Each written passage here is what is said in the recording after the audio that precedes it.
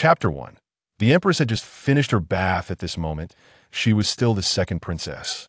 In the year of the Xian, the 53rd, during the early days of March, in a secluded courtyard of the Duke of Easttown's estate in the capital. As early spring unfolded, the heavy snows that had blanketed the capital throughout winter were just beginning to melt, while the air remained bitterly cold. Xia Chen, clad in light attire, persisted in his sword practice amidst the chilling winds. Perspiration glistening on his brow, his youthful, handsome visage was flushed, and a vigorous spirit surged within him, reflecting his unyielding determination in his gaze. Gripping his long sword, which gleamed of vivid crimson, he sliced through the air, creating ripples as though attempting to cleave the frigid winds asunder with each swing. A line of small characters materialized within his field of vision. Basic sword technique perfected. You have comprehended the advanced sword technique. Shouyang breaking demon sword. From the foundation. Your vitality has reached the pinnacle of the 9th rank. Will you break through immediately? As these words appeared, a look of elation spread across Xia Chen's striking face at that moment. The crimson blade in his hand transformed. As the vitality within him surged violently, strands of energy seemingly escaping his body, coalescing behind him into a resplendent red sun. This sun resembled the primordial light at the dawn of creation, piercing through the chaos and darkness, brimming with life and fervor. Empowered by this radiant orb, Xia Chen trembled violently. His entire being akin to molten lava, the force of his vitality reached its zenith, as if it could incinerate rivers and boil seas. This transformation did not linger for long. Xia Chen's gaze sharpened, his youthful countenance betraying a solemnity as he swung his sword, and the courtyard felt as though it had leapt from the depths of winter into the brightness of early summer. With a single stroke, the world was irrevocably altered. Simultaneously, a sharp crack resonated within Xia Chen's body, as if an invisible shackle had shattered. The tumultuous vitality found its outlet, surging forth like the Yangtze River racing towards the sea. In that instant, Xia Chen's aura reached its pinnacle. He had ascended to the 8th rank of the refinement realm.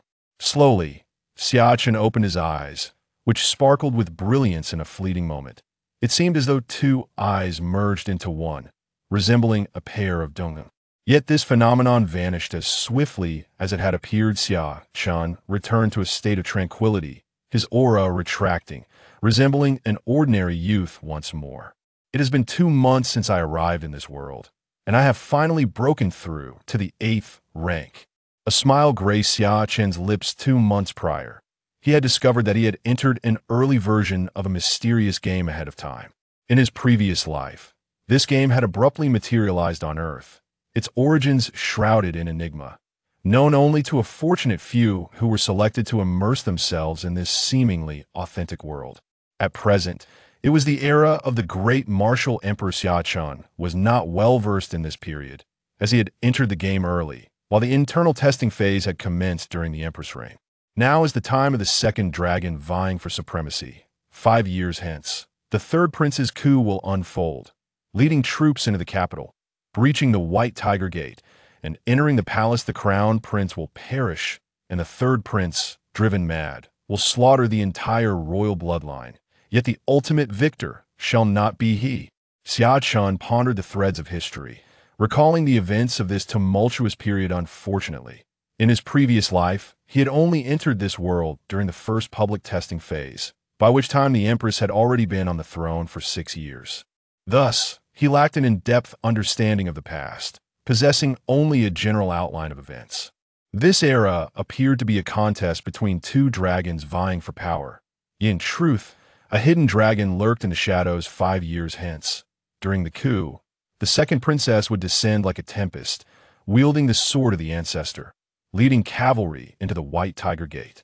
That night, the entire palace echoed with cries of battle, and blood stained the pristine snow, ultimately leading to the 2nd princess quelling all insurrections. However, the great emperor, the crown prince, the 3rd prince, and all direct male descendants of the royal line would be ruthlessly slaughtered in the chaos of the coup. In the end, the great martial dynasty would witness the rise of its first empress, ushering in a glorious epic. Is it because of this jade seal that I am able to enter this world 11 years early? Xia Chen opened his palm, revealing a jade seal imprinted upon it, resembling a totem visible only to him. The seal was intricately carved with 9 dragons, exhaling chaotic energy, surrounded by primordial purple mist vaguely. Xia Chen discerned celestial bodies encircling the seal, with the sun, moon, and the purple star at its center. He wished to investigate further, but the jade seal dimmed completely, as if shrouded in mystery. Pulling his gaze away, Xia Chen exhaled a breath of stale air, seeking to calm his heart regardless of the seal's enigmatic nature. Enhancing his strength and influence was of utmost importance at present. Currently, during the era of the Great Martial Emperor, the court was in disarray and banditry was rampant, though the overall situation remained relatively stable. The realm had already fragmented into various factions. This presented an opportunity. Heroes emerge amidst turmoil, and only during chaotic times can one rise to prominence. I must seize the moment once the Empress ascends, quelling the 8 Kings' rebellion and consolidating the power of the Great Martial Dynasty. We will soon enter an era of unification. Xia Chen felt an urgent need to strategize ahead. For while the unification era promises higher security, economic prosperity, and cultural flourishing, the opportunities would be significantly diminished. By then, the Great Martial Dynasty would stand as the sole sovereign, exerting dominance over the seas and ruling the expanse of the world, compelling all, be they Buddhists, Taoists, or the so-called players, to submit beneath the Empress. Only later, when the aura of spirituality revives and the heavens converge, would this world transform into a tangible reality. The pinnacle of martial prowess would ascend, the Empress would vanish from sight, and the Great Martial Dynasty would fragment, ushering in the era of the immortal and heroic dynasties, thereby presenting new opportunities. As Xia Chen mused, he fetched water, taking a towel to dry his sweat-drenched body. In this life, his starting circumstances were quite favorable, having been born into the Duke of Easttown's household. After 8 centuries since the founding of the Great Martial Dynasty, 637 years ago, the Ling Emperor had favored eunuchs and relied heavily on relatives, leading to a rebellion among the feudal lords and the fall of the capital. The 8th son of the Ling Emperor, Emperor Wuzong, restored the realm, launching a northern expedition, reclaiming the old capital, and re-establishing order, thus creating the present Great Martial's 19 provinces, revitalizing its fortunes for 600 years. The first Duke of Easttown, Xia Xuanjin, had followed Emperor Wuzong from the frontiers, rising from a mere soldier to a renowned general. During the northern expedition, Emperor Wuzong divided his forces into 3 routes, with Xia Xuanjin commanding the eastern route when the other 2 armies encountered obstacles, and the northern campaign seemed futile. Xia Xuanjin led 5,000 cavalry over 1,000 miles, penetrating the capital like a sword piercing through the enemy's belly, breaching the city, claiming the enemy's head, and dramatically reversing the tide of battle, aiding Emperor Wuzong in stabilizing the realm. At the grand award ceremony, Emperor Wudi remarked before his ministers, outwardly bold yet inwardly wise, unmatched in sharpness across the land. Thus, Xia Zhuanghen's achievements placed him above all other ministers, earning him the title of Duke of Easttown. Rumors circulated that Xia Zhuanghen's merits were sufficient to warrant a princely title, yet due to the ancestral decree prohibiting the granting of princely titles to those of different surnames, he was only conferred the title of Duke. Otherwise, he would have been Duke of Easttown. Currently, the Duke of Easttown was in its 17th generation, thriving and prosperous, never faltering though still referred to as the Duke of Easttown. The family had long since attained the status of 3 dukes from one lineage. Though I am not highly regarded within the Duke's estate, it is still a remarkable beginning compared to many others. Xia Chen felt quite satisfied with this starting point. As far as he knew, many players who had entered during the internal testing phase were mere nameless commoners, with some even starting as beggars on the streets, facing a hellish beginning.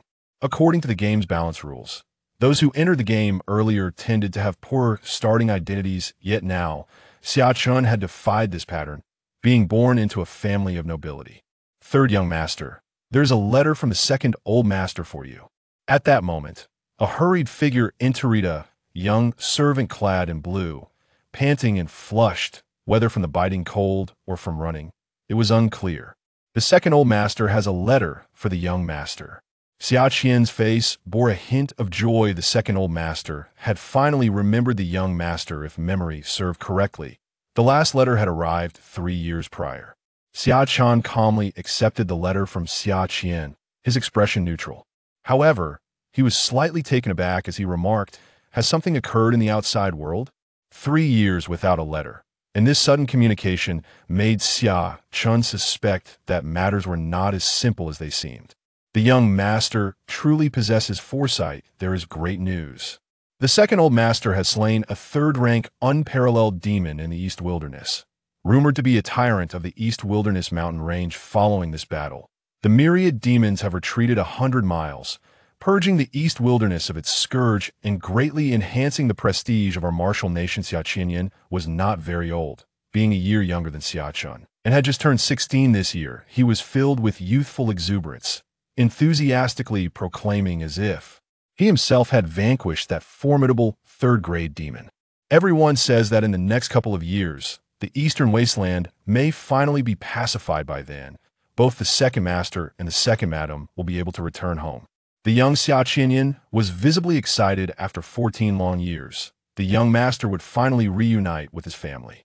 Upon hearing these words, Xia Chen's eyes betrayed no joy. He had completely inherited the memories of the former Xia Chen, a stark contrast to the typical game login experience devoid of the original owner's memories. It felt as though he had been born and raised in this existence, possessing all the emotions of the previous Xia Chen, as if he were truly Xia Chen, merely awakening the memories of his past life 2 months prior.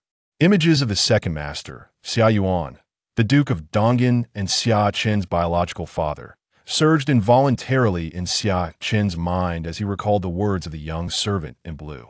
In Xia Chen's childhood memories, before he turned 3, his father Xia Yuan showered him with affection and boundless love. However, after the martial arts assessment at the age of 3, when he was deemed a waste body, Xia Yuan fell into a deep silence. Yet his gaze remained resolute. "My son may be a waste body, but as my eldest son, I shall undoubtedly seek great fortune to defy the heavens and alter his destiny." The very next day after uttering these words, the demon tide in the eastern wasteland erupted, and Xia Yuan was appointed as the commander to quell the demons. Leading an army of 100,000 in the eastern territories, Xia Chen's mother, Su Xiaoxue, a formidable sorceress, accompanied him to battle. At that tender age, Xia Chen was oblivious to the implications, merely wishing to follow his parents and venture to the eastern wasteland. However, he was sternly denied, being told that the eastern wasteland was fraught with peril. Thus, at the tender age of 3, Xia Chen was left alone in the Duke's Manor, and that departure lasted for 14 years. For the first 3 months, letters would still arrive at the Duke of Donghou's residence, accompanied by demon blood to refine Xia Chen's physique. After 5 months, the correspondence dwindled. Young Xia Chen believed it was due to the chaos wrought by the demons in the eastern wasteland, where the battlefield changed rapidly, consuming their energy and leaving no time for letters. A year later, he learned from the servants of the manor that a new direct bloodline was to be added to the Duke's lineage. Upon inquiry, he discovered he had a younger brother, Su Xiaoxue, accompanying Xia Yuan to battle, conceived merely a month after their departure. After the birth of his brother, the frequency of letters from the eastern wasteland dwindled from once every 3 months to just once every 6 months. By the time he turned 6, there was but a single letter, and the shipments of medicinal and flesh essences ceased altogether. The original Xia Chen remained steadfast in his belief that the eastern wasteland was perilous, with various formidable demons emerging, and his father, as the army's commander, had no time to spare for him. It was only later that he learned from the servants that his younger brother, born amidst the battlefield, was nurtured by their parents and had been identified as possessing unparalleled innate talents, hailed as a prodigy. Only then did Xia Chen realize the truth. He had been forsaken. Now, accustomed to his life of freedom and lack of restraint, Xia Chen found himself somewhat inconspicuous in the Duke's Manor. Yet, unlike the dramatic portrayals in television dramas, where treachery and disdain abound, no such absurdities unfolded in his life. His uncle and aunt treated him with great kindness, regarding him as their own son. But now, with the return of his parents and the arrival of his younger brother, Xia Hao, whom he had never met, blessed with extraordinary talents and a unique bone within him, would his life still remain as free and unrestrained? Especially knowing that this bone was the legendary Supreme Bone. Though it paled in comparison to his own innate dual pupils, it still held the potential to shine with unparalleled brilliance in the future resurgence of spiritual energy.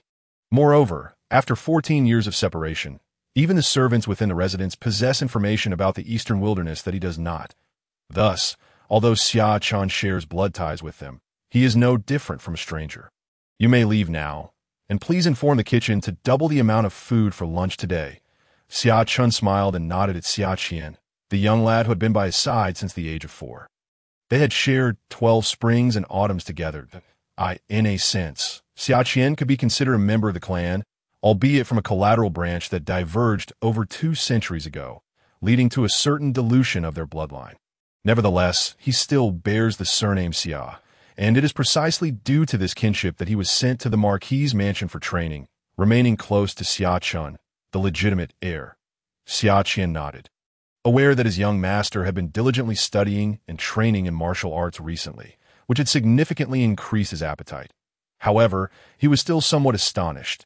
Doubling the food quantity meant that one person would consume over 20 portions. As he watched Xia Chen depart, Xia Chen slowly lowered his gaze, focusing on the time-worn envelope in his hand, adorned with a qilin pattern.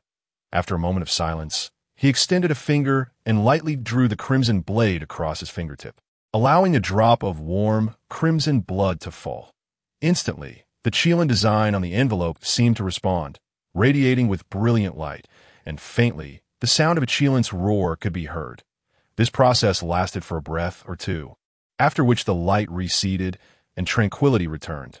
Xia Chen understood that this was a technique employed by his mother, Su Xiaoxue. Although the resurgence of spiritual energy had not yet occurred, martial prowess was still present.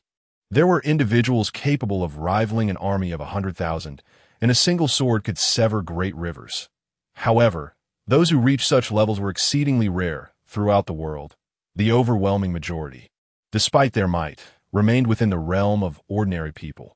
The system was rather rudimentary, divided into martial practitioners and sorcerers. In his previous life, Xia Chen had merely viewed this as a mysterious and intriguing game, simplistically categorizing these two types into warriors and mages. Moreover, this world also harbored monsters. Su Xiaoxue was a formidable sorceress. This letter from Su Xiaoxue was specifically addressed to Xia Chen, thus only his blood could unlock its seal. A technique designed to prevent outsiders from intercepting and discovering its contents. Such a technique was beyond the grasp of crude martial practitioners. Xia Chen opened the envelope, revealing fine xian paper, smooth to the touch, yet containing only a few terse words. Your father will return home in no less than 6 months and no more than 2 years. Furthermore, the emperor has arranged a marriage for you. As my son, you are to wed the second princess. Behave well and do not tarnish the dignity of our Marquis's house. The brevity of the message struck Xia Chen profoundly. He was not surprised by the first half. After all, the great victory in the eastern wilderness had resulted in the world being categorized into 9 ranks. Regardless of whether they were martial practitioners, sorcerers, or monsters, all fell within these 9 ranks. A third-rank great monster was exceedingly rare. Having slain such a formidable beast, the prolonged conflict in the eastern wilderness, lasting 14 years, was surely coming to an end. Moreover, Xia Chen had just informed him of this. What truly caused Xia Chen's pupils to constrict was the latter half of the message. Was he to wed the princess or the second princess? The future empress? In the courtyard, the spring breeze carried a hint of chill, leaving Xia Chen's heart in turmoil. The empress, in the Great Unification narrative, was the most powerful entity, instilling fear across the realm, with the 8 desolations submitting to her reign, consolidating the world's fortune and establishing laws for eternity. Subsequently, wielding the might of the unified realm, she erected temples, boldly making grand vows to the heavens, forcibly transforming the great martial dynasty into a dynasty of fortune ahead of schedule, within the great martial domain. Fortune suppressed all. From that point on, Anyone not a citizen of the great martial dynasty was deemed a heretic, their cultivation slow. Conversely, those holding positions within the great martial hierarchy could accelerate their cultivation by tapping into varying degrees of the dynasty's fortune, with the greatest benefits accruing to the highest-ranking officials. All the world's heroes fell into this snare. This situation persisted until the resurgence of spiritual energy and the merging of realms, when the Empress vanished. The fortune of the martial dynasty collapsed, and the Grand Unification disintegrated, liberating the world's heroes from the suppression of the great martial national fortune. However, once Pandora's box is opened, returning to the past is no longer an option. Subsequently, every sovereign of a dynasty emulated the Empress, using fortune to suppress their realms, turning the dynasty's fortune into a tonic for cultivation. The higher the official rank, the swifter the cultivation, and the greatest benefits accrued to the rulers of the dynasty. As Xia Chen carefully recalled the subsequent plot, he realized that in his previous life he had merely treated this world as a game. Thus, he had not paid much attention early on, merely skimming over events. However, as the narrative transitioned into the merging realms phase, this world became the primary realm, and everything turned tangible. The players no longer possessed immortality, leading him to sense something amiss. He had never heard of an empress with a fiancé. Shaking his head, Xia Chen attempted to recollect and deduce the current situation based on the unfolding narrative. Unfortunately, in his previous life, he had entered this world during the early stages of the Grand Unification period, and no one knew what the Empress, then the second princess, had experienced during the reign of the literary emperor No. During the era of unification, the Eastern Marquis residence still shone brightly, radiating brilliance, with talented individuals emerging in abundance. His younger brother, Xia Hao, possessed the legendary Supreme Bone, showcasing extraordinary talent, and during the Empress's reign, he had become the pillar of the empire, the sharpest spear for the great martial expansion, achieving remarkable military exploits. The Empress, with her grand aspirations, broke tradition and conferred the title of Eastern King upon his brother. However, there were whispers in the streets suggesting that Xia Hao's elevation to kingship stemmed from engagement with a common descendant of the Eastern Marquis residence, while the Empress was in a state of seclusion. Ultimately, this young man from the Marquis household had met a tragic end during the coup. After the Empress ascended to the throne, the matter of the engagement faded into obscurity.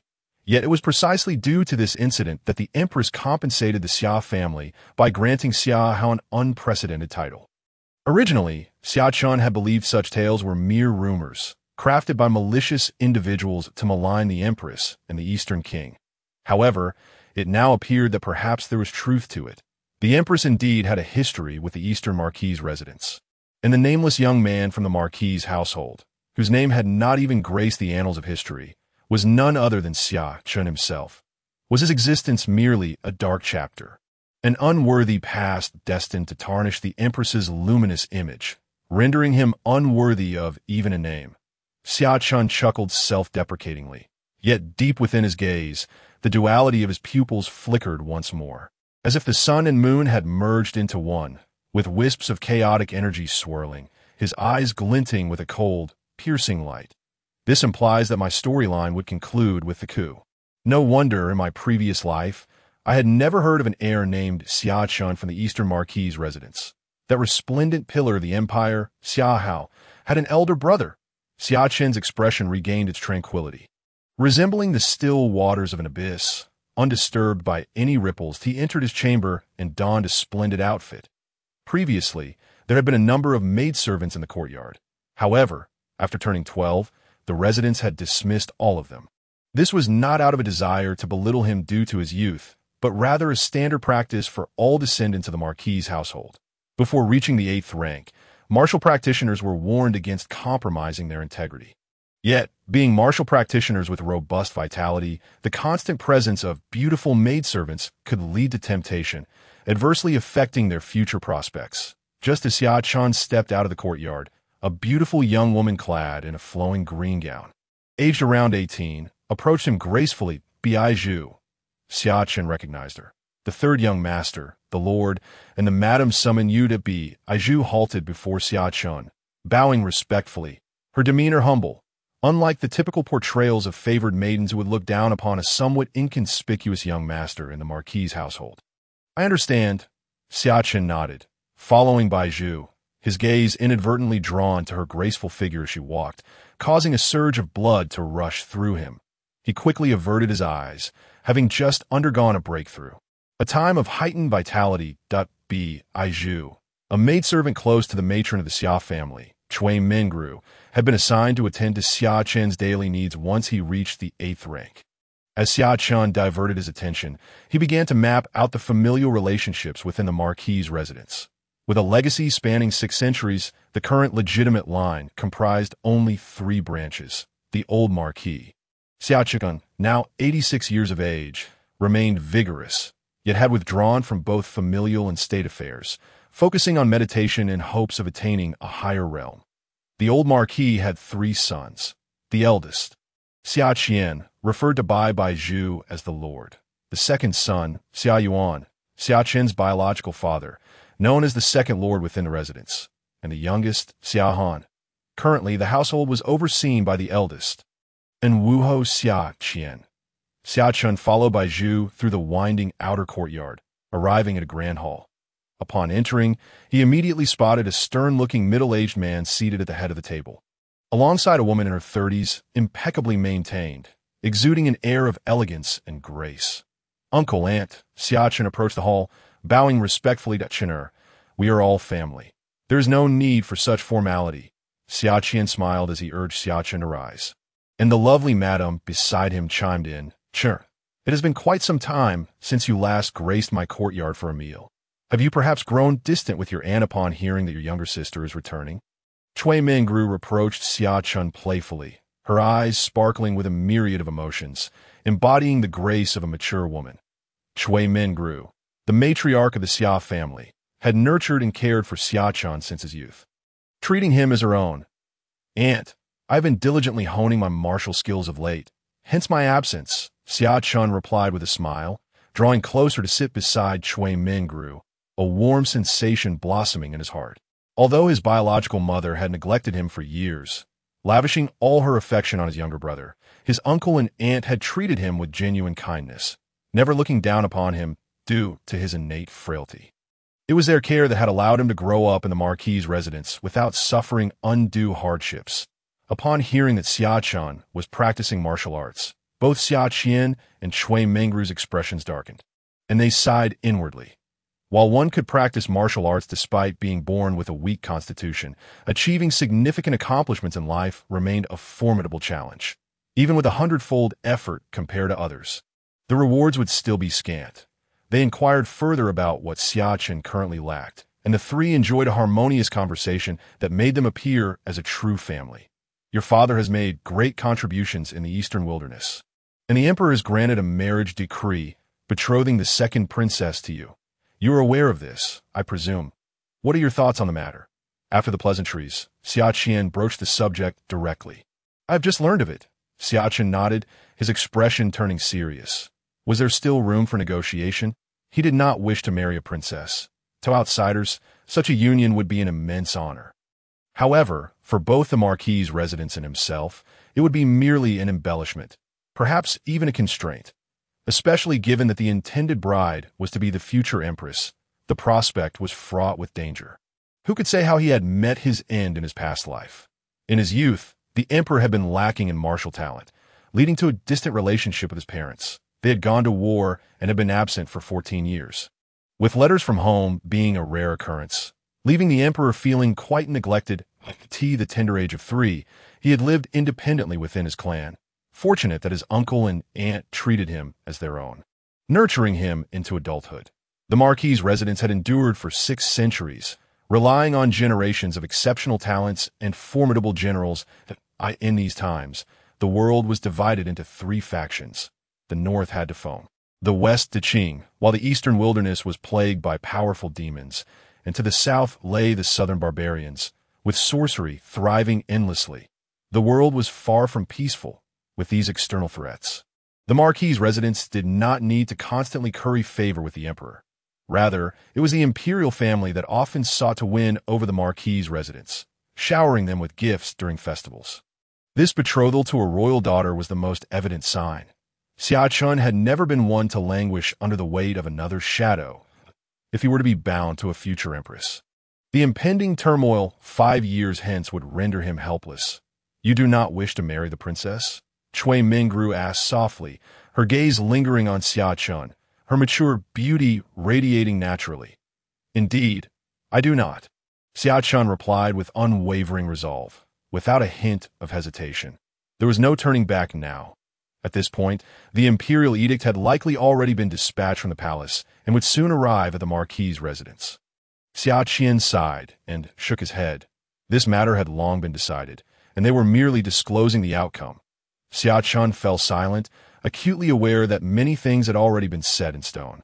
Given his current status, he had no right to participate in such decisions. Yet he was undeniably one of the key figures in this marriage arrangement. It seemed absurd and ludicrous that he would only learn of it after everything was settled. "This marriage was not originally intended for you. The emperor had actually favored your younger brother. However, the decree was sent to the eastern wilderness, only to be graciously declined by him. Thus, the spotlight fell upon you," Cui Mingru revealed, contemplating Xia Chen's silence. As Xia Chen inquired further, he learned that the marriage had initially been meant for his younger brother, Xia Hao. However, their parents had unhesitatingly rejected the proposal, citing Xia Hao's youth and the need for him to focus on martial arts and military strategy. Discouraging any premature commitments to marriage, they had subsequently submitted a petition, arguing that Xia Chen, as the legitimate eldest son, was of a suitable age and proximity to the second princess. After receiving this response, the emperor had remained silent for 3 days, ultimately issuing a decree this very morning, approving the request put forth by Xia Yuan and confirming the engagement. Seeing Xia Chen's calm demeanor, Cui Mingru felt a pang of sympathy. To become a prince consort was undoubtedly a swift ascent for an ordinary person. However, for those of their esteemed lineage, it represented a form of constraint. 6 centuries prior, the Ling emperor had favored eunuchs and relied heavily on the powerful families of the court, leading to chaos among the lords and nearly toppling the dynasty. Had it not been for the Wuzong emperor, the empire would have long since changed its name. After the Wuzong emperor unified the realm, he learned from past mistakes and decreed that henceforth, powerful families would no longer meddle in politics or hold significant positions. Although they had not been entirely stripped of their influence, their power had greatly diminished. A century ago, the Suzong emperor began reinstating the powerful families to restore balance to the court. Today, while the situation for these families had improved significantly compared to the past, they still faced numerous restrictions. The title of prince consort was, after all, a form of affiliation with such families. This was the fundamental reason why Xia Yuan had been reluctant to agree to the marriage of his youngest son to the princess, preferring to offend the emperor than to allow his son to enter such a binding union. Marrying the princess meant a bleak future. Xia Chen's eyes reflected his concern. This nephew of his was indeed destined for hardship. Yet, the emperor's will was unyielding, and someone had to forge this alliance. If Xia Yuan and his wife were unwilling to see their youngest son entangled, then the eldest son must step in. Although this situation was deeply unfair to Chen'er, he was born with a frail constitution. Despite his years of dedication to military strategy, his prospect in martial arts remained limited, becoming a prince consort, combined with the security afforded by the marquis's residence, might indeed be a blessing. Xia Chen mused internally. Although he had watched this nephew grow up and felt a closer bond with him than with the unacquainted Xia Hao. As the head of the family, he had to prioritize the interests of the clan. His younger brother's son, Xia Hao, was a prodigious talent.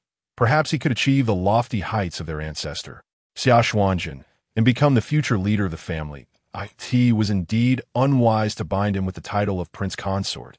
Xia Chen, though seething internally, maintained an expression of calmness, a smile gracing his lips as he accepted this reality with equanimity. He understood the intricacies at play. His biological parents were reluctant to jeopardize their youngest son's future. Eventually, he recalled that he had an elder brother in the capital who had been cast aside in favor of a political maneuver that seemed to be a means of appeasement, but was, in truth, a strategy of suppression. This marriage was merely a byproduct of political compromise. His personal feelings and opinions were of little consequence. Even the Empress, who commanded the seas and mountains, had once been used as a pawn in political unions before seizing power. What was there for him to reject?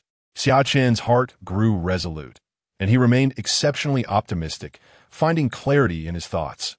Moreover, the original intended bride did not wish to marry him either. Having been turned away, it was no wonder that this chapter of history during the emperor's reign was shrouded in secrecy. Not being able to control one's fate was indeed a bitter pill to swallow.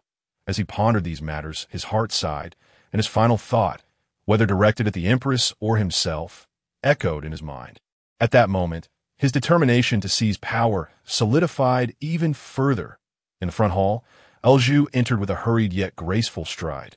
"Master, madam, there are visitors from the palace, led personally by Eunuch Yi, and the entourage is quite grand." Xia Chen and Shui Mingru exchanged glances, both instantly understanding the significance of the visit. "Chinner, come with us to welcome the envoy." Xia Chen rose silently, following behind them to meet his fate. Outside the gates of the Marquis's residence, Xia Chen encountered the esteemed in the mind of Xia Chen. A flurry of information spontaneously flashed through. This individual before him was indeed the legitimate son of the Duke of Anton. And truly, he was a picture of elegance. With a warm smile, Eunuch Yi gazed at Xia Chen and offered his congratulations. Observing this future luminary who would soon shine during the coup, Xia Chen respectfully inclined his head in acknowledgement.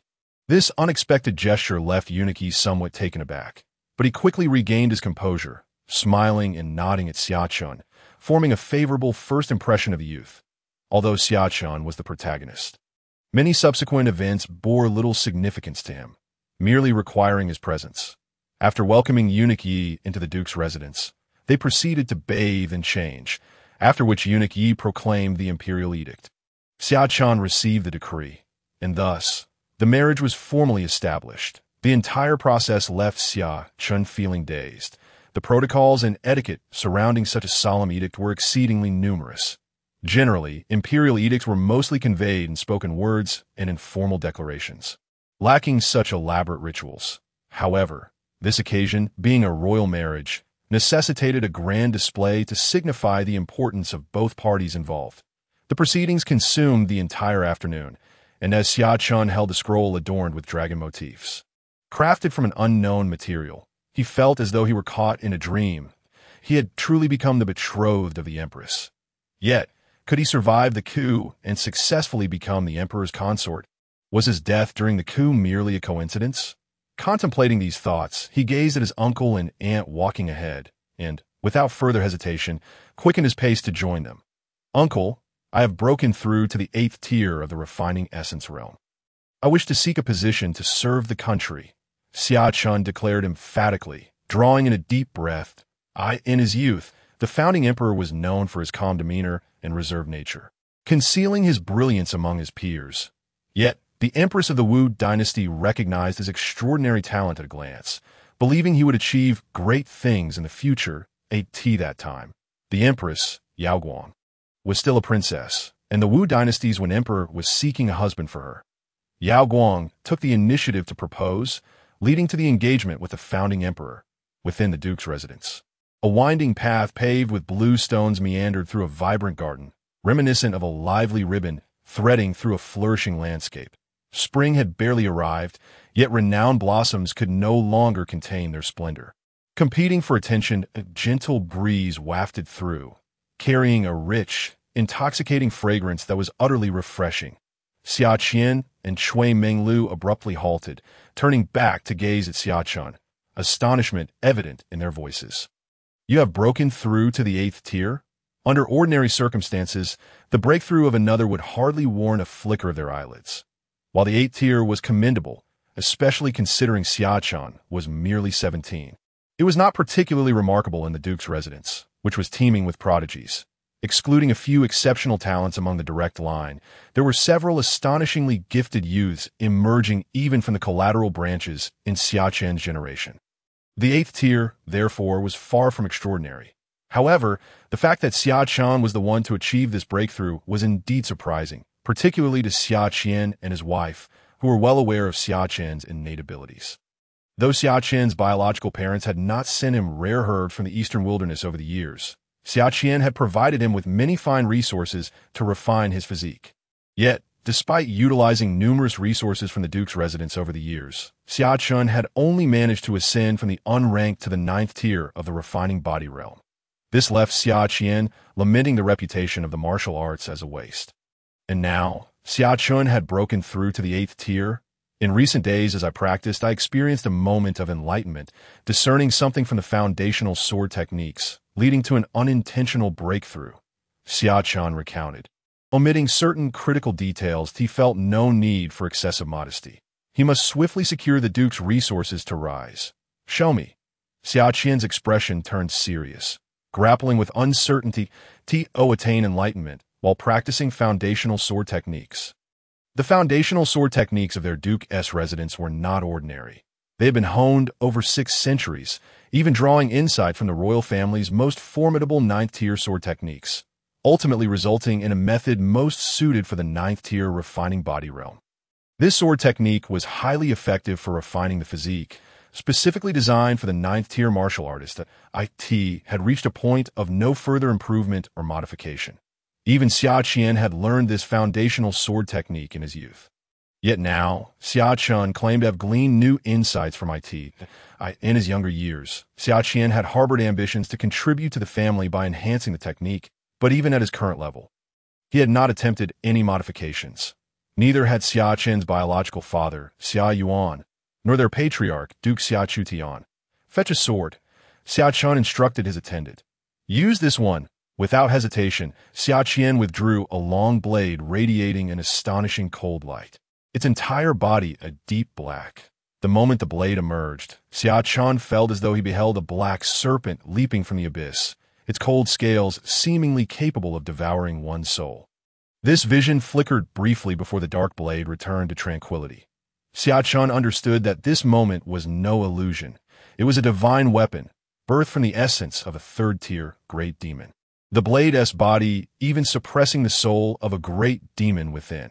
This was one of the treasures of the Duke's residence. Xia Chen grasped the long blade. He felt its weight. Even subdued, was still incredibly heavy. Had he been at the 9th tier previously, he could have barely lifted it, let alone wield it. The long blade itself was a test, challenging his level of mastery. Seeing Xia Chen steady himself with the blade, Xia Chen nodded in approval. This young man had indeed broken through to the 8th tier. Contemplating this, Xia Chen felt a tinge of anticipation regarding Xia Chen's claim of enlightenment. With the dark blade in hand, Xia Chen's eyes shimmered with fervor, his entire being seeming to boil with energy, strands of vital force coursing through him as a great sun's shadow rose behind him. The atmosphere shifted slightly. At that moment, Cui Menglu's eyes also sparkled.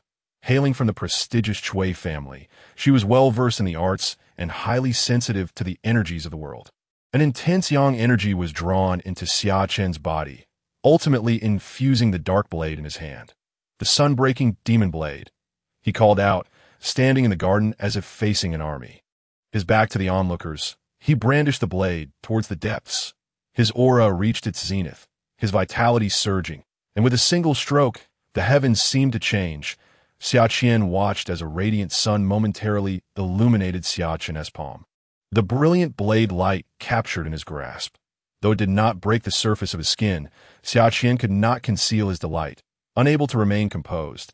You truly have improved the foundational sword technique. Though his tone was questioning, Xia Chen had come to believe it. He had witnessed firsthand that the technique, while different in form, remained fundamentally the same. That IT was undoubtedly an advanced version of the foundational sword technique, harnessing the essence of the sun to gather the energy of destruction, driving away all evils. That IT served both as a method of slaying foes and as a means of refining the body. Cui Menglu elucidated the essence of the sun-breaking demon blade. To her, while its capacity to kill was secondary, its ability to commune with the heavens and draw forth the sun's essence for bodily refinement was paramount. Could such a technique truly be wielded by a mere martial artist? This technique seemed a synthesis of martial and mystical arts, an extraordinary rarity in the world. Cui Menglu could hardly contain her excitement. Though not a mystic, Xia Chen quickly grasped the significance. The 9th tier refining body realm, the 8th-tier refining essence realm, and even the 7th-tier refining spirit realm. All fundamentally revolved around physical enhancement and blood refinement. While martial artists could not commune with the energies of the heavens, they either relied on arduous training or consumed rare herbs. Yet this technique enabled direct communication with the energies of the cosmos, facilitating the refinement of the body, which would undoubtedly accelerate the progression from the 9th tier to the 7th tier. Xia Chen rapidly recognized the preciousness of this technique. Keep your insights on the sword technique confidential, and do not disseminate this method. Xia Chen spoke with a grave expression, casting a glance at the several attendants and maidservants behind him. Fortunately, these attendants and maidservants were trusted members of the family. Otherwise, today would have witnessed further bloodshed. This technique of swordplay is willingly offered to the clan. It is entirely at uncle's discretion. Xia Chen showed no hesitation. The purpose of revealing his swordsmanship was to secure the resources necessary for his advancement. Moreover, the clan had indeed expended considerable resources on him over the years. Even if he were to offer it freely to the family, he would have no objections. Very well. Chener, your enhancement of the sword technique is a significant contribution to the clan. I shall report your merits to the Merit Hall and inform the elders of the clan. Additionally, you may proceed to the Martial Arts Hall to select another technique. Furthermore, you mentioned your desire to seek a position outside. I will assist you in planning this matter, Xia Chen declared with conviction. The longevity of the clan over 6 centuries is attributed to a well-established merit system that ensures no deserving individual is overlooked. In the Duke's residence, adorned with vibrant flowers, Xia Chen revealed a radiant smile that he was indifferent to everything else. His sole desire was to venture out as soon as possible, for only then could he forge his own foundation. Although the Duke's residence was splendid, it ultimately did not grant him autonomy. He could only leverage its resources, not entrust everything to it. Xia Chen was acutely aware of this. The Duke's residence belonged to the family, not solely to him. His interests did not equate to those of the Duke's household. However, at present, he could utilize the resources and influence of the Duke's residence to secure a respectable official position. Why climb from a bottom when one can take a shortcut? Accompanying Xia Chen proceeded to the Merit Hall to meet the clan elders, where he would receive recognition for his merits and inscribe the true essence of the Shouyang-breaking demon blade. To the east of the palace, a grand yet slightly understated residence stood alongside the main avenue. The vermilion gates loomed majestically, with copper nails glimmering with the sheen of time, flanked by imposing stone lions. The Princess Yaoguang's residence. This was the abode of the second princess, who was currently in the prime of her youth. However, long ago, she had requested the freedom to enter and exit the palace at will. Just after the recent spring festival, she took it upon herself to move out of the palace, an action that naturally contravened propriety. According to the established customs, even upon reaching adulthood, a princess was expected to remain within the palace until her marriage to a prince consort, after which she could relocate to her own residence. One knew what the second princess had said to the emperor that led to his consent. Soon, however, the courtiers learned that this princess had been betrothed to the son of the Duke of Donghou. At this moment, in the reception hall of the princess's residence, 3 women and 2 men sat quietly. Yet all eyes were drawn irresistibly to the dragon-patterned imperial edict casually placed aside. Seated in the foremost position was a woman whose skin was as delicate as jade, her brows resembling distant mountains, and her eyes twinkled like stars, exuding an air of profound tranquility. Her nose was elegantly refined, and her long, lustrous hair cascaded like a waterfall, appearing even more silky and dark against her splendid attire. Her features exquisite and breathtaking. Merely by her presence, all others, regardless of gender, seemed to pale in comparison. The imperial edict rested beside her. The second princess, titled Princess Yaoguang. The princess, whom Xia Chen was acutely aware was of great significance yet seemingly overlooked in the Duke of Zhendong's household, was indeed a treasure of the realm. You, with your noble status, how could Xia Chen possibly be worthy of you? One woman below remarked, breaking the silence with a hint of indignation. What remedy is there? The second princess's gaze was devoid of emotion, revealing neither joy nor sorrow.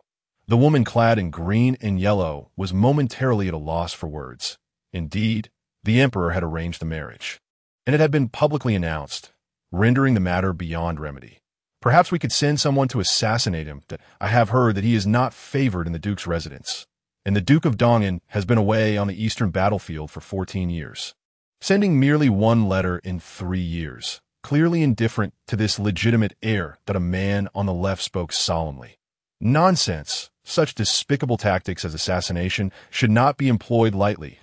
If they could yield a permanent solution, that would be another matter.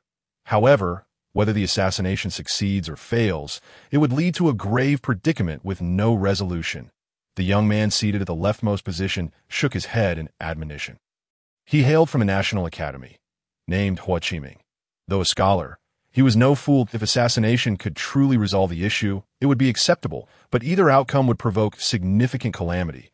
Xia Chen might be deemed a useless body, disregarded by the Duke of Donghou and the Duke's household. Yet he remained the legitimate son of the Duke's residence, and this betrothal was bestowed by the Emperor to win over the Duke's household. A demonstration of imperial favor. The identity of the second princess's groom was of little consequence, as long as he belonged to the Duke's lineage. Thus, even if Xia Chen were to die, it was highly likely that the second princess would still be promised to another. Su Jun's eyes flared with anger upon hearing Hua Qiming's rebuke, but he stifled it in the presence of the princess. Yao Guang listened quietly to the exchange, refraining from interruption, yet deep within her gaze. There was a trace of disappointment towards Su Jun. Both Su Jun and Hua Qiming were her advisors she had recruited from the National Academy this month. It was evident that Hua Qiming possessed greater intellect than Su Jun. Assassination was not entirely off the table, but to employ it against the legitimate son of the Duke's household was far too frivolous. If all matters in the world were resolved through murder, would not chaos reign supreme? The Duke of Jindong's residence, though not the highest in rank among military achievements, was renowned for producing exceptional talents. Duke Xia Chutian was hailed as the great martial god of the previous generation.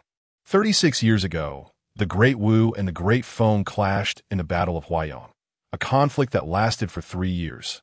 Ultimately, Commander Xia Chutian led an army of 200,000 to vanquish the renowned general of the Great Feng, Xiao Yu, penetrating deep into Great Feng's territory, advancing with unstoppable momentum until they were a mere 30 miles from the capital. Had it not been for the encroachment of the forces from the Great Qing in the west and the hordes of eastern wilderness demons seizing the opportunity, this battle could have either annihilated the Great Feng or at least secured half of its territory. This victory brought the Duke of Jindong immense fame, and following it, he voluntarily relinquished his military power, retreating to focus on honing martial arts. This action earned him the unwavering trust of Emperor Wen, who continually rewarded him. The second princess understood well that the Duke of Jindong's voluntary retreat alleviated her father's suspicions and afforded the Xia family's second generation an opportunity to shine. Brothers Xia Chen and Xia Yuan began to emerge in the military, achieving great feats and becoming leaders among the meritocratic youth. 21 years ago, the eldest son, Xia Chen, who inherited one of the 2 marquee titles in the Duke's residence, shone brilliantly in a battle against the southern barbarians. He later followed in his father's footsteps, choosing to remain in the shadows, willingly relinquishing military power to return to the capital and manage the Duke's household. Although he had not taken the field in many years, who could underestimate his capabilities?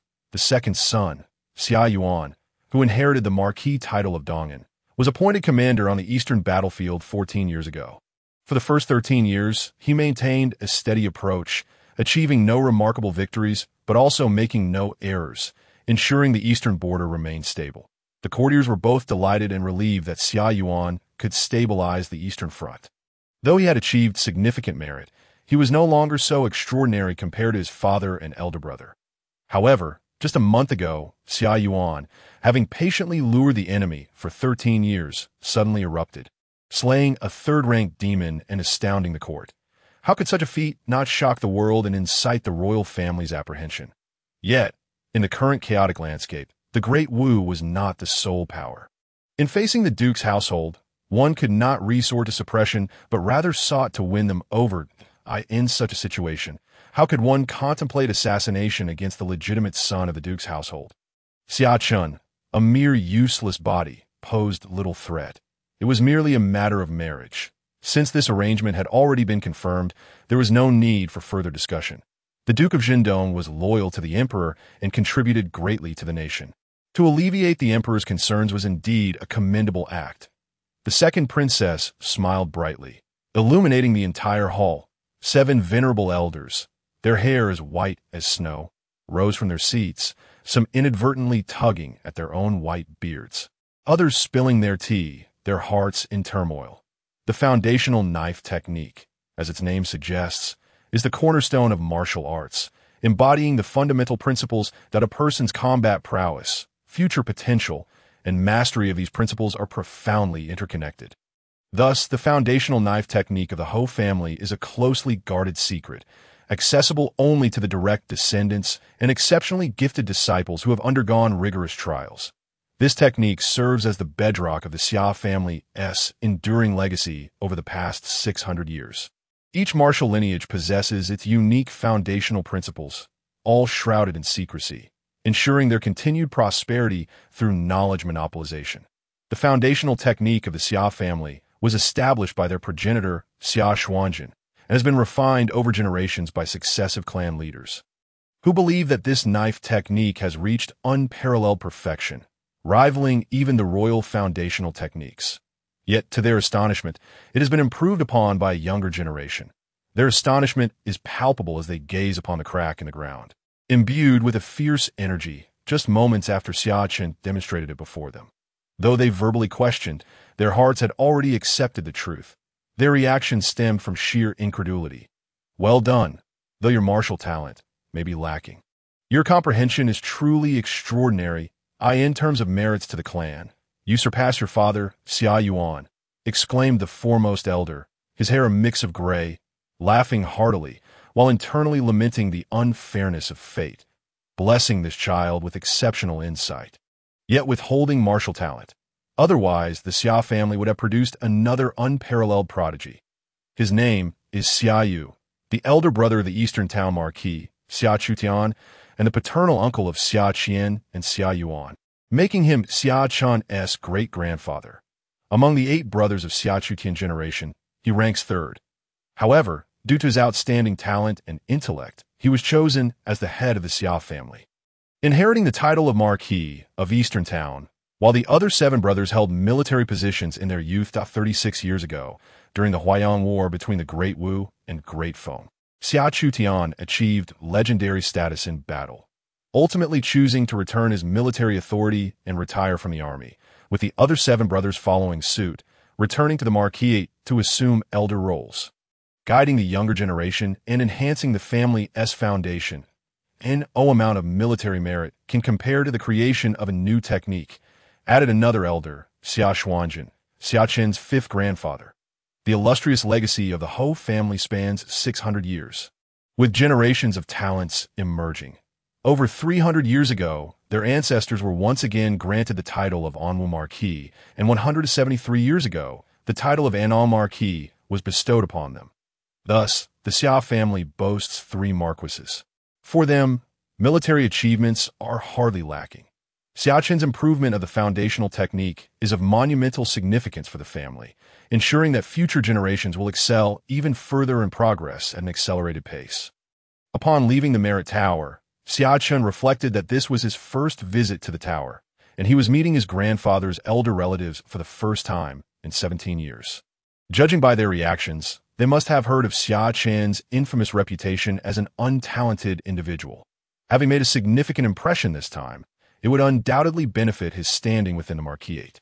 The 7 elders regarded him favorably, and exchanging the Shuyang demon-breaking blade for this recognition was worthwhile. Xia Chen mused that, as for being recorded in the clan's history, to be enshrined among the great talents of the family, and a share in the ancestral blessings. He was indifferent, he sought only fame in life. Posthumous recognition was not his current concern. As he traversed the winding paths of the rear courtyard, he passed through the martial arts arena, bustling with energy. Children aged 5 or 6 practiced basic punches under the guidance of martial instructors, while 11 or 12-year-olds trained with spears, their long weapons gleaming with a chilling light, displaying exceptional prowess. Others lifted massive stones, drenched in sweat, yet their eyes radiated determination and perseverance. Brother Chun, at that moment, A boy of around 13 or 14 dropped the heavy stone he was lifting and bounded over with the agility of a monkey. "Brother Chun, are you here to see me?" The boy, with a round face and a cheerful demeanor, appeared endearingly innocent. His name was Xia Wen, the son of Xia Chen's third uncle, Xia Hao. Although born into a family of martial achievements, Xia Hao favored literature over martial arts. Pursuing a scholarly path, he named his son Xia Wen, hoping he would be a studious child. However, Xia Wen had a natural inclination towards martial arts, displaying exceptional talent in that realm. While his academic prowess left much to be desired, due to Xia Chen's perceived lack of martial talent, Xia Han had taken him under his wing, instilling in him the importance of scholarly pursuits and cultivating a righteous spirit through Confucian teachings. Consequently, prior to turning 10, Xia Chen often dined at his third uncle's home and became well acquainted with Xia Wen and his siblings. "I went to the Merit Tower to select a martial technique and thought I would stop by to see you." Xia Chen smiled. "I in the Marquis, all children, regardless of gender, began their martial training at the age of 5, enduring the elements with unwavering determination." However, due to Xia Chen's perceived lack of martial talent, his uncle Xia Chen had granted him special permission to forego daily training, allowing him to preserve his dignity. In his youth, Xia Chen had been reluctant, but persisted in attending the martial arena. However, as his peers advanced rapidly while he struggled to even grasp the basics, he gradually ceased his visits. Scanning the arena, Xia Chen noted that most of the young faces belonged to those who were once his contemporaries, many of whom had already progressed to the 8th tier of the refinement stage and had begun their military careers, a tradition within the Marquis that emphasizes merit over age. Upon breaking through to the 8th tier, one could step into the world and pursue grand ambitions. "Brother Chun," another voice called out, and Xia Chen turned to see a delicate girl, no more than 10, timidly approaching him, her cheeks flushed from recent exertion. This was Xia Qian and Cui Mengru's youngest daughter, named Xia Yushi. That a few others approached as well, descendants of the 7 elders, alongside a few exceptionally gifted younger relatives, who hesitated briefly but then joined the group upon recognizing the presence of a direct descendant. Hearing the hushed conversations around them, they understood that Xia Chen was of direct lineage, although Xia Chen had been somewhat a shadow in the Marquis over the years. His reputation was nonetheless significant, as it marked the first time in many years that a member of the family had been deemed devoid of martial talent. Some greeted Xia Chen warmly, while others remained composed, merely nodding in acknowledgement, neither overly friendly nor hostile. However, no one openly mocked him. They were all still young, yet many were remarkably mature, displaying high emotional intelligence, and no one would dare to offend a direct descendant, even one lacking martial talent. Moreover, it was well known that Xia Chen had become a prince consort, providing even less reason for ridicule. Furthermore, in terms of lineage, Xia Chen was the elder among all present, and the Marquis, with its 600-year history, placed great emphasis on brotherly respect. Xia Chen greeted each person with a warm smile, his tone gentle, evoking the feeling of a spring breeze. His gaze settled on several young individuals present, his expression serious. Each of them was destined to shine brightly in the future. Xia Wen, with a courtesy named Xuanba, was known as the brother of the Heavenly Emperor. The Emperor had taught him from a young age, fostering a close yet respectful relationship. In his youth, he had concealed his brilliance, patiently waiting for the right moment to reveal himself among his peers.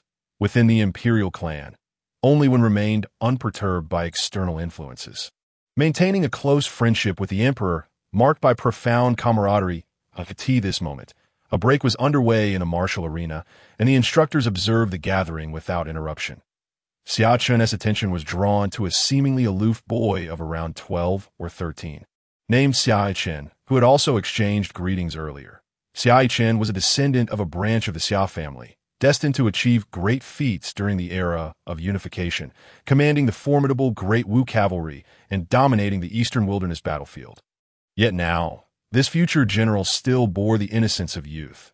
Xia Chen's gaze shifted to another boy, Xia Hao, the direct grandson of his 6th grandfather, who was also destined for remarkable achievements. "Brother Chun, are you going out to train?" Xia Wen inquired with excitement, as Xia Chen shared his intentions to visit the Merit Tower and his plans to venture out I too am about to break through to the 8th tier. I will come to find you, Brother Chen. Xiao harbored no ill intentions. Coupled with his youthful exuberance, he spoke candidly and without pretense, lacking any ulterior motives. Xia Chen was taken aback. Xiao was still a few months shy of turning 12. Yet he was on the verge of breaking through to the 8th rank. Indeed, in the forthcoming unified era, the brilliance of the Xia family's prodigious star was well-deserved. Whether within the Xia family or the Great Wu dynasty, the younger generation of exceptional talents emerged like bamboo shoots after rain, heralding the approach of a golden age. Xia Chen mused to himself, feeling a surge of excitement. The current generation of prodigies had yet to fully bloom, and the 600 years of accumulated fortune of the Xia family would soon be unleashed, propelling them to unprecedented heights that he realized he must seize the opportunity without delay. The Concealed Skill Pavilion. The building boasted a total of 7 stories. Xia Chen had only visited once before, during his initial studies of basic sword techniques. This time, due to his notable achievements, he was granted exceptional access to all levels beneath the 6th floor. Rather than rushing straight to the 5th floor, Xia Chen first entered the ground floor, heading directly to the right shelf, where he picked up a book and began to peruse its contents. The title Red Storm, Sword Technique. Xia Chen swiftly scanned the pages, yet his thoughts were far from the swordplay itself. Recording the techniques, he calmly declared within. Technique recording in progress. 1:25:100. A virtual panel materialized in Xia Chen's vision. Although he had entered this world ahead of time and was no longer a mere player, the auxiliary system remained intact and fully accessible to him. For instance, it assisted in comprehending advanced sword techniques, as well as the current recording function. Initial players possessed only the rudimentary ability to enhance proficiency, a simple and crude featured. In contrast, his auxiliary system had long since evolved to the spirit recovery version. Thus, even when players from the Empress's era descended, Xia Chen could decisively outclass them with his advanced functionalities. Xia Chen ambled through the 1st floor, rapidly cataloging the myriad techniques available. However, after 6 centuries of accumulation within the Marquisate, even after rigorous selection, the ordinary techniques were prohibited from entering the Concealed Skill Pavilion, leaving the 1st floor brimming with an overwhelming array of skills. He selectively recorded several techniques that had been highlighted as significant before relinquishing the 1st floor and ascending to the 2nd. The techniques on the 2nd floor catered primarily to practitioners at the 8th rank of the refinement mirror level. It encompassed not only swordplay, saber techniques, spear arts, and halberd methods, but also included body tempering and energy cultivation. Various military formations were present, and Xia Chen even encountered some methods practiced by sorcerers. The Xia family had established its lineage through martial prowess, yet their 600 years of history had seen them quell rebellions against sorcerers' sects, thereby acquiring their inherited techniques. Xia Chen focused on cataloging the military formations, for in this realm, martial artists and sorcerers were indeed formidable. However, he noted that these formations were primarily basic, consisting mostly of small groups of 3 to 5. With only a select few capable of forming a 7-person military array, Xia Chen felt no disappointment. Such military formations were closely guarded secrets, the very foundation of noble martial families, the grand formations. Comprising thousands or even tens of thousands, allowed commanders to consolidate the strength of their entire army, enhancing their own abilities, enabling them to fight above their rank and execute unparalleled military maneuvers. Even within the Xia family, such techniques were exceedingly rare and not all could learn them. Xia Chen surmised that techniques of this caliber were stored at least on the 5th floor or higher. Across the Great Wu, there were no more than a handful of noble families possessing military formations for armies exceeding 1,000 deep within the Concealed Skill Pavilion. Xia Huang and Xia Hong exchanged glances. Having already noticed Xia Chen's peculiar behavior on the 2nd floor, they were Xia Chen's 4th and 6th granduncles, respectively. The Xia Hao, whom Xia Chen had seen at the martial arts arena, was the grandson of Xia Hong. Their usual duty was to guard the Concealed Skill Pavilion, and having been summoned to the Merit Pavilion, they were aware of Xia Chen's improvements to the basic sword techniques, thus forming a lasting impression of him. "What is he doing?" "Just wandering about," Xia Hong queried with confusion, unable to decipher the boy's actions even with his 70 years of experience. "If you ask me, Who should I ask? Xia Huang remarked with irritation. Equally perplexed, this lad has great potential, yet he is still too young. His resolve is not yet firm. His martial talent seems somewhat lacking. He must be guided carefully, should he develop a restless heart. It could severely limit his future achievements. After observing for a while, Xia Hong shook his head and offered his assessment of Xia Chen's actions. Martial artists are taught to establish a clear goal, to act decisively, and to advance with unwavering momentum. Yet Xia Chen appeared indecisive, hastily skimming through techniques without fully examining them, repeatedly picking them up only to quickly set them down. Such a disposition was detrimental to significant accomplishments. Alas, it is unfortunate, and no wonder Xia Yuan neglects this child, pouring all his attention into his younger son, Xia Hao. Xia Hong sighed, retracting his gaze and choosing not to dwell further on the matter. Unbeknownst to Xia Chen, every movement of his was being scrutinized and evaluated by others. However, even if he were aware, he would pay them no mind. He maintained a facade of calm while feeling immense joy inside. The sight of the numbers on the system panel brought a smile to his lips. This time, he intended to clear out the entire vast expanse of the Marquis's concealed skill pavilion. After sensing the passage of time, he realized an hour had elapsed. He swiftly recorded some unique techniques on the second floor before ascending to the third. The techniques on the third floor were fewer in number compared to the first two, yet their quality was markedly superior. Xia Chen even discovered Taoist and Buddhist techniques, with sacred texts from both philosophies specially placed in a designated area. Xia Chen was astonished to find such techniques within the Marquis. As figures of prominence in the spirit recovery era, the arts of Buddhism and Taoism were no trifles. Some texts that appeared ordinary now would, in that era, erupt with dazzling truths. Some individuals derived the Arhat breathing technique from the Arhat Sutra, while others envisioned the peaceful palace diagram from the Taiping Sutra, propelling themselves into the extraordinary. Xia Chen placed great importance on the texts from these two schools and prioritized their recording. He meticulously cataloged every work on the third and fourth floors without exception. Eventually, he arrived at the fifth floor. The fifth floor was spacious, yet it housed only 100 techniques. Xia Chen continued his methodical cataloging. He sensed that the time required to record techniques varied by floor. For instance, on the first floor, most techniques were recorded in 2 to 3 seconds, while on the fifth floor, each required at least 1 to 2 minutes. Xia Chen patiently waited, and on this floor, he discovered techniques for 1,000-man military formations, capable of mobilizing the strength of the entire army to enhance oneself. 10 such volumes were housed in a special area. In another section, he found Buddhist and Taoist techniques, while yet another corner displayed various Confucian calligraphies and paintings, each containing a unique Taoist resonance imbued with vast true qi, greatly benefiting scholars who pursued the Confucian path. Inscription. Xia Chen approached these calligraphies and paintings, commencing the inscription process. Observing the progress bar on the panel, a smile blossomed on his face. After completing the recording of all techniques on the fifth floor, Xia Chen picked up a tome titled Crimson Sun Body Refinement Technique and pretended to study it. Simultaneously, he spoke inwardly, begin the deduction and infusion. System deduction in progress. 5 minutes later, new text appeared on the panel. Crimson Sun Body Refinement Technique, true, meaning infusion in progress. Progress value. 5. Progress value. 35. Progress value. 78. The entire transmission process lasted 3 minutes, during which Xia Chen felt his skin grow fervently warm, as if his flesh and bones were being tempered by molten lava, each fragment of his being hammered by an artisan, expelling impurities. Within Xia Chen's gaze, a great sun arose, blending the previously comprehended essence of the Shouyang demonic blade with the profound truths of the Crimson Sun Body Refinement Technique. Each drop of blood thickened, imbued with the essence of the utmost yang.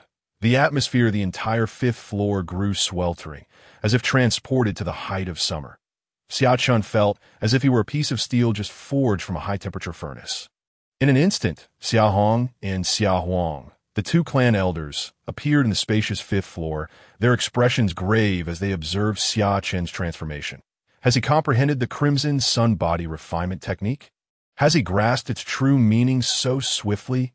They exclaimed in unison, A look of incredulity flickered in their eyes. They were aware of the Qiyang body refinement technique, a method that greatly benefits martial practitioners, even proving effective for those at the 4th rank. This is precisely why it was housed within the 5th level of the Kangong building. The entire structure lay within their perception. Initially, they had paid little heed to Xia Chen's cursory examination of the martial arts. But how could he suddenly comprehend the Qiyang body refinement technique? A multitude of questions swirled in their minds. Xia Chen slowly opened his eyes. The radiant sun within his gaze gradually receded, and the surging vitality emanating from his pores slowly subsided, with the skin regaining its normal hue. 4th grandfather, 6th grandfather, what brings you here? Xia Chen feigned curiosity, fully aware that such a pivotal treasure as the Kangong building would undoubtedly be guarded. How did you grasp the Qiyang body refinement technique so swiftly? Xia Hao, impatient by nature, was the first to voice his inquiry. I am unsure. As I observed, a sudden insight struck me. Xia Chen scratched his head. Appearing endearingly naive, his expression reminiscent of a more advanced version of Xia Wan. Xia Hao, taken aback by his grandson's response, found himself momentarily speechless. Uncertain. A sudden insight. Is it truly that simple? Xia Huang remained silent, stepping forward to seize Xia Chen's hand. A surge of true energy coursing into Xia Chen's body to investigate. He harbored suspicions about his grandson's condition. However, after traversing Xia Chen's meridians, he found no issues and noted that Xia Chen's physique was remarkably robust, with an exceptionally deep foundation. Although his innate bone structure was ordinary and unsuitable for martial training, his underlying strength was profound. Xia Huang wore a puzzled expression, sensing something amiss among so many techniques. Why did you choose this one? Moreover, what were you doing earlier? Xia Hong pressed, perplexed by Xia Chen's earlier actions. That I have heard that ancient sages perused numerous scriptures, synthesizing the essence of myriad teachings to create extraordinary methods. Thus, I, lacking in self-awareness, wish to emulate the ancients, Xia Chen said, rubbing his hands together, a hint of embarrassment in his tone. As for why he chose this particular technique, he felt it bore some resemblance to the Shuyang breaking demon blade he had previously comprehended, hence his affinity for it. Xia Huang burst into laughter, soon followed by hearty guffaws. You wish to emulate the sages? He chuckled, recalling how long it had been since he encountered such amusing remarks. Yet, quickly realizing that his laughter might discourage the young boy, he offered a gentle reminder. You are still quite young, lacking in experience, and your current realm is too is still too early for you to peruse various scriptures. What you need now is to focus on a singular path. Even if your talent is exceptional, you should at most choose a secondary path. Learning too many scriptures can be detrimental to your realm and mindset. Xia Chen nodded earnestly. Although your martial talent may be lacking, your comprehension is outstanding. Perhaps you will achieve remarkable accomplishments in the future, Xia Hong encouraged. Yes. After some time chatting with Xia Hong and Xia Huang, the two elders patiently relayed various cultivation tips before Xia Chen took his leave. Watching Xia Chen depart the Kangong building, Xia Hong sighed. What a pity for this child. His comprehension is nothing short of monstrous. Yet he is a wasted physique. How unfair fate can be. Why don't we guide him towards a Confucian path? Wasn't it said that he followed the 3rd uncle, Xia Han, in his youth? Why was he not allowed to continue on that path? With such extraordinary insight, if he had cultivated the Confucian way to nurture righteous spirit, perhaps our Xia family could have produced a great scholar. Xia Huang lamented, genuinely pained that such a promising future had been squandered. For 6 centuries, the Xia family had predominantly been rough martial practitioners, often looked down upon and suppressed by scholars in the court. If Xia Chen were to become a great scholar, perhaps a literary lineage would emerge from the Xia family, achieving a balance of yin and yang. Xia Hong fell into silence. Ultimately speaking slowly, it is said that years ago, the 2nd brother returned from the eastern wilderness battlefield with a letter to the 3rd brother, stating that his child should practice martial arts. Even if he is a wasted physique, he should wield a sword in battle rather than a pen. The Kangong building fell into a profound silence. After a long while, a voice finally resonated. Alas, the 2nd brother, Xia Yuan, was a fine man and an excellent general, possessing extraordinary intelligence and talent. He did not bring shame to our Marquis, but he has fallen short in the role of a father.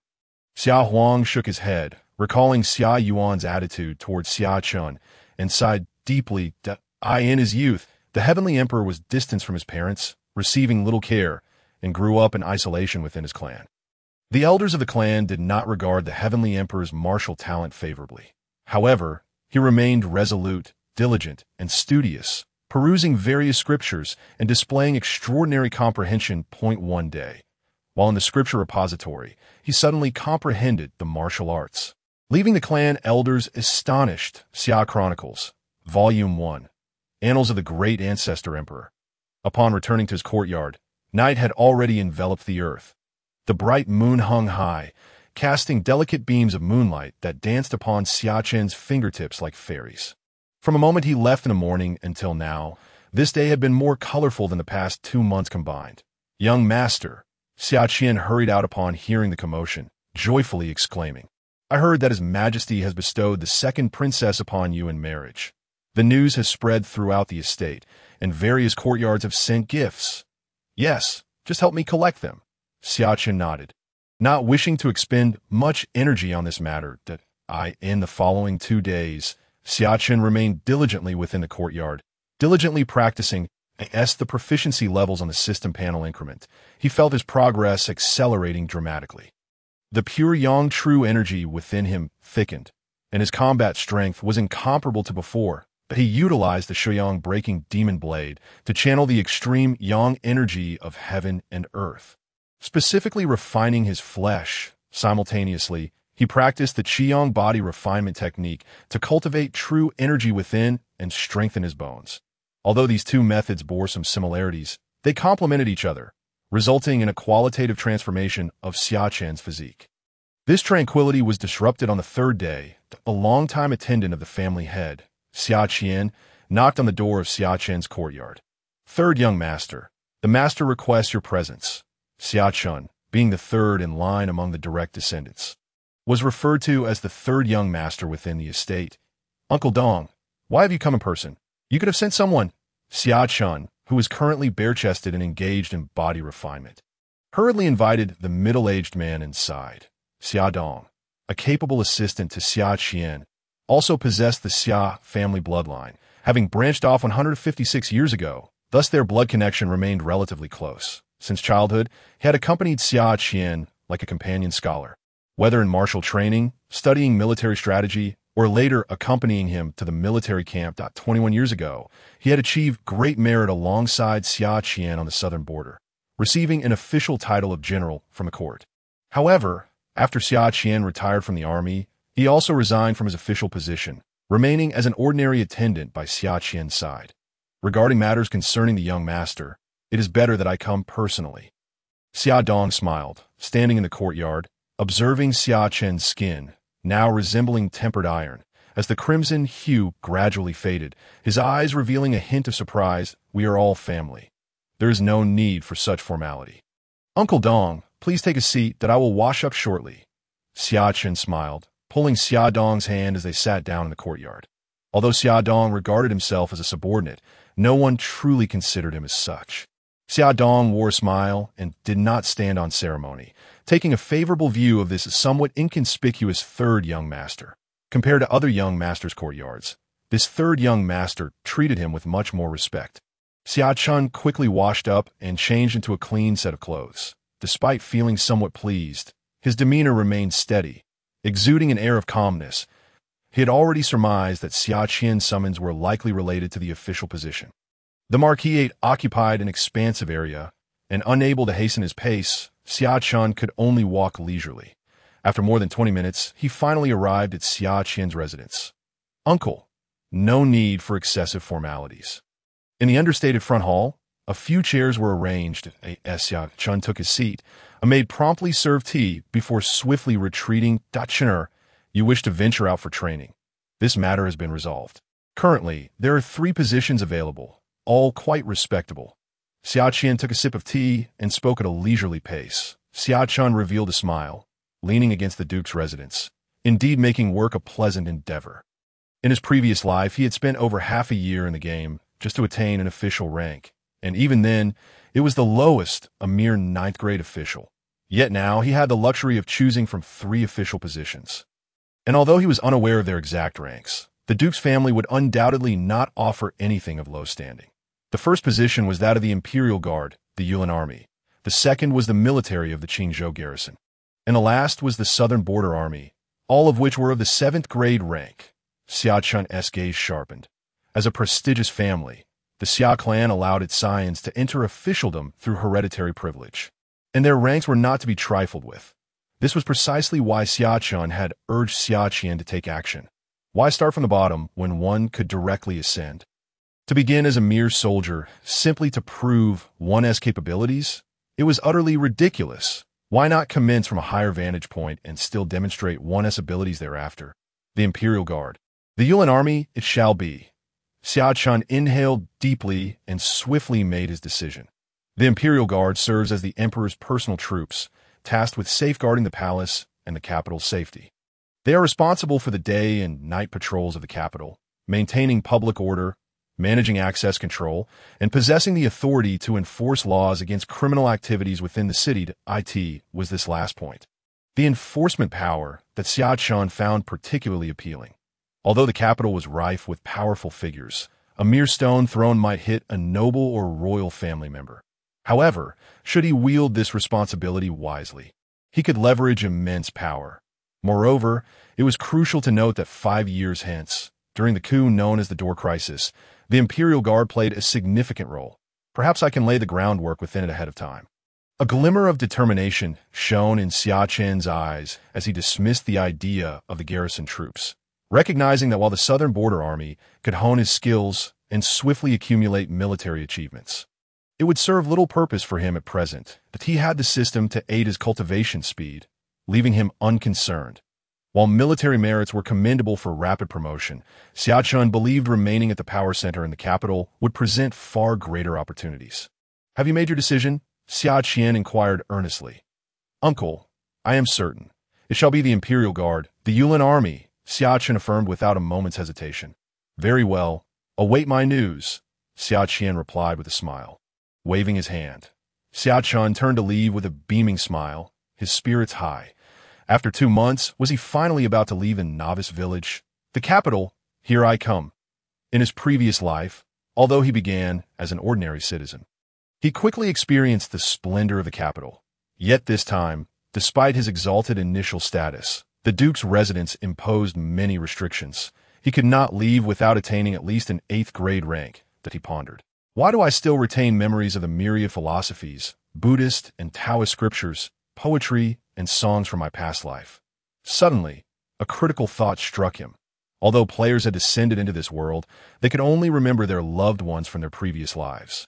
All knowledge of the other world's culture, ideologies, and classic texts had been obscured, making it impossible to recall upon entering this realm, as if such things were not permitted to exist here, that it was only when a version of the myriad realms merged that this restriction was lifted. Xia Chen speculated that it might pertain to the supreme principles of Tao and Li, the profound meanings of certain scriptures, and thoughts that were not allowed to manifest before their time. Have I become the one who was overlooked? Xia Chen inhaled deeply once more, casting a glance at his hand, where only he could perceive the ethereal image of the 9-dragon imperial seal. What is your origin, that you can carry me into this world ahead of time, while still preserving my auxiliary system and lifting the veil over my memories? Xia Chen muttered to himself. And as he did, the seal seemed to emit a hazy, radiant light, as if awakening, as though it sought to respond. Upon witnessing this anomaly, Xia Chen's pupils constricted. For 2 months he had strived to awaken this seal, but it had shown no sign of life. Yet today, faint glimmers of light began to spread forth. Xia Chen quickened his pace, traversing the vast Duke's residence until he entered his courtyard chamber and closed the door. He felt an intense heat in his palm, as if something were poised to emerge from within his flesh. Xia Chen could distinctly sense a connection between himself and the seal, as if they were symbiotic, sharing the same essence. Tendrils of chaotic energy emanated from the seal, and in a daze, Xia Chen seemed to witness the intertwining of Tao and Li as chains of order surged forth. Mysterious runes manifested upon the surface of the seal. He beheld countless beings prostrating on the ground, Engulfed in celestial flames, at the center of this vast expanse lay a towering altar constructed from 5 colored chaotic stones. It was a mysterious and ancient ritual. Xia Chen heard the sounds of this ritual, resonating as if to pierce through the heavens. Are they calling for me? He felt dizzy, overwhelmed, and goosebumps erupted across his skin. Just then, the once ethereal seal began to solidify, preparing to manifest in the world, seemingly descending from an unknown realm. Xia Chen felt an irresistible urge to approach the floating seal, which radiated tendrils of purple mist. In the next moment, he vanished from his chamber. Drawn into the seal, outside, the surroundings were eerily calm. Not a single soul within the Duke's residence, renowned for its multitude of powerful figures, noticed anything amiss. Xia Chen swiftly steadied his mind, surveying his surroundings, and discovered he had arrived in a strange world. This realm was a frozen wasteland, steeped in silence. Only in the vicinity, surrounding Xia Chen, was there a flicker of life, a normalcy amidst the desolation. He found himself standing upon a grand, 5-colored altar, upon which lay various items. Among them was an ancient beast of colossal size, larger than any mountain, still dripping with fresh blood, as if it had been slain but moments ago. There was also a piece of chaotic jade, exuding a chaotic aura, and a golden phoenix, that a phoenix egg. Xia Chen scrutinized the items, realizing that despite this being his first encounter with them, information about them surged into his mind. He noticed a distant egg suspended in the void, brimming with vitality, as if undergoing a rebirth. His heart trembled. He then saw that not far from the pure-blood phoenix egg lay another egg, seemingly resonating with the phoenix egg. A dragon egg. Xia Chen found it hard to contain his excitement. Phoenixes and true dragons had long been extinct. The pure-blood phoenix and pure-blood true dragon were the most exalted of divine beasts, and any trace of their existence would incite a tempest of bloodshed. In the age of spiritual revival, there had been those who, upon acquiring but a few drops of phoenix essence or dragon blood, rapidly ascended. But here, there lay a phoenix egg and a dragon egg, seemingly imbued with life. How astonishing! To offer ancient beasts and rare treasures, even pure-blooded dragons of phoenixes, as tributes. Who could they possibly be worshipping? The heavens? No, it cannot be. Xia Chen's heart surged with tumultuous emotions. Who could possibly partake in such offerings? He instinctively felt it was a sacrifice to the heavens, yet surveying his surroundings, he quickly dismissed the thought. For he stood above the heavens, seated within the celestial realm. This was a vast palace complex, constructed from stars, spanning millions of miles, as if to suppress the very heavens. In that moment, Xia Chen felt as though he had become a deity of this land. With the entire world lying within his sight, comprehending the circumstances of this place, he had gained some manner of authority. Xia Chen attempted to approach the offerings, but as he drew near, an invisible barrier seemed to impede him. He tried various methods, ultimately surrendering. It appeared that all permissions remained firmly closed to him. Was it that I have not gained recognition here, or is it due to some other reason? Insufficient conditions to unlock. Xia Chen pondered quietly, soon moving past his musings to continue observing this enigmatic world. The heavenly realm, incredibly powerful, ruling over the myriad heavens. Yet for some reason, it has fallen, all now encased in ice. Xia Chen beheld the distant celestial warriors encased in ice, and he observed the names inscribed upon the majestic palaces: Lingxiao Palace, the Ministry of War, the Medicine Palace, the Hamlin Academy, the Academy of 100 Schools, the Demon-Slaying Platform, the Deification Platform, the Hall of Concealed Merits, and the Transformation Pool. A plethora of departments was at hand, each housing individuals radiating a terrifying aura. Yet all these palaces remained frozen in ice. Their lives appeared dimmed, but within them lay a crystalline essence, exuding unique Taoist resonance, suffused with the principles of the Great Way.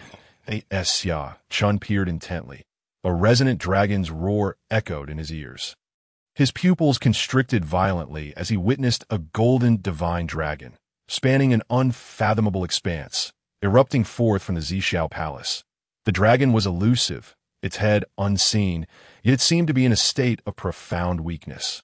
Its golden light dimming, as if it were on the verge of vanishing entirely from this realm. The Dragon of Fortune. Xia Chen's mind suddenly recalled the dragon's origin. The dragon's eyes sparkled with intelligence. Upon spotting Xia Chen, an expression of overwhelming joy filled its gaze.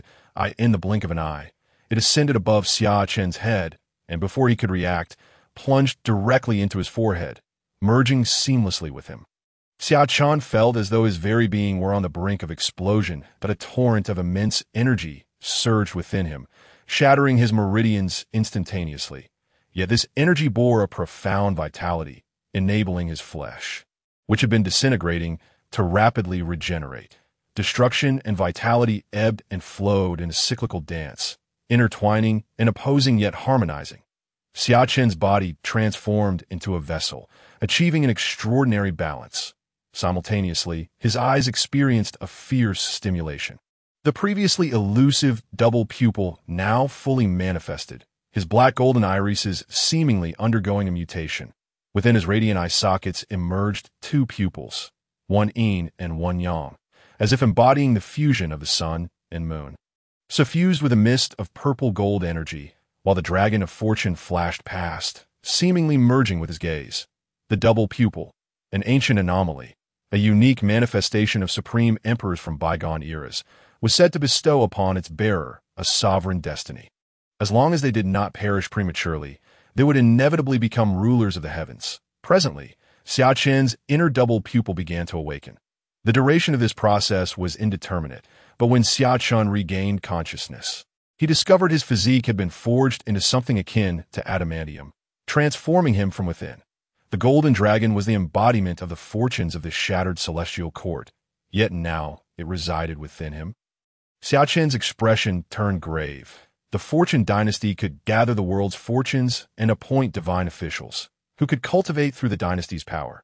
This was the fundamental reason behind the later conflicts among celestial dynasties. The world was rife with strife, all vying for the power of fortune. Only the ruler of the dynasty could bear the golden dragon of the nation's fortune. Yet now, it seemed he had absorbed that golden dragon of fortune. Xia Chen meticulously examined his inner self, but the golden dragon had vanished without a trace, as if it had never existed. During this introspection, he sensed his essence, energy, and spirit had reached an unprecedented zenith. His state was unparalleled. The My foundation seems to have been reshaped. My strength has astonishingly broken through to the 7th tier of the refining spirit realm, Xia Chen muttered to himself. Although he possessed an auxiliary system that merely required him to enhance his proficiency to advance his power. The remolding of his foundation, freeing him from being a waste body, was evidently significant. Regarding his own enhancement, Xia Chen felt only a modicum of astonishment. The influx of immense energy had initially rendered him on the verge of annihilation. Yet he had not anticipated that this energy harbored a rich vitality, allowing his body to undergo a rebirth. Centered on the altar, Xia Chen steadied himself and began to stride forward, the Lingxiao Palace looming ahead. He was unaware of how long he had walked. Here, time seemed to stand still that a day, a month, a year, or perhaps even 10 or 100 years. The distance that appeared near felt as though it spanned infinite space. Ultimately, he entered the Zhixiao Palace. Before him stood colossal deities, their forms more massive than mountains, their gazes penetrating the depths of the underworld. Their presence could shatter mountains and rivers. Yet at this moment, they were all frozen in stillness, bowing their heads in reverence, as if expending the entirety of their life force. Within their ribcages, mysterious crystals brewed. Xia Chen was awestruck by the scene before him. The 9-dragon seal in his palm was far more significant than he had imagined, as if an ancient celestial court lay encapsulated within. Unable to resist, he gazed towards the multitude of deities bowing in homage. And there stood a towering figure, surrounded by the stars of the heavens, 9 true dragons suspended like ornaments upon his arms. This figure stood silently, yet emanated an overwhelming imperial aura, the supremacy of the imperial path. All paths bowed in submission. Double pupil. Xia Chen's spirit surged with shock as he gazed upon the figure of the emperor. The endless chaotic energy that had obscured the emperor's visage gradually dissipated. At first glance, Xia Chen was captivated by the man's eyes, which were inherently endowed with a double pupil at that moment. It seemed as if the double pupil within Xia Chen was being drawn forth, awakening autonomously, resonating in harmony with the double pupil in the Emperor's gaze, as if they were calling out to one another. Sensing the presence of a kindred spirit, a beam of purple-gold light shot forth from the Emperor's double pupil. Another one, Xia Chen instinctively considered retreating, recalling the earlier golden dragon of fortune that had abruptly entered his body. Yet in that moment, he found himself utterly unable to move. The entire world appeared to awaken. Myriad paths roaring. As the purple-gold light surged directly into his mind, a deluge of information erupted within his consciousness. Xia Chen let out a muffled groan. His vision darkened, and he collapsed into unconsciousness. When Xia Chen awoke, the horizon was aglow with a soft light, the enveloping darkness of the capital city slowly receding. As light once again graced the realm, he glanced at the clock in his room. Crafted by the sorcerers of the Tianchi mansion. Had only a night passed? Xia Chen examined his body and found that, aside from feeling somewhat drained, his physical vitality had reached its peak. My realm has ascended to the 7th tier of the refining spirit realm. What I experienced was not a dream. Xia Chen opened his palm, discovering the totem of the seal slowly manifesting before his eyes. Threads of radiant light emanated from it, as if celebrating that the treasured jade was no longer shrouded in dust. Xia Chen could distinctly sense a unique connection with this jade seal. He meticulously recalled everything that transpired in the fragmented celestial court the previous night. Suddenly, he felt a sharp pain in his mind, akin to being pricked by a needle. The primordial emperor's heavenly scriptures. A new scripture had appeared in Xia Chen's mind. He sought to peruse this technique, but found it obscured by a veil of chaotic mist, as if it were not yet ready to be unveiled. Was this the imperial technique passed down by the sovereign of the celestial court? Yet, why could he not access it? Was it because the spiritual energy had not yet revived? Or was it that he had yet to establish the dynasty of fortune and condense its essence, thus rendering him unable to view it? Xia Chen pondered various conjectures, but ultimately relinquished them, trusting that when the time was right, the mysteries of this technique would reveal themselves. Xia Chen sat cross-legged on his bed, beginning to restore his essence, energy, and spirit. Although his strength had surged dramatically, it seemed that he had expended a considerable amount of energy in receiving the transmission of the technique, leading to his fainting. Xia Chen believed that perhaps everything stemmed from his own frailty. Neither his physique nor his essence could bear such power, let alone practice it. He continued his cultivation until afternoon, finally opening his eyes, his complexion flushed, and his essence, energy, spirit, and vitality restored to their zenith. Xia Chen stepped into the courtyard and began to practice his punches, the winds of his strikes howling, creating a series of explosive sounds in the air. The distinction between the 7th and 8th tiers of power was indeed profound. At this stage, the 7th tier already amounted to considerable strength. Even within the military, one can ascend to the rank of a 1,000-man commander, capable of leading 1,000 troops, transposed to the realm of martial arts. Such prowess could certainly be deemed as that of a master. Young master, your official appointment has arrived, along with your armor. The imperial guards have sent it over as well. Just as Xia Chen was practicing his punches, Xia Chen rushed into the courtyard, clutching the documents and a set of armor. Xia Chen paused, accepting the documents and delving into their contents. This was an official appointment issued directly by the Ministry of War, marking his formal entry into the bureaucratic realm. His starting point was the 7th rank of a school officer, and indeed, the identity of the heir of a marquis proved to be quite advantageous. Xia Chen smiled, recalling how much time and effort he had invested in his previous life to attain such a rank. Yet now, it was achieved with remarkable ease, the illustrious legacy of the Marquis household. Spanning over 600 years, countless military achievements, and the sacrifices of fallen ancestors had culminated in this moment. Xia Chen gazed at the document in his hands, murmuring to himself, acutely aware of why he had been granted such honors. "Young master, when will you assume your post?" "Tomorrow," Xia Chen replied calmly, having awaited this moment for 2 months. "So soon. I wish to accompany you." Xia Chen's eyes sparkled. Having grown up in the Marquis household, he yearned to see the world beyond. His talents were commendable, as he had broken through to the 8th rank of refinement just a month prior. Very well, prepare your belongings and join me tomorrow. Xia Chen nodded, as the son of a family renowned for military accomplishments. He was permitted to bring his own troops, a custom upheld in the current era of the Great Wu dynasty. This was to enable the offspring of military families to swiftly gain control of the military landscape and prevent any rebellious elements from causing trouble. As well as for their safety to die in this world, the progeny of military families were often not merely gilding their status, but were destined for the battlefield, where true combat awaited. This was also why there were no objections from the civil officials of the Great Wu dynasty. Any dissent would be met with the retort: if you oppose the idea of family troops, why not send your own descendants to the battlefield to fight against the barbarians and demonic beasts? Whenever this was uttered, the court would fall into an eerie silence. The following day, at the break of dawn, Xia Chen rose early. Today marked his day of taking office, clad in the official attire of a military officer. He stepped out of the courtyard. Xia Chen was already waiting at the entrance, accompanied by 3 robust men exuding vitality. Xia Chen immediately discerned that these 3 were not ordinary individuals. They radiated an aura of ferocity, their very presence exuding an intimidating vigor. "Young master," the 4 spoke in unison. Xia Chen was not surprised by their presence. These were the household troops of the Marquis. Each scion of the Marquis family was assigned a few household troops, serving both as guards and as a foundation to help swiftly assimilate into military life. "Let us go." Xia Chen nodded, refraining from further conversation, and the 5 of them quietly traversed the Marquis estate. Exiting through a side gate, the Mark residence stood at the heart of the capital, in close proximity to the imperial palace. Stepping outside, they found themselves on the Central Avenue, a thoroughfare established 800 years ago at the founding of the nation.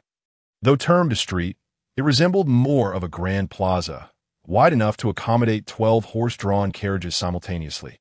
Despite the early hour, the street was already bustling with activity, vendors lining the sides, plying their trades. Pedestrians and carriages flowed like a river, and as dawn broke, the vast capital city sprang to life like a well-oiled machine. Accompanied by Xia Chen and the others, Xia Chen casually partook of breakfast by the roadside before making his way to the Yulin Guard's headquarters. The Yulin Guard was responsible for the capital's security and often acted as protectors during royal outings, thus establishing a fixed office within the inner city rather than being stationed outside. "Halt! Who goes there?" As Xia Chen approached a grand office near the palace, he was intercepted. Fully armed soldiers clad in armor stepped forward, though their demeanor remained courteous. "Xia Chen, here to assume my post today." Xia Chen refrained from unnecessary banter, nor did he choose to disguise his identity for the sake of theatrics. He was there to conduct serious business. "Officer Xia."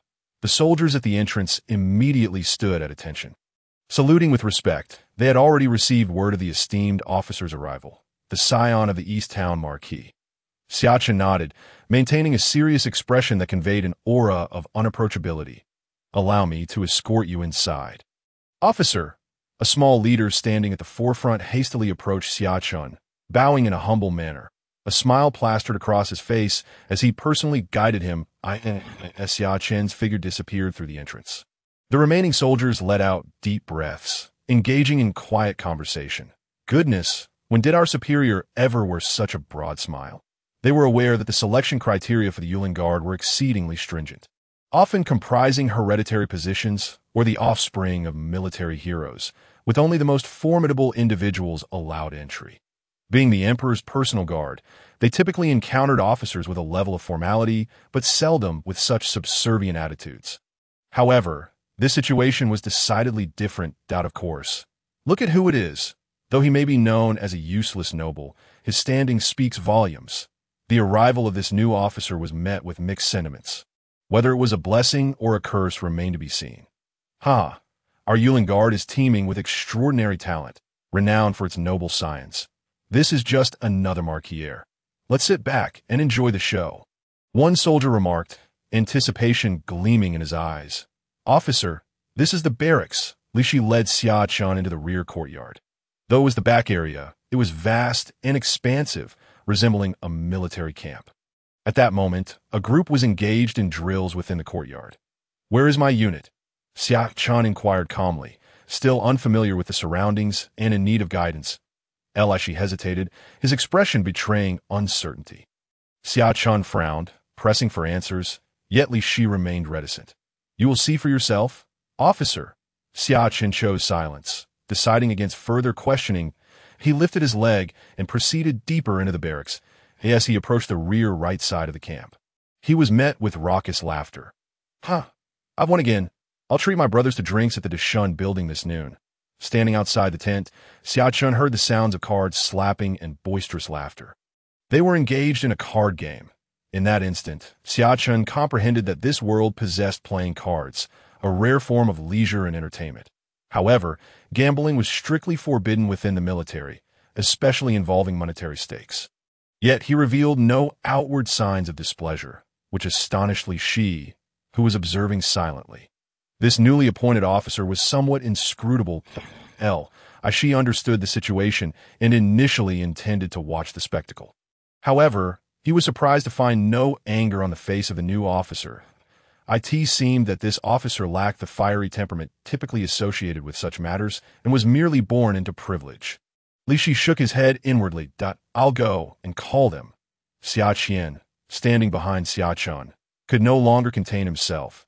His face aflame with indignation. It was early morning, and while other units were engaged in their morning exercises, this group brazenly played cards. "Allow me," Xia Chen interjected, his gaze piercing through the thick canvas of the tent, revealing the scene within. This morning he had noticed a peculiar change in his vision, allowing him to perceive certain unique aspects. With such heightened perception, he easily penetrated the ordinary. Xia Chen lifted his leg and swept aside the tent flap, a gust of cold air rushing forth, startling the two soldiers stationed at the entrance, who shivered in anger. Upon seeing an unfamiliar figure enter, they shouted, "Who are you to dare intrude upon the military camp?" The two individuals had just dozed off, their minds still clouded with sleep. They had encountered figures from the Imperial Guard before, which emboldened them to speak out loudly. The voices of these two soldiers instantly drew the attention of others within the military tent, causing those gathered around several card-playing groups to rise abruptly. Xia Chen remained composed, and soon his voice reverberated once more. "Who is in charge here?" A sudden silence fell over the military camp, with some individuals recognizing the newcomer, their expressions tightening as they hastily concealed their playing cards within their armor. Yet, others remained unfazed, smiles adorning their faces, exhibiting no sign of reverence. It turned out to be young Master Xia, who seemed quite impatient. The appointment had only been issued yesterday, and today he had arrived to take office. At that moment, a voice dripping with sarcasm emerged from within the military tent, showing no fear of Xia Chen. Inside the tent, a burly young man stood up, flicking his playing card with a grin, looking directly at Xia Chen with an expression that lacked any fear and instead bore a hint of provocation. Zhao Yu, commander of the Feather Forest Army, and the third son of the Marquis of Jinwu, was a direct subordinate of Xia Chen. Xia Chen had already familiarized himself with the backgrounds of several officers under his command, as the Marquis had sent him their dossiers the previous day, with particular emphasis on Zhao Yu. Xia Chen understood the animosity Zhao Yu harbored towards him. It stemmed from Xia Chen having usurped his position. Had it not been for Xia Chen's sudden promotion to the rank of lieutenant, Zhao Yu, with his identity as the son of the Marquis of Jinwu, would have undoubtedly secured the position. Previously, Zhao Yu had boasted in front of his subordinates that once the military appointments were finalized, he would treat everyone to a feast. Yet, merely 3 days had passed, and the situation had drastically shifted with Xia Chen's abrupt arrival, leaving Zhao Yu feeling indignant. Since yesterday, he had taken the lead in causing trouble, refusing to participate in drills and instead opting for leisure within the camp. His intent was to establish a display of authority over Xia Chen, believing he would have more time before Xia Chen assumed command, only to find it was just the second day after his appointment. Zhao Yu's eyes burned with rage as he gazed at Xia Chen. The military uniform he believed should rightfully belong to him was now donned by this infamous waste that, you know what crime it is to lead a card game in the military. Xia Chen disregarded Zhao Yu's fiery gaze and directly questioned him. Admittedly, he was an airborne soldier, but how much better was Zhao Yu really? Hadn't Zhao Yu himself also been directly promoted to commander of the army? Everyone despised privilege and lamented their lack of it. His privileges, after all, were earned through generations of sacrifice and bloodshed by his ancestors. For 6 centuries, the Xia family had contributed numerous lives for the nation. This was merely a reflection of the Zhao family's inability to match the stature of the Xia family. Hence Xia Chen's sudden elevation to this position, like present. We have no tasks.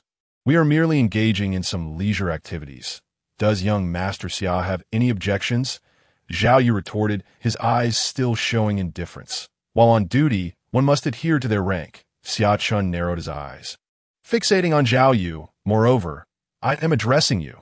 Xia Chen's tone remained calm. Yet inexplicably, Zhao Yu felt an overwhelming pressure, a sensation he had only experienced in the presence of his father or other significant figures. Causing his face to flush with embarrassment, realizing he had been intimidated by this so-called waste of the Xia family. What is the newly appointed lieutenant trying to establish his authority over me? A fierce glint flickered in Zhao Yu's eyes. His family had already warned him to keep a low profile and avoid provoking trouble. Yet he remained defiant. They were all offspring of the Marquisate, although Xia Chen was the legitimate firstborn. Zhao Yu had 2 older brothers. However, he was well aware that Xia Chen was hardly regarded with esteem by the Marquisate of Zhendong, and the Duke of Endong was indifferent towards this heir, a fact that had circulated throughout the capital. Furthermore, Xia Chen was notoriously known as a waste, bringing shame to the martial offspring. Thus, he believed his status could not possibly be inferior to that of Xia Chen, resolutely deciding to confront him. Humph, if I do not give him face in front of everyone, I will diminish his authority. Once I set this precedent, others will have a model to follow, and how will he maintain his standing within the Imperial Guard thereafter? Zhao Yu's plan was simple, to trample Xia Chen's dignity into the ground on his very first day in office. Outside the military tent, numerous soldiers leaned in, eavesdropping, from the moment Xia Chen entered the camp. They were eager to witness the unfolding drama. The crowd outside grew larger, as all those not engaged in training hurried over.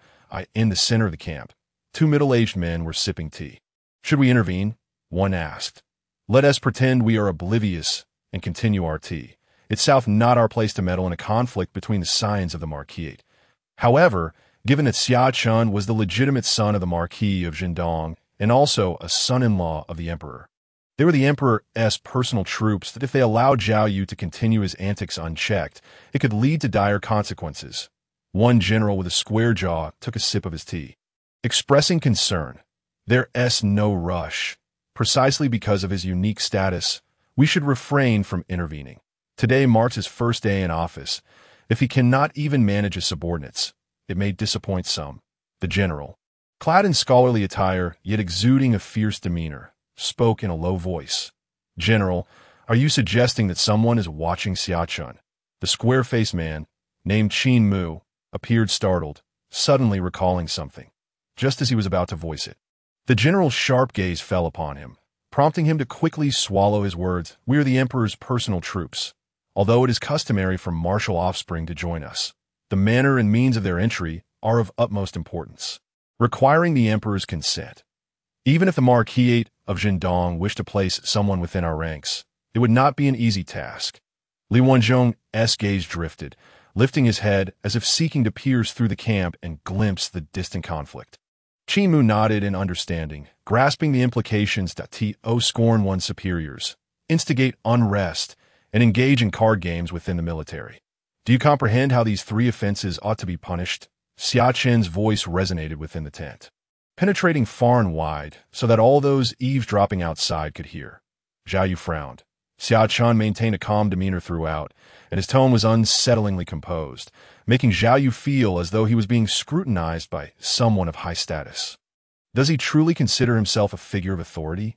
Zhao Yu scoffed inwardly, feeling increasingly dismissive.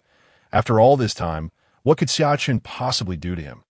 Lieutenant, you do not intend to punish me, do you? Just based on your position? Zhao Yu laughed heartily, and as he did, some soldiers began to gravitate towards him, forming an invisible barrier of intimidation behind him. The 4 members of Xia Chen's party instantly unleashed their own aura, no longer suppressing their vital energies for the 3 offenses, according to military orders. One shall first receive 100 strokes of the staff and be expelled from the military. Anyone who obstructs shall be punished equally.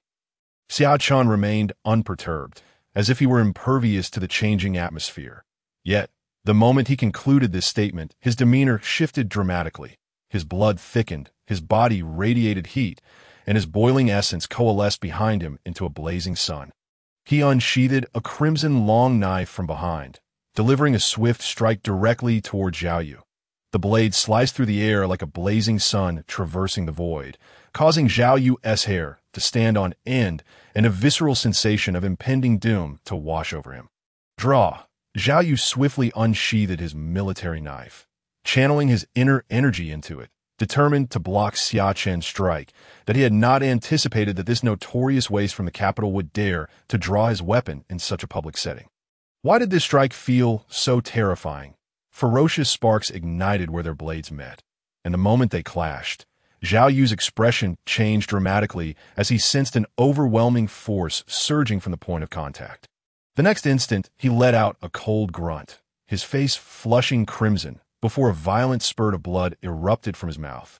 His entire form was sent hurtling backward, crashing into the tent, and then colliding with a soldier who had been eavesdropping outside. Both of them tumbling onto the ground. Instantly, the entire military camp fell silent, everyone frozen in place, the rapid sequence of events leaving them momentarily stunned. This was truly an instance where words turned to blows without warning. Was it truly permissible to act so recklessly? It was not until they observed Zhao Yu's limp form, blood trickling from his lips, that they snapped back to reality. "Commander!" Within the military tent, a startled voice rang out as someone hurriedly dashed for the exit to assist Zhao Yu. Unexpectedly, our esteemed officer, despite his genteel appearance, possessed quite the fiery temperament. Wasn't it said that this officer was a notorious good-for-nothing? How could he exhibit such formidable strength? Zhao Luxue had reached the pinnacle of the 8th rank. What a display of dominance! In the barracks, some stood at a distance, whispering in astonishment that a few had noticed Xia Chen's prowess. With just a single strike, he had vanquished Zhao Yu. It is worth noting that Zhao Yu hailed from a noble family and practiced extraordinary techniques, often able to exchange blows with several 7th-rank experts in the military. Although Zhao Yu had been caught off guard, his defeat was still remarkably swift and decisive. Li Shi, who had previously escorted Xia Chen into the camp, bore a look of surprise that he had anticipated a conflict, yet he never imagined that the local bully, Zhao Yu, would suffer such a significant setback right from the start. His gaze towards Xia Chen began to shift, realizing that this reputed waste from the possessed some genuine skill. Not only was Li Shi astonished, but even Xia Chen and his companions exhibited ripples of surprise in their eyes. Xia Chen sensed that his young master had undergone considerable transformation during this period. Not only were his thoughts inscrutable, but his strength also appeared to have surged dramatically. After effortlessly defeating Zhao Yu, Xia Chen's expression remained unchanged. He slowly returned his crimson long knife to its sheath and then lifted the curtain of the military tent. The sunlight cascaded upon him, enveloping him in a golden glow, bestowing an aura of sanctity and inviolability. What a handsome visage! This was the immediate reaction of all who beheld Xia Chen's countenance. Though clad in armor and devoid of the attire of a wealthy young master, his appearance and demeanor were strikingly outstanding. Xia Chen sauntered over to Zhao Yu's side. "What do you wish to do to my young master?" Zhao Yu, pale and dispirited, attempted to raise his arms upon seeing Xia Chen approach. However, his arms had been shattered by Xia Chen's strike, and the 3 soldiers behind him quickly stood to shield Zhao Yu. These are the personal soldiers of the Zhao family. Zhao Yu has disrespected his superiors and has been subdued by me. Where is the disciplinary team? Xia Chen did not respond to the inquiries of the Zhao family soldiers. Instead, he surveyed his surroundings. His words, though softly spoken, rippled through the entire barracks like a wave. The soldiers around exchanged glances, but soon, some reacted swiftly, assembling in the clearing. The previously hesitant soldiers, upon witnessing their comrades gathering and casting a glance at the bloody Zhao Yu on the ground, gritted their teeth and joined the ranks. In merely a few breaths, the 98 soldiers of the had formed an orderly line. Where is the disciplinary team? As Xia Chen's voice echoed, 5 individuals emerged from the ranks with clean and swift movements. This newly appointed officer, who disregarded even the Zhao family, had struck Zhao Yu without hesitation, and now his authority was at its peak. He dared not show any ambiguity. Drag him away, 100 military strikes, and then let the Jinwu come to claim him. From today onward, he is expelled from the Imperial Guard. Xia Chen cast a glance at the fallen Zhao Yu and then at the disciplinary team, his voice devoid of emotion resonating throughout the barracks, sending a chill down many spines. Expelled from the Imperial Guard? The captain of the disciplinary team, Li Zheng, quivered as he asked, "Is that unclear? Would you like me to reiterate?" Xia Chen's gaze bored down on Li Zheng, who felt as though he was being scrutinized by a ferocious beast. For some reason, he perceived that this newly arrived officer exuded a pressure even more formidable than that of the high-ranking officials in the court. "Listen carefully." Li Zheng nodded vigorously. "What qualifications do you have to expel me from the Imperial Guard?" Although Zhao Yu's breath was weak, he had regained some composure. Hearing Xia Chen's words, anger surged within him, and he coughed up another mouthful of blood, yelling with bloodshot eyes that if he were indeed expelled from the Imperial Guard, not only would he lose face, but he would also find it impossible to navigate the circles of the capital in the future.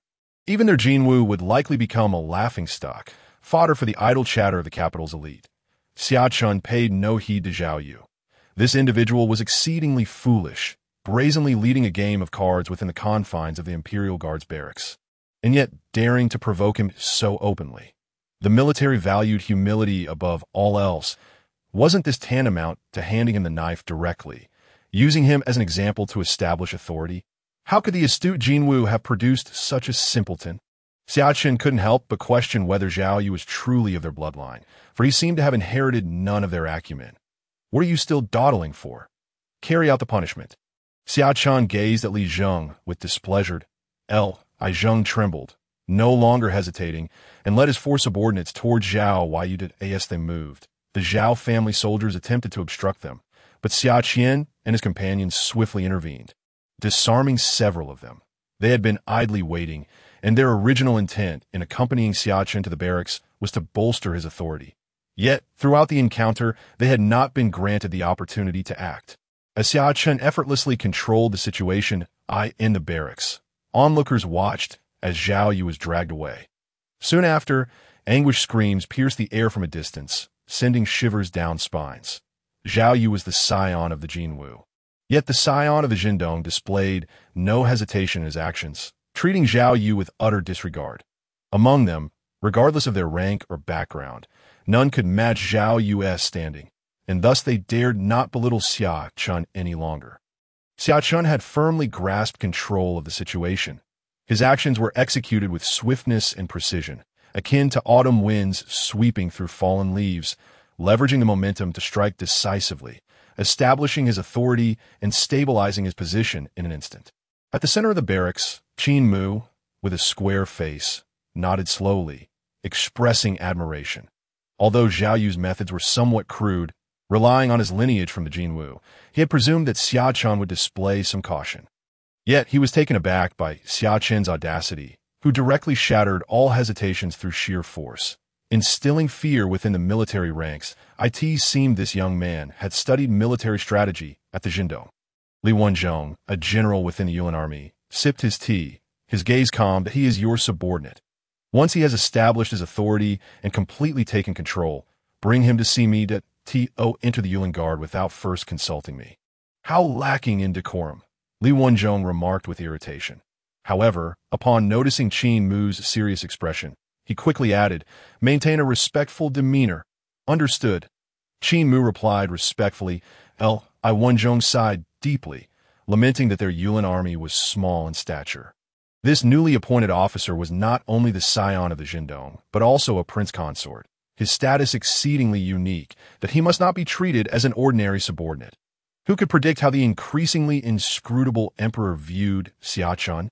If he were to be placed within the Imperial Guard for some ulterior motive, it was possible that the emperor's gaze had been fixed upon this matter all along. Xia Chen followed closely behind Qin Mu, gradually traversing the barracks toward the general's tent. The Yuan Guard was a part of the Imperial Guard, comprising 3,000 personnel, with the highest commander being the general, a fourth-rank official. Beneath the general, there were 3 captains. each in charge of 1,000 imperial guards, with Qin Mu serving as one of the captains and Xia Chen's immediate superior. Below the captains were the lieutenants, each overseeing 2 battalions, totaling 200 personnel. The battalion previously commanded by Zhao Yu was wherein the card game had taken place.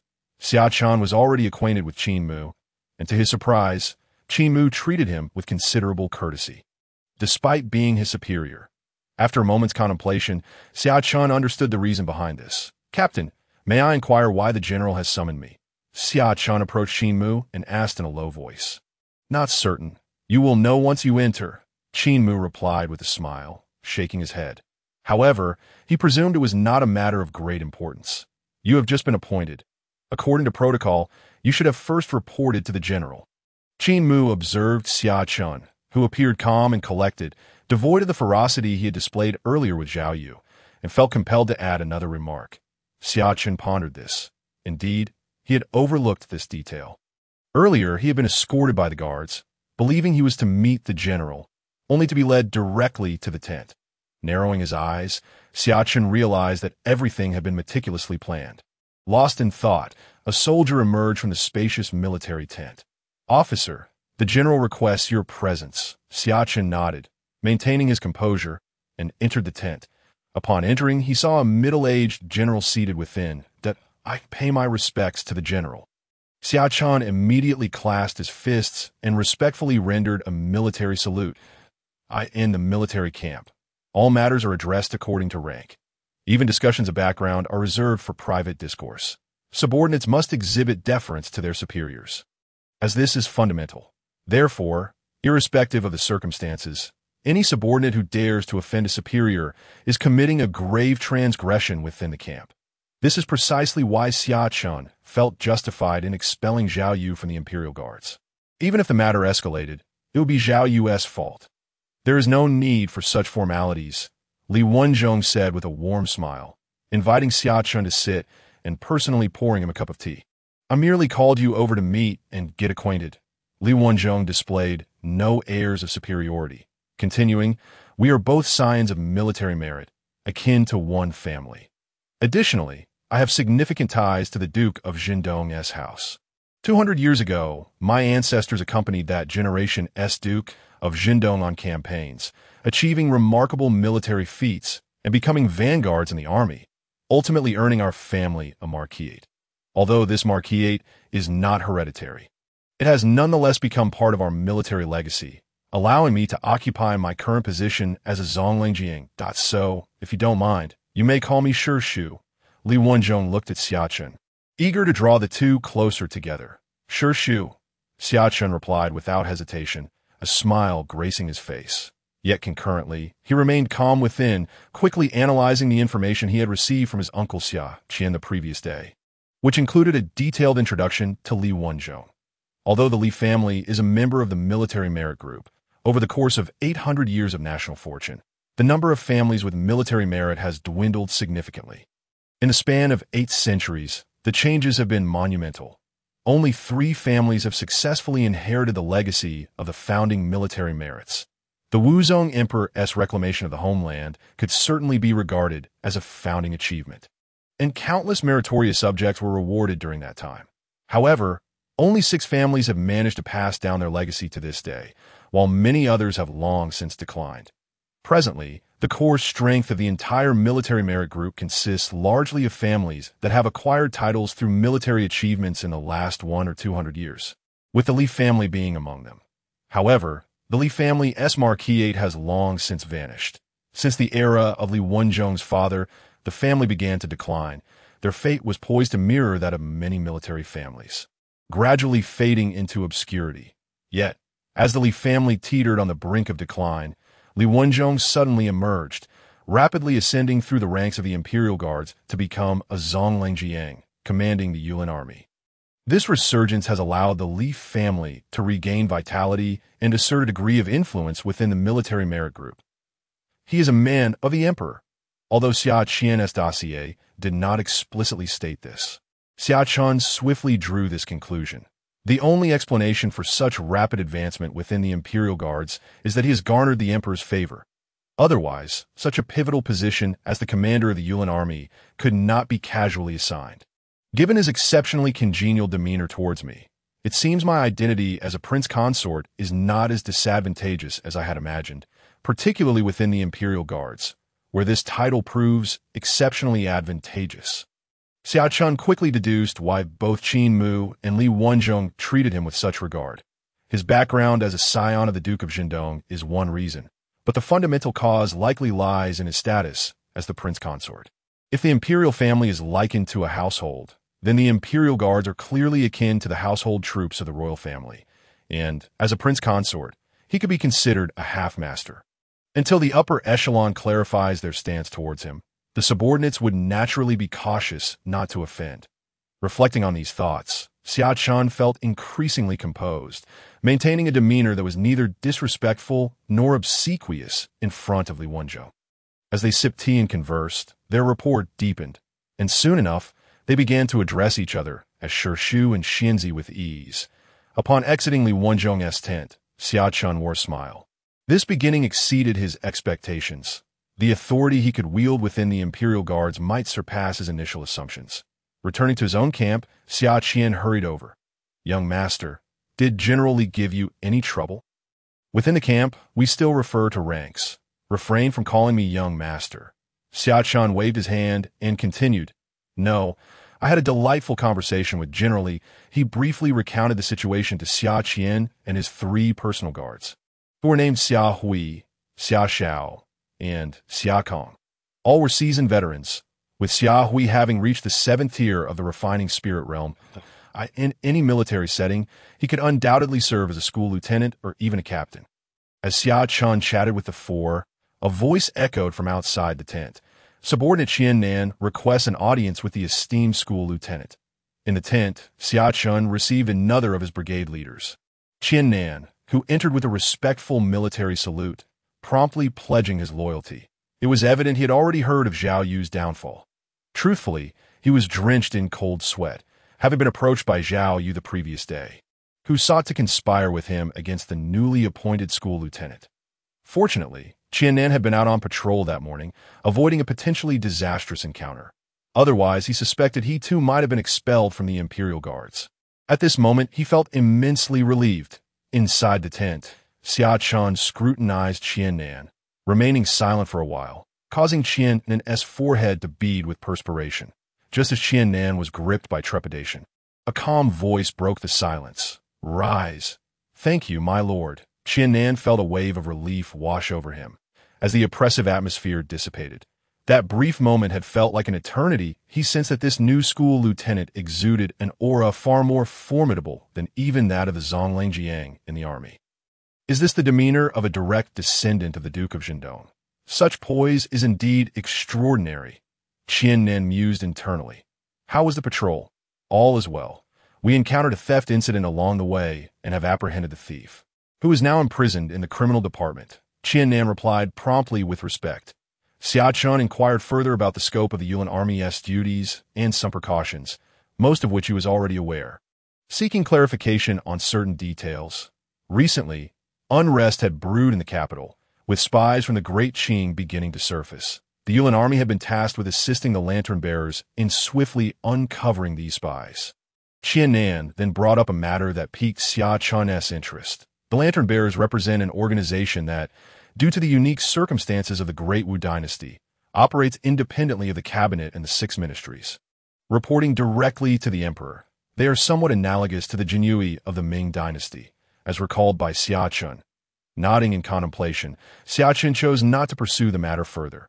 While the Imperial Guards wield significant power, in times of peace, their influence within the capital is not as formidable as one might imagine. At least when incidents arise or foreign spies are detected, the emperor's first instinct is to consider the lantern bearers, followed by the criminal department and the Dali Temple, with the Yuan army often relegated to a supporting role or tasked with apprehending suspects once matters are resolved. At noon, Xia Chen invited his fellow officers and subordinates to dine at Donghou Tower in the capital, and his colleagues graciously accepted. Nearly everyone in the military who was not on duty gathered at Donghou Tower by the end. Even Li Wenzhong and Qin Mu arrived, which left Xia Chen's peers feeling a palpable sense of awe. Those who navigate the capital are astute and fully aware of the significance of such a gathering. Consequently, they treated Xia Chen with even greater respect, frequently raising toasts in his honor, while Xia Chen basked in his success. The Jinwu Duke's residence in the capital was in turmoil. "Young master, what has happened?" At the imposing entrance of the estate, the guards caught sight of Zhao Yu being escorted back by his family guards. At this moment, Zhao Yu appeared utterly wretched. His arms hung limply, and his back was a gruesome sight. Bloodied and mangled, he had long since lost consciousness, utterly unresponsive. The guards, witnessing this scene, were taken aback. The severity of his injuries was alarming. Had Zhao Yu not possessed martial prowess, he would have likely succumbed to such wounds. The previously tranquil Jinwu Duke's residence erupted into chaos, with servants and maids rushing about. Some hastened to the eastern city to summon the finest physician from the Xuanji Medical Hall. "Oh, my son!" Zhao Yu's mother, the Duchess of Jinwu, rushed into the chamber, only to find her son lying unconscious on the bed. Who has done this? How could they be so ruthless, showing no regard for the Jinwu Duke's house? Madame Zhao glared sternly at the household guards who had been trailing Zhao Yu. Yet, as she spoke, tears began to cascade down her cheeks. This morning, everything had been well. How could he return now? Carried back like this? Could it be the work of spies from the enemy nation? "Madam."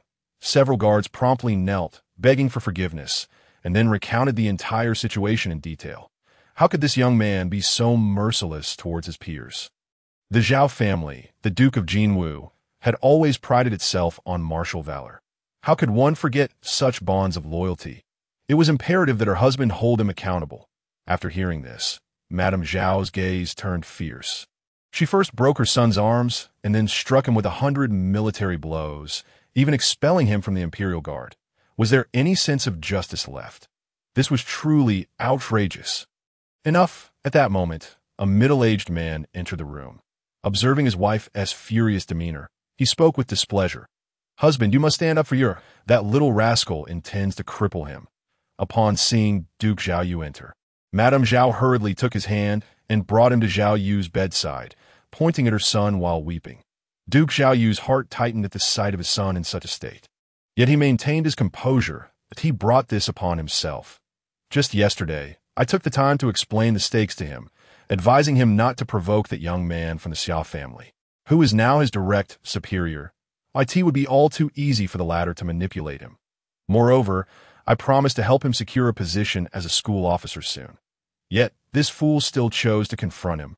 And his methods were so crude. It is simply mindless." Anger flickered in Duke Zhao Yu's eyes. Compared to his two elder brothers, this younger son was lacking in both intellect and capability. He hardly seemed to be of their lineage. Otherwise, given his noble heritage, how could he still be stuck in such a minor position at over 20 years of age? Madame Zhao turned pale at her husband as scolding, but retorted. "It is true that you initiated the conflict, but we are both from families of martial distinction, part of the same faction. Say we are like family would not be an exaggeration. Even if there are disagreements, could we not resolve them through dialogue instead of resorting to such brutality? If you had not reached the 8th rank, 100 military blows could have killed him." Upon hearing his wife's words, a glint of ferocity flashed in Duke Zhao Yu's eyes, but reason quickly regained dominance. Military matters were not to be taken lightly on his very first day in office. The young man had to assert his authority. If he did not establish his reputation now, how could he maintain his standing in the Imperial Guard in the future, from the moment that fool had chosen to stir trouble? The matter could not simply be swept under the rug. Duke Zhao Yu spoke calmly. Although the marquisate was inherited, he had commanded troops and understood the intricacies involved. He felt deep disappointment in this son, whose methods were far too clumsy. Had it been him, he would never have openly challenged someone on their first day in office. That young man from the Xia family had already become his superior, naturally occupying the moral high ground. Any retaliation should be conducted discreetly, causing the Xia family scion to stumble without drawing attention. But so, is this to be dismissed? He has expelled Yuer from the Imperial Guard. Does a mere school officer have such authority? Madame Zhao insisted angrily. Enough that I have my plans regarding this matter. He does not possess such authority. However, Your son is too foolish. He has provided them with ample grounds for punishment. If this is reported upward, the outcome will be the same. For now, he must remain compliant and refrain from targeting the young man. His situation is delicate. His Majesty may very well be watching him. Do you understand? Duke Xiaoyu warned his wife. His gaze stern, I understand. Seeing her husband still unwilling to relent, Duke Xiaoyu sighed. His elder sons had inherited his intelligence. But had this youngest son inherited only his wife's lack thereof? In the back garden of the Yaoguang princess's residence, a beautiful figure gazed intently at the pond. The central pond shimmered with gentle ripples, surrounded by lush lotus leaves and delicate pink and white blooms. Reminiscent of a shy maiden dancing gracefully upon emerald jade, goldfish frolicked in the water, occasionally splashing droplets that added a lively touch to the serene scene. All of this beauty resembled a painted scroll, until a woman in yellow hurriedly disrupted its poetic charm. Princess, news has just arrived regarding Xia Chen. Would you like to hear it? He has taken office. The second princess did not turn around, continuing to admire the lotus flowers in the pond. How did the princess know? The woman in yellow, named Li Wei, was surprised. She had said nothing, yet the princess seemed already informed. Li Wei, beautiful and fond of candied hawthorn, was a swordsmanship prodigy. During the reign of the female emperor, she had traveled alone to the Sword City to challenge the Sword Saint and had defeated him thrice. Astonishing the world, he had always remained in the residence of the Duke of Jindong. And aside from the news of his being a waste of martial talent, there had been little else. Recently, the Duke of Jindong had been strategizing for his position, and it seemed this was the matter at hand. It is not difficult to deduce this. Given the circumstances, the second princess replied coldly. You are truly impressive. Li Wei genuinely admired her. How could she not have thought of this? You should learn more from Xia. Read more books. There are many wise truths within them. The second princess shook her head, acknowledging that her maid had many virtues but lacked sharpness. Reading makes me sleepy. Xia enjoys it, but I prefer delicious food. Food is wonderful. Li Wei laughed, shaking her head as she rushed to the second princess's side. Having grown up alongside the second princess, she felt free from formalities. Princess, do you wish to hear about him? He could be your future husband. Li Wei moved closer to Yaoguang, her cheeks slightly flushed. She and Xia were both close maids to Yaoguang, and according to custom, they would also serve the prince consort after the marriage. I do not wish to hear. The second princess shook her head upon seeing Li Wei's eager expression, though her eyes held a hint of amusement. She wanted to tease Li Wei, but she was genuinely not curious about the young man destined to be her husband. Why are you acting this way? I'll tell you anyway. Li Wei pouted, her expression adorably petulant. Clinging to the second princess's arm, she hurriedly shared all the details of Xia Chen's encounters in the Imperial Guard.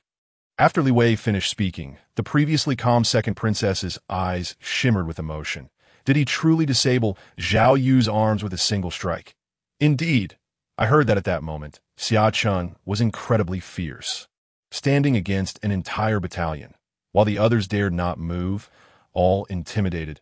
Li Wei nodded earnestly, full of conviction. Did he act with his guards? No. The second princess nodded, but did not press further, her expression contemplative. What is it, princess? Is something amiss?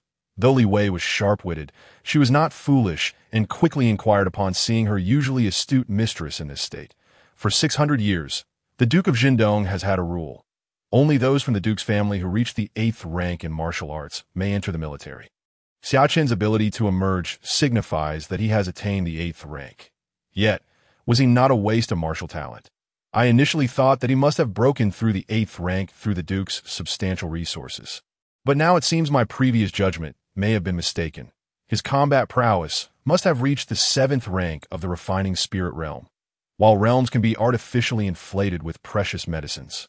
True combat power is determined by various factors. The second princess spoke slowly, her eyes reflecting a hint of doubt. Could he have consumed some miraculous elixir? Li Wei's eyes brightened. Such divine elixirs do not exist in this world. Xia family, have you been hiding your true capabilities? The second princess furrowed her brow, suddenly recalling the rumors regarding Xia Chen's martial inadequacy. All such information had originated from the Xia family, yet no one from the outside had ever encountered Xia Chen. This meant that the rumors might have been deliberately spread by the Xia family. But what could their motive be? To conceal an ordinary genius. Yet, even disregarding the historical talents from the Xia family, several prodigies had already emerged in this generation. Therefore, was it truly necessary to hide just one Xia Chen? The ever-intelligent second princess found herself in a state of perplexity, unable to comprehend the situation. Continue to keep an eye on Xia Chen. Report anything noteworthy to me. As she glanced at Li Wei, she noticed, to her surprise, that Li Wei had produced a candied hawthorn skewer from seemingly nowhere and was indulging in it. The princess couldn't help but chuckle and shake her head. Very well, I shall remain vigilant. After saying this, Li Wei retrieved another candied hawthorn skewer from her sleeve. Your Highness, would you care for one? There are so many delicious treats outside. Life beyond the palace is far more enjoyable. Li Wei smiled, quickly licking the skewer again, the sweet and tangy flavor bursting on her taste buds, causing her eyes to sparkle like crescent moons. I shall not partake. Do have one. I purchased quite a few. With that, Li Wei pressed a skewer into the second princess's hands. About a quarter of an hour later, the second princess was savoring a candied hawthorn skewer while admiring the blooming flowers. To her surprise, the skewer was indeed quite sweet. The typically aloof second princess felt a smile tugging at the corners of her mouth. In the afternoon, with no significant matters at hand, Xia Chen, feeling somewhat bored, summoned all the personnel from his two camps to familiarize himself with their faces. By the end of the afternoon, he had acquainted himself with nearly 200 individuals. While this task appeared trivial, it held considerable importance that he appointed his trusted aide, Xia Hui, to temporarily lead the Jiazi camp as its commander. With a cultivation level of 7th rank in the refining spirit realm, Xia Hui had previously attained the position of deputy commandant in the border army, overseeing over 1,000 men. Thus, managing 100 men was a mere trifle for him. To assign him the role of a mere traveling commander seemed almost a waste of his talents. Although Xia Chen's appointment was somewhat irregular and procedurally flawed, upon reporting the matter, the Lieutenant General Li Wenzhong did not hesitate and promptly completed the necessary paperwork. In principle, such an action was indeed improper. Yet it was merely a matter of principle. Li Wenzhong was more than willing to grant this favor. Furthermore, as Xia Hui was only a temporary replacement, should Xia Chen leave the Forbidden Army or move elsewhere, Xia Hui would undoubtedly follow suit. Having shown no attachment to his former position as deputy commandant, it was unlikely he would cling to such a minor role as a traveling commander now. That evening, upon returning home, Xia Chen had initially intended to patrol the streets during the curfew. However, he soon learned that the curfew assignments for the two camps under his command had already been completed 2 days prior. Hence, with no pressing matters at hand and unable to indulge in the entertainment of the brothels, he opted to return home instead. Young master. Shortly after entering his room, Xia Qian's voice resonated from outside. Come in, young master. The information you requested regarding the undercover agents in Deqing has arrived. Xia Qian entered, carrying a stack of documents. These records were internal materials from the Yuan Guards, and, as a school officer, Xia Chen was qualified to access them. In recent weeks, the situation in the capital had been somewhat tumultuous, reportedly reaching the ears of the emperor, inciting his wrath. The lantern bearers were deployed, capturing many individuals in the city, causing widespread panic among the populace. The military defense maps of the Northwest have been stolen. As Xia Chen perused the documents, he began to grasp the severity of the situation. The northwestern border of the Dawu Kingdom bordered Deqing and Dafeng. With a stationed force of 200,000 border troops, the theft of such critical military defense maps was a grave matter. It was no wonder the emperor was furious, directly ordering the lantern bearers to take action and apprehend numerous suspects in the capital. It was astonishing that such a vital military document could have been extracted from the Ministry of War without alerting anyone. It seemed clear that there must be an insider within the ministry. Xia Chen murmured to himself as he examined the records. For decades, Dawu and Deqing have been embroiled in ceaseless conflict. However, aside from the Battle of Huaiyang against Feng 36 years ago, there had been no large-scale wars, only minor border skirmishes. Now, with the theft of the military defense maps, it was evident that this could lead to significant upheaval. 36 years had passed since the Battle of Dafeng. Surely they had regained their strength. Following that battle, The Qing and Dafeng had grown increasingly close, forming a formidable alliance against the Xia Chen pondered these matters. He continued to read on. The records indicated that the military defense maps had been stolen by a low-ranking clerk from the Ministry of War, who subsequently handed them over to a blacksmith in the western part of the capital. Upon the lantern-bearers discovering this, they found that both the clerk and the blacksmith had already committed suicide. The information abruptly ended there. With 6 or 7 days having passed, the military defense maps had likely already been disseminated, suggesting that the situation in the northwest would undergo drastic changes. Xia Chen contemplated the implications. Regardless of whether they could apprehend the undercover agents from the Qing, the military maps were undoubtedly lost. It was possible they had already reached the capital of the Qing. There must have been at least one intermediary between the clerk and the blacksmith. However, this intermediary was not mentioned in the records. Was it an oversight or a deliberate concealment? Quickly, Xia Chen discerned an anomaly within the records. The clerk, capable of entering and exiting the Ministry of War and stealing the military defense maps from its core, could not have accomplished this alone. Moreover, Xia Chen noted that the clerk resided near the inner city in the northern part, while the blacksmith lived on the fringes of the western city. The direct distance between them exceeded 20 li, making it improbable that the clerk personally delivered the military maps to the blacksmith. During the nighttime curfew, both the inner and outer cities were under strict regulations. Unless one possessed a special pass, no one could roam freely. The military defense maps had indeed gone missing during the night. Lying on his bed, Xia Chen mulled over these thoughts. The only individuals who could traverse freely at night were the Forbidden Army and the Lantern-Bearers. Implicating both sides in the suspicion that it was even more concerning that both factions might have been infiltrated. Xia Chen unraveled the threads of this mystery. He contemplated numerous possibilities, yet the information at his disposal was painfully limited. He could only analyze what was presented in the case files, and he suspected that these documents were incomplete. The Lantern-Bearers surely possessed more information. Their expertise in investigations was unparalleled. Regrettably, he lacked the authority to access their case files. Even if he were to request them directly, the Yulin Guards were merely seen as assistants in their eyes, likely treated as mere enforcers. It was well known that the Yulin Guards were not adept at handling cases. They typically did not concern themselves with such matters. When higher-ups required their assistance, it was usually after the investigations had concluded, merely accompanying them to apprehend suspects or conduct raids. Consequently, neither the Lantern-Bearers nor the Ministry of Justice communicated much with the Yulin Guards. As Xia Chen pondered these matters, he gradually drifted into slumber. The next day, Xia Chen arrived at the Yulin Guards headquarters early once more. "Boss, good morning," as soon as he stepped into the military camp's courtyard. He spotted Li Shi, the one who had introduced him to the previous day. She approached with a beaming smile, bounding over with a bag in hand. "Boss, would you like a bun? I specially bought them from the Quanbuli bun shop. Their buns are the best in the entire capital. Do give them a try." Xia Chen observed Li Shi's youthful face, which was wrinkled as if he were in his 40s. His eyes narrowed suspiciously. It remained uncertain whether this lad had led him straight to the military camp to pull a prank or to witness the spectacle unfold. "Boss, they're truly delicious, a culinary masterpiece. These buns are hard to come by. One must make a reservation in advance." Li Shi, oblivious to Xia Chen's change in demeanor, continued to beam with enthusiasm, nearly shoving the bun into Xia Chen's hands, as eager as a devoted dog. Xia Chen cast a glance at him and then at the bun in his hand, which indeed emanated a delightful aroma. The name of such a fine bun, Quanbuli, seemed rather unappealing. After all, dogs were our faithful friends and would never betray us. If they did, they might just end up as filling for dog meat buns.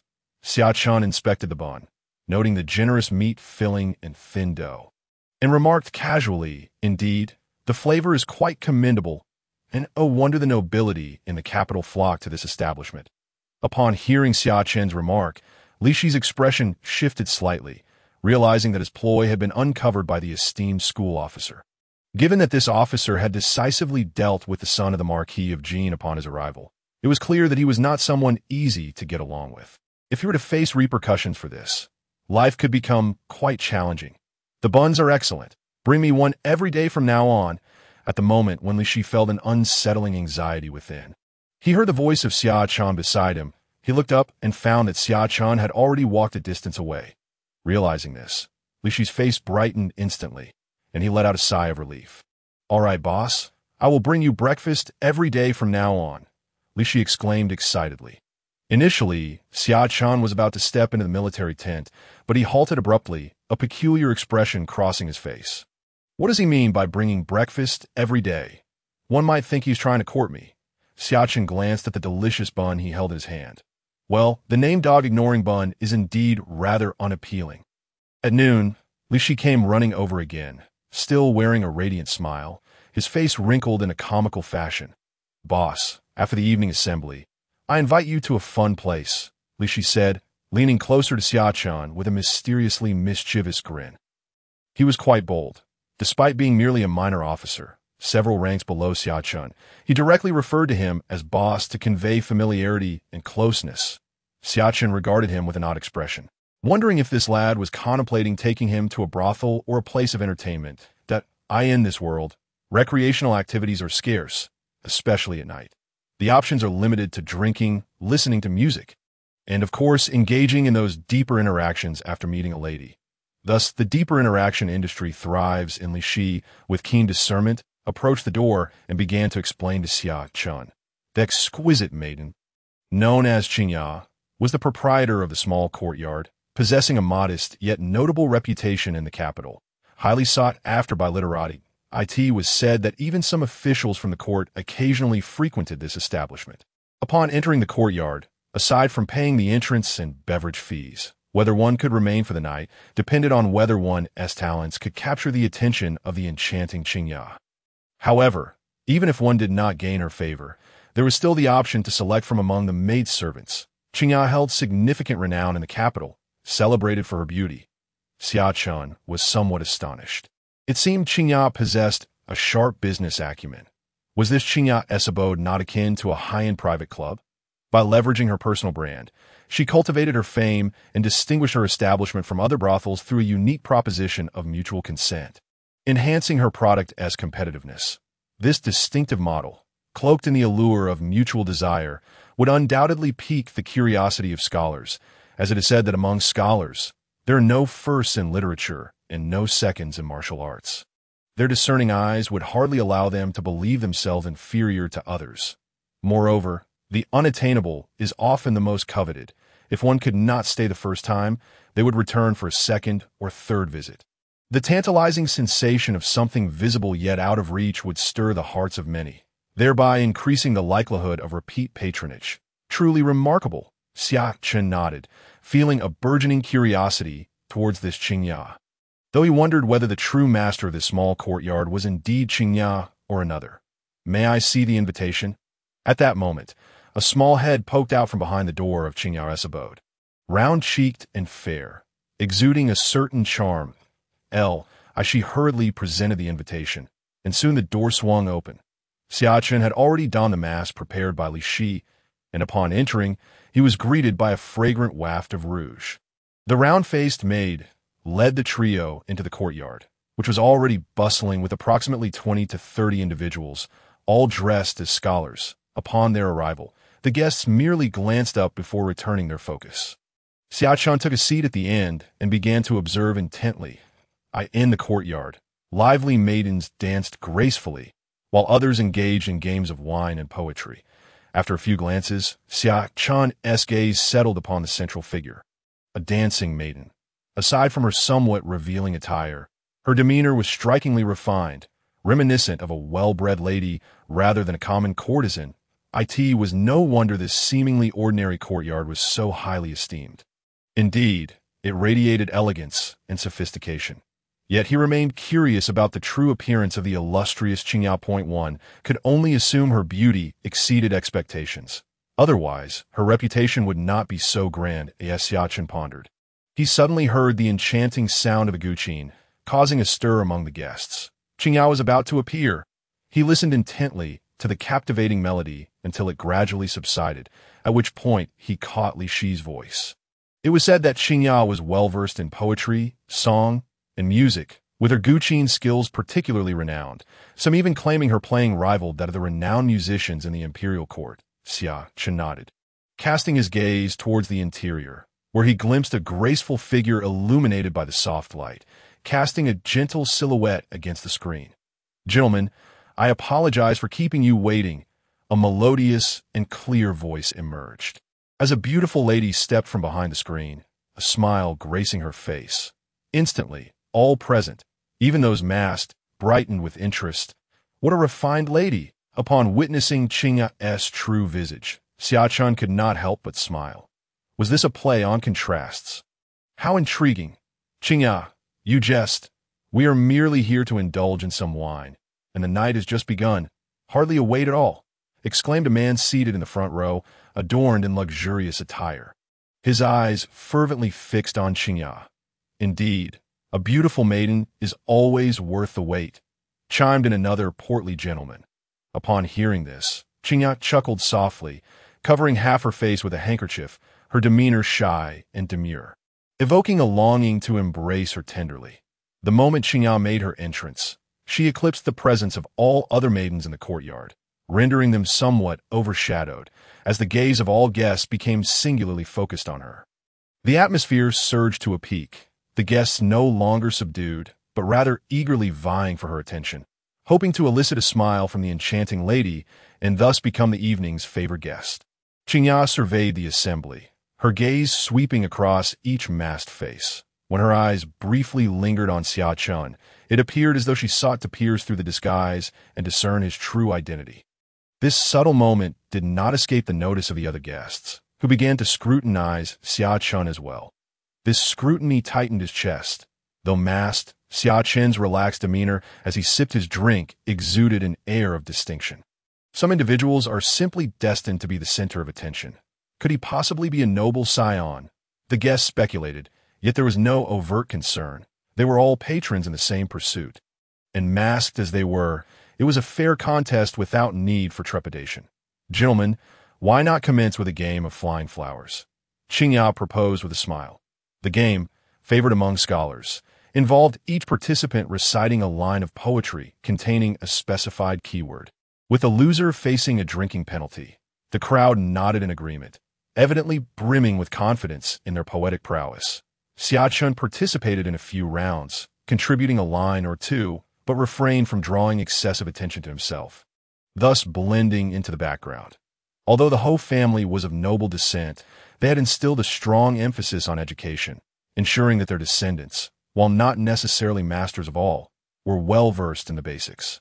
As time flowed, various games unfolded, flowing wine and passing flowers, culminating in a poetry contest. Despite the modest size of the courtyard, the atmosphere grew increasingly lively. Xia Chen nodded appreciatively. Xingya was indeed a talent, expertly orchestrating the proceedings and elevating the ambience to its zenith. Throughout the evening, several scholars showcased exceptional flair, presenting poems of remarkable quality that even Xia Chen acknowledged as commendable. "Esteemed guests, I find myself somewhat fatigued, and shall take my leave to rest. May you all enjoy yourselves." Xingya rose, gracefully bowing to the assembly, her demeanor exuding warmth and elegance, reminiscent of a true lady of high standing. The guests nodded appreciatively, though their expressions were tinged with tension. Aware that the main event was imminent, it remained to be seen who among them will be fortunate enough to capture Xingya's interest and become her favored companion for the evening. Among those who had shone brightly that night, a few stood, their confidence palpable, convinced they would be chosen. Within the small courtyard, the majority of attendees began to shift their focus from the games. However, a small faction, aware of their lack of prospects, redirected their attention to the maidservants present. "Boss, should we choose a maidservant, or do we head back tonight?" Li Shi inquired quietly, noting the approach of the midnight curfew. The trio had not made a notable impression, and Xingya had not taken particular notice of them. Hence Li Shi's question. Xia Chen, feeling a flush of embarrassment, was at a loss. This was his first visit to such a venue, leaving him feeling somewhat out of sorts. "Let us wait a little longer," Xia Chen replied calmly.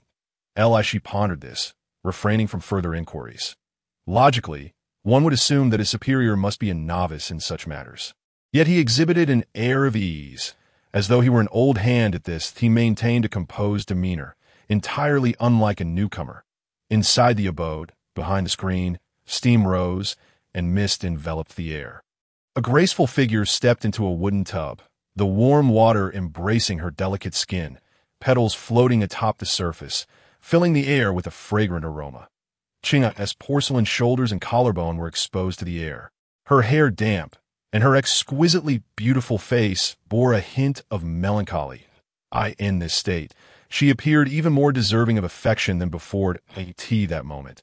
Her countenance bore none of the earlier joyous smiles. Instead, it radiated a sense of purity, akin to a celestial being descending from the heavens. Had Xia Chen been present to witness Xia in this state, he would surely marvel at her chameleonic grace.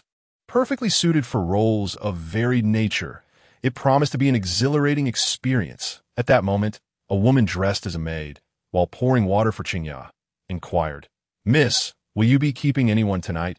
Xia Shaozhu indeed offered overnight services. Yet Xia did not entertain guests every night. It occurred at most once or twice a week. However, such exclusivity only heightened her allure, to the extent that a wealthy gentleman had once offered 1,000 taels of silver for a single night with her, only to be turned away, thus amplifying Xia's renown. Upon hearing this, Xia furrowed her brow, suddenly struck by a thought as her eyes sparkled with intrigue. Please invite that gentleman in the white mask, exuding an extraordinary aura. Let him stay the night. The maid hesitated, somewhat perplexed. He appeared rather unremarkable tonight, while several other gentlemen displayed far more talent. Accommodating him could incite discontent among them, tarnishing the reputation of Xia Shaozhu. Let him stay tonight. The troubles we've encountered recently may find resolution through him. A faint smile graced Xia's lips, revealing a breathtakingly beautiful expression. This individual of a particularly distinguished background. The maid, upon hearing this, felt a surge of excitement. Though she herself was quite striking, in the outside world she would certainly be deemed a great beauty. Yet at this moment, she still felt overshadowed by Xia. He is the legitimate son of the Duke of Zhendong, who recently became engaged to the second princess of Dawu. Currently, he serves as a lieutenant in the Imperial Guard. It is said he expelled the son of the Jinwu Marquis from the guard just yesterday, suggesting he has already established his footing there. Xinya's smile became sweeter, her demeanor shifting gracefully. The maid, Xiaoyan, was taken aback. She knew her mistress possessed unique eyes capable of seeing through the mask's concealment. Very well, I shall fetch him. Xiaoyan, without further hesitation, gracefully exited the room. Xia sighed, then stood up from the tub, her flawless form revealed like a work of art to the air. Pure water droplets cascaded down her delicate skin, shining brilliantly under the light, a sight that would make anyone's heart race, though regrettably, no one was there to appreciate it. Outside in the courtyard, esteemed sir, just as Xia Chen and his companions quietly sipped wine and observed the dance, a young man donning a white mask approached them. My father is Li Gang, a minister of the Ministry of Revenue. I noticed your remarkable demeanor from over there. However, it seems this is your first visit to Xia Shaozhu. The young man smiled, quickly adding, My name is Li Kei, courtesy named Deshun. Clad in the attire of a scholar, he bowed respectfully to Xia Chen, then confidently unfurled his folding fan, stating, It is a pleasure to meet you. Upon hearing the name Li Kei, Xia Chen's lips twitched slightly. He couldn't help but wonder if behind that mask was a burly man with a thick beard who would address him as brother upon speaking. Do you have a brother? Xia Chen couldn't resist asking. Why would you say that? I'm the only son of my family. Li Kei replied while fanning himself, seemingly believing that such gestures would highlight his unique charm. Oh, merely a moment of curiosity. My name is Yang Shi. I have no courtesy name, so you may simply call me by my name. Xia Chen quipped, but when he noticed no one understood his jest, he felt a pang of boredom and adopted a serious tone. When one ventures out, especially for leisure, it is customary to adopt a pseudonym. How could one possibly use their real name? You are young Master Yang. Li Kei bowed again, his mind racing to identify which prominent family in the capital bore the surname Yang. Yet he could not pinpoint any connections. After much contemplation, he thought, could he possibly be a descendant of the esteemed Yang Golao? Suddenly, Li Kei recalled the names Yang Yin and Yang Golao from the cabinet and felt a jolt of realization. However, He also deemed it improbable.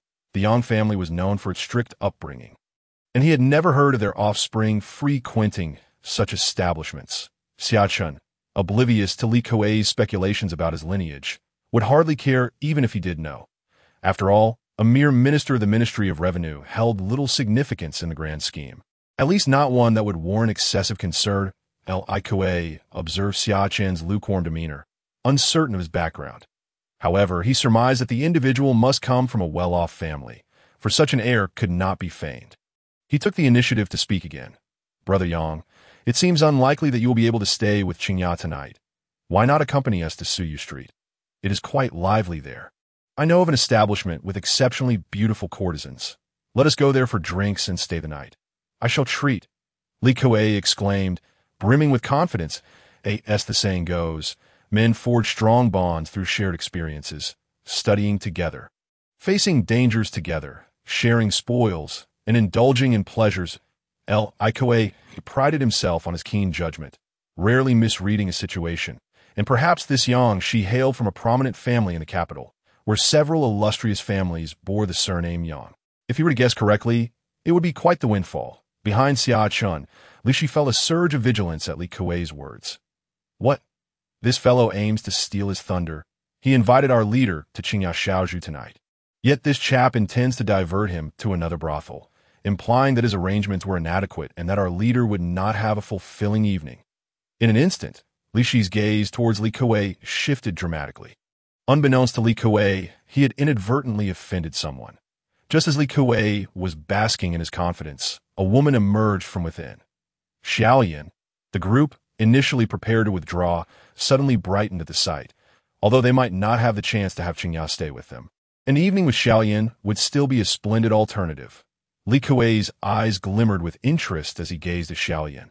Her beauty rivaled that of the most celebrated courtesans, if he could win her favor tonight. The outing would not be in vain.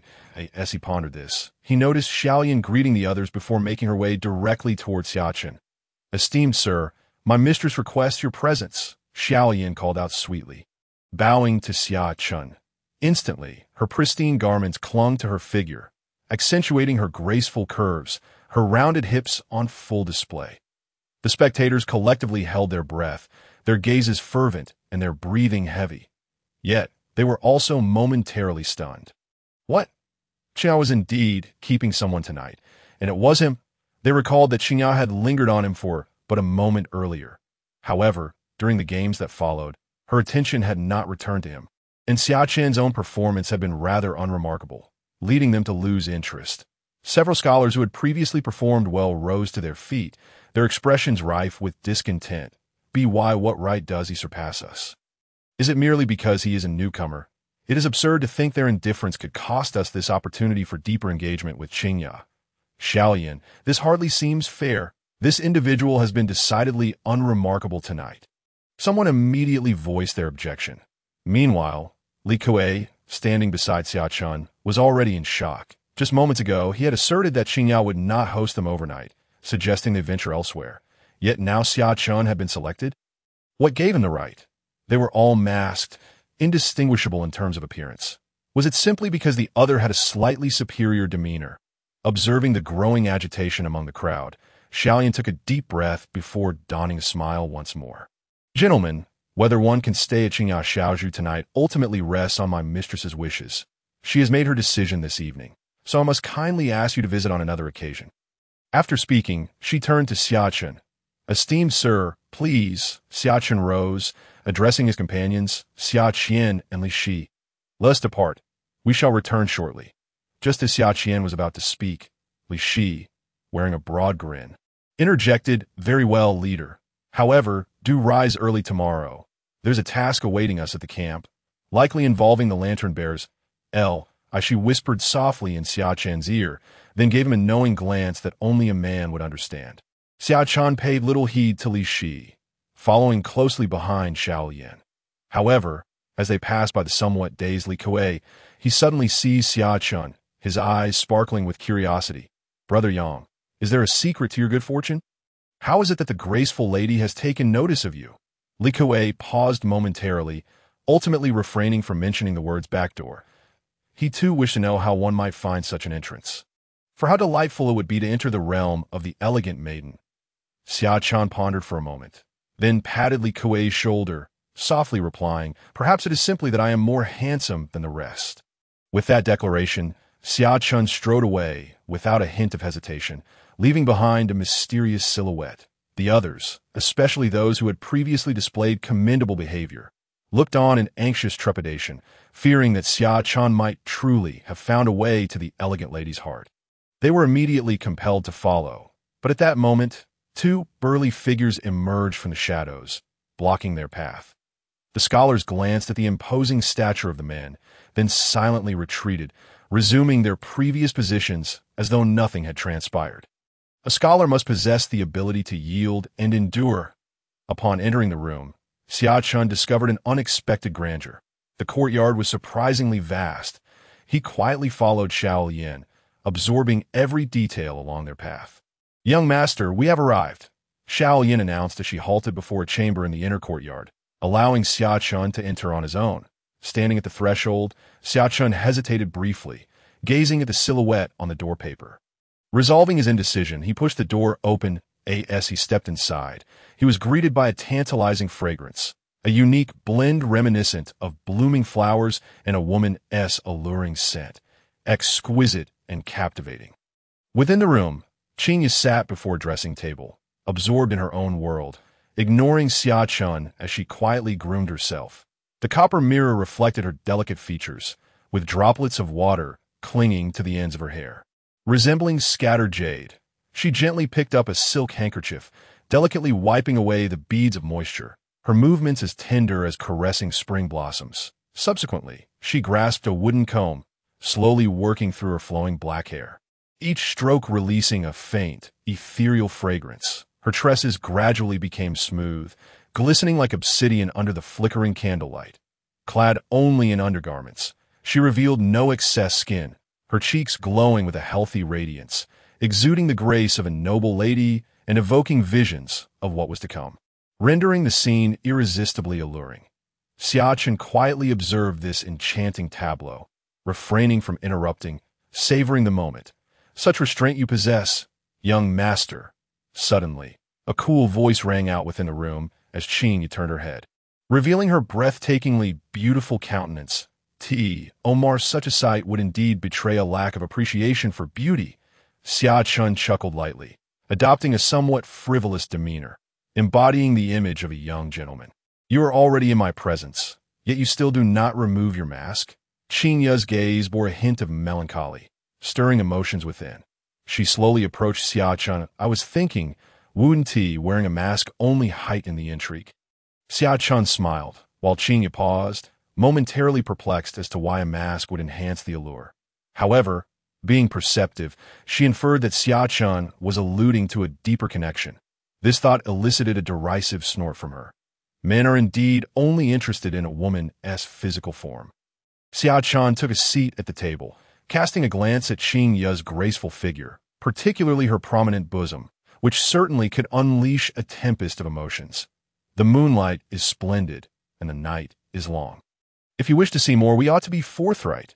Xia Chen grinned, then deliberately removed his mask. His handsome visage, with deep, bright eyes, a nose that arched like a peak, and lips that curled into a subtle smile, radiated an enchanting allure against the interplay of light and shadow. Although he had previously caught a fleeting glimpse of Xia Chen's face through a special technique, the current close proximity left Xia momentarily captivated, unable to divert her gaze from his striking features. "What a handsome face!" Xia could not help but internally exclaim, for it was her first encounter with a man of such unparalleled beauty. Unconsciously, she recalled the second princess of the Great Wu dynasty. How fortunate she was. Her future husband possessed such a visage. Surely, she would never tire of his company. At this thought, Xia's cheeks flushed, realizing the direction of her musings, and she quickly averted her gaze. Uncertain of why such errant thoughts had crossed her mind, she promptly composed herself. "Young master, your appearance is truly remarkable. You could surely vie for the title of the most handsome man in the capital." Xia smiled, referencing a list compiled by admirers in the capital that ranked the most striking men and women. Though somewhat cliché, the 8 individuals listed were, regardless of gender, of extraordinary beauty and poise. So, Miss Xia, you have encountered the so-called 4 great beauties of the capital. Xia Chen poured himself a cup of tea, displaying a rather unreserved demeanor. As though he were the host, I've had the fortune to meet one. Yet I feel she pales in comparison to you. Xia, wafting a fragrant breeze, took a seat beside Xia Chen, her words sincere rather than flattery. Moreover, according to her intelligence from the royal court, Xia Chen was merely 17 years old this year. In a year or two, he would reach his prime, and his beauty would only intensify, reaching new heights. Hearing this, Xia Chen chuckled, "Goodness, have I become a male version of Yangui Fei? A natural beauty hidden away, only to astound the world upon emerging." A line of poetry unexpectedly surfaced in his mind, reflecting on his 17 years spent in the estate, with few recognizing him outside its walls. He then thought of his future fiancée, destined to become an empress, and it struck him that he might indeed have the chance to become an otherworldly Yangui Fei. How peculiar, he mused, that the alias I recently adopted also bears the surname Yang, as if the fates were aligning. What occupies your thoughts? Xia inquired, noticing Xia Chen's distant gaze. Did I not merely offer a heartfelt compliment about your appearance? Nothing at all. Xia Chen quickly regained his composure, sitting upright, causing Xia to smile in amusement. Could it be that this young man is truly visiting such a place for the first time? Young master, the long night stretches ahead. Drinking tea can be rather dull. Here, we have fine wine. Xia's bright eyes sparkled with mischief as she reached for a jug of exquisite liquor, pouring a glass for Xia Chen. I wonder just how beautiful the 4 great beauties might be. Xia Chen sought a topic of conversation, as he was indeed unfamiliar with the gossip of the capital. You are unaware of this? Xia expressed her surprise, for she believed all men were enthralled by such tales. Yet, her professional demeanor quickly quelled her curiosity. The 4 great beauties, each of noble birth, are far more credible than the so-called 4 great beauties among men. Beyond dispute, point 1 is a direct disciple of the current celestial master, and another is the contemporary Buddhist maiden from the Dragon Temple. The other 2 are from prominent families. One is the legitimate daughter of Prime Minister Lin Hanpu, and the other is the second daughter of the current emperor, Princess Yaowang. By the way, I recently heard that Princess Yaowang has been promised to a scion of the East Town Marquis family. As Xia spoke of the second princess, she deliberately lingered on the details, studying Xia Chen's reaction to her disappointment. His expression remained unchanged, as if the Marquis' son were of no consequence to him. Celestial Master and Dragon Temple participants in the competition, Xia Chen inquired with curiosity, for the Celestial Master's abode and the Dragon Temple were the sanctuaries of Taoism and Buddhism in the Great Wu Dynasty. Even regarded as the holy sites of these traditions, the Celestial Master and the Abbot of the Dragon Temple were the pinnacle of their respective fields. However, both sects refrained from engaging in worldly matters. Positioned on opposite sides of the capital, as if in perpetual opposition, though they did not participate directly, the interest of some had led to their inclusion on the list, with a gentle and refined tone. Xia spoke softly, exuding a charm reminiscent of the enchanting south of the Yangtze River. How does her beauty compare to that of these 4 ladies? How could I ever measure up to them? Xia paused for a moment, but soon shook her head with a light laugh that, "Oh, not jest with me. My lord, in terms of status, appearance, and demeanor, I am worlds apart from them, unworthy of comparison," with a self-deprecating softness. She rose slowly. My lord, the night is drawing to a close. You truly wish to engage in a prolonged conversation with me at the table. It seemed Xia was reluctant to delve further into this topic. She made her way to the bedside, gracefully lifting her delicate foot as she ascended onto the bed. In an instant, her aura transformed, shifting from that of an elegant lady to the most captivating enchantress of the realm. Her sultry gaze radiated an alluring glow, and the atmosphere in the room became charged with an intimate tension.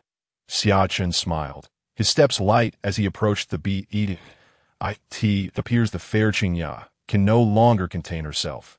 What impatience, he teased, directly seating himself on the bed, gazing at the beauty before him. I es it that my lord is too callous, engrossed in conversation with others, neglecting to indulge in some playful company with me. Qingya's eyes held a resentful glimmer, the contrast between them palpable.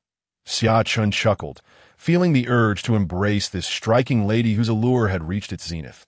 Yet as he moved, he suddenly felt a wave of weakness wash over him, collapsing onto the bed as he fell into a deep slumber.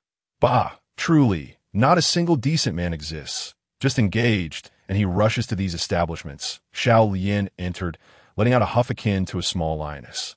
She had been keeping watch outside, aware of Xia Chen's identity. Having overheard Qingya's previous mention of the second princess's marriage, I never expected him to come here. But this presents an opportunity. Perhaps we can leverage his influence to provide some information to the lantern bearers.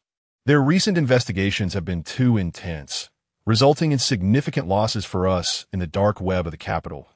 If this continues, we may face dire consequences. Qingya sighed, glancing at the already slumbering Xia Chen as she descended from the bed. Her dignified and graceful demeanor restored. The previous enchantment vanished. She appeared ethereal and aloof. Xiao Yin spoke with indignation. Damn those people from Dafeng. Had we not intervened back then, they would have long been obliterated by Dongwu. Now that they have regained their strength, they dare to deceive us, stealing military maps and framing us for it. Xiao Yin expressed her frustration, noting that many of their members had recently been captured. While they were mostly peripheral members, it was only a matter of time before they were caught as well. More critically, the inspectors from the Feng National Inspection Institute had leaked information about their Royal City Division to the Lantern Bearers, resulting in severe losses for them. There must be a mole from the Inspection Institute among us. Otherwise, we would not have been so thoroughly defeated this time. Our identity is no longer secure. After this, we must change it, Qingya stated coldly, to which Xiao Lian nodded gravely. After exchanging a glance with the sleeping Xia Chen, Xiao Lian couldn't help but ask, Miss, what shall we do next? Should we directly use illusion techniques to inform him of some clues? But even if he learns of them, will he pursue the case? Xiao Lian was concerned. Typically, such espionage tasks fell under the purview of the Lantern Bearers, and Xia Chen was merely a junior officer in the Imperial Guard. Would he truly be of any use? For someone of his esteemed background, entering the officialdom would surely be an endeavor to achieve great feats. According to the records, he joined the Imperial Guard not merely to pass the time. Regardless of its efficacy, we must give it a try. We must take the initiative and not allow the inspectors to lead us by the nose.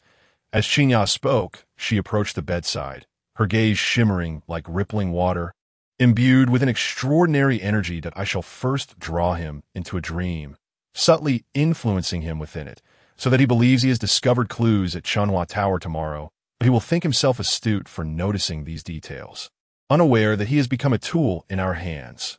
A smile graced Qingya's lips. Were it not for the need to gather intelligence, she would never allow this loathsome man into her chamber. As for him touching her, that was out of the question. Regardless of who entered her room, they would invariably be drawn into her dream, a realm so vivid it could easily blur the line between reality and illusion. Even affecting one's thoughts and perceptions, a radiant light enveloped Qingya, particularly in her eyes, which sparkled with an ethereal glow. Two illusory butterflies emerged from her gaze, drifting into Xia Chen's being. However, the moment they entered, Qingya's expression shifted dramatically. In her line of sight, she suddenly perceived a pair of eyes gazing down upon her, high and devoid of emotion, akin to a deity. This pair of eyes bore 4 pupils, seemingly containing the essence of truth and the ultimate mysteries of the world. Transformed into a butterfly, Qingya felt her soul tremble, frozen in place. In the next instant, the 2 azure butterflies that had infiltrated Xia Chen's consciousness shattered, rendering everything a mere mirage. Qingya opened her eyes, her complexion pale, a flicker of terror lingering in her gaze as she instinctively sought to retreat.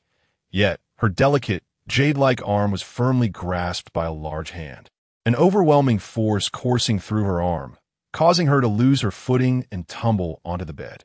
When Qingya regained her senses, she found herself nestled in Xia Chen's embrace, who regarded her with a bemused expression.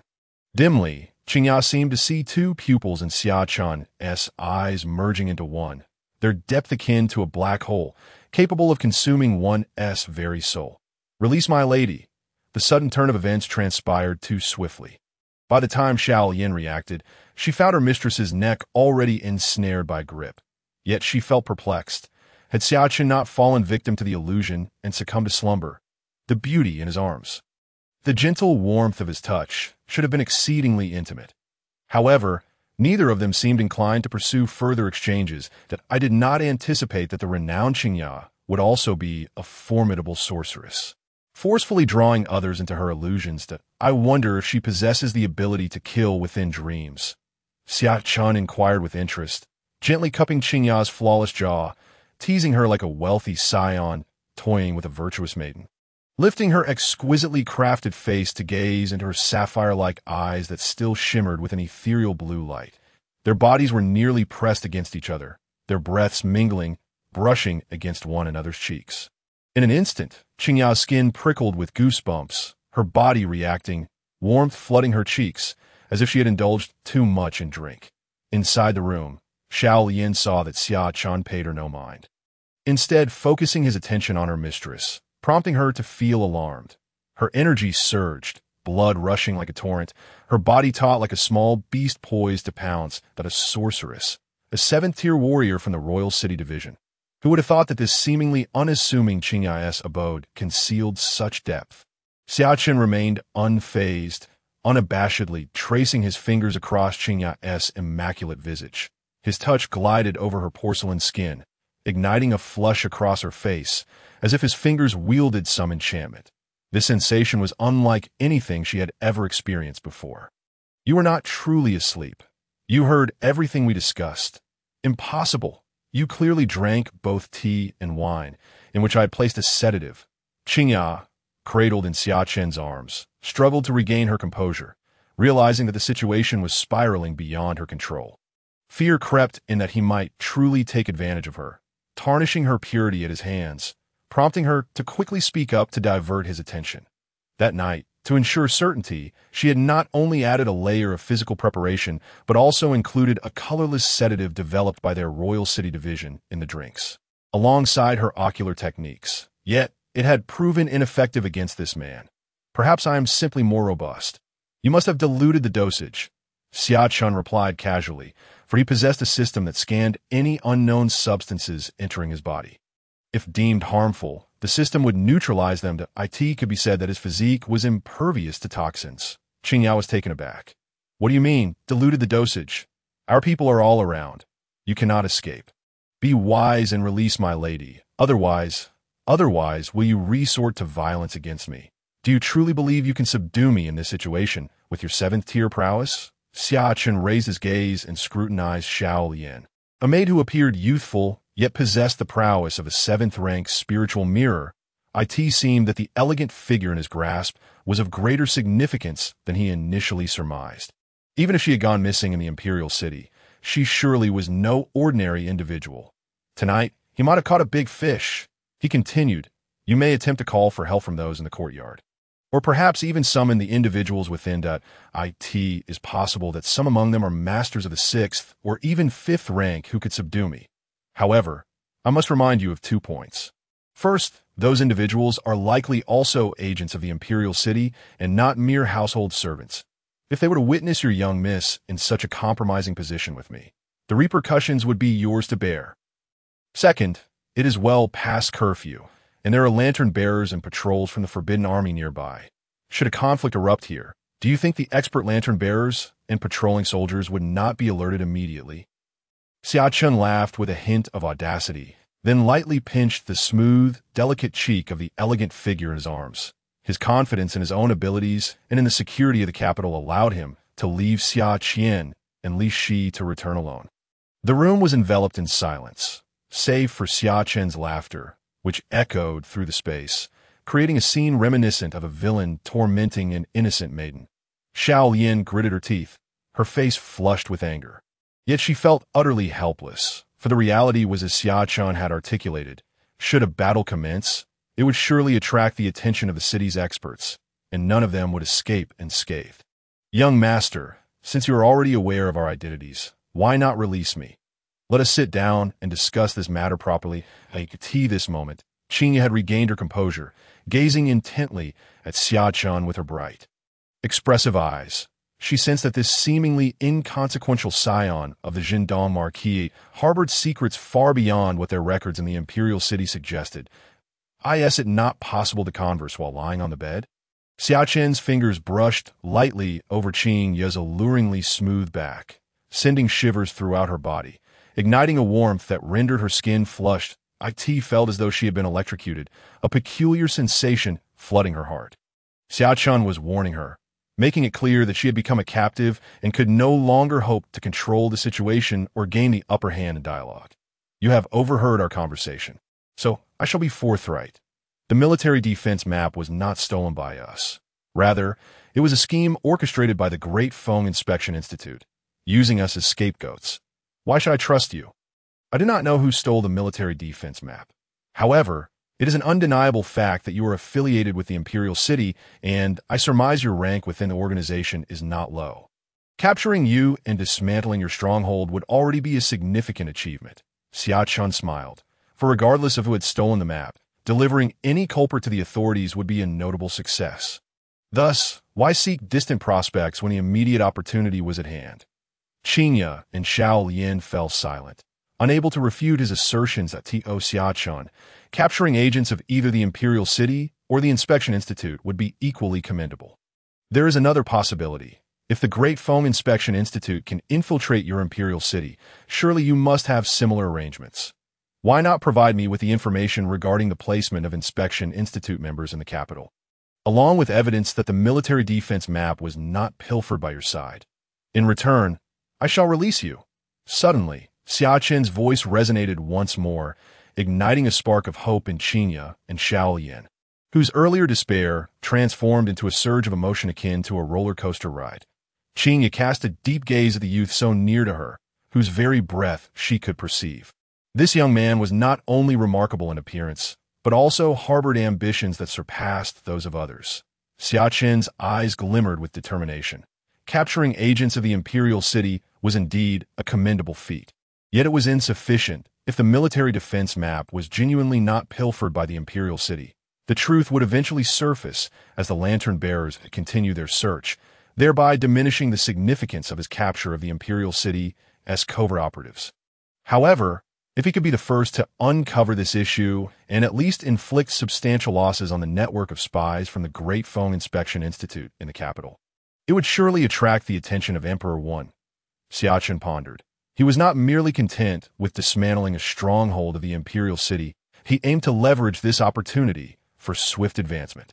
If successful, while he would trample upon the dignity of the lantern bearers and attract attention from all quarters, the benefits would outweigh the drawbacks. Time was of the essence. He had but 5 years remaining, and he was merely a 7th-rank lieutenant. Thus, he needed to rise rapidly. Why should I trust you with the information about the Inspection Institute?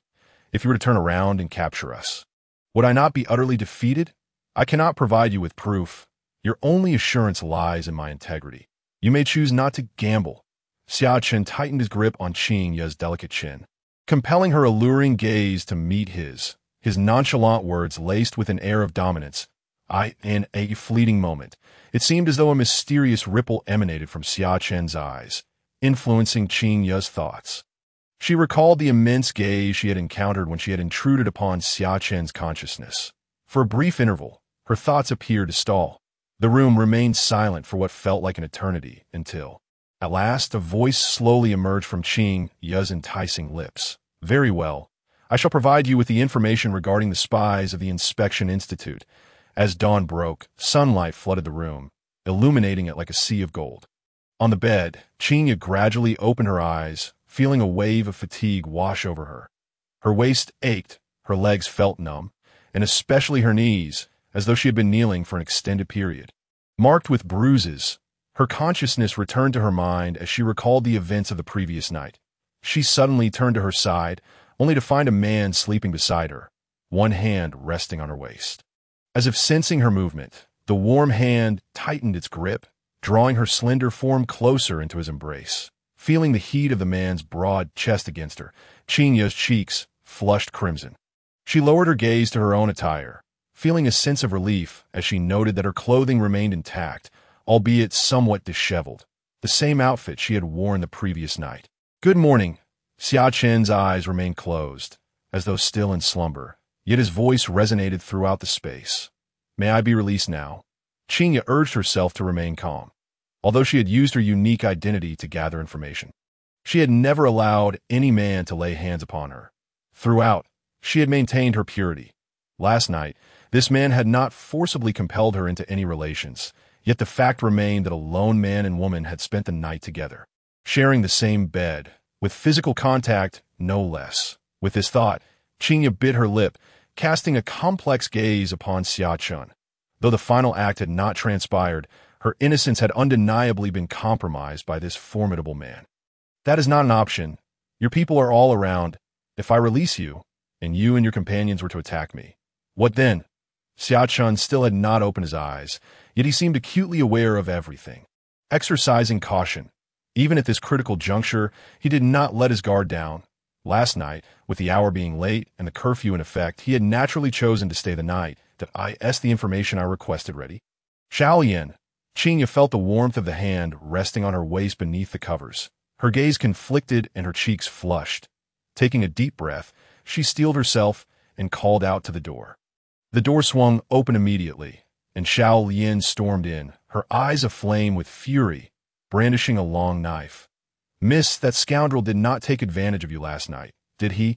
Shaolian had not slept a wink, having remained vigilant in the courtyard throughout the night. Originally, she intended to stay within the room, but Xia Chen had driven her out. "I am unharmed." Xia shook her head, though her expression betrayed her unease. While Xia Chen had indeed refrained from any overt advances, she had felt the urge to escape in the latter half of the night, when she believed he was asleep, just as she attempted to unleash her internal energy to break free. Xia Chen, who had appeared to be in slumber, seemed to possess a divine foresight, awakening just in time to restrain her once more. Xia Chen's punishment for the disobedient beauty was to have her kneel in a position of utter humiliation. Therefore, her jade-like, alabaster knees bore the marks of bruises that it was not until she was utterly exhausted that Xia Chen allowed her to lie down and rest once more. From that moment on, she dared not engage in any more mischievous antics. This young man possessed an unsettling aura. Shaolian observed the subtle unease in her mistress's demeanor and grew increasingly anxious, although he had not heard any significant commotion from the room the previous night. The fact that his mistress had spent an entire night in the company of this man left him wondering what exactly had transpired between them. "Please hand me the documents. It is getting late, and I must head to work." Xia Chen beckoned to Shaolian, his demeanor resembling that of a master summoning a servant, further aggravating Shaolian. Glancing at the sky, Xia Chen realized that if he did not make his way to the magistrate's office soon, Xia Chen and Li Shi might genuinely believe that his vigorous activities from the previous night had left him weak and fatigued. He was not about to let them think he was incapable due to such trivial matters. "Give me the documents." Though Xia was unsure of what Xia Chen meant by work, she truly wished to avoid any further entanglement with him. After their prolonged tussle the previous night, she had gained not a single advantage. Reluctantly, Shaolian retreated, and after a short while, he returned with a stack of documents, which he begrudgingly handed over to Xia Chen. Xia Chen lounged lazily on the bed, accepting the documents with one hand while releasing Xia with the other. Xia, he felt the warmth of the large hand that had been resting on her shoulder. She let out a sigh of relief. After the tumult of the previous night, her attire was disheveled, leaving one of her fragrant shoulders exposed. Consequently, the proximity between them was devoid of any fabric barrier, despite Xia Chen's release of Xia and his complete attention on the documents. She did not dare to move an inch, having already witnessed the young man's uncanny abilities the night before. She was certain he had been asleep, yet the moment she attempted to make a move, he had preemptively seized her, as though he had predicted her actions. Such prowess was terrifying. No wonder he had dared to let her sleep beside him after their frank exchanges the previous night. He seemed utterly unperturbed by the prospect of someone attacking him while he slumbered. "How intriguing. It seems your Imperial City Inspectorate has placed a considerable number of operatives within the Judicial Institute," Xia Chen remarked, a smile gracing his lips as he perused the detailed documents in his hand. As the most elite of the three foremost dark organizations in this world, they were the Emperor's sharpest weapons. Whether it was the lantern bearers of Dawu, the imperial city inspectorate of Deqing, or the judicial institute of Defeng, they were all intricately interwoven. The most intense battles raged within the capitals of the three kingdoms. The capital of Dawu was the realm of the lantern bearers, yet it concealed agents from the imperial city inspectorate and the judicial institute, an unspoken secret known to all, from the highest officials to the common folk. This situation was not due to the lantern bearers' negligence, but stemmed from their acute awareness that even if they eradicated all personnel from the imperial city inspectorate and the judicial institute within the capital, new operatives would inevitably infiltrate the city. Neither Deqing nor Defeng would allow the political epicenter of the capital to remain unchallenged, that a similar scenario unfolded in the capitals of Deqing and Defeng, where various spies lay in wait. This was the territory of the lantern bearers, and ideally, they should have forged an alliance with the judicial institute, if not offering mutual assistance, at least refraining from backstabbing one another. Yet this time, the judicial institute had chosen to use them as pawns, leaving no room for resentment when the lantern bearers retaliated. Xia spoke coldly. After reading through the documents, Xia Chen fell into a contemplative silence for a moment before raising his hand and slicing his fingertip. Crimson blood seemingly infused with a peculiar energy. "Open your mouth," he calmly commanded. Xia was taken aback, momentarily at a loss. Yet as a practitioner of the arcane arts, she instinctively sensed something unusual about this blood. To her knowledge, some sorcerers could wield their own blood as a conduit for peculiar spells. Noticing her lack of response, Xia Chen wasted no time, firmly grasping her face and roughly prying her mouth open to insert his bloodied fingertip inside. "Cough, cough, cough," Xia choked, covering her mouth. "What have you done? This is a technique for my marquise, usable by martial artists as well. Your body now incorporates my essence from this moment forward, regardless of where you go. I will be able to sense your presence. Therefore, I trust this document is accurate. Moreover, you may need to change your identity, that if you comply, there may be opportunities for collaboration in the future." A smile crept across Xia Chen's face as he gently pinched Xia's smooth, rosy cheek, resembling a devil as he rose from the bed. "It is getting late. Attend to my grooming and dressing." Xia Chen treated the place as his domain, his tone simultaneously gentle and domineering. Lying on the bed, Xia perched on a grand and opulent stage. A myriad of performers are showcasing their talents. Recently, a play entitled The Tale of the Mandarin Ducks has burst onto the scene, garnering immense admiration from the esteemed dignitaries of the capital. This particular production hails from the illustrious Baiwei Tower, and it now requires a minimum of 3 performances each day to satiate the ceaseless influx of nobility. The narrative of The Tale of the Mandarin Ducks revolves around a romantic saga, featuring a noble scion as the male lead and a princess from the eastern wilderness fox tribe as the female lead, an affair that was initially deemed unworthy by societal standards. However, against all odds, the protagonists break through myriad obstacles and pledge their lifelong devotion to one another, seemingly setting the stage for a blissful love story. Yet what allows this play to stand out is the innovative brilliance of its composer. Just when the audience believes that the fox princess and the noble heir will unite in happiness, the princess meets her untimely demise, leaving the onlookers in a state of shock. Such a tragic ending had never been witnessed before. Following this, the male lead succumbs to darkness, embarking on a path of vengeance to avenge his beloved. This unprecedented twist captures the attention of the audience, rendering tickets to the Mandarin Ducks performance a rare commodity. Suddenly, chaos ensues as the authorities surround Baiwei Tower. Just as the plot reaches its climax, the servants of various households rush into the venue, some hastily entering private boxes, their expressions fraught with anxiety. The grand doors of Baiwei Tower are forcefully flung open as the armed guards pour in. Instantly, pandemonium erupts within the establishment, leaving patrons bewildered as to the cause of the disruption. The guards are executing their duties. Remain still, or face immediate execution. Just as Baiwei Tower teeters on the brink of chaos, a commanding voice resonates, momentarily disorienting everyone present. Xia Chen stands at the forefront, flanked by more than 10 guards who draw their blades in unison at his command. To his side, crossbows and firearms are aimed at the gathered crowd. Any sign of unrest will be met with swift retribution. The formidable crossbows and firearms, when unleashed simultaneously, pose a challenge even for the most skilled combatants, turning them into mere targets. Initially perturbed by the interruption, the dignitaries quickly compose themselves as their expressions harden. The questions they intended to pose to the guards fade from their lips, replaced by a sense of resignation as they take their seats. Xia Chen's gaze sweeps across the crowd, swiftly locking onto a dashing young actor at the center of the stage, portraying the male lead of the Mandarin Ducks. I could see that moment. The young actor's eyes meet Xia Chen's, an unspoken tension crackling between them. How handsome, merely adequate.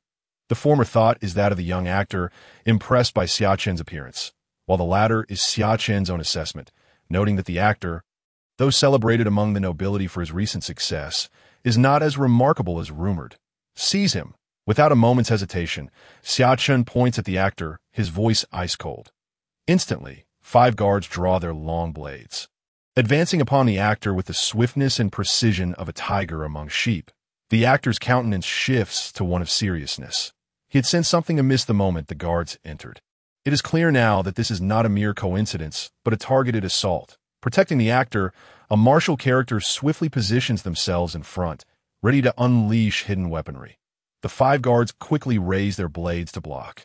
And from behind the actor, 3 more join the fray, plunging the entire stage into chaos. The audience, stunned by the unfolding spectacle, gasps as hidden weapons fly perilously close to them, sending chills down their spines. They had not anticipated that these performers were not only skilled in the arts, but also capable of combat.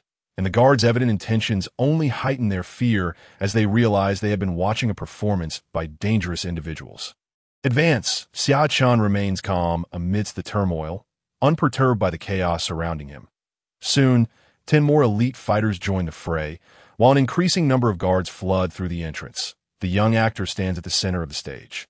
His heart sinking, his identity has been compromised, and he is likely to fall here today. Even if he escapes Baiwei Tower, he knows that the patrolling guards and hidden lantern bearers will soon be upon him. There is no retreat. Nevertheless, the actor is resolute. He is not prepared to surrender easily. From his sleeves emerge various paper figures, some wielding great swords, others brandishing long blades, and these figures rapidly grow in size, as if animated to life. Soon, these paper warriors demonstrate formidable offensive capabilities, clashing with the guards. Inside Baiwei Tower, cries of alarm and panic echo intermittently. The flashing blades instill fear in the audience, their faces paling at the sight. Fortunately, the presence of the guards offers them some reassurance. Xia Chen narrows his eyes. The situation has dragged on too long. He sought a swift resolution, a lightning strike that would catch the inspectors off guard. Yet he finds himself mired in the fray. All at once, swiftly apprehend them. With that command, Xia Chen draws a crimson longsword from his back, and, as his energy surges, the blade emanates a searing heat. His aura intensifies, exuding raw power. He cleaves through one paper figure with a single stroke, igniting it in flames. A paper figure capable of withstanding 2 or 3 guards is utterly obliterated in an instant. Xia Chen leads the charge, dispatching paper warriors with ruthless efficiency, while behind him, Xia Chen and the guards follow suit, pressing forward. While eliminating the paper figures, Xia Chen's focus remains fixed on the young actor. According to the intelligence provided, this actor is a mid-level official within the inspectorate, directly overseeing many of its operations in the capital. This incident involving the theft of military blueprints is significantly tied to him. The actor's expression is grave. Even in this dire moment, he remains composed, keenly observing his surroundings for an escape route. Break through, he commands, sending forth even more paper figures. However, maintaining these figures is taxing. The actor's complexion pales as he strains to sustain them. You go ahead. I'll hold them off. The martial character, brandishing a great sword, stands resolutely before the actor just as Xia Chen closes in. With a fierce cry, the martial character raises their sword, attempting to cleave Xia Chen in two. Anticipating this move, Xia Chen strikes preemptively. In a fleeting moment, the onlookers perceive a radiant sun emerging from the arc of Xia Chen's blade, illuminating the ground. When they open their eyes, they witness a gory spectacle as the martial character's torso is split asunder, their blood staining the stage. The scene is gruesome. In the boxes on the second and third tiers. Ladies of noble birth and dignified matrons turn pale, their gazes shifting from admiration to fear and horror as they behold the strikingly handsome youth that a living being has been brutally dismembered before their eyes. Regardless of the guard's motives, any sane individual would be terrified by such a sight. Blood splatters across Xia Chen's face, transforming him into a vision reminiscent of a hellish demon. Without pausing for breath after vanquishing his opponent, he charges towards the actor. "You are Xia Chen, the so-called waste of the Eastern Town Market. It seems everyone has misjudged you. A single strike to fell an 8th-rank master. Your true depth is astonishing." The actor retreats while casting a cold glare at Xia Chen, aware that the inspectorate has his dossier. Yet, it is clear the information is flawed. A 17-year-old 7th-rank martial artist is indeed a prodigy. Even within the ranks of the Eastern Town Marquette, Xia Chen, however, has no intention of engaging in conversation with the actor. His singular focus is on the actor. The leader, he is determined to eliminate the primary target. Disregarding any obstacles that may stand in his way to AS, he leads the charge. Xia Chen channels the chi of the Red Sun body refinement technique, infusing his body with vital energy that envelopes him like armor. His speed becomes blinding, and the world around him slows to a crawl, as if time itself has been altered. The actor, spotting an escape through a nearby window, takes a leap, preparing to break free. Suddenly, a figure resembling a demonic deity appeared swiftly behind him. A hand reached out, and the performer felt as though the very air around him had been siphoned away. In the next moment, a sharp pain surged through his neck as he was lifted effortlessly by Xia Chen, as one might lift a mere chick. That he was a sorcerer, and though sorcerers possess numerous techniques, they become exceedingly vulnerable when confronted at close quarters by a martial artist. Moreover, he was now faced with none other than Xia Chen. With the capture of the performer, the scene within the Baiwa Tower was swiftly brought under control. Several actors who had attacked the Imperial Guards were shot dead on the spot by crossbowmen, while the remaining ones were captured without resistance. Despite the complexity of the process, it transpired with remarkable rapidity, concluding in under 10 minutes. All individuals from Baiwa Tower were taken back to the Yamen before my return. Regardless of who arrives, ensure they do not abscond with the captives. Xia Chen instructed Xia Chen, commanding him to personally lead 30 men back to escort the prisoners. "Boss, I'll accompany Brother Xia Chen. With so many people from Baiwa Tower, it would be more prudent for me to join the escort." Li Shi interjected eagerly, wishing to alleviate some of Xia Chen's burden. Xia Chen glanced at him and then nodded in agreement. Within Baiwa Tower, the Imperial Guards scoured the battlefield, administering sealing blood needles to the dark agents from the Inspection Institute, who were crouched on the ground with their heads clutched in despair. The sealing blood needle, a disposable artifact developed by the Heavenly Master S Bureau, greatly restricts martial artists. Once implanted within the body, it becomes exceedingly difficult to mobilize one's vital energy. Xia Chen looked at the performer in his grasp, noticing that the latter was glaring at him with a chilling gaze, as if intent on devouring him whole. "With such a clear target directed at me, it appears you have already grasped our information and wish to seize credit from the lantern bearer. After hiding so deeply for so many years, your ambition is quite formidable." The performer glared fiercely at Xia Chen. He had anticipated being sought out by the lantern bearer, but had never imagined he would fall into the hands of the Imperial Guards. And particularly this Xia Chen, whom he had dismissed entirely. Xia Chen, maintaining his silence, delivered a brutal blow to the back of the performer's head, rendering him unconscious. His methods were direct and violent, yet remarkably effective. He held the performer in his palm, opting not to hand him over to Xia Chen or Li Shi, as he intended to supervise the captive himself. "Bring some men. Follow me to the next location." Xia Chen commanded, swiftly departing Baiwa Tower with dozens of individuals, aiming to catch the Inspection Institute off guard with a blitzkrieg. "Where are we headed now, boss? Are there more dark agents?" Li Shi inquired, patting Xia Chen's arm with curiosity. "I don't know." Xia Chen shook his head, refraining from elaboration, and turned to manage the subsequent matters at Baiwa Tower. The audience who had come to enjoy the performance at Baiwa Tower collectively breathed a sigh of relief upon witnessing the capture of all dark agents, leading to hushed discussions. Are these individuals from the Royal City Division or the Inspection Institute? Who would have thought that Baiwa Tower was their stronghold?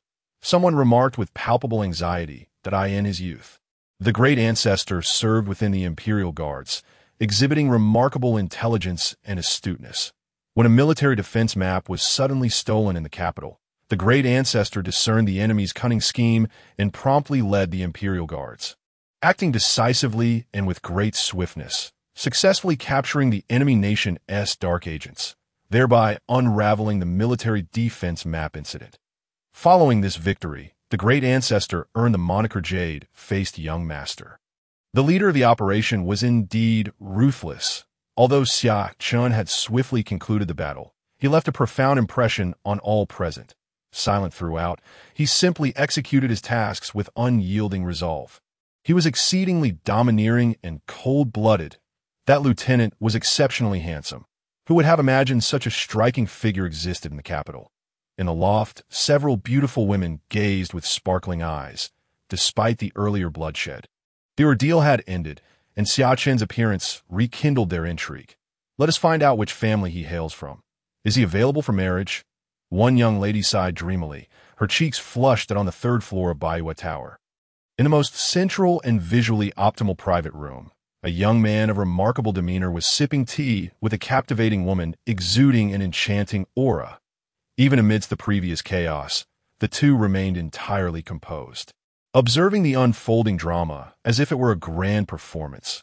While those below were merely actors, Su Buliu, how skilled was that lieutenant just now?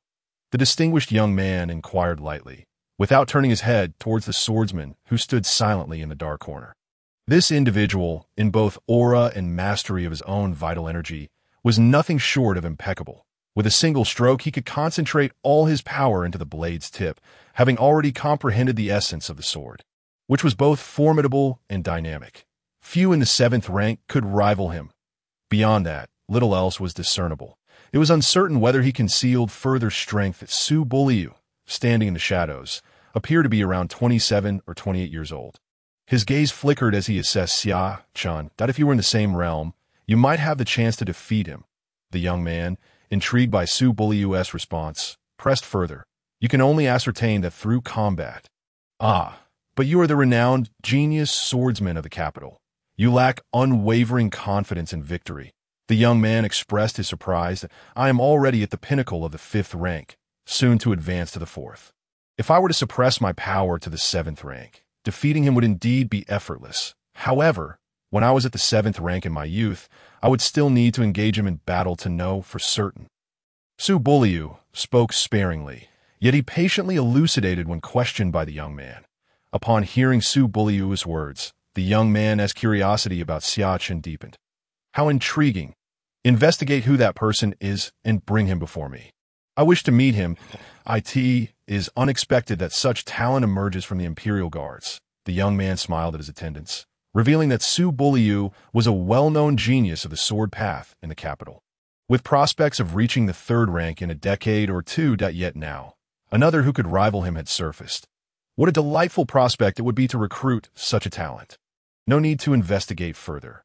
If I am not mistaken, this individual should have some connection to us. At that moment, the enchanting woman, who had remained silent, turned her head, a captivating smile gracing her lips, exuding an alluring charm. She appeared to be around 30, dressed simply, yet emanating an air of profound nobility. Oh, my dear aunt, you are aware of his identity. The young man expressed his surprise, recalling that his aunt was ambitious and restless, meddling in court affairs under the guise of a lady, gathering numerous subordinates, and being well-informed. He should be the legitimate eldest son of the Marquis of Anong, who recently became engaged to Yaoguan. My informants say he is exceedingly handsome, rivaling the so-called 4 great beauties of the capital. Upon seeing him today, he surpasses even those esteemed figures. The woman mused, a smile dancing in her eyes as she reminisced about Xia Chen's visage, her gaze imbued with a hint of springtime allure. Princess Pingyang, mature and beautiful, exuding sensuality and a thirst for power, remained unmarried throughout her life, harboring a sense of inner loneliness while unwilling to settle. Yearning for love, my niece is indeed fortunate. Princess Pingyang sighed.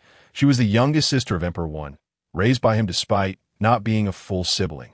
For over 50 years since Emperor Wan ascended, he had nurtured this sister as if she were his daughter.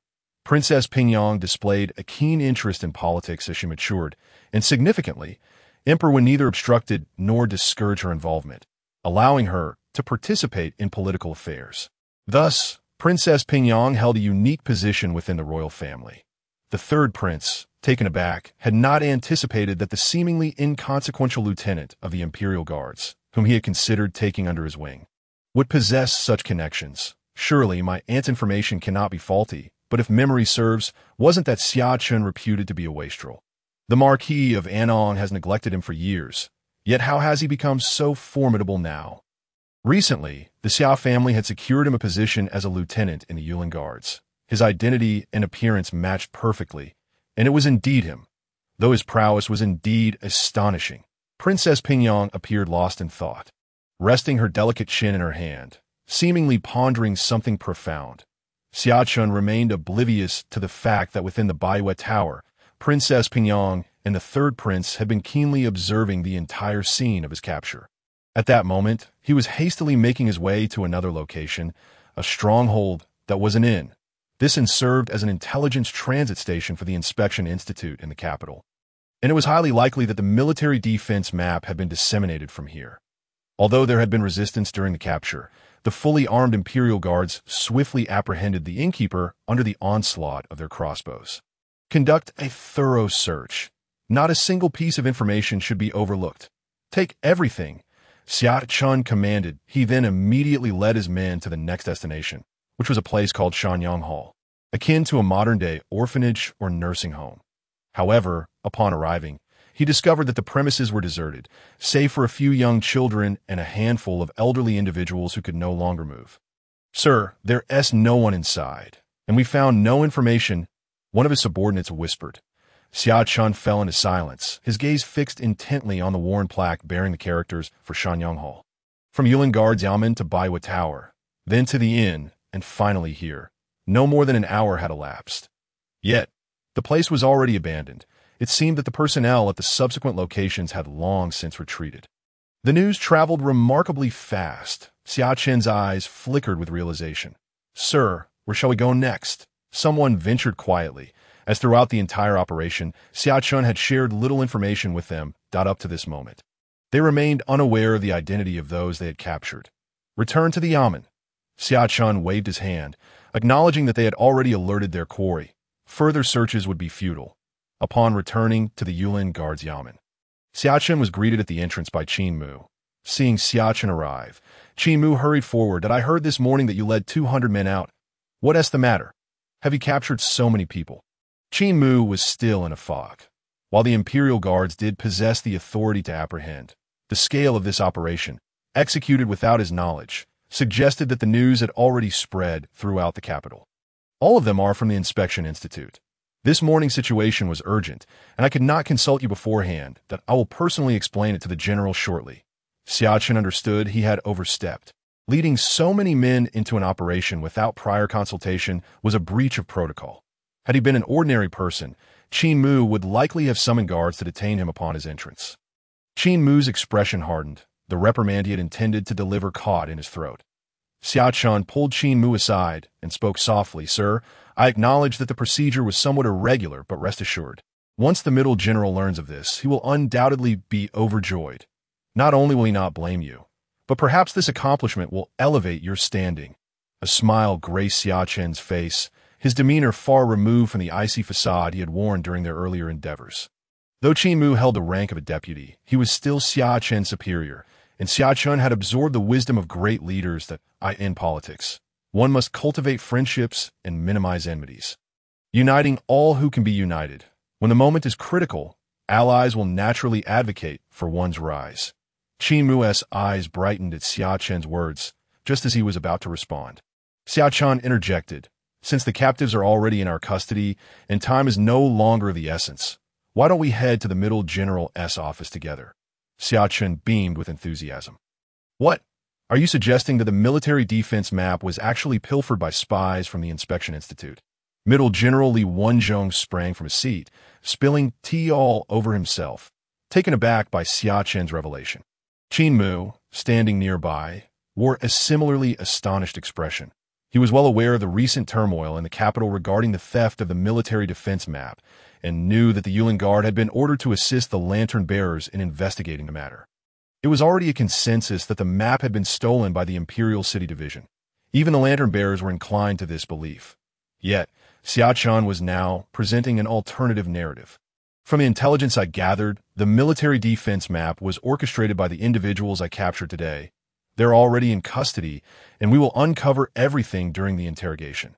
Moreover, even if the military defense map is unrelated to these individuals, their affiliation with the Inspection Institute's clandestine operations is indisputable. Regardless, we have achieved a significant accomplishment. Xia Chen reported respectfully. Li Wenzhong sat back down, attempting to regain his composure, yet the broader implications of the situation only seemed to amplify his joy. If the military defense map was indeed pilfered by agents of the Inspection Institute, it would constitute an extraordinary triumph. Alternatively, even if Xia Chen was mistaken, capturing genuine spies would still be a notable success, leaving no room for disappointment. However, this may antagonize the lantern bearers. I wonder if you can withstand the pressure from them. Before Li Wenzhong could voice his concerns, Xia Chen spoke up. Li Wenzhong's gaze flickered. The lantern bearers operated independently from the court, wielding immense influence. The recent loss of the military defense map could be seen as a failure on their part. If it were indeed the Inspection Institute that had stolen it, it would represent a grave dereliction of duty on the part of the lantern bearers. Their monumental achievement would effectively be built on the backs of the lantern bearers. In no matter, our Yulin Guard serves as the Emperor's close military, and the lantern bearers have no jurisdiction here. Furthermore, we possess the rightful authority to intervene in this matter. Li Wenzhong hesitated for a moment, but his resolve solidified. The opportunity for great merit lay before him. To shy away would be to display cowardice. The lantern bearers may wield significant power. Yet did he, Li Wenzhong, lack influence? Let us keep this matter discreet for now. We must first extract information from the captives and gather evidence. I will then petition an audience with His Majesty to commend our efforts. As he spoke the last sentence, Li Wenzhong's gaze fell upon Xia Chen, acknowledging that this young lord from the Marquis's house was far more astute than he had initially perceived. Devoid of the arrogance typically found in those newly entering the fray, his approach was remarkably shrewd. Xia Chen had laid the groundwork for Li Wenzhong's success, and naturally, he would reciprocate with gratitude. A smile broke across Xia Chen's face as he respectfully clasped his fists. I shall defer to the General's judgment. A seasoned politician must understand the art of sharing power. It is essential to create benefits for subordinates while also nurturing one's superiors. One must never indulge in solitary consumption of accolades. History teaches us that those who seek to monopolize success often meet with dire consequences. Xia Chen would not fall into such a trap. Moreover, he recognized his current limitations. Confronting the lantern bearers directly would yield no advantages. That it was far wiser to allocate a portion of the credit, allowing Li Wenzhong to bear the mantle of leadership, while he remained in the background to cultivate his own strength. The ensuing conflict with the lantern bearers was beyond his current capacity to navigate. Qin Mu stood to the side, watching Xia Chen discuss future matters with Li Wenzhong with such ease, and found himself momentarily disoriented. He couldn't help but recall a saying. In that year, I stood as a mere pawn. Yet, was he not supposed to be Xia Chen's superior? Why was it that his subordinate was engaging in fervent discussions with his superior, while he himself could not interject a single word? But upon reflection, he realized that he had no burdens to bear. He could simply reap the rewards while lying back. This was rather delightful. Perhaps he should continue to play the supportive role. Qin Mu resigned himself to this fate. Just as Xia Chen emerged from General Li Wenzhong's tent, he encountered Xia Hui entering with his men. How did things go on your end? Sir, I dismantled 3 strongholds and apprehended all the key figures. However, when I arrived at the 4th stronghold, it was already deserted. Upon hearing Xia Hui's report, Xia Chen fell into contemplation. He had only managed to secure 2 strongholds, while Xia Hui and the men from the Inspection Institute had clearly received the news a moment too late. Bring them in, Xia Chen said tersely. He said little more. The critical players had already been captured, rendering the endeavor a success regardless of the minor setbacks. As noon approached, The atmosphere among the Yulin soldiers shifted palpably, as if an undercurrent of tension had settled over the ranks. The middle general, who had previously remained within the confines of his quarters, was now making frequent trips to the small jails at the back of the Yulin Gardas Yamen, emerging each time with a radiant smile that seemed impossible to suppress. This must be related to the individuals captured by Xia Chen earlier that morning. Many have speculated about the matter at hand. Xia Chen remained dutifully within the military tent, only briefly accompanying Li Wenzhong to the prison to interrogate the actors. Although referred to as a prison, it was merely a few airless rooms. The entire court possessed independent prisons only within the Ministry of Justice and under the Lantern Bearers, in order to swiftly extract valid information. Xia Chen imparted several advanced memory recovery techniques to assist the actors in rapidly recalling the details of the military defense diagram theft. Xia Chen refrained from intervening further, knowing that after he had taught the advanced memory recovery technique, the small prison echoed with the incessant sounds of anguish, chilling the spines of those who heard it. The individuals employing the memory recovery technique began to regard Xia Chen with a newfound reverence. This newly appointed captain was undoubtedly a formidable character, capable of devising such perverse methods of torture. Even the specially trained spies would likely falter under such duress. In the afternoon, the lantern bearers arrived. Neither Xia Chen nor Li Wenzhong found this surprising. Earlier that morning, the Feathered Forest Guard had made a significant move, capturing numerous individuals, news that could not be contained and had already spread throughout the capital. As an intelligence organization, how could the lantern bearers remain uninformed? Initially, they paid little heed, but as more intelligence trickled in, their expressions grew grave, realizing that something monumental was unfolding. Captain Kai Ming of the Lantern Bearers, acting on the orders of our commanding officer, has come to apprehend individuals. Kai Ming, accompanied by a dozen or so men, presented his insignia with a courteous tone, yet his demeanor was resolute, stating simply that he had come to take someone. Captain Kai must be mistaken. This is the Feathered Forest Guard. Who are you here to take? Qin Mu personally blocked Kai Ming at the entrance, regarding him with a puzzled expression. Do not feign ignorance. Captain Qin, this morning, it was reported that the Feathered Forest Guard mobilized to detain a group of spies. Matters concerning spies have always been under the jurisdiction of the Lantern Bearers. The Imperial Guard's responsibility is the safety of the city. Now that the individuals have been captured, they should naturally be handed over to us for imprisonment. Qin Mu chuckled upon hearing this, unfazed. Indeed, we captured a group this morning, but there are no spies among them. We received reports from the citizens that they were lawbreakers plotting activities harmful to the capital's safety. It is our duty to safeguard the city, and we are currently conducting an investigation to prevent any accomplices from escaping. Once our inquiries are complete, we will certainly hand them over to you. Kai Ming's lips twitched at this response, as if he could not believe they were attempting to deceive the lantern bearers. Captain Qin, I have no desire to engage in further debate. Regardless of whether the individuals apprehended this morning are spies or mere lawbreakers, simply hand them over to the lantern bearers. We will take responsibility for any subsequent matters. And we will not forget the contributions of the Imperial Guard. Kai Ming's stance was unyielding, and after speaking, he attempted to stride past with his men. Qin Mu's expression turned icy, and he stepped forward. This is the stronghold of the Imperial Guard.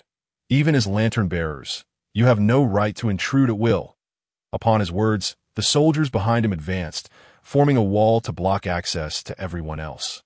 Kai Ming's face darkened, and he regarded the resolute Qin Mu with a serious expression, his countenance shifting between various emotions.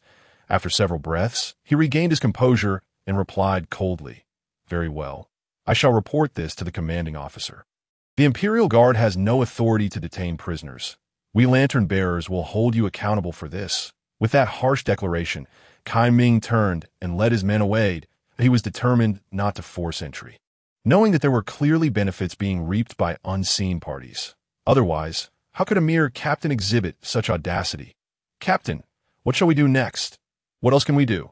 "Return and report to the commanding officer." "I am but a lowly captain on their territory. I cannot expect to overturn the situation," Kai Ming replied angrily, kicking at the ground in frustration as he addressed his questioning subordinate, though his gaze remained calm. The Feather Forest Guard would rather offend us lantern bearers than surrender those individuals that is it because they harbor significant achievements. Are they afraid we might claim their merits? Or is there another reason? Kai Ming's mind raced, swiftly arriving at the military defense diagram. The only matter that could prompt such a resolute stance from the Feathered Forest Guard had to be this, that a sense of foreboding gnawed at him, as they had already received reliable intelligence indicating that the individuals captured by the Feathered Forest Guard earlier that morning belonged to the Imperial Inspection Institute. However, they lacked knowledge of the precise reasoning behind it, as Xia Chen and Li Wenzhong had already sealed the information. Very few were privy to the entire situation, and those conducting the interrogations were strictly forbidden from leaving the prison to prevent any leaks. Though the Lantern Bearers were an intelligence organization, the Imperial Guard was exceptionally unique. Unless commanded by the Emperor, arbitrarily inserting spies within the Feather Forest Guard would lead to dire consequences. Thus, even at this juncture, the Lantern Bearers remained oblivious to the specifics of the unfolding events. Upon relaying his suspicions, Kai Ming's insights garnered immediate attention. The Lantern Bearers, operating at full capacity, became a formidable force, especially when driven by a specific purpose. That evening, the Lantern Bearers, following Xia Chen's earlier actions, apprehended members of the Inspection Institute who had received prior intelligence and vacated their stronghold. Under intense interrogation, they finally unearthed the details of the situation. In the dead of night, the military defense diagram was stolen by the Inspection Institute. Commanding Officer Lu Li spoke in a low voice, his gaze fixed intently on the subordinate reporting to him. The subordinate trembled as he spoke. The examination results indicate as much. Lu Li sank back into his seat, taking a deep breath as he realized the gravity of the situation. The Lantern Bearers had committed such a grave oversight, having pursued the wrong target for days. What would the Emperor think if he learned of this? Would he doubt Lu Li's capabilities? It was no wonder that, despite days of investigation, no critical results had emerged. They had simply been led astray. Summon Shun Fong to me. How could he mishandle this matter? Lu Li seethed, but soon regained his composure. Bring me my clothing. I must go out. It was already late at night, and he had been resting at home, having been awakened abruptly from his slumber. Now, fully alert, he needed to rush to the Feathered Forest Guard to retrieve the key figures and confer with Li Wenzhong. This situation needed to be transformed from their negligence into a narrative where the Lantern Bearers and the Feathered Forest Guard discovered the anomaly together, delving deeper into the investigation, ultimately capturing the members of the Inspection Institute. In doing so, they could not only evade blame, but also earn merit. However, just as he donned his attire and entered the front hall, he was met by his steward, who rushed in with urgency. "Master, someone has arrived from the palace." Lu Li's expression shifted upon hearing this. Realizing it was already too late, the Feathered Forest Guard had struck first. Xia Chen awoke feeling invigorated, having enjoyed a restful night's sleep. The previous evening, he had stayed late at the Feathered Forest Guard headquarters, ensuring that all evidence pointing to the Inspection Institute as the thieves of the military defense diagram was meticulously prepared before his departure. He understood that the subsequent events would no longer directly involve him. The intricacies of their power play were beyond his current reach, as Xia Chen practiced a set of martial arts in the courtyard. Preparing to leave for work at the headquarters, a family guard appeared outside his courtyard. "Third young master, the master requests your presence. He has matters to discuss with you." "Understood." Xia Chen nodded, altering his course from west to east. Heading toward the inner courtyard, he anticipated inquiries regarding the military defense diagram. Both he and Li Wenzhong believed that this matter required prompt action to settle affairs before all parties could react. Thus, Li Wenzhong had entered the palace overnight to finalize the matter. Mingda Courtyard. This was the residence of Xia Chen, resplendent with vibrant blossoms and warm spring sunshine. This courtyard boasted a history of 400 years, with each generation of family heads having resided within its walls, leaving behind the marks of time. Second brother. Upon his arrival, Xia Chen encountered a young man emerging from the courtyard, handsome and in his early 20s. Xiao Chen, the young man, named Xia Xian, is the second son of Xia Qian. Currently, Xia Xian serves in the Imperial Guard Dragon Marshal Division and, through his own efforts, has risen to the rank of deputy commander in just a few short years. Establishing himself as one of the prominent figures of the younger generation within the Imperial Guard, he nodded slightly at Xia Chen, his mind involuntarily drifting back to the words his father, Xia Chen, had just spoken to him, and his gaze towards Xia Chen subtly shifted. It was the first time such an incident had occurred where the Imperial Guard competed for credit, and the key figure in this matter was none other than his younger brother standing before him. "You may enter first. Father is waiting for you." The two exchanged no further pleasantries, and Xia Chen nodded before turning to leave. Xia Chen was not particularly surprised. Xia Chen had always possessed a somewhat indifferent disposition. Lacking malice, they had shared a relatively good relationship during their childhood when Xia Chen frequently visited this courtyard. However, as they grew older, Xia Chen moved to a separate residence, leading to a degree of estrangement. Upon entering the courtyard, Xia Chen spotted Xia Chen seated in the garden, seemingly awaiting his arrival. After paying his respects, Xia Chen took a seat without hesitation, and a nearby maidservant poured him tea before stepping back respectfully. Xia Chen picked up a pastry from the table and began to eat. It was quite delightful, serving well as a breakfast. In truth, he was quite familiar with this courtyard, recognizing every blade of grass and every maidservant. For he had spent most of his time here before the age of 12. However, as he matured, he developed a sense of pride and chose to move out of Mingda courtyard, except during festivals. He typically resided in his own small courtyard. Xia Chen observed Xia Chen as he ate, his gaze contemplative, before he finally spoke. "The military defense map incident was orchestrated by you. There were no outsiders present." Allowing Xia Chen to be forthright, "I received word just before dawn today, learning of the significant events that transpired in the palace last night. That is correct, but I distributed the credit, letting Li Wenzhong take the forefront." Xia Chen swallowed a pastry and took a sip of tea, responding calmly, "You handled this matter wisely. After all, you are still merely a captain, newly entering the political arena. Being too conspicuous is not advisable." Upon hearing this, Xia Chen nodded, his gaze towards Xia Chen now tinged with increased approval. "Do you know what transpired last night?" Xia Chen's tone shifted, becoming serious. "After generally entered the palace overnight, I returned and did not concern myself with the subsequent matters." Xia Chen shook his head. He had no role in what followed. Deeming it unnecessary to delve further, Liu Li has been ousted. Xia Chen's calm words concealed a bombshell of information. Liu Li had held the position of chief of the Lanterns for 26 years, having been elevated by Emperor Wen himself, and was indeed the King of Darkness, overseeing all of Dawu's clandestine activities. The fall of such a figure was unprecedented. It was evident that the political landscape of Dawu would soon experience upheaval, with many so-called important figures likely to be crushed in the ensuing reshuffle. Was this due to the military defense map incident? To some extent, yes. The theft of the military defense map signifies Liu Li's dereliction of duty.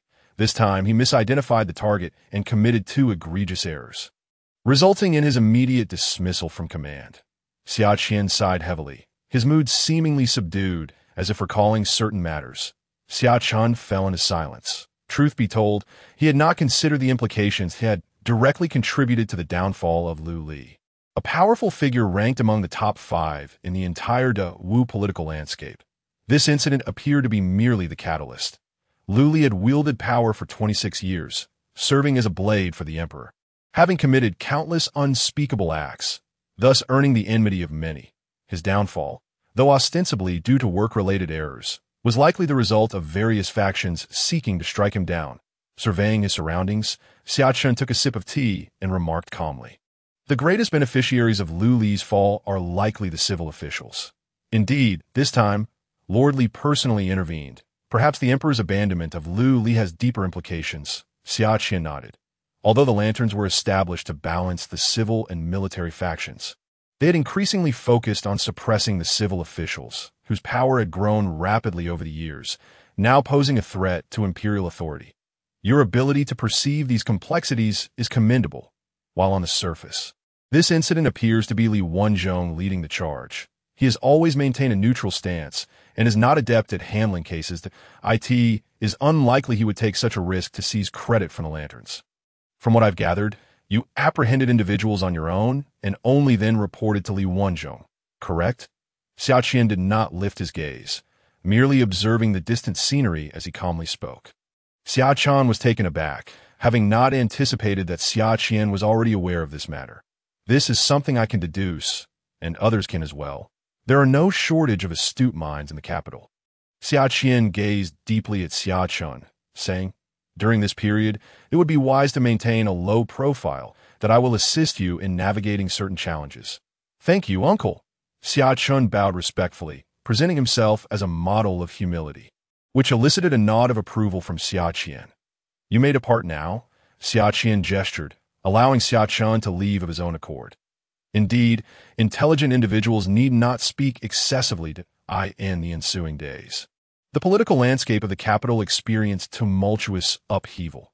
The Ministry of Justice and the Imperial Guard sprang into action, and the downfall of a prominent figure left many exhilarated. Positions of power were akin to a game of musical chairs. Only when one person fell could another ascend. Meanwhile, in a realm unseen by the ordinary populace, the lantern-bearers commenced a fervent assault on the Great Fang's Inspection Bureau. Numerous undercover agents hidden within the capital were captured or even executed on the spot. Far away in the northwestern frontier, the military began large-scale mobilization, imposing martial law and preparing for war. They braced for potential conflict with the western kingdom of Qing and the northern Great Fang, standing ready for battle. Several key figures from the martial valor faction were summoned to the imperial palace for military discussions, and even the cabinet was in deliberation. Should war indeed erupt in the northwestern frontier? The question of who should lead the expedition loomed large in this atmosphere thick with the scent of gunpowder. Marquis Anwu Xia Chen was summoned to the palace on numerous occasions. Xia Chen heard through the grapevine that the emperor intended to employ Xia Chen, with the possibility of appointing the reclusive Marquis of Zhendong. Xia Chen, 36 years prior, Xia Chutian had nearly brought the Great Fang to its knees during the Battle of Huaiyang. The entire court held great confidence in the old general's return to the fray. It was unlikely that his grandfather would be called upon. Xia Chutian's military achievements during the Battle of Huaiyang were too formidable. Should war erupt again and victory be secured, it was conceivable he might even be bestowed a title of nobility. However, this scenario seemed improbable. Thus, neither the emperor nor the cabinet would allow such a situation to arise. In the garden, Xia Chen and Xia Qian strolled leisurely, engaged in conversation.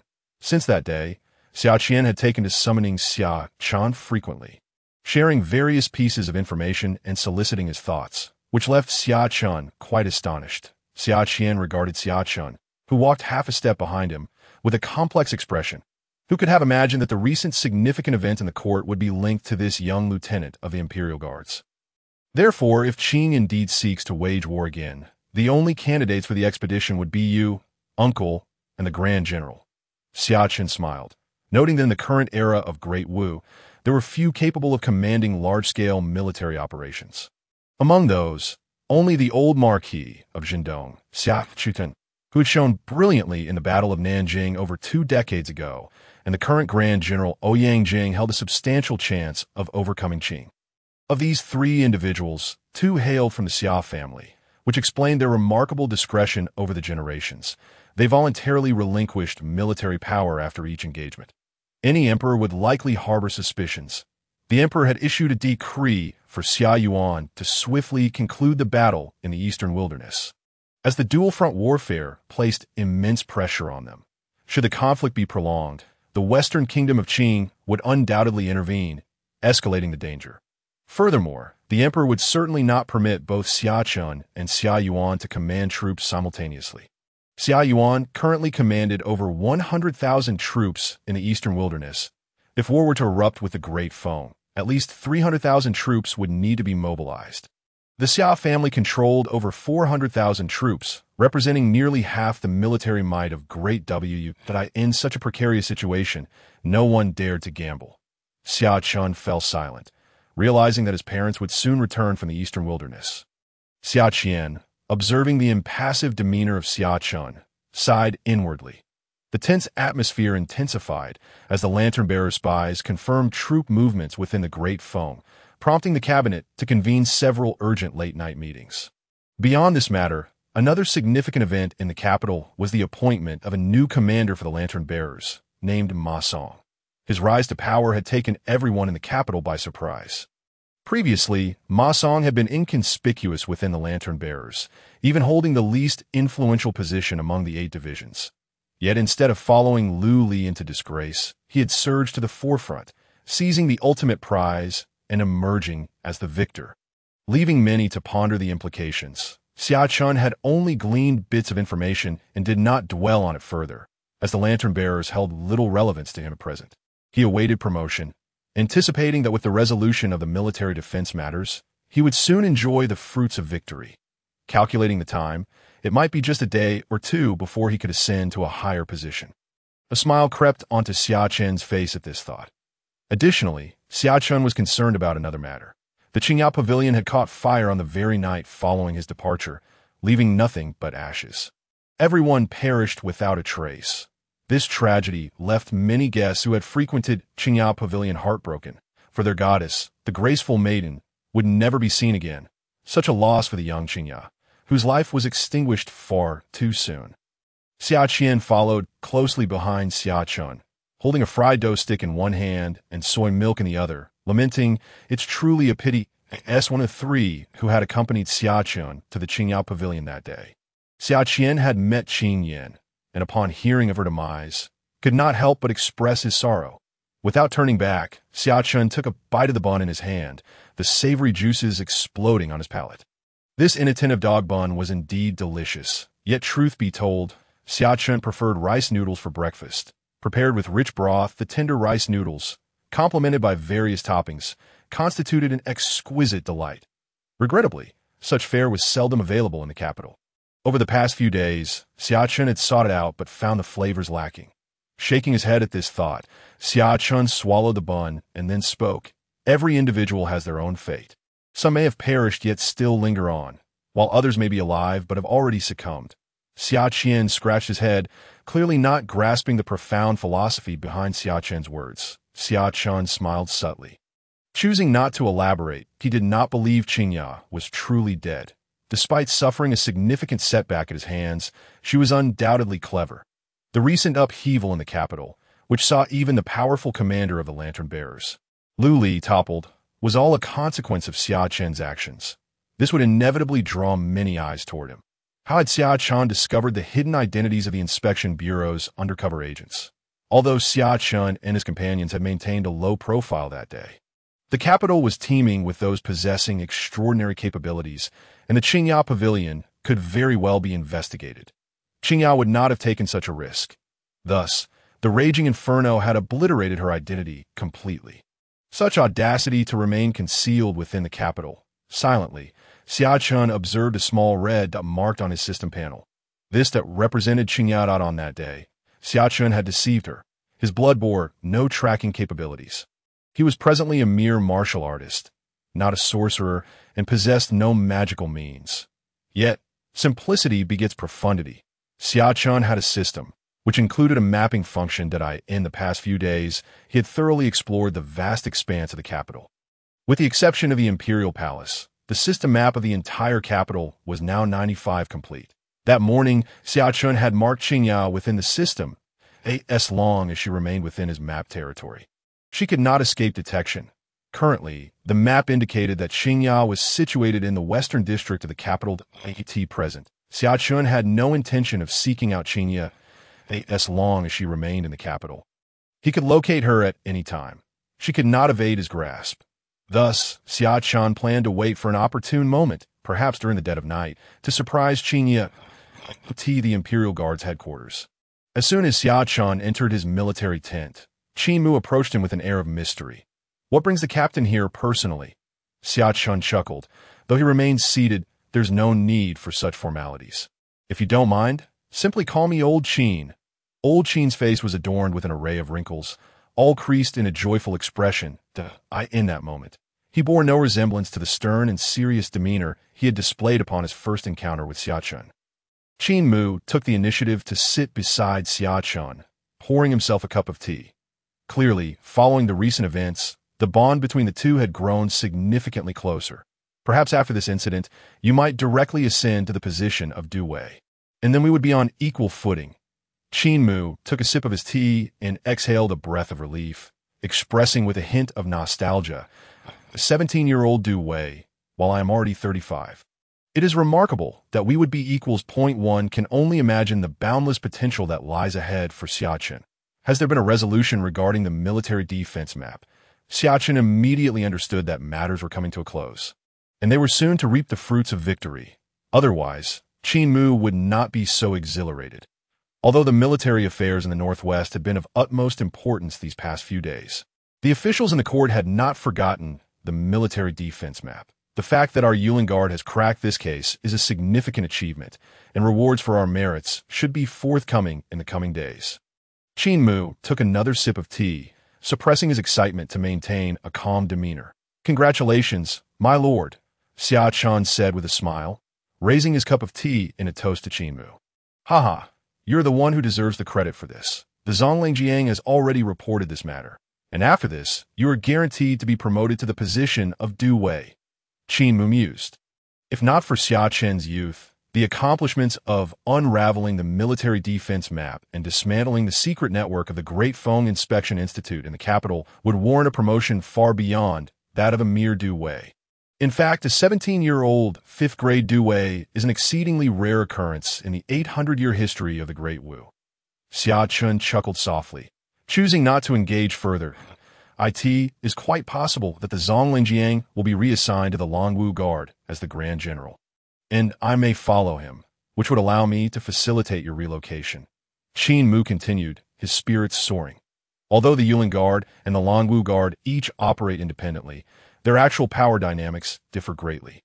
The Yulin Guard consists of merely 3,000 men, tasked solely with maintaining public order in the capital.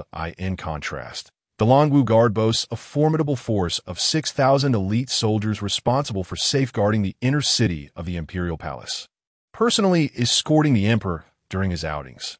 While the Grand General of the Longwu Guard holds only a third-grade official title, his authority is immense, with only one direct superior above him, the Wen Emperor.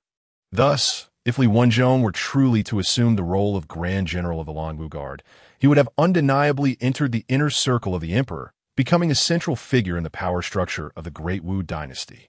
"Is the news reliable?" Xia Chen inquired. Though the edict had yet to be issued, the Zonglingjiang had visited the palace twice in recent days, suggesting that his promotion was likely. Upon hearing this, Xia Chen's mind raced with thoughts. Changes in positions inevitably lead to a reshuffling of power.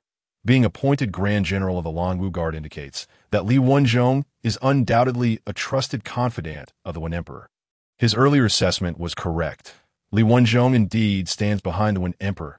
The previous Grand General of the Longwu Guard had been quite close to the Crown Prince, and suddenly, Qin Mu glanced around, leaning close to Xia Chen's ear and whispering. Though he did not finish his sentence, Xia Chen comprehended the implication immediately. The Grand General of the Longwu Guard essentially serves as the Emperor's bodyguard. Now, the fact that this bodyguard has developed a rapport with the heir apparent is a signal that is utterly intolerable for any emperor. The relationship between the Emperor and the Crown Prince has historically been fraught with complexity, both a lineage and a rivalry. For the Crown Prince is the only one who can openly threaten the Emperor's power. Xia Chen swiftly recorded this information in his mind, parsing out the useful insights. The Emperor harbors doubts about the Crown Prince, thus fostering the third prince to maintain a balance, instigating conflict between the two that, while this strategy is not inherently flawed, it inadvertently sows the seeds for the coup that would occur 5 years hence.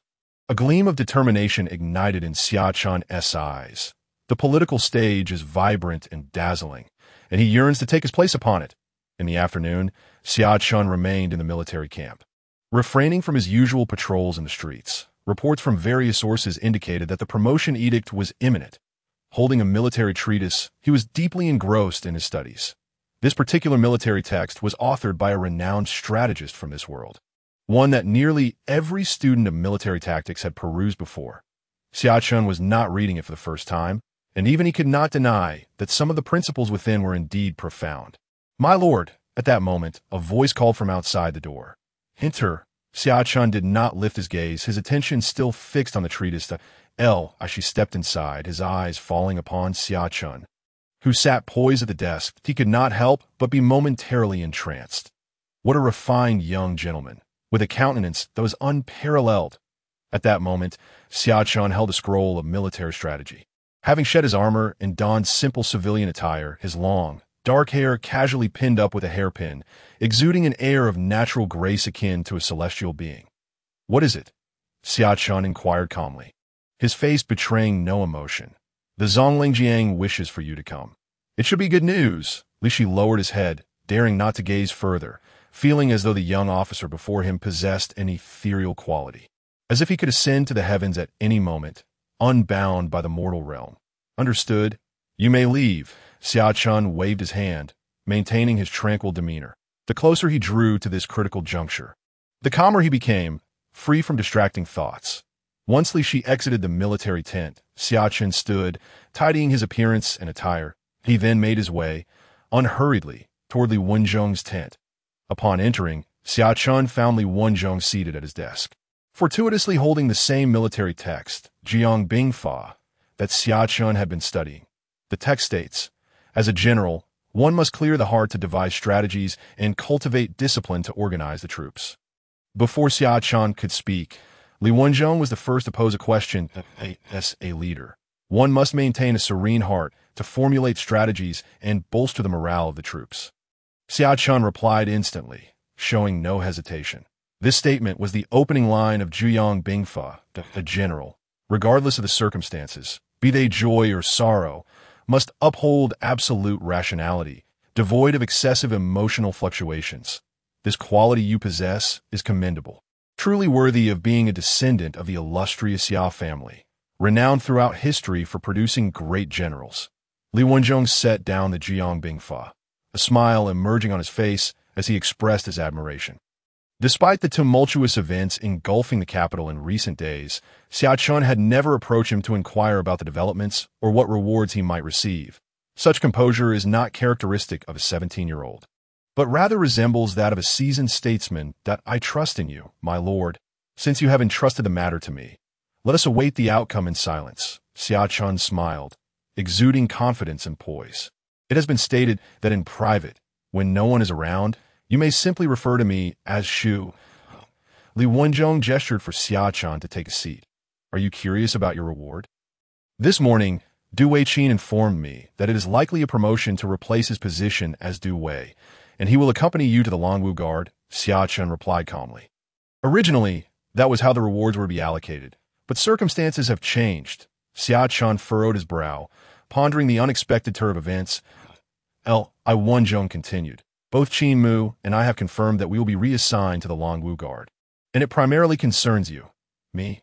Xia Chen looked at Li Wenzhong, slightly taken aback. He had initially thought that there was an issue regarding Li Wenzhong's appointment as Grand General of the Longwu Guard, only to discover it was about himself. "It was indeed intended to promote you to Du Wei, but the Emperor has intervened." Li Wenzhong cast a deep glance at Xia Chen. The Emperor? A spark of realization ignited in Xia Chen's eyes. He had not anticipated the Emperor's personal involvement in his promotion to Du Wei. "You need not worry too much. The Emperor did not reject your appointment as Du Wei, merely stating that there is no rush for your promotion. Young people ought to undergo more tempering." Li Wenzhong took a sip of tea, smiling. Finally, he witnessed a shift in the young man's expression, a departure from the previously unruffled demeanor, revealing maturity that even surpassed his own. This is indeed a fortunate circumstance. Among countless officials in the court, only a select few can catch the Emperor's EYL. Wenzhong gently patted Xia Chen's shoulder.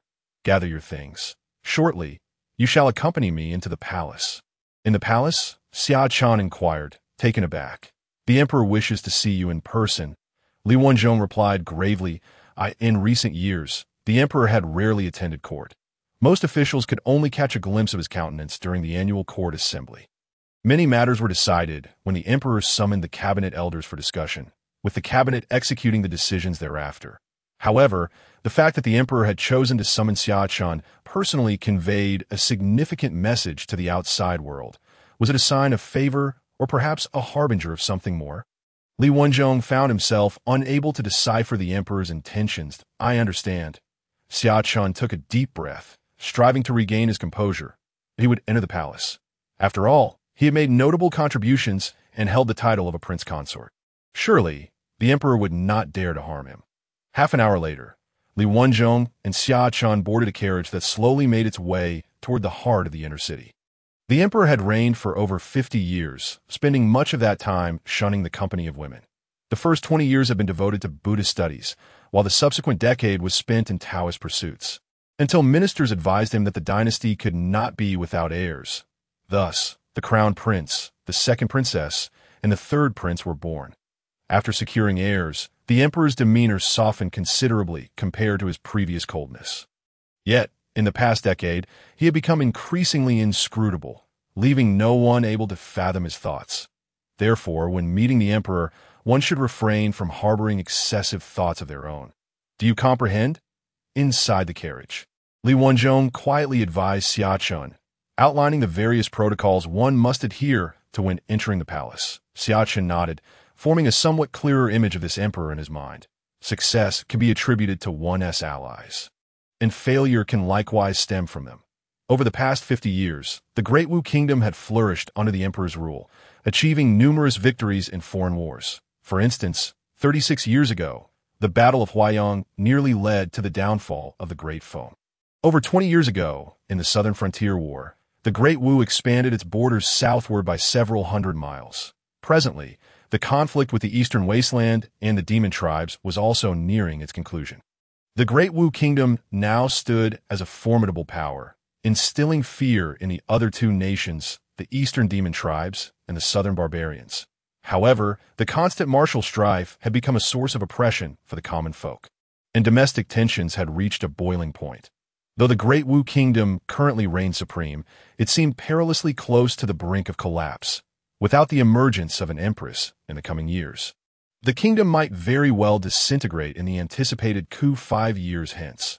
Transitioning from prosperity to ruin, as the carriage continued, Xia Chen engaged in a deep analysis of the current and future political landscape. Soon, the vehicle halted before an imposing and majestic city wall. Li Wenzhong and Xia Chen simultaneously opened their eyes. The palace had arrived. Outside the city wall, armored soldiers stood guard. Upon seeing Li Wenzhong's carriage, 2 men approached. Disembark. The carriage cannot enter. Li Wenzhong stepped down first, with Xia Chen following closely behind. Sir Li. The soldiers saluted upon recognizing Li Wenzhong. They were members of the Donghou Guard, and news had already circulated among them that their general might soon be replaced by none other than Li Wenzhong himself. Proceed with the search. I am entering the palace. Li Wenzhong nodded and extended his arms. Even as the head of the cabinet, he was required to undergo a thorough inspection before entry. It was the established protocol. No exceptions. Sir, the emperor's decree has arrived. You may enter directly. A soldier casually conducted a brief search of Li Wenzhong and then hastily added, Li Wenzhong nodded, while Xia Chen silently observed from behind if he wasn't mistaken. The 3 characters Baihu Gate inscribed on the wall held significant implications. 5 years hence, the palace coup would indeed erupt from Baihu Gate, with the third prince leading an army to breach it, resulting in a bloody massacre within the palace. This towering wall was formidable, adorned with various magical formations set by sorcerers and manned by heavily armored crossbowmen. Unless tens of thousands of soldiers were to be sacrificed, a forced assault would prove futile. Xia Chen meticulously scrutinized the terrain surrounding Baihu Gate. Outside the capital lay 3 military camps, totaling 50,000 troops, alongside the imperial guards safeguarding the city. None could command these 3 camps without the emperor's explicit orders. Moreover, regardless of the circumstances, these 50,000 soldiers were forbidden from entering the capital. Thus, it was evident that any attempt to breach Baihu Gate would necessitate an internal breach, requiring someone to open it from within. The third prince must have either bribed the commanding officer stationed at Baihu Gate or had him under his influence from the start. Xia Chen pondered deeply, realizing that certain members of the Donghou Guard had shifted their allegiance to the third prince. This was crucial intelligence. Just as Xia Chen was lost in thought, Li Wenzhong followed, a leading eunuch, through a series of grand palace gates. Xia Chen ceased his musings and began to take in the splendor of the palace. The glazed tiles shimmered under the sunlight, resembling stars adorning the palace roof. The intricately carved beams and painted rafters narrated tales of ancient grandeur and legend. Palace lanterns swayed gently, casting ethereal shadows that danced through the corridors, creating a dreamlike ambience. Auspicious birds and mythical beasts perched on the eaves, as if safeguarding this majestic realm. Exuding regal dignity and opulence. 8 centuries of history had imbued every brick and tile with the weight of time, instilling a sense of reverence that deterred any thoughts of disrespect. General Li, you may bring the prince consort inside. The leading eunuch beamed, exuding none of the arrogance typically associated with outsiders, appearing instead as a mere ordinary servant. Very well, Li Wenzhong nodded, refraining from excessive courtesy. After all, he was soon to assume the position of the Longwu Guard's general. He need not concern himself with anyone other than the few eunuchs overseeing the 12 supervisors.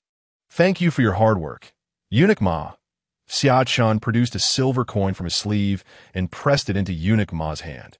Eunuch Ma's eyes brightened momentarily before he quickly regained his composure. Waving his hands in protest, "It is merely the duty of a servant. How could I dare accept silver from the prince consort?" Eunuchs tasked with serving the emperor were typically shrewd individuals, and Eunuch Ma was well aware of this young nobleman's background. While he could overlook the usual courtesies extended to common princes, the fact that this one hailed from the Xia residence, and, more importantly, that the emperor had personally summoned him, was unprecedented. Over the years, aside from a select few cabinet ministers and high-ranking officials, he had never witnessed the emperor summon anyone in such a manner. Thus, he could not possibly accept Xia Chen's silver. Though you serve the emperor, it is only a small token for the time you've spent waiting, just a little silver to buy a jug of wine. Xia Chen smiled, choosing not to press further. He deftly slipped the coin into Eunuch Ma's waistband and waved his hand as he proceeded into the palace. Eunuch Ma felt the weight of the silver against his waist, momentarily lost in thought as he watched Xia Chen's retreating figure. Though he served the emperor, he wielded no real power and had never been treated with such respect by the prominent officials he encountered. No one had ever shown concern for how long he had waited or personally offered him silver. Feeling the lingering warmth of Xia Chen's silver, Eunuch Ma took a deep breath and placed the coin into his pocket, his expression settling into a calm demeanor. Your subject bows before your majesty. Upon entering the palace and traversing a lengthy corridor, they arrived at a grand hall, before Xia Chen could fully absorb the palace's ambience. Li Wenzhong pulled him down to kneel. Rise. A voice, ethereal and untraceable, reverberated through the hall. It was then that Xia Chen beheld the hall's interior. The center of the palace, seated cross-legged on the ground, was an elderly man clad in a Taoist robe, adorned with a necklace of prayer beads. His hair, flecked with white, was turned away from the two, concealing his true visage. This was none other than the sovereign of the Great Wu Empire. Though an emperor, this is the Longwu Guard's token. Take it and proceed to your appointment tomorrow.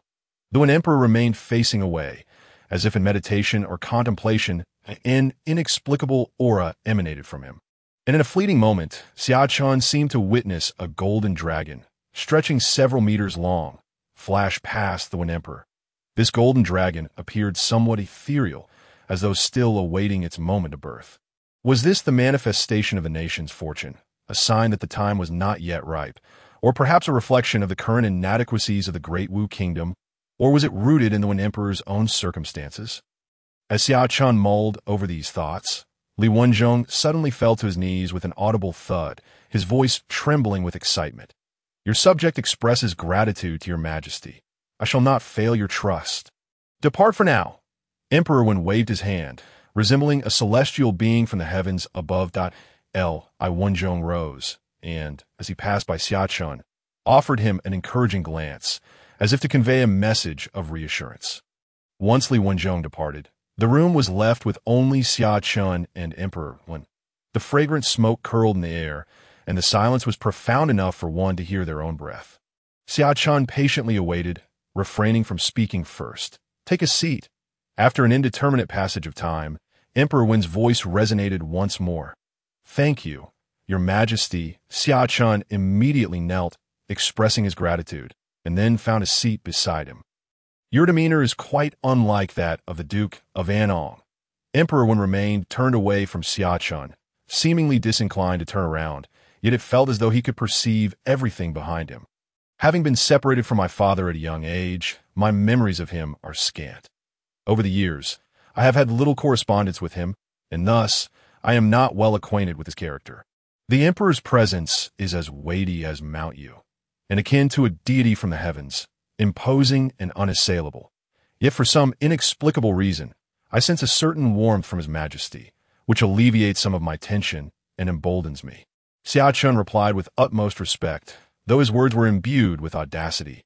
Upon hearing Xia Chen's response, Emperor Wen fell into a brief silence, a flicker of light dancing in his eyes, as if lost in contemplation. Within the opulent yet eerily majestic palace, Emperor Wen's voice echoed like a tolling bell, devoid of emotion.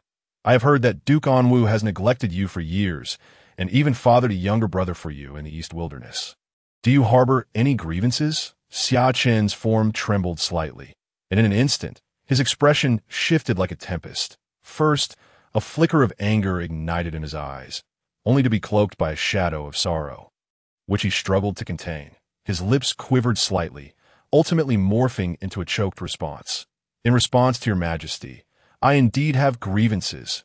Emperor Wen's tone abruptly turned severe, akin to a cold wind sweeping across a frozen lake.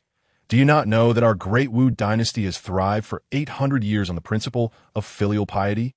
Your father, as a son, how can he entertain grievances? Xia Chen fell prostrate, his forehead striking the floor with conviction, his voice resolute and sincere. Our Great Wu dynasty governs through filial piety, where the sovereign is sovereign. Ministers are ministers, fathers are fathers, and sons are sons. Your majesty is both sovereign and father. How could I dare to deceive you? At that moment, a gleam of golden light flickered in Emperor Wen's eyes. As if the sun had broken through the clouds, Xia Chen felt an overwhelming pressure surge forth, akin to a colossal beast awakening from millennia-long slumber. He was inwardly astonished. Is Emperor Wen a sorcerer? His realm is truly profound. This formidable presence seems to transcend the mundane, undoubtedly a master of the third rank, if not the second.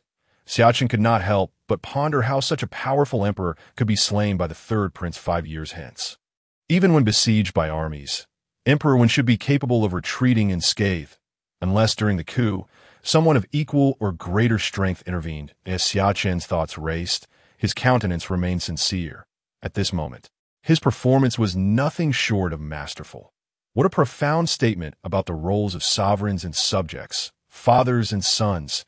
If our Great Wu dynasty had more individuals like you who clearly understand these roles, I too would have fewer worries, Emperor Wen remarked, turning to face the young man kneeling at his feet with a piercing gaze. Lift your head. Let me see you. Upon hearing the command, Xia Chen raised his head and quietly noted that Emperor Wen often referred to himself as I rather than the imposing I used by emperors. You possess a fine countenance, worthy of my daughter Yao Guang, Emperor Wen observed, nodding in approval. His gaze was profound and shadowy, youthful yet brimming with vitality like the rising SUT of such a young age. To articulate the principles of sovereigns and subjects, fathers and sons, suggests you have read extensively in the Duke's mansion. This knowledge already surpasses many esteemed scholars in the court. Although Emperor Wen often presented a monk-like demeanor to his ministers, none could deny that he was an exceptionally astute sovereign. Despite having only heard this phrase for the first time, he discerned its extraordinary implications for the stability of political order. This statement serves as a cornerstone, reinforcing the authority of the monarch, emphasizing order and hierarchy, compelling all to unconditionally submit to the sovereign. Emperor Wen held great affection for this sentiment. Did someone teach you this? He inquired. In response to your majesty. It is my own contemplation, Xia Chen replied succinctly. Well. It is said that the Duke of Jindong's household flourishes in martial arts, yet I did not expect that this generation would produce such a studious individual, rivaling even the esteemed scholars. Emperor Wen rarely displayed a smile, but now a hint of amusement graced his features, causing the maids and eunuchs in the corners of the palace to display astonishment. They had served Emperor Wen for many years and had never witnessed such an emotional fluctuation, not even during audiences with the elders of the cabinet. You know why I summoned you today. Emperor Wen's tone shifted. In response to your majesty. I am unaware, Xia Chen answered respectfully, fully aware that he had garnered some trust from Emperor Wen. This phrase regarding the roles of sovereigns and subjects was his trump card. For a feudal monarch, it was akin to an indestructible artifact, a supreme treasure for maintaining dominion. That I have heard that you unraveled the military defense diagram case and apprehended numerous spies from the Inspection Institute in the capital. Originally, due to this merit, you could be promoted to the position of Duwei. However, I do not intend to grant you this position now to D. Oh, you have any grievances? I harbor no grievances. Both thunder and rain are the graces of the sovereign. I firmly believe that your Majesty's decision not to grant me the position of Duwei must bear profound significance. Thus I shall abide by your Majesty's command. Xia Chen articulated with heartfelt sincerity. What a sentiment that thunder and rain are the graces of a sovereign. If all the courtiers possessed your level of awareness, how could there be so many disputes in the court? Xia Chen's words seemed to strike a chord deep within Emperor One, whose gaze towards him transformed entirely. What was originally a mere pawn in a leisurely game unexpectedly brought forth such a multitude of surprises. Had you studied from a young age and pursued the path of scholarship into officialdom, you would surely possess the qualifications to be the prime minister. Emperor Wen's calm words resonated within the palace, causing the maids and eunuchs hidden behind the pillars to change countenance. Had another spoken of such qualifications, it would merely be seen as flattery. Yet when these words emerged from Emperor Wen's lips, though they seemed casually uttered, who could assert whether there lay truth within his heart? My lifelong ambition is to protect my family and defend my nation. Should your Majesty require it, I am willing to be the sharpest blade in your hand. Even if it means shedding blood on the battlefield or dying wrapped in horse hide, I would not hesitate, Xia Chen declared with conviction, his fervor nearly convincing himself of its truth. Wrapped in horse hide. Indeed, Emperor Wen murmured, seemingly savoring the tragic and desolate undertones of those words, that I regret that you chose to pursue martial arts. Ultimately, Emperor Wen slowly articulated, you are correct. I indeed have significant plans for you. With such intellect, remaining in the Imperial Guards is a waste of your talents that I wish for you to join the Lantern Bearers. The preceding conversation had solidified Emperor Wen's conviction that this prospective son-in-law was utterly loyal to him and bore a grudge against the Duke of Zhendong, particularly regarding his father, Duke An'ong, aligning perfectly with Emperor Wen's intentions. Lantern Bearers? Xia Chen feigned confusion. Do you not wish to go? Emperor Wen queried. I in response to your Majesty, no matter where I am sent. As long as it is your Majesty's command, I shall eagerly yearn for it. Xia Chen's face displayed excitement, embodying the spirit of a youth eager to showcase his abilities and achieve great deeds before the sovereign. Emperor Wen nodded in satisfaction. The Lantern Bearers are currently seeking a chief for one of their divisions. You shall temporarily assume that position. Your Majesty, I fear my qualifications are still lacking for such a position. Xia Chen hesitated. The chief of the Lantern Bearers is a 4th-grade official, while he is merely a 7th-grade lieutenant. The leap from 7th to 4th grade is indeed irregular. If I command you to go, no one will dare to dissent, and it is merely temporary. I am sending you to the Lantern Bearers for a specific task. Emperor Wen's words were authoritative, yet his tone grew serious towards the end. Your Majesty, what task? Xia Chen inquired. Even if it involves climbing a mountain of blades or descending into a sea of flames, I shall vow to accomplish it. Xia Chen's voice resonated with fervor. His complexion flushed with emotion. At this moment, his performance was worthy of the coveted Academy Award for Best Actor. Within the palace, the flickering candlelight cast eerie shadows that danced upon the walls, akin to silent phantoms. The soft, rustling sound produced by the burning wax resembled the gentle swish of a dancer's skirts, each flicker of flame stirring the still air. Emperor Wen sat high above, gazing down upon the prostrate youth Xia Chen, and with a slight nod of his head, a hint of satisfaction graced his features. I do not require you to brave fire and water. Merely demonstrate your ability to decipher the schemes of the prosecutor's office, and I shall know you possess a modicum of intelligence. Henceforth, I appoint you as the Lantern Bearer to assist Ma Song in rooting out the followers of Lu Li. The Emperor's gaze was piercing, fixated on Xia Chen, as if he sought to penetrate his skin and delve into the depths of his soul, scrutinizing his unwavering loyalty. After a prolonged silence, Xia Chen slowly raised his head. Your Majesty, is that all? His voice was calm, yet imbued with a note of inquiry. What do you believe should be addressed? The emperor's voice was ethereal, seemingly emanating from a distant realm, laced with a hint of amusement. Since your majesty has summoned me to the palace, surely there are other matters of importance to convey. Xia Chen boldly replied, meeting the emperor's gaze with unwavering composure. You are indeed astute. There's indeed another task I wish to entrust to you. Rise. The emperor's tone softened slightly, transforming him into an ordinary elder. Yet the aura of authority surrounding him deterred any semblance of disrespect. Thank you, your majesty. Xia Chen stood and gracefully resumed his seat before the emperor. As the lantern-bearer, your primary duty is to unearth the hidden agents of the Imperial City's Office of Inspection. The emperor's words, though tranquil, sent ripples through Xia Chen's heart like a boulder thrown into a serene lake. The lantern-bearer has already been infiltrated, Xia Chen blurted out, unable to contain his shock that perhaps infiltrated is too strong a term, but there is certainly a mole, and likely one of high rank. Otherwise, how could Lu Li commit such a grave error as to misidentify the target of the military defense plans? The emperor narrowed his eyes slightly, as if recalling the intricate web of circumstances that I shall ascertain the truth within 3 months. Xia Chen clasped his fists, vowing resolutely that, 3 months? You are indeed confident. The emperor lifted his eyelids slightly, his gaze sharp as a blade, grazing over Xia Chen. There shall be no falsehoods before the sovereign. Xia Chen stood firm, responding with unwavering conviction that a commendable declaration. After 3 months, I shall await your favorable tidings. The emperor waved his right hand, and a platinum token slowly floated before Xia Chen.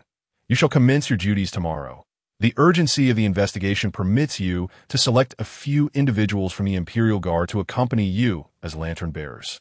With that, the emperor gestured for Xia Chen to withdraw. I take my leave, your majesty. Xia Chen performed a deep bow, his movements as precise as a model from a textbook, each gesture radiating respect.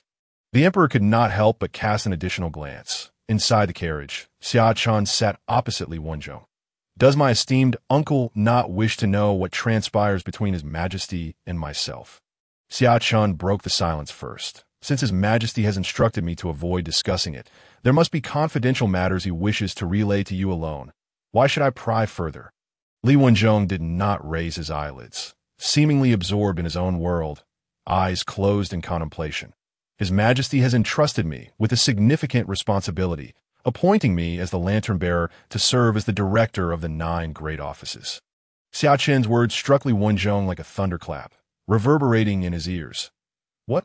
Li Wenjong's eyes widened, his gaze electric, the brilliance dimming slowly over time.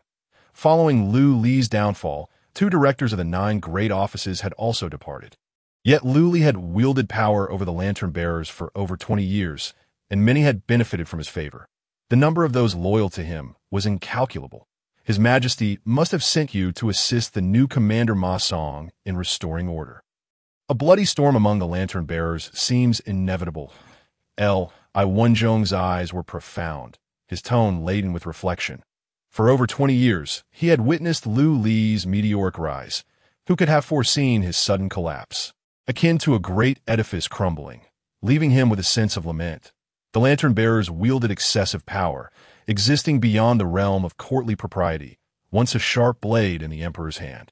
However, in recent years, Lu Li had grown too brazen, nurturing loyalists within the lantern-bearers, leading many to remember only Lord Lu and forget the emperor.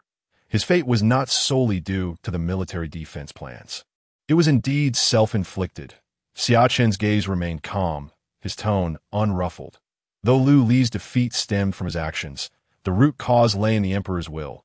The military defense plans were merely the spark that ignited the fire. Li Wenjong regarded Xia Chen with a penetrating look, silently acknowledging that this young man was far more perceptive and wise than he had anticipated. To serve as a minister is akin to accompanying a tiger. While being favored by his majesty is a rare opportunity, it is also fraught with peril. A single misstep could plunge one into an abyss from which there is no return. In days gone by, Lu Li, and now Ma Song of the lantern-bearers, not to mention you, are all ensnared within this vortex of power. Li Wenjong's gaze drifted far away, his head lightly resting against the carriage wall, as if seeking to pierce the veil of worldly illusions and discern the trajectory of fate. Xia Chen too regarded Li Wenzhong, taken aback that this usually prudent, traditionally martial general would reveal such heartfelt sentiments before him. "Why does my esteemed uncle speak in such a manner?" Xia Chen inquired, a hint of amusement gracing his features as he looked at the reclined Li Wenzhong. "Despite our brief acquaintance, I cannot claim to know you well. Yet I possess an uncanny ability to read people. I see no reverence in your eyes. Whether gazing at me or speaking of His Majesty, it is the same. I am not as outwardly loyal as I appear. And neither are you. We are, in truth, fellow travelers on this path." Li Wenzhong's gaze remained steady, and after a moment, he turned back to Xia Chen. "I hold great hope for you. As long as you do not err gravely and perform well, you may well shatter the centuries-old edict that forbids the imperial relatives from wielding power. At that time, I might even find myself relying on you." Considering it an early investment that a hint of a smile appeared on Li Wenzhong's face as he raised his teacup, gesturing toward Xia Chen before finishing its contents in one gulp. Xia Chen remained silent for a long while before finally lifting his own teacup in return. As the ancients say, great wisdom appears foolish. "That must be true of my esteemed uncle," Xia Chen praised with a smile. "Great wisdom appears foolish. I dare not claim such. It is merely a small understanding of human affairs that I in the capital. It is akin to a mire of dragons and snakes, the emperor perched high above, the powerful soaring through the skies, the tyrants who bully the weak, the seemingly reckless warriors, the cunning politicians, the scheming conspirators lurking in the shadows. And the leaders of the masses, all are exceptionally wise individuals. How could one not tread carefully, as if walking on thin ice?" Li Wenzhong shook his head with a soft sigh, his gaze returning to Xia Chen. "As for you, I have observed you to be the most astute among the younger generation I have encountered. Esteemed uncle, let us refrain from further flattery," Xia Chen quickly interjected, unwilling to prolong the topic. The carriage moved slowly forward, both men leaning against their respective corners, lost in their own thoughts. Suddenly, in the stillness, Li Wenzhong's voice broke the silence once more. "If one day I were to lose my power, would you ensure the safety of my family? Why do you speak so, esteemed uncle?" Xia Chen's expression grew solemn, gazing at the calm visage of Li Wenzhong, a wave of heavy sorrow swelling within him. The spring breeze rustled the carriage curtains, while silence enveloped the interior. "Why so pessimistic, esteemed uncle?" Xia Chen lamented, looking at Li Wenzhong. "Do you know how many Dragon Guard generals have changed in the past 50 years? Li Wenzhong's voice was calm, yet his gaze was profound. 8 in total. Especially in the last 20 years, 5 have changed. Upon hearing this figure, Xia Chen fell silent. To have 5 generals replaced in less than 20 years suggested that the position of Dragon Guard general was indeed perilous. In recent years, His Majesty had become increasingly inscrutable, his emotions concealed, and his suspicions intensified, with the best of the Dragon Guard generals being Zhao Chong over 30 years ago, who had retired peacefully. While the others had been purged, Li Wenzhong's words, though calm, carried a chilling undertone. "This position is filled with glory, yet fraught with danger, I understand. Esteemed uncle." Xia Chen nodded solemnly, choosing not to elaborate further. The carriage continued its slow journey, the wind causing the bells to emit a melodious chime. The winds of the capital had grown quite strong. Xia Chen understood that Li Wenzhong was not merely placing all his chips on himself. Rather, he was more concerned with the power of the Donghou Mansion behind him, considering that over the span of 20 years, 5 generals of the Donghou Guard had been replaced. The average tenure was merely 4 years. It was true that Li Wenzhong had faith in Xia Chen, yet 4 years seemed far too brief. He evidently doubted that Xia Chen could wield influence over the court or the emperor by that time. His bet lay with the Xia family. Though Li Wenzhong appeared to be conversing with him, he was in fact engaging in a dialogue with the Xia family, standing behind him. The deliberate disclosure of such information, even revealing his own vulnerabilities, was akin to a declaration of allegiance. As Xia Chen pondered these thoughts, the carriage came to an abrupt halt at "My lord, there's a carriage ahead blocking our path. Judging by the insignia, it must belong to the 3rd prince." The old servant of the Li family remarked softly. Li Wenzhong frowned, recalling that his predecessor, also a general of the Donghou Guard, had fallen from grace due to an overly close association with the crown prince. Now, with the third prince approaching, it was evidently a perilous signal for him. Make way for them. Let them pass. Li Wenzhong commanded in a low voice. Yet it was clear that the road could not be cleared.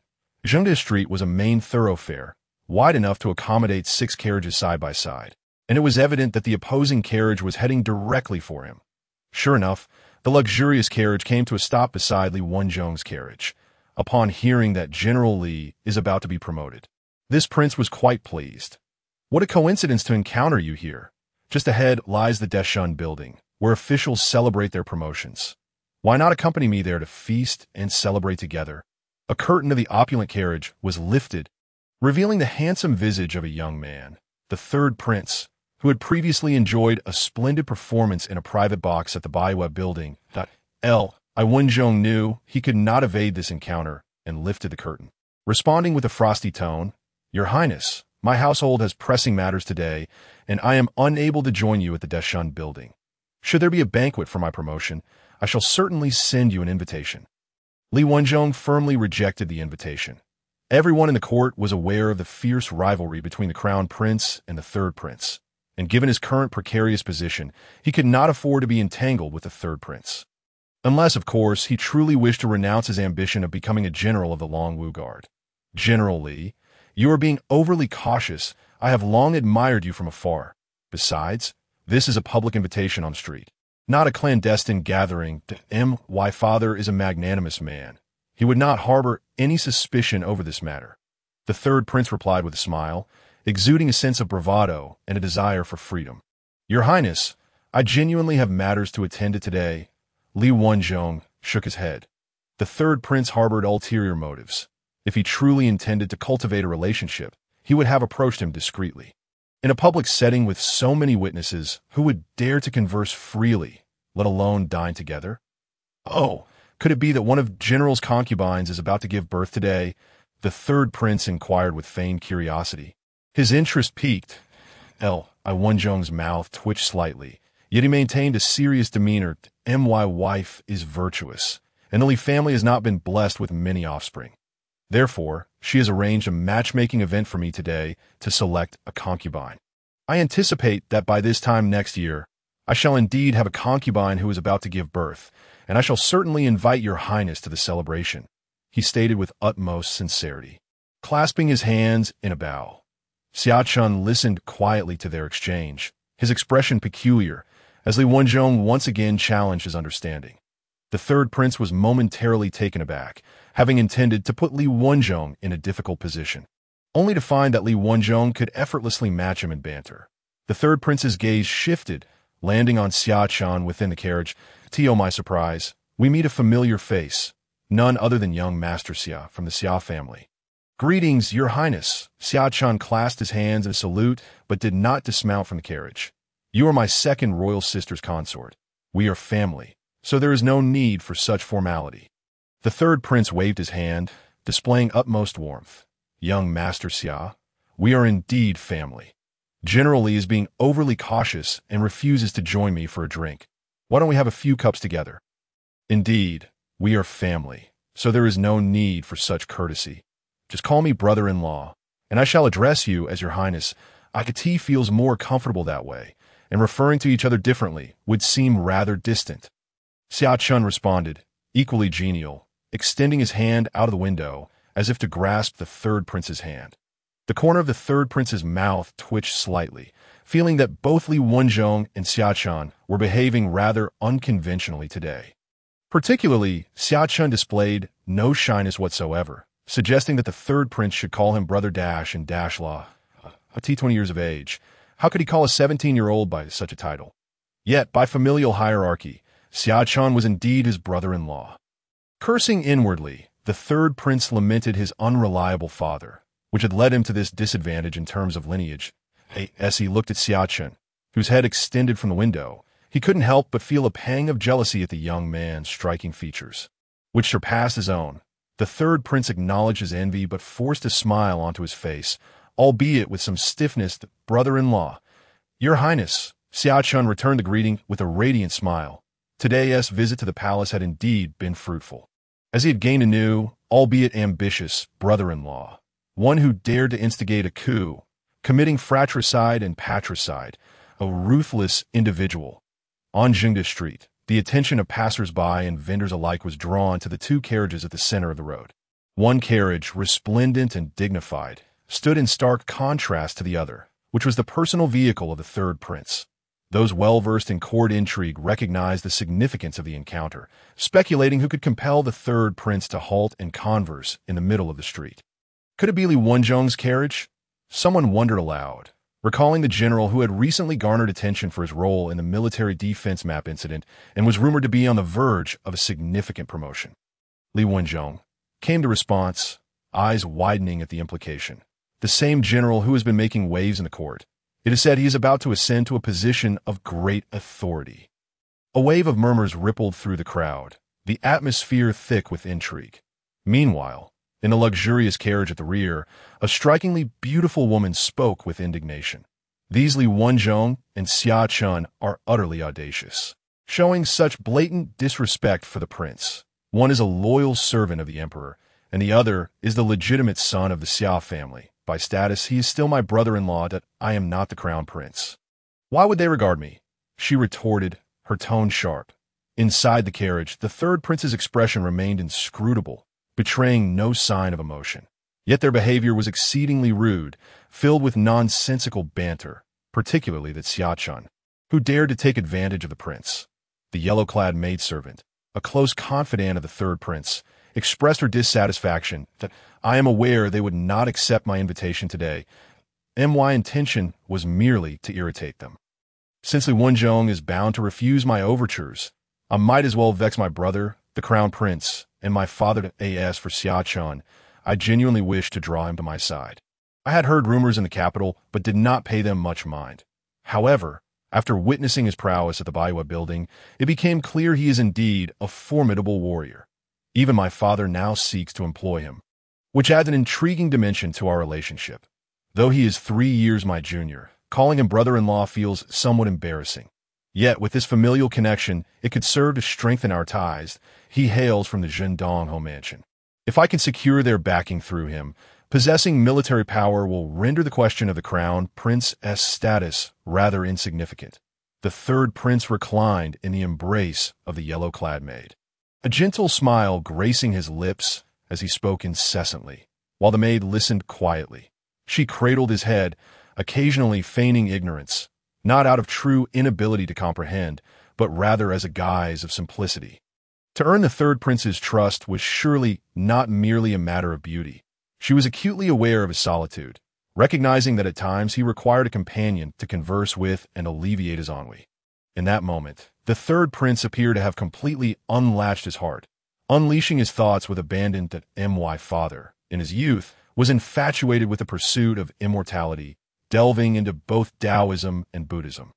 He has reigned for over 50 years, and it was only 20 years ago that my elder brother was born, followed by my second sister and myself. Though he is obsessed with the quest for eternal life, he cannot relinquish the allure of power. To him, I am merely a pawn, a means to balance the ambitions of the crown prince, that I know he has never considered passing that position to me. No matter how exceptional I may be, I am but a tool in his hands. The third prince closed his eyes, his tone soft and unadorned, rendering his underlying sadness imperceptible. The yellow-clad maid gazed at the handsome visage of the third prince in her arms, gently caressing his forehead, her eyes reflecting a hint of sorrow that if he wishes to use me as a tool, then so be it. If he desires to forge me into the crown prince's whetstone, then I shall comply. He believes he can control everything, that he is a god among men. How laughable! Does he truly think himself divine, capable of mastering all? I shall see if he is indeed a deity of this realm. The third prince's voice grew increasingly indifferent, imbued with an unending chill. This third prince is remarkably well informed. We scarcely left the palace when he pursued us, Xia Chen remarked with keen interest, playing with a dagger in his hand. It seems he is after me, but his true target is you. Li Wenzhong cast a sidelong glance at Xia Chen. He is merely coveting the power of the Zhendong Marquisate behind me. Alas, his calculations are flawed, for I am merely an uncherished legitimate son within the Marquisate. Xia Chen replied nonchalantly, unsure whether his words were directed at the third prince or Li Wenzhong. Indeed, the Marquis of Anong does not hold you in high regard. But your uncle, Xia Chen, does not treat you poorly, does he? He is currently the head of the Xia family. Li Wenzhong replied without lifting his gaze, his voice drifting to Xia Chen's ears. Xia Chen smiled. Choosing not to pursue the topic further, Wen escorted Xia Chen to Window Street, where the Gendarme Marquis was situated at the heart of the thoroughfare. Tomorrow, I must report to the lantern bearer. What shall become of my duties within the Imperial Guard? Xia Chen inquired. The Emperor made no specific instructions, which suggests he intends for you to concurrently serve in the Imperial Guard. Li Wenzhong pondered for a moment before responding. Xia Chen nodded, gracefully dismounting the carriage, waving farewell before entering the Marquis. Upon entering, Xia Chen bypassed his own courtyard, heading directly for the quarters of his uncle, Xia Chen. The Emperor's decision to appoint him as a lantern-bearer ostensibly served the purpose of investigating cases and uncovering traitors. Yet Xia Chen sensed a deeper significance. After all, despite the rift between him and the Xia family, he still bore their blood. The Xia family had recently risen to prominence, wielding military power. Could they not fear infiltration of the lantern-bearer organization by the Xia family, thus controlling vital intelligence for the Donghou Kingdom? Xia Chen relayed all pertinent information to Xia Chen. I am aware of this matter. Return for now, and I shall send word should anything arise. Xia Chen's expression turned grave, unable to decipher the intricacies of the situation. Xia Chen nodded and returned to his own courtyard. Night descended. It enveloped the capital like a monstrous beast, consuming the entire city. The nocturnal revelries of nobles truly commenced, centered around the brothels that a rumor circulated among various circles. Have you heard? Today, the Emperor personally summoned the legitimate son of the Gendarme Marquis, Xia Chen. How can that be? Even several attendants from the Ministry of Six rarely receive such an audience. It is true. Do you know what the Emperor said when he summoned Xia Chen? Li, brother, do tell. Don't keep me in suspense. The Emperor remarked that if Xia Chen were to pursue a scholarly career, entering the Hamlin Academy, he would undoubtedly become the first assistant within 30 years. Li, brother. I heard it would be 20 years. Nonsense. The Emperor clearly stated that this youth possesses remarkable talents, intending to have Xia Chen replace the current Prime Minister Lin Hanpu within 10 years, becoming the pillar of the Donghou Kingdom. All the establishments of social gathering, from brothels to taverns, buzzed with discussions about Xia Chen's audience with the Emperor, various versions of the tale proliferating. Ultimately, some claimed that Xia Chen possessed talents that transcended the current Prime Minister Lin Hanpu. Despite his youth at the Duwan building, one of the most renowned brothels in the capital, several young men sat in an elegant chamber, each accompanied by a beautiful maiden. Lin, brother, shall we not pay a visit to that Xia Chen and teach him a lesson? What is this talk of exceptional talents? His arrogance knows no bounds. A young man clad in purple robes gestured with his fist toward the figure seated at the head of the table. How dare he belittle Prime Minister Lin? Such audacity must come from a fool. A crude warrior. What culture can he possess? How shameless to seek fame in this manner. In an instant, the chamber erupted into a cacophony of voices. As these young men were among the capital's most illustrious sons, their fathers or grandfathers being high-ranking officials. While the matter concerning His Majesty was unlikely to be false, it was clear that the accounts had been exaggerated through rumor. The young man in the blue robe, seated at the head of the table, shook his head slowly, his mind remaining clear and rational. Moreover, he hails from the Gendarme Marquis as scholars. It remains uncertain who might prevail in a confrontation.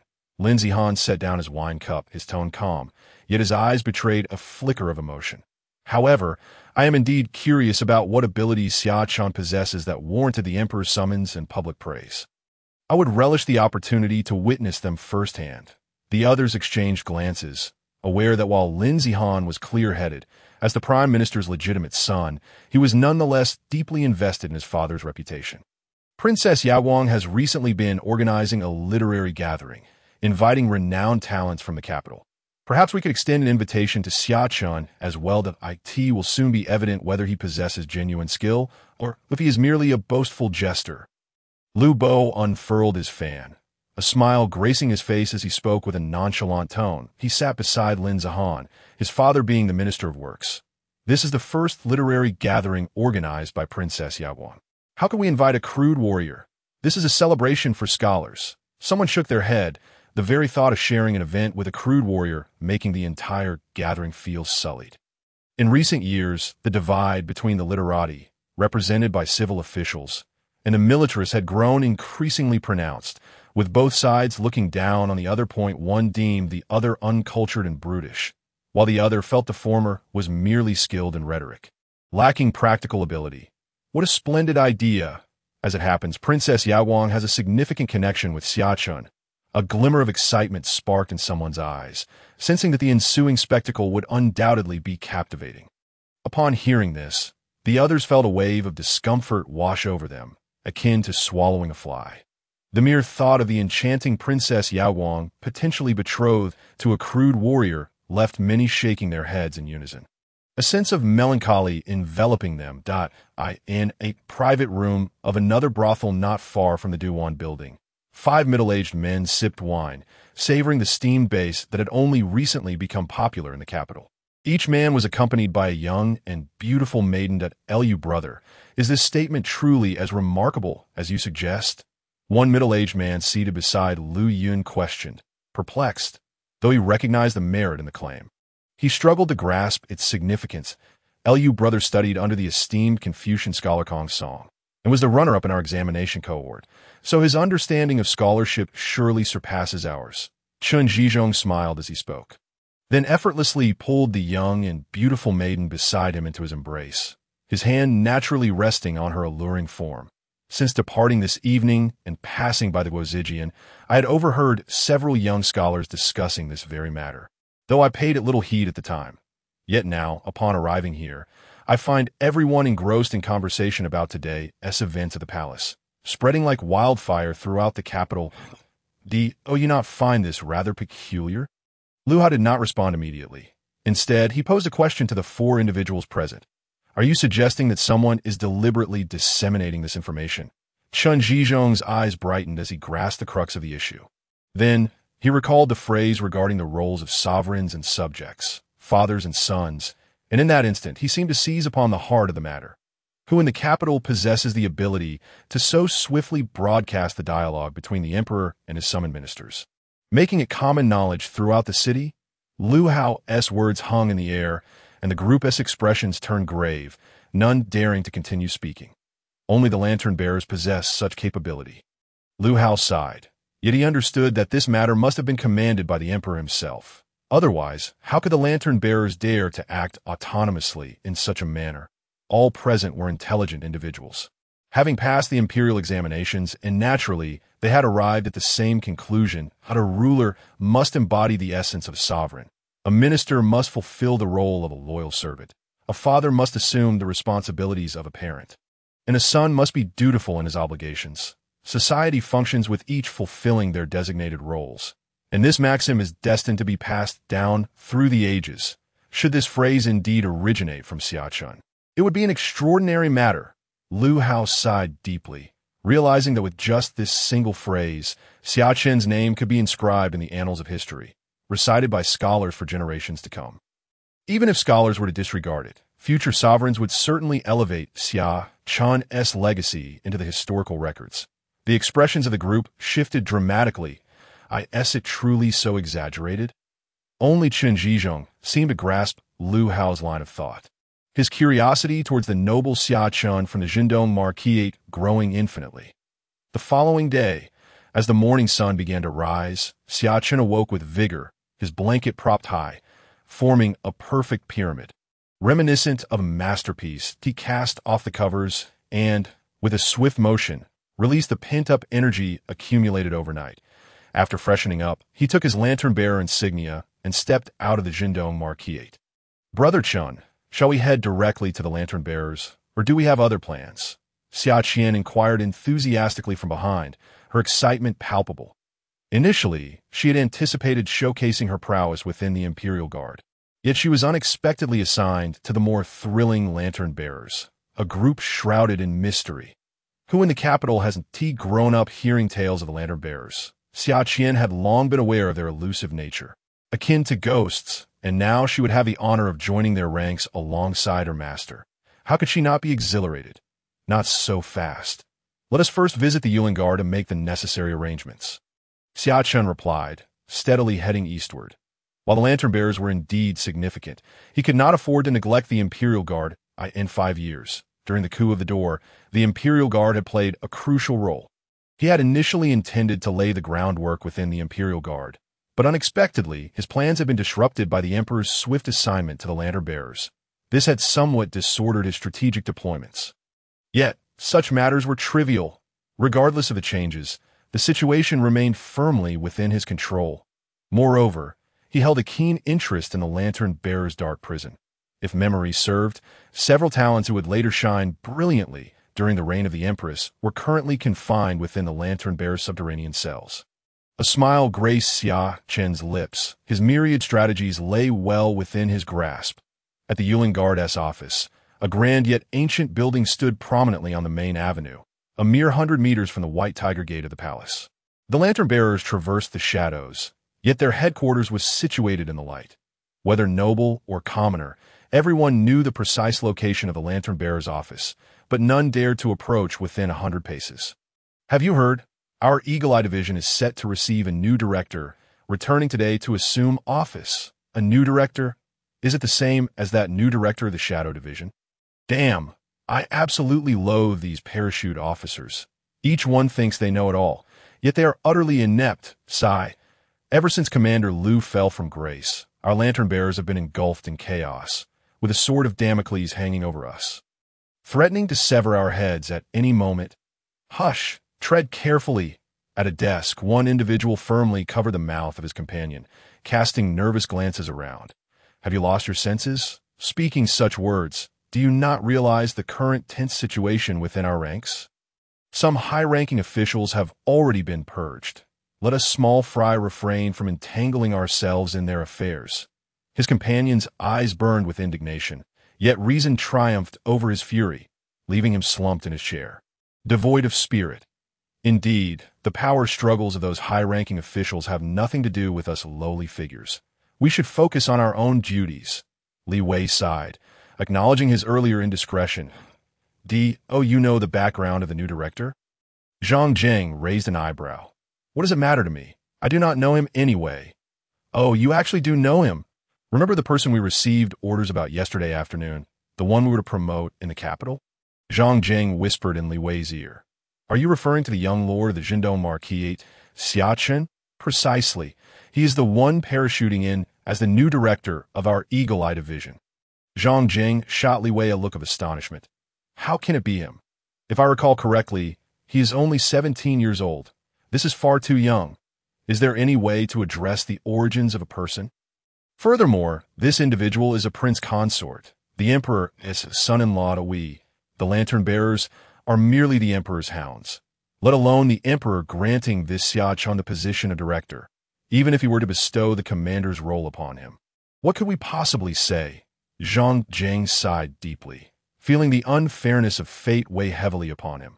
Just as the two were engaged in conversation, the door was hastily pushed open. Brothers, let us quickly tidy our desks and clean up. Our new director is about to arrive. Xie Ping gasped for breath, taking the initiative to grasp a broom and begin sweeping up the scattered pieces of paper from the floor. The crowd exchanged hesitant glances. But ultimately, under his leadership, they rose from their seats and began to move. What good would it do to harbor resentment or lament the injustice of fate? They were merely small figures. The clashes of the powerful could obliterate them with a mere ripple. Even if they were dissatisfied with the newly appointed director, many believed their own sons to be more accomplished than him. Yet, the undeniable truth remained. He was now the director, and that was that. They lacked the audacity to exert their authority over him. Such is the reality. Damn it, what is there to clean up? A mere newcomer, still yet to arrive, is already demanding us to tidy up for appearances. I refuse to partake in this farce. A young man in his 20s kicked a chair from beneath a desk to the floor, revealing a menacing scar that ran from his forehead to his chin, giving him an exceedingly fierce countenance. Upon witnessing this young man rise, the crowd instinctively recoiled, lowering their heads. their eyes lighting up with realization.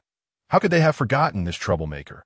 They may be insignificant without connections or status, but this particular individual possessed considerable influence. The current empress is his aunt, and the crown prince is his cousin. He is indeed a true noble of the realm, but I find him displeasing as well. Why does he not remain with the Imperial Guard? Does he dare to stir up trouble among us lantern-bearers? I have heard that our commander Lu's downfall was orchestrated by this very brat. Is he truly seeking his own demise by daring to come here? Another individual stood, appearing to be around 30, his expression dark and brooding. The crowd's eyes brightened again. This man was the adopted son of Lu Li, and it seemed that a spectacle was indeed about to unfold. Lu Chun, one of Lu Li's most capable foster sons, had been placed among the lantern-bearers, perhaps with aspirations of him inheriting the position. However, the emperor's intentions are as inscrutable as ever. Having served as commander for over 20 years, if Lu Chun were to succeed him, the lantern-bearers would inevitably bear the surname Lu. This was one of the reasons for Lu Li's downfall. The Eagle Eye Division comprises 5 factions, and both Lu Chun and the Duke of Yinyang, Chui Hu, each command one faction, and as the two spoke, their words resonated with the crowd. However, some individuals exchanged furtive glances, remaining silent as they gradually retreated to the corners of the room. The battles of the celestial beings were of no concern to these insignificant figures. The atmosphere was quite lively, just as the crowd raised their voices in cheers. A calm yet penetrating voice echoed from outside, cutting through several doors and causing the expressions of the crowd to shift dramatically. Before the figure was seen, his voice was heard, as the crowd turned their gazes. The door was violently kicked open. Xia Chen, with a somewhat youthful visage, bore a fierce expression as he wielded a long knife to clear the way, entering first. Following closely behind was Xia Chen, accompanied by Xia Hao and Li Shi. Xia Chen wore a gentle smile, casually holding a folding fan, exuding an air of nonchalance as though he were merely out for a leisurely stroll in the countryside, his unparalleled beauty resembling that of an elegant young gentleman of the world. This is the insignia of the Eagle Eye Division. From this moment on, I shall be the director, with a smile gracing his face. Xia Chen produced a platinum token from his belt and tossed it into the crowd with a deft motion akin to that of a dandy. The token was caught by Li Wei, who stiffened as he felt the weight of all eyes upon him, suddenly realizing that the insignia felt scorching in his hand. Well, is there an issue? If not, kindly return it to me. It was personally bestowed by the emperor. Xia Chen smiled, his appearance and demeanor strikingly remarkable. Leaving the crowd in a daze as lantern-bearers, they had encountered numerous dignitaries in the capital. Yet among the younger generation, they had never before witnessed such poise. Li Wei, feeling anxious, quickly and respectfully handed the token back to Xia Chen. Initially indifferent and even hostile towards the new director, he now felt a sense of intimidation despite Xia Chen being several years his junior. Could it be that some individuals are born with an innate nobility, high and untouchable? Though Xia Chen said nothing and wore a smile that felt like a spring breeze, Li Wei felt an involuntary sense of dread rising within him, leading him to ponder such thoughts. Not only did Li Wei harbor these feelings, but all present sensed a similar atmosphere, as if the very air around them had been siphoned away, making it difficult to breathe. The entire Eagle Eye Division fell into silence. No one dared to raise their voices any longer. Even those who had been the most vociferous moments ago now averted their gazes, unwilling to meet Xia Chen's eyes. Throughout this encounter, Xia Chen remained exceptionally calm, yet the crowd was utterly awed by his imposing presence. It was an invisible clash of wills. The eastern wind overpowers the western wind, though he possessed a striking exterior. Mere appearances do not suffice. We, the lantern-bearers, seek true capability that if you believe that your connections and background grant you free reign among us, I suggest you return to the Imperial Guard without delay. Chui Hu, witnessing how Xia Chen's simple statement utterly crushed the morale of the crowd, furrowed his brow, realizing that if he did not speak up soon, his position would be irretrievably lost. You, 17-year-old brat, what qualifications do you possess? Lu Chen also stood up, his expression grave, and as he did, over 10 lantern-bearers rose in silent solidarity behind him, their actions conveying everything without words. The atmosphere grew tense once more. Duke of Yinyang, young master, if anyone else were to assert that they relied on their background and status to ascend, I would have no rebuttal, but for you two to stand and claim such, is it not utterly ludicrous? Xia Chen stood at the entrance, retracting his fan, pointing at Shui Hu and Lu Chun, laughing heartily as if they were inconsequential. The lantern bearers closest to Xia Chen turned pale, sensing that their new superior was exceptionally formidable. This was not an oppressive force stemming from cultivation, but rather an innate intimidation that instilled fear and unease in anyone who dared to harbor hostility. They felt as if they were in the presence of the emperor himself, whose depth was unfathomable, akin to heavenly authority. Lu Chun and Shui, who felt this intimidation as well, their brows furrowing in discomfort. Xia Chen's eyes shimmered with a peculiar light, his gaze shifting between the two, but this transformation went unnoticed by anyone. Xia Chen was acutely aware of this unusual quality about himself. Ever since that night when he activated the nine-dragon imperial seal and entered that fragmented heavenly realm, he was uncertain whether it was due to the immense luck embodied by the golden dragon merging with him or the awakening of his double pupils. Whenever he focused his energy, an innate pressure emanated from him, instilling awe in those around him, as if he embodied the very will of heaven, representing the grand trend alone. Moreover, Xia Chen sensed that this formidable aura could be further cultivated.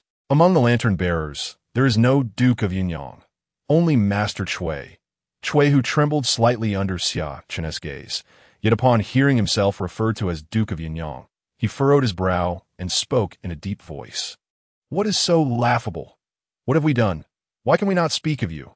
Lu Chan's expression darkened, his demeanor as cold as a venomous serpent lurking in the shadows. Is it not laughable? Our Duke of Yinyang surely knows his lineage, does he not? Xia Chen surveyed the room, his gaze lingering on Lu Chun for a moment before settling on Shui, who, I have stated, do not refer to me as Duke of Yinyang. Shui, who, filled with disdain for this title, resembled an enraged lion, his eyes locked onto Xia Chen, as if poised to strike at any moment. The title of Duke of Yinyang is the honor of your ancestors. One who dares not confront his own origins is unworthy to speak to me in such a manner. Xia Chen mocked him, then continued, You are correct. My rapid ascent to this position is indeed due to my lineage and background. Upon my ascension to office, I began my journey as a 7th-rank officer, a starting point that is already an altitude unattainable for the average individual throughout their lifetime, that I profoundly comprehend that my achievements stem from the blessings and protection bestowed upon me by my ancestors, which is why I hold them in such high regard and openly acknowledge their influence. There is no shame in this. My elevation to the rank of 7th-rank officer is a testament to the sacrifices made by countless forebears who shed their blood on the battlefield, dedicating their lives to the service of our nation, which has granted me this privilege. I have nothing to hide, and moreover, I take immense pride in it. Yet you, who bask in the fortunes bestowed upon you by your ancestors, are reluctant to admit it, vociferously proclaiming that all your current achievements are solely the result of your own efforts. Do you not find such statements laughable? Xia Chen pointed at Shui Hu, his voice cold, while Shui Hu's face flushed crimson, his eyes bloodshot, fists clenched, his mouth opening and closing in a futile attempt to retort, his body paralyzed with powerlessness. The hall fell into an eerie silence. At the entrance, some lantern bearers from other departments cautiously leaned against the wall, eager to witness the spectacle. Xia Chen continued his discourse, seemingly intent on dismantling Shui Hu's resolve. You hail from the esteemed Shui clan of Qinghe, inheriting the title of Duke Yinyang, and your aunt is the current Empress. From birth, you have been marked by these privileges. Do you truly believe your ascent to this point is solely due to your own abilities? In the vast expanse of our great Wu's 19 provinces, brimming with remarkable talents, innumerable individuals languish in obscurity. If you were not adorned with these advantages, merely an ordinary individual, you would not only be incapable of becoming the leader of the lantern bearers in your 20s, but might not even gain entry into their ranks. One must harbor gratitude towards their ancestors and possess a clear understanding of their own worth. Accolades should not be solely attributed to personal merit. Our achievements today, including those of the esteemed officials in the court, are contingent upon favorable circumstances timing, and alliances. Certain aspect cannot be attained through mere effort or talent. The pivotal juncture in life is akin to being born into the right circumstances. A fortunate birth is of paramount importance. Xia Chen's words resonated like the sonorous tones of a great bell, reverberating in the ears of those present. Instinctively, many perceived this as sophistry, a deviation from conventional wisdom. Yet they found themselves at a loss for a rebuttal. Some even nodded in agreement, as if Xia Chen's statement had awakened their minds. Indeed, the pivotal moments in life are dictated by one's birth. While postnatal effort and ability are significant, a fortunate birth is paramount. Do not think that my words are directed solely at him. They are meant for all of you. Xia Chen gestured toward Shui Hu, slowly surveying everyone present.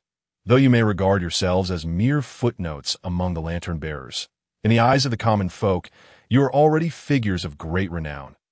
Each of you who has entered the ranks of the lantern bearers has done so thanks to the legacies of your forefathers. It is only after your fathers have passed away or grown old that you have seamlessly stepped into their positions within the lantern bearers. Is this not a matter of connections? It simply follows that your connections pale in comparison to mine. Your backgrounds are less formidable. Thus you must address me as your superior. Essentially, what differentiates you from me? You are all merely basking in the glory of your ancestors, standing atop a starting point that an ordinary person could only dare to dream of. Your indignation and discontent towards me stem from a dissatisfaction with your own lack of such backgrounds and identities. How utterly ridiculous! Xia Chen pointed at the crowd, confronting the 100-odd individuals of the Eagle Eye Department. Yet, not a single person dared to meet Xia Chen's gaze, for all that he spoke was the truth. They were all beneficiaries of connections. Point 1 does not ascend to the ranks of the lantern bearers through sheer effort. The majority of the transitions are inherited from father to son. Alternatively, one may become an auxiliary member of the lantern bearers, only to toil through generations before finally achieving promotion to full membership. Shui Hu, defeated, resembled a drenched rat, utterly devoid of spirit. Xia Chen admired Xia Chen, marveling at his eloquence that left everyone present speechless. Meanwhile, Li Shi observed Xia Chen with an expression of intrigue, contemplating various strategies to regain control of the situation, whether through force or by summoning Commander Ma Song for support. Yet he never anticipated that Xia Chen could command a room solely through his words. Indeed, my ascension to the rank of officer is undeniably attributed to my family background.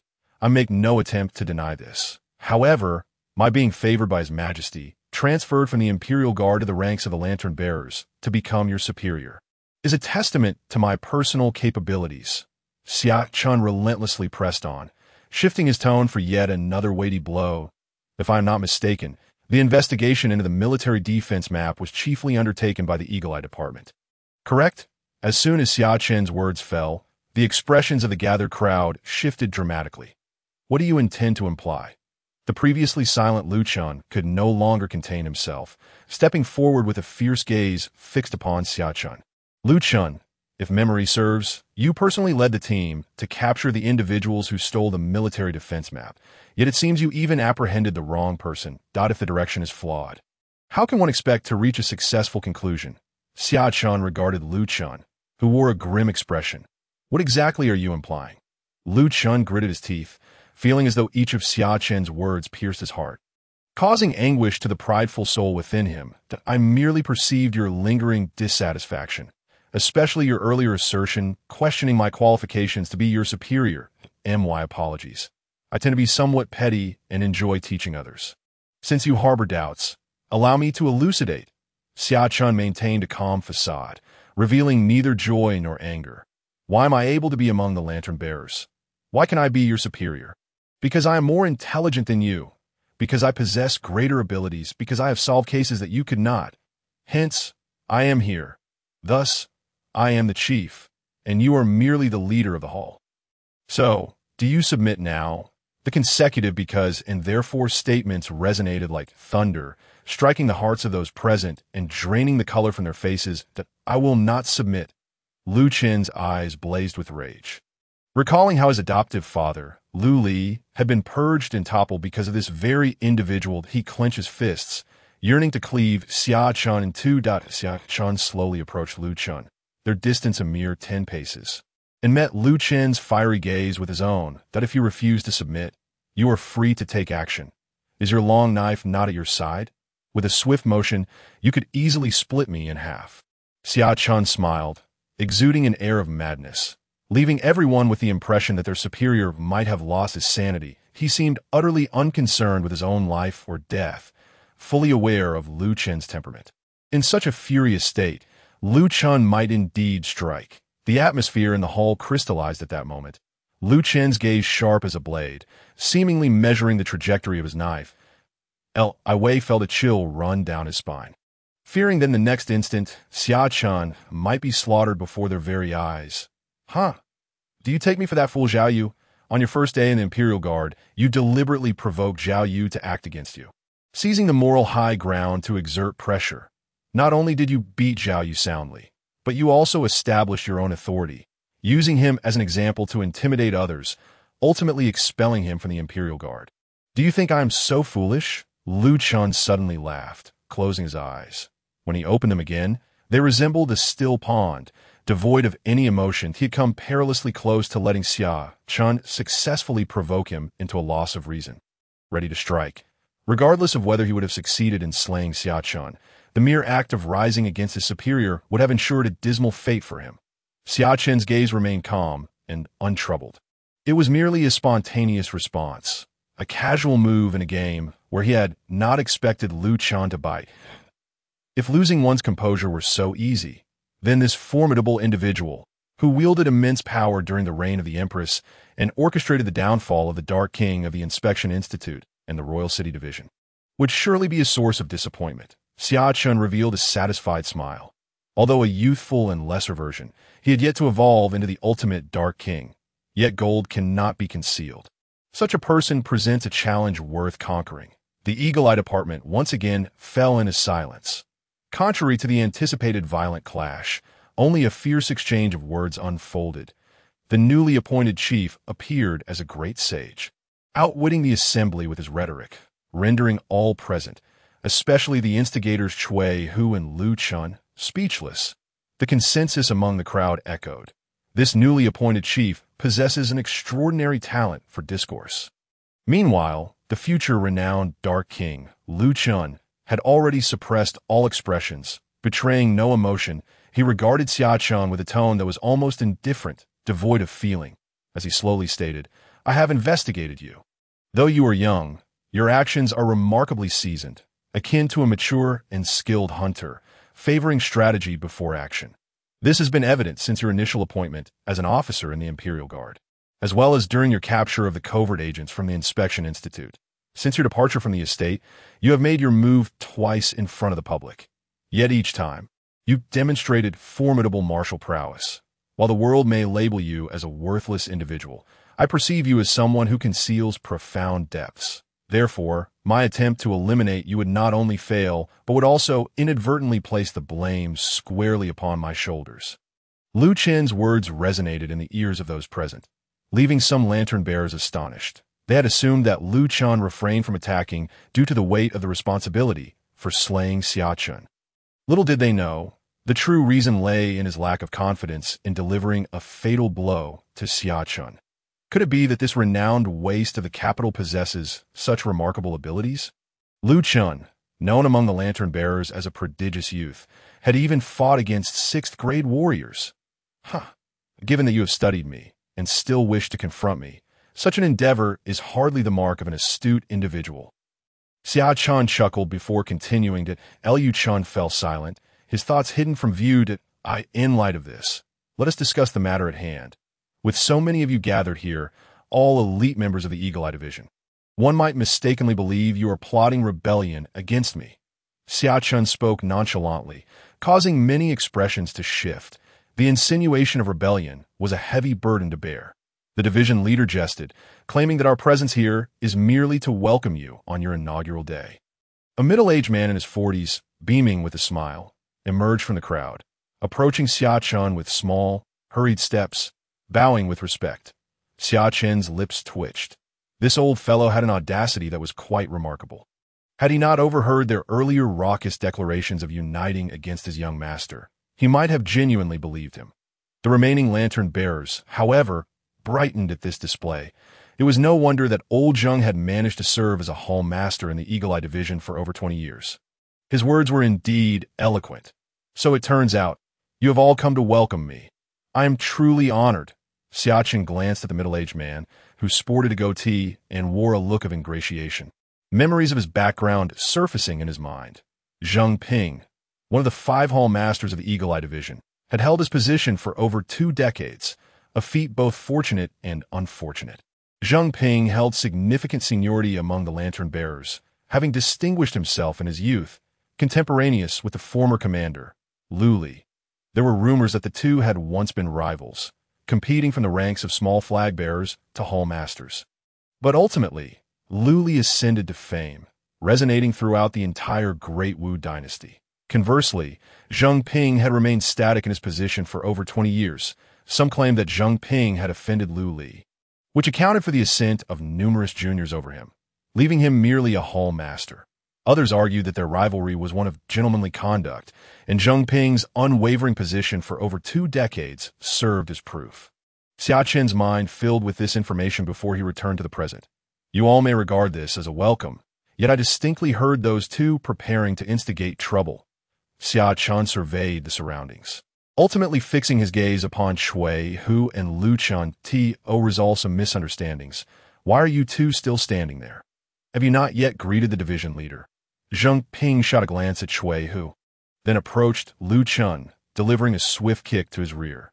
Shui Hu's expression shifted. He realized the tide had turned.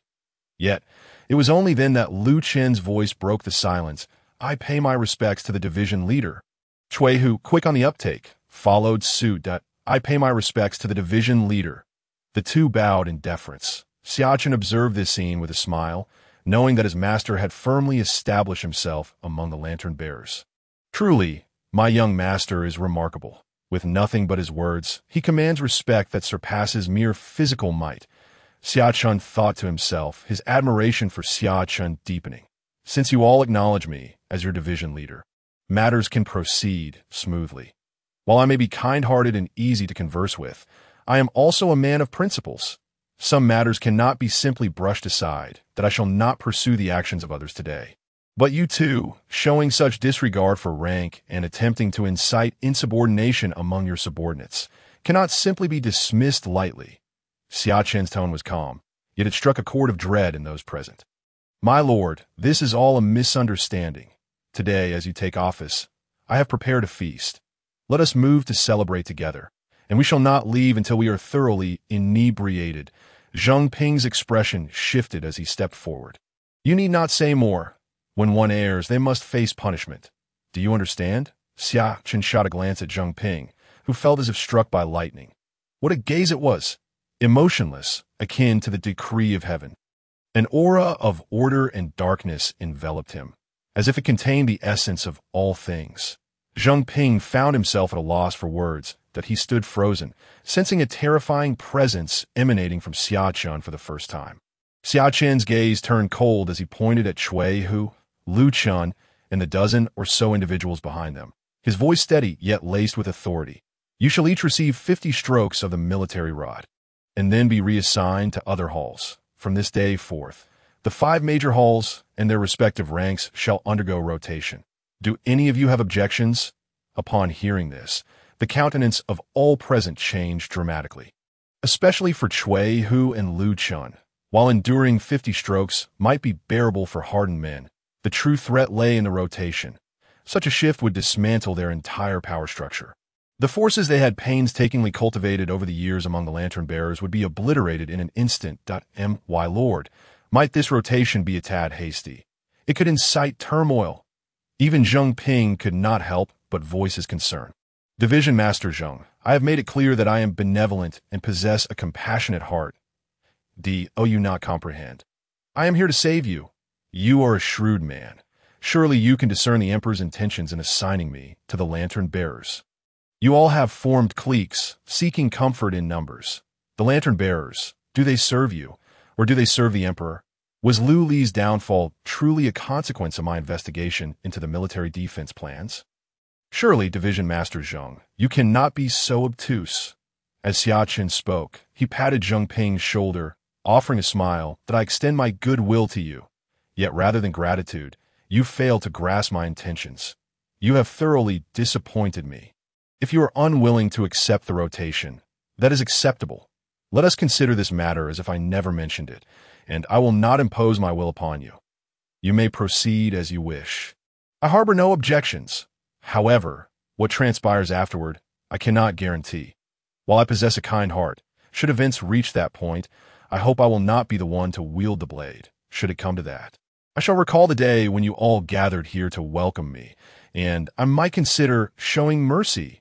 Xia Chen spoke with a smile, while Zheng Ping was already drenched in cold sweat, his body trembling uncontrollably, his complexion paling. Xia Chen departed, strolling into the office belonging to the division leader, successfully establishing his position, leaving no one daring to obstruct him. The crowd remained silent, lost in contemplation. Old Zheng, you are usually the most astute. Please take the lead in deciding whether we shall proceed with the rotation. If we do, the foundations we have built over the years will be shattered. The other two hall masters closed in around Zheng Ping, their names being Li Yu and Chun Song. I accept the rotation. Whether you choose to accept it is your own affair. Do not use me as a pawn. I am too old for such games and merely wish to live the remainder of my life in peace. Old Zheng, having regained his composure from Xia Chen's remarks, gazed at the two men, then at Shui Hu and Lu Chun, shaking his head before turning to leave. Liu, Chen Song, Shui Hu, and Lu Chun exchanged glances that I, too, accept the rotation. Lu Chun spoke in a low voice, then led his group of over 10 individuals out of the hall. What now? Liu and Chen Song looked at each other, then turned their final hopes toward Shui Hu. Do you not comprehend? Our internal solidarity among the lantern bearers has attracted the Emperor's attention, leading to Commander Lu's downfall. Shui Hu met their gaze, his voice I see wide. As colleagues, I believe I've been sufficiently candid. However, to disrupt all our subordinates right from the outset is a bit excessive, is it not? Historically, how has a newly appointed officer acted in such a manner? Liu frowned. To dismantle his entire contingent was tantamount to a death sentence. Even if he consented, could his backers accept such a decision? I have said my piece. You must weigh the pros and cons and act accordingly. After Shui Hu finished speaking, he turned and departed, leaving only two groups of people remaining in the Grand Hall. Each individual, previously as proud as a courtesan, was now at the mercy of another, rendered docile and submissive, their arrogance deflated. Chun Song cursed angrily, noting how those who had been so boisterous earlier were now cowering in fear, without even a single blow being struck by Xia Chen. How could he, with nothing but his words, bring them to heel so completely? In the garden of Princess Yawang's palace, a riot of blossoms thrived, competing for beauty, while butterflies flitted gracefully among the flowers. Resembling playful sprites, surrounding them were pavilions and towers, arranged with care, their intricately carved railings winding around tranquil lotus ponds, where goldfish frolicked and raindrops glistened like dew on the lotus leaves. Princess Yawang, in high spirits, was feeding the goldfish in the pond when she heard a report from a maid dressed in purple, prompting her to turn her head in surprise. Beside Princess Yawang stood a woman clad in yellow, whose beauty, though not quite matching that of the princess, would undoubtedly be considered stunning in the outside world. This enchanting beauty, holding a skewer of candied hawthorn, appeared charmingly naive. She was Li Wei. The maid in purple was already accustomed to Li Wei's presence. Her name was Ziyu, and together with Li Wei, they were the princess's two most trusted attendants. If Xia Chen were present, he would recognize Ziyu, for she was renowned as the female chancellor during the reign of the Empress, her power even surpassing that of the prime minister at one point. Ziyu recounted all that had transpired with the lantern bearers that day. Zheng Ping, Shui Hu, and Lu Chun had all agreed to a rotation and were currently kneeling at the entrance of the prince's office, voluntarily reporting their request for a change. However, Liu and Chen Song could not endure such humiliation and had taken their subordinates to patrol the streets instead. In Ziyu's lively eyes sparkled intelligence, her long, dark hair cascading like a waterfall, elegantly secured with a simple jade hairpin, with a few wisps framing her face, adding to her gentle allure. Her graceful figure was clad in a flowing purple gown that danced in the breeze like a flower blooming in the quiet night. As she conversed with Yao Guang, her focused gaze revealed her keen intellect. She was a woman of remarkable charm, yet sadly, standing beside the princess, her radiance seemed somewhat overshadowed. It appears I underestimated my fiancée. I was mistaken. Princess Yao Guang mused quietly after listening to Ziyu's report, pausing thoughtfully before speaking again. Zheng Ping and the others were indeed clever, as were Li Yu and Qin Song. However, their confidence stemmed from their connections to the crown prince and the third prince. And it seemed a significant reshuffling was imminent within the Eagle-Eye Bureau. Yao Guang's voice was cool and composed as she spoke, her red lips slightly parted. Your Highness, have you not always wished to extend your influence among the lantern-bearers? Now that the prince has taken control of the Eagle-Eye Bureau, this is an excellent opportunity. Furthermore, with the prince hailing from the Xia family, securing their support could grant us military power. Perhaps you could become the first empress of the Daowu dynasty. No longer just a dream.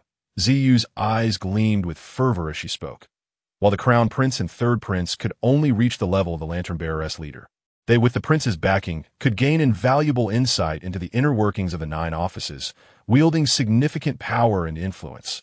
Not yet married, and already calling him the prince, Yao Guang remarked, casting a delicate profile as she turned away, her eyes shimmering with unspoken thoughts.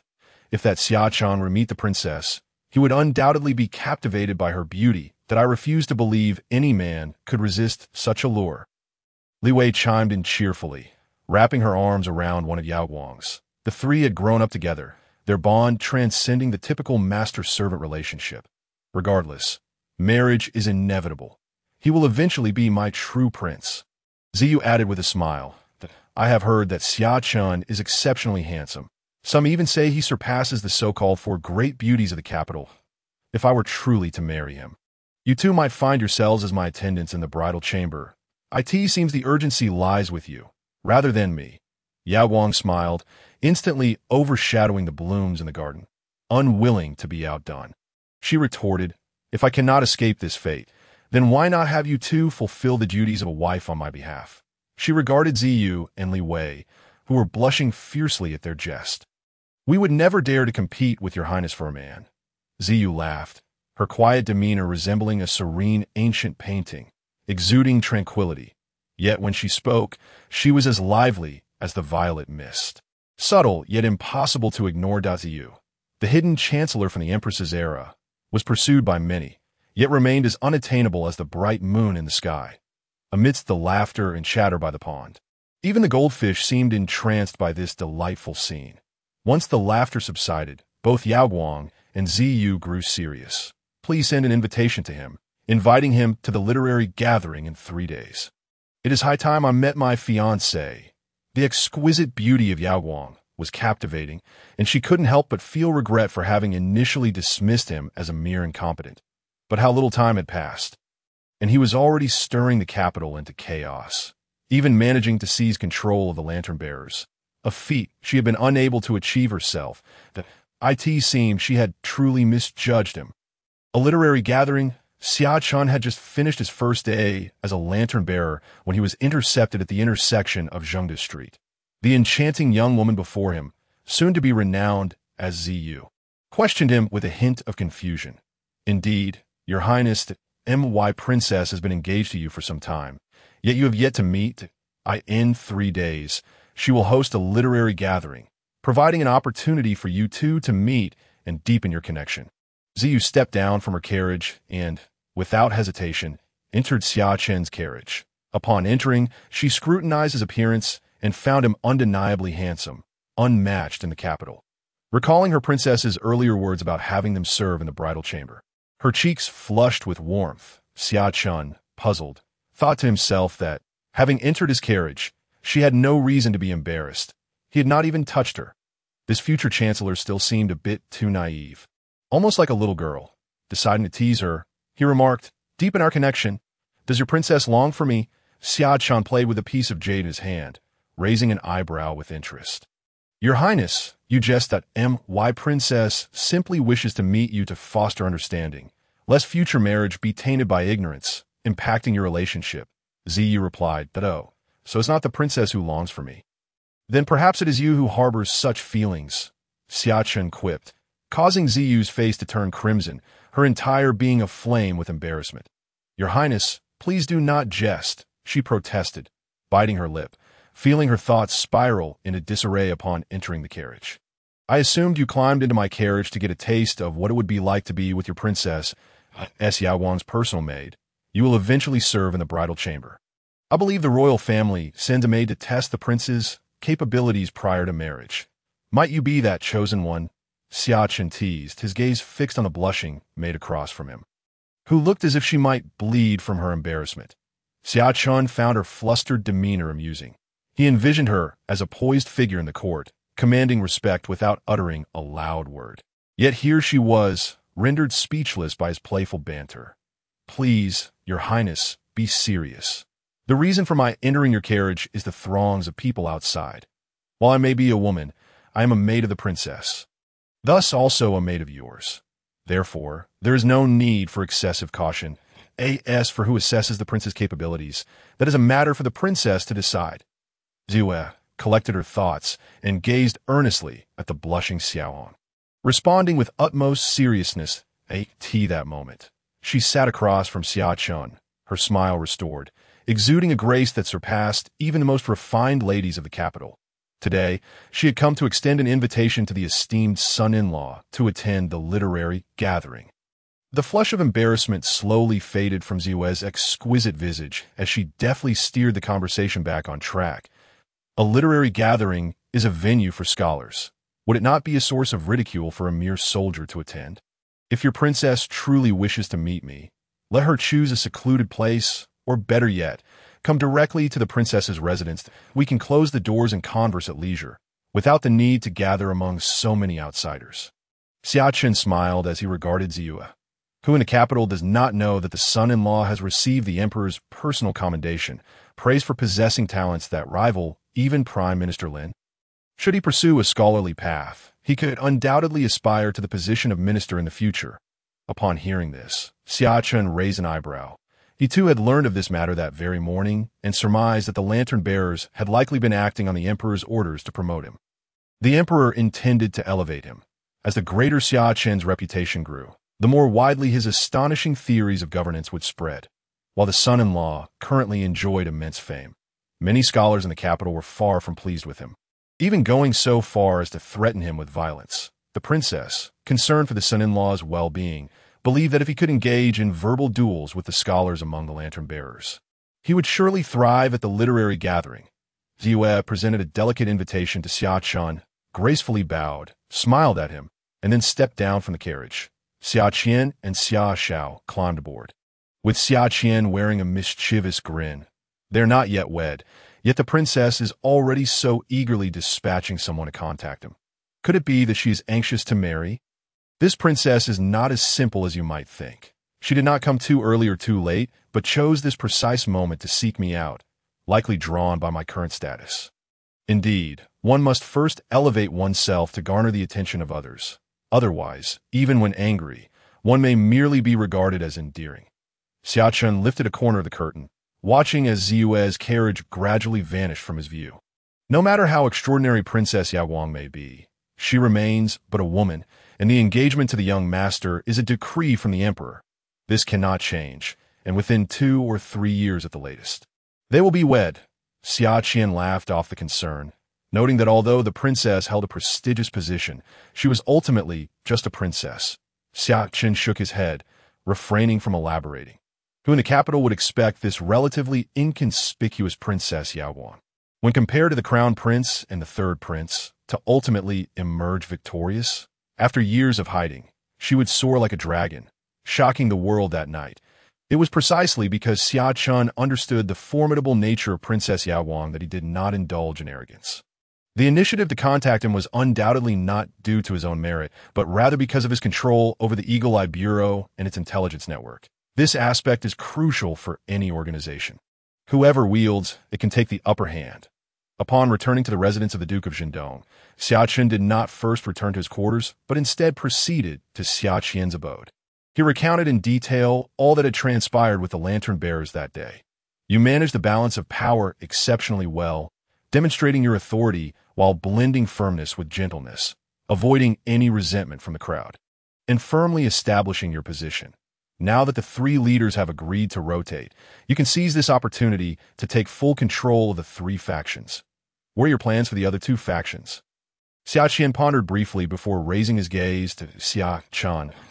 Liu and Chun Song are respectively aligned with the crown prince and the third prince. We can ascertain this. The emperor must be aware of it as well. His decision to assign me to the Eagle Eye Bureau likely stems from his desire for me to eliminate the influence of the crown prince and the third prince within the lantern bearers. Their defiance presents a perfect opportunity for me to, I make my entrance. I must elevate some of my own people, replacing one with another, and I shall take decisive action against these two factions. The lantern bearers are due for a thorough cleansing. Xia Chen's words were calm, yet exuded a chilling intensity. To be frank, he preferred taking action over mere words. Matters solvable by fist were far less tedious than those requiring speech. Xia Chen observed his nephew, who had always struck him as intelligent yet somewhat too gentle in his approach. Lacking the typical vigor of the Xia family, Xia Chen harbored concerns that Xia Chen might stray down a misguided path. Relying solely on dark political maneuvering, akin to a serpent lurking in the shadows. Yet upon reflection, it seemed he had misjudged. His nephew was evidently adept at balancing strength with subtlety, harmonizing both thoughtfulness and decisive action. Among the three generations, while Xia Chen was not the most talented in martial arts, none among the younger generation could rival his intellect. When I grow old, perhaps Xia Chen will shoulder the family's responsibilities. Steering the helm. In this manner, the Xia family shall not only possess martial prowess, but also intellectual acumen, ensuring prosperity for generations to come. Xia Chen fell into deep contemplation, and based on Xia Chen's recent conduct, it became clear that he possessed both courage and strategy, truly a natural choice for head of the family. The Xia family's prosperity over the past 600 years stemmed from their refusal to adhere to rigid conventions. Those with capability and wisdom were entrusted with leadership roles. Xia Chen was no different, wholly dedicated to the family. Although his own two sons were quite accomplished, they still fell short of Xia Chen's broader perspective. Uncle, I intend to move out of the Duke's residence. Just as Xia Chen envisioned the Xia family's future grand plans, Xia Chen's sudden declaration startled him. What reason could there be for moving out of the Duke's residence? Is it because your quarters are too remote and there are too few servants? I can arrange matters immediately. Xia Chen frowned, his gaze stern.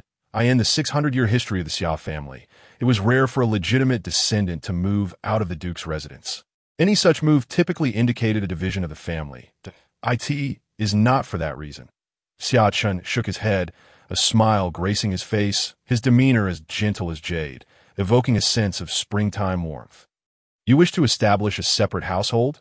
Xia Chen furrowed his brow further, having just contemplated the prospect of grooming Xia Chen for the future leadership of the family, only to be confronted with Xia Chen's intention to move out. It is not a matter of separation being so grave. Rather, I have simply outgrown my place in the Duke's residence. Xia Chen sipped his tea to calm Xia Chen's emotions, then spoke slowly. The Emperor holds our Duke's residence in high regard, yet he harbors some apprehension towards it. History has shown that those with great merit can threaten their sovereign. Our continued prosperity hinges on the current lack of unity in the realm. The world remains unsettled. Thus, the Emperor still requires our Duke's residence. Yet he is also wary of why current status is somewhat peculiar, being both a legitimate heir of the Duke's residence and a son-in-law. The Emperor seeks to win me over, as evidenced by my assignment to the Lantern Bearers. Perhaps he has further designs, such as using me to create divisions within the Xia family, ideally splitting it into two factions. To the outside world, I appear to have been neglected in the Duke's residence, raised in neglect by indifferent parents. Consequently, they believe my relationship with the Duke's residence to be poor, and even the Emperor likely thinks the same. This perception is precisely why he chose me. Henceforth, I cannot appear overly close to the Duke's residence, nor can it afford to treat me too well. Xia Chen spoke thoughtfully, while Xia Chen's expression shifted. His thoughts swirling, he wished to counter this argument, yet ultimately found himself at a loss for words. Finally murmuring, "Is the situation truly as dire as you suggest?" Over the years, Both your grandfather and I have willingly relinquished military power. And your father has always remained compliant. Can it be that the emperor is intolerant of us? Even if we harbor no disloyalty, a united and capable duke's residence poses a considerable threat to imperial authority, something no emperor wishes to see.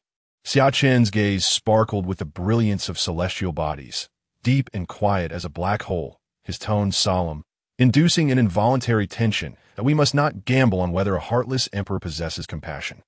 For over 50 years, the emperor has transformed into a political machine. Any threat to his rule, anything beyond his control, will be obliterated.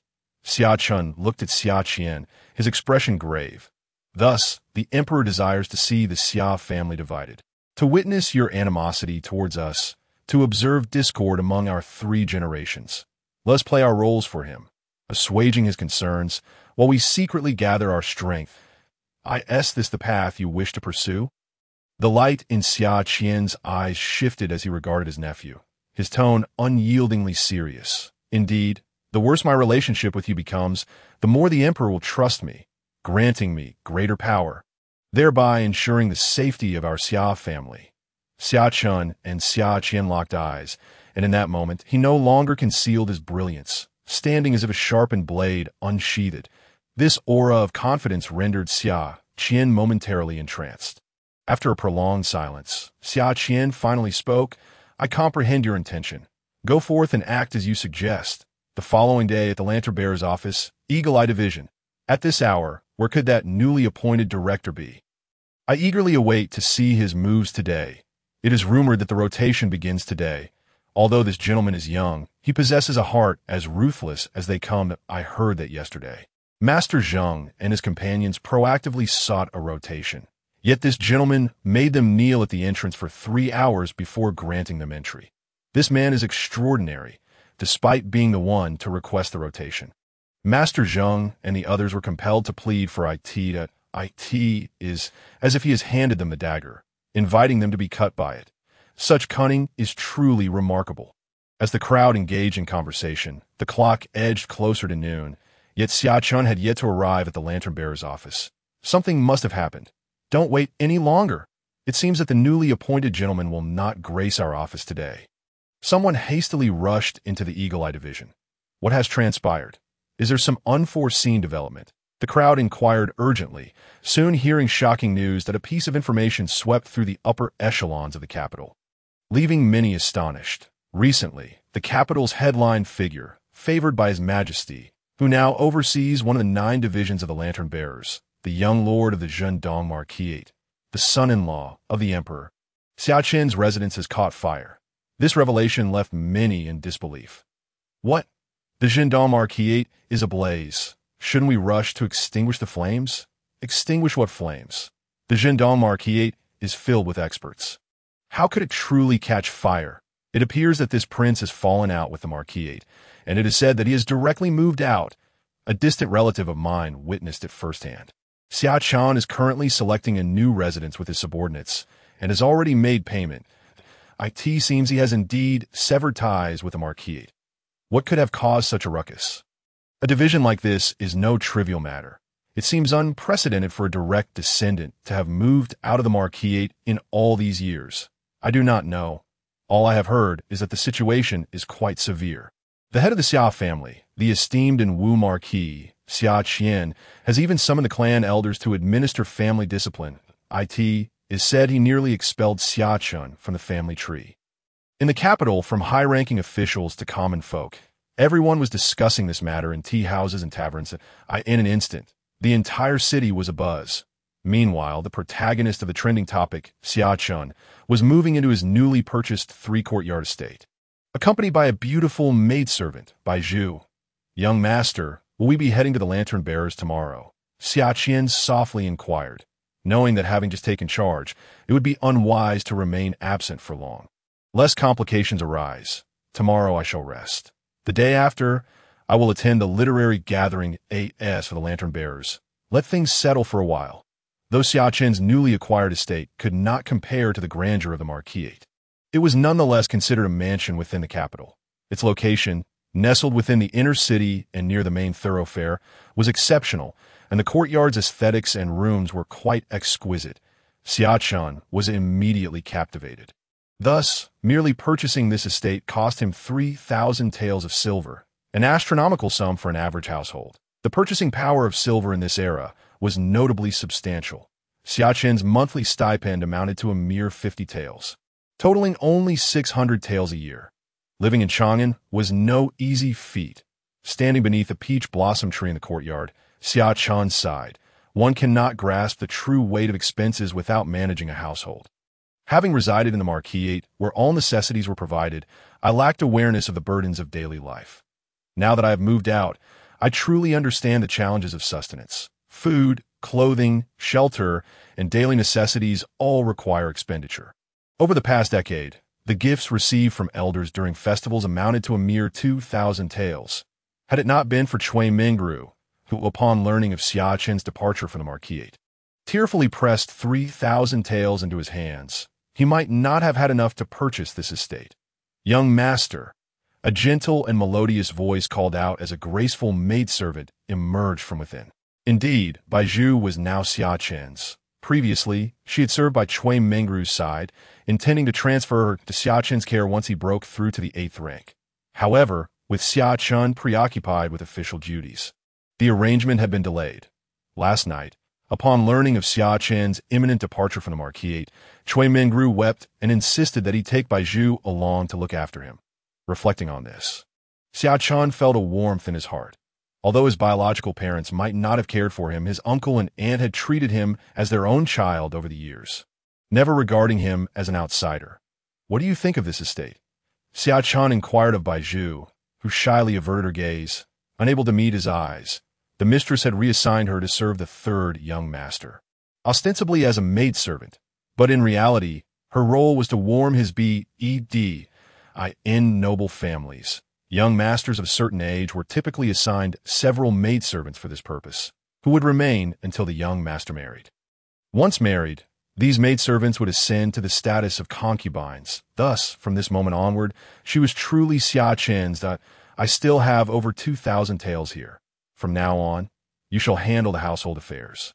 In the coming days, take some people to the Western market and purchase a few more maidservants and servants. Their ages need not be too advanced, but they must come from respectable families." Xia Chen handed a stack of silver notes to Baizhu, yet she hesitated, too anxious to accept them. "Young master, I am merely a maidservant. How can I manage the household? Such matters ought to be handled by the mistress." "The princess, who knows when we will wed? Shall we wait endlessly for her? We have just moved out. Everything must be arranged anew, that if we wait for her, the flowers will wilt." Xia Chen firmly took Baizhu's delicate hand, pressing the silver notes into her palm. "Currently, you're the only female in this household. If not you, then should Xia Chen take charge. Let it be settled. You will manage all affairs within the house from now on.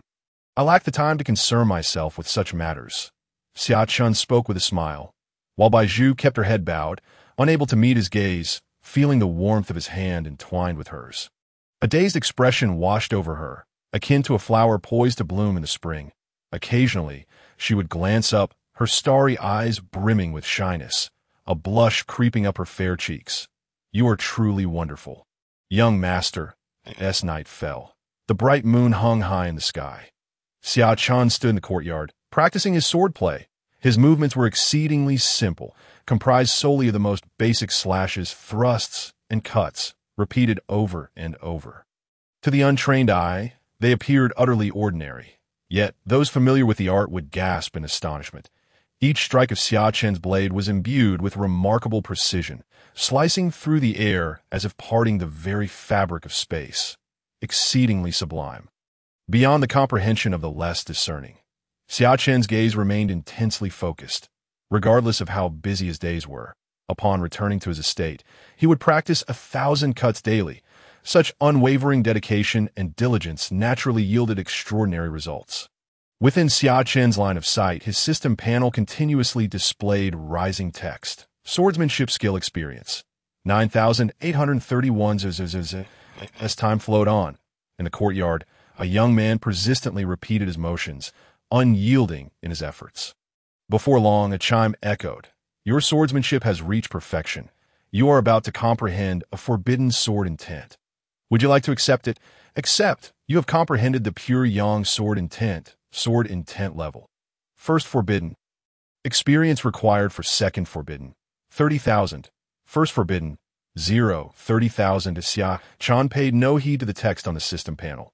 He felt as though he had been drawn into a wondrous realm. He transformed into a 5-year-old child, practicing swordplay under his master's guidance as the sun rose and set through the changing seasons. Regardless of the sweltering heat or the biting cold, Xia Chen steadfastly stood atop the craggy stone on the cliff every day. Enduring the relentless winds, torrential rains, and scorching the tender age of 8, he achieved a modest proficiency in swordsmanship. By 11, he had mastered the art, and by 18, he attained perfection in his technique. Upon reaching this pinnacle, Xia Chen bid farewell to his master and descended the mountain to hone his skills in the mortal realm. He journeyed eastward, learning from various masters of swordsmanship, encountering bandits and rebellious armies along the way. Engaging in countless battles at the age of 20, he enlisted in the military, beginning as a mere foot soldier, where he tempered his sword intent amidst mountains of corpses and seas of blood. At 22, feeling a stirring within, he withdrew from the military and continued his journey eastward, ultimately gazing upon the vastness of the ocean. Standing at the edge of the sea, he, like in his youth atop the cliff, repeated the fundamental movements of his swordplay. That year, Xia Chen made a living by fishing, observing the rise and fall of the tides. The grand sun as it traversed the sky, he subdued his once brilliant aura. The malevolent energy forged in the crucible of battle, much like being washed clean by the sea, allowing it to fade away completely, he transformed into an ordinary fisherman. Eventually, Xia Chen set aside his sword, no longer fixated on practice, choosing instead to embrace the natural flow of life, becoming a true fisherman. Yet, this fisherman harbored a passion. Each day, he relished sitting upon the rocks, gazing at the sun, often remaining in contemplation for an entire day. On an ordinary afternoon, as the sun dipped below the horizon, consumed by the sea, Xia Chen, who had languished atop the rock all day, suddenly broke into a smile that a radiant light sparkled in his eyes. Akin to a great sun slowly rising, dispelling the darkness of dawn, he grasped the spear resting beside him and casually swept it across the water's surface, proclaiming, "This technique is named Dawn's Break." Xia Chen's voice was soft, almost a whisper, yet imbued with righteous vigor that resonated in the hearts of those who heard it, as if a divine being was declaring to the world. Instantaneously, the once dim ocean erupted with brilliance. Fishermen aboard returning boats widened their eyes in astonishment. What did they behold? Another great sun rising slowly, its radiance illuminating the world, revitalizing the entire seascape. The previously calm surface of the water parted, revealing the ocean's depths, a process that lasted a mere 5 or 6 breaths. Ultimately, the vast sea surged back, yet the area where the water had parted retained an aura of pure yang energy. Such power from a single stroke was truly terrifying. Xia Chen opened his eyes, and within them, the great sun gradually receded, merging back into a singular gaze, indistinguishable from that of an ordinary person. Tides, the great sun, sword intent. Xia Chen murmured to himself, raising his gaze towards the high-hanging moon, feeling as though only a fleeting moment had passed. Yet he sensed he had genuinely traversed over 20 years of profound experiences. Everything he had encountered in that world felt strikingly real, particularly the insights gained from his sword practice. Yet, the memories began to blur, leaving only pure understanding. Xia Chen furrowed his brow as the recollections of that world grew hazy. He remembered countless events, but struggled to recall specifics. Save for the vivid memories of his swordsmanship, it seemed my system had undergone a transformation, vastly different from the player systems of my past life.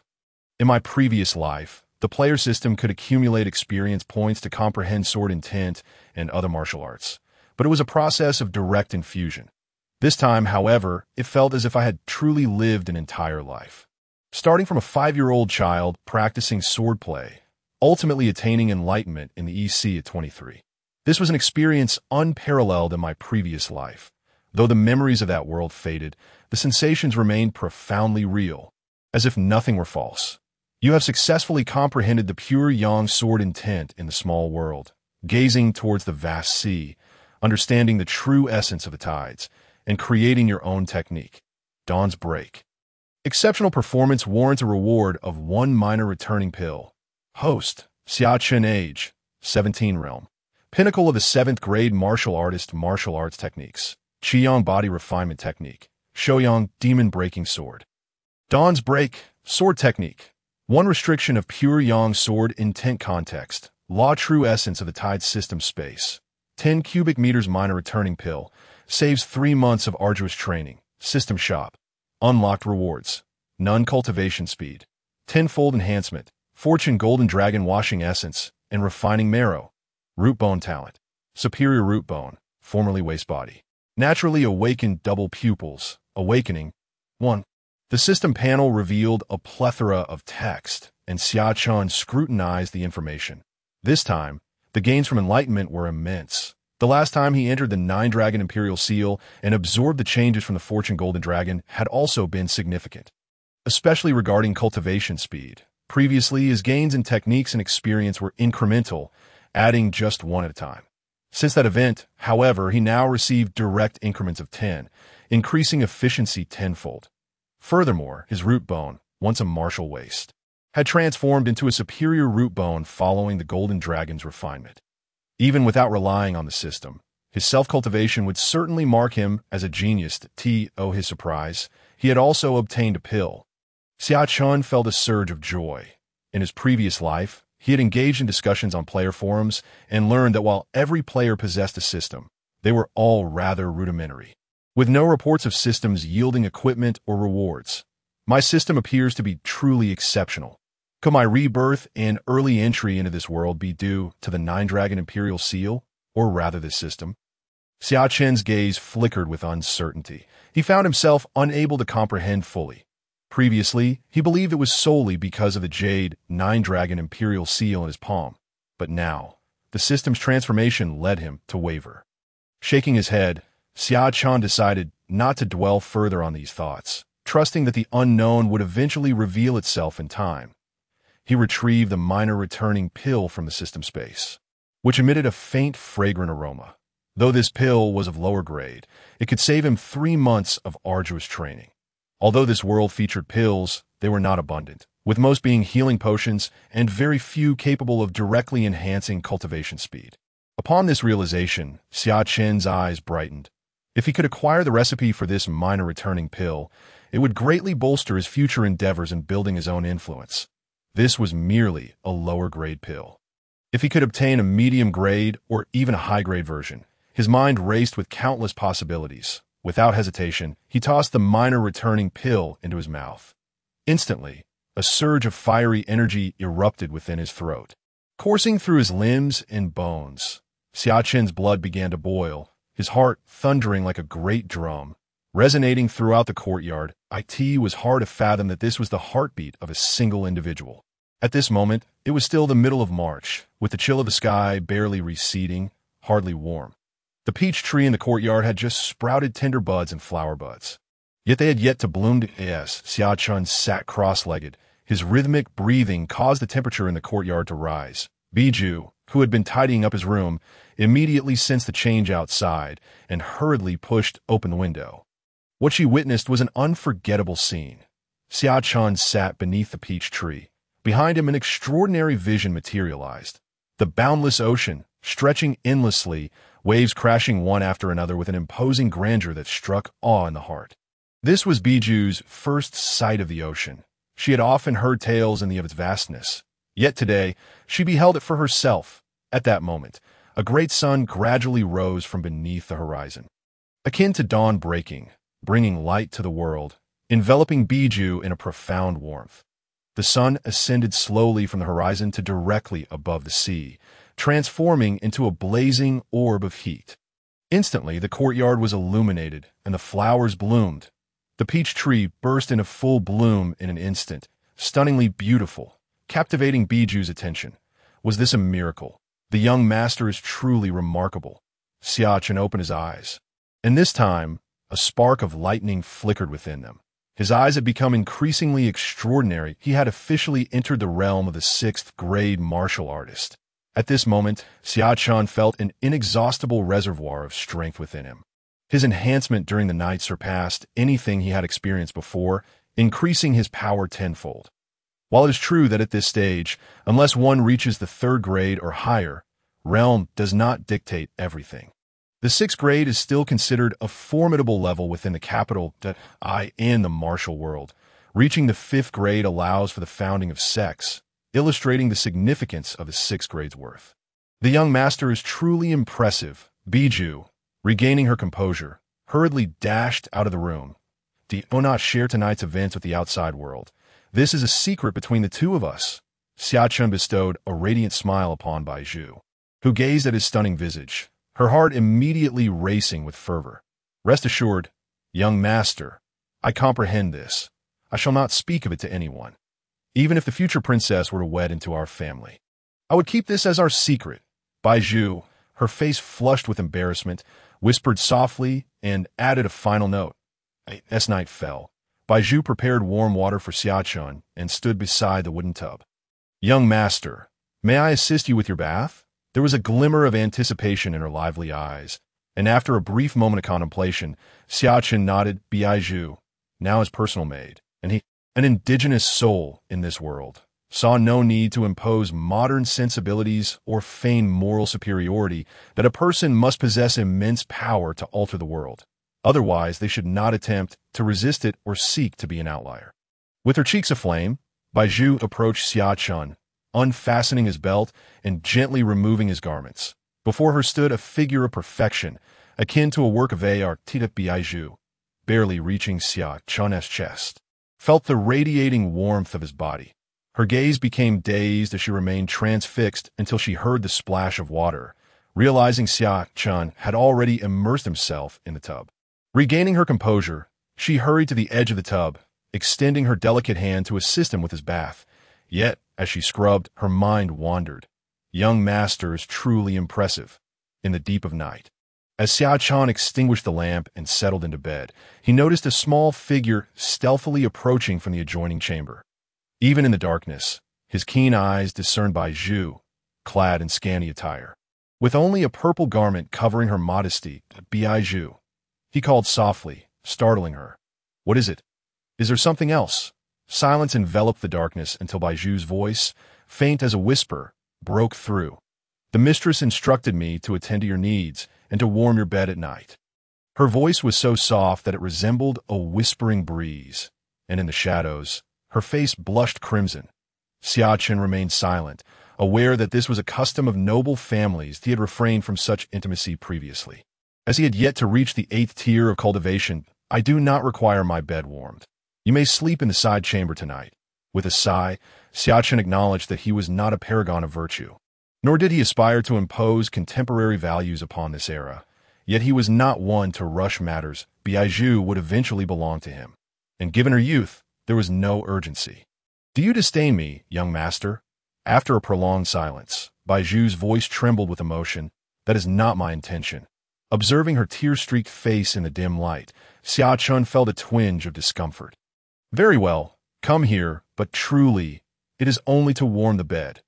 As he lifted the covers, a soft, petite form nestled into his embrace. That in this feudal age, where change was unattainable, one must yield to the circumstances. A person's physical strength might destroy another's body, but could not forcibly alter their thoughts. At dawn, Xia Chen resumed his martial training, having instructed Xia Chen to request a leave of absence from the lantern bearers. He prepared to attend a poetry gathering hosted by his fiancée the following day, intending to confront those who dared challenge him, to demonstrate what it meant to teach a lesson. The verbal sparring from that day was merely an appetizer. On the third day, Xia Chen awoke promptly, rousing Bijou from slumber in his arms. She rubbed her sleepy eyes and emerged from the covers, her delicate skin exposed to the cool air, clad in a light garment. Are you meeting the princess today? Not exactly. I am merely attending a literary meeting, Xia Chen replied, shaking his head with a smile as he tousled her hair. You may sleep a little longer. I can manage on my own.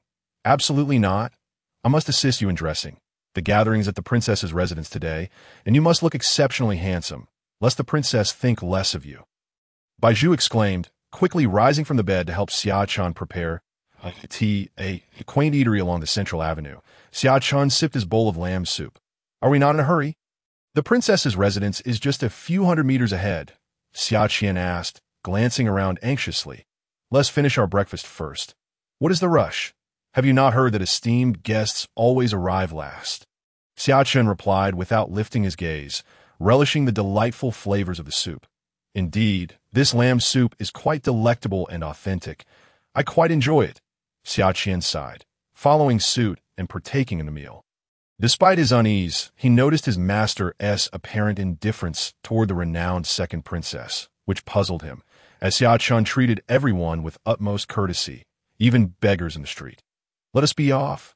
After leisurely finishing his soup, Xia Chen rose and beckoned Xia Chen follow. How much do I owe you? He inquired of the proprietor, and own need for payment. The owner replied, bowing slightly with a broad smile. Although unfamiliar with Xia Chen, the young man's striking appearance and noble demeanor suggested he hailed from a distinguished family, and the owner dared not charge him for his meal. Here you go. My master always pays for his meals, Xia Chen interjected, producing a piece of silver from his pocket and placing on the table, leaving the owner in awe of the generosity at the Yaoguang princess's residence. A myriad of carriages and palanquins filled the entrance, where scholars clad in scholarly robes and aristocratic youths presented invitations, entering the palace with beaming smiles. Look, that woman is extraordinarily beautiful. I have never seen such a stunning lady. One remarked. Which family does she belong to? Her grace is truly remarkable. Another chimed in, noting a woman in purple attire, who was none other than the personal maid of Princess Yaoguang. That is she merely a maid? She outshines many young ladies of noble birth, exuding elegance befitting someone of the princess's inner circle. As the crowd gathered before the princess's residence, they noticed the striking purple-clad maid, prompting whispers and speculation. Some bold young men attempted to approach her, only to be met with her icy indifference. Who might she be waiting for? What individual could command her attention so? The onlookers wondered, speculating whether it was the Princess Pingyang or the third prince. For only such esteemed individuals could warrant the presence of the princess's personal maid, as the crowd murmured. The previously composed purple maid's eyes suddenly sparkled with recognition. Following her gaze, they beheld a young man approaching. His brows like ink brushstrokes, his long and deep-set eyes glimmering with starlight, as if concealing boundless thoughts and wisdom. His complexion was as pale as snow, and his visage resembled that of a jade crown. Adorned in a flowing azure robe, he stood tall and upright like a majestic pine, exuding an aura as gentle and refined as jade with every gesture. His presence seemed ethereal, as if a celestial being had descended into the mortal realm. Captivating all eyes, upon witnessing the meticulously groomed Xia Chen, Ziyu's eyes sparkled with delight, rendering her momentarily spellbound. The onlookers cast envious glances at Xia Chen, murmuring, "My dear brother, how can you be so dashing?" Leaving us in despair. A palpable tension hung in the air as they exchanged glances, feeling a weighty pressure before the literary gathering had even commenced. They, too, had taken great care in their attire. Yet the disparity between them was stark. Internally lamenting, they were further disheartened to see the enchanting Ziyu stride towards this young man at the entrance of the princess's residence. All present were rendered speechless by the sight. Their goddess, Ziyu, displayed such grandeur before him. Come on, buddy, isn't it just a matter of looking a bit more handsome? We are all tall young men here. While you may have a slight advantage in looks, we are all human. We are here for the literary gathering. What gives you the right to such preferential treatment? Anger simmered within them, a feeling of indignation palpable. What are you doing at the entrance? Xia Chen inquired, taken aback as he regarded Ziyu. Of course, I am here to welcome the esteemed prince consort. This is the princess's residence, and the prince consort cannot be treated as an ordinary guest. Ziyu responded respectfully, standing beside Xia Chen. Today, Xia Chen appeared far more handsome than the day he had donned the lantern-bearer uniform in the carriage. On that day, he exuded a rebellious charm, a certain edge to him. Yet today, dressed in splendid attire, he He radiated the refined demeanor of a noble young master, exuding opulence while remaining strikingly composed. Upon hearing Ziyu's words, Xia Chen cast her a glance before surveying the crowd gathered at the entrance. All eyes fixed upon him, he felt it prudent to refrain from speaking further at the entrance. Xia Chen suspected that had this not been beneath the emperor's gaze, the envious crowd, their eyes ablaze with jealousy, might have charged at him, and he pondered whether he should summon the imperial guards or the lantern-bearers for protection if that occurred. Alas, the human heart's capacity for envy is truly formidable. With this thought, Xia Chen nodded gently to Ziyu. "Shall we proceed inside?" Ziyu led Xia Chen and Xia Qian past the throng blocking the entrance of the princess's residence. Only when Xia Chen's figure had vanished from view did the crowd erupt into fervent discussion. "Who on earth is that?" Ziyu personally came to greet him. "What an honor! But why is he so handsome? With his arrival, do we even stand a chance? What's there to fear? The gathering is about intellect, not appearances. That I see him as nothing more than a pretty face, a decorative pillow, handsome yet useless." One young man, clad in a brocade robe, wore an expression of disdain. He held such individuals in contempt, unlike himself, who relied on family wealth to attend a literary gathering looking that handsome. He must have ulterior motives. He is clearly angling for the affections of Princess Yao Guang. "Humph, while I may not be as handsome, I take pride in not living off my parents." Yang Wei, buoyed by this thought, straightened his posture with newfound pride. Yet soon after, he felt his resolve wane. It seems I need a rest. Maintaining this stance is rather exhausting."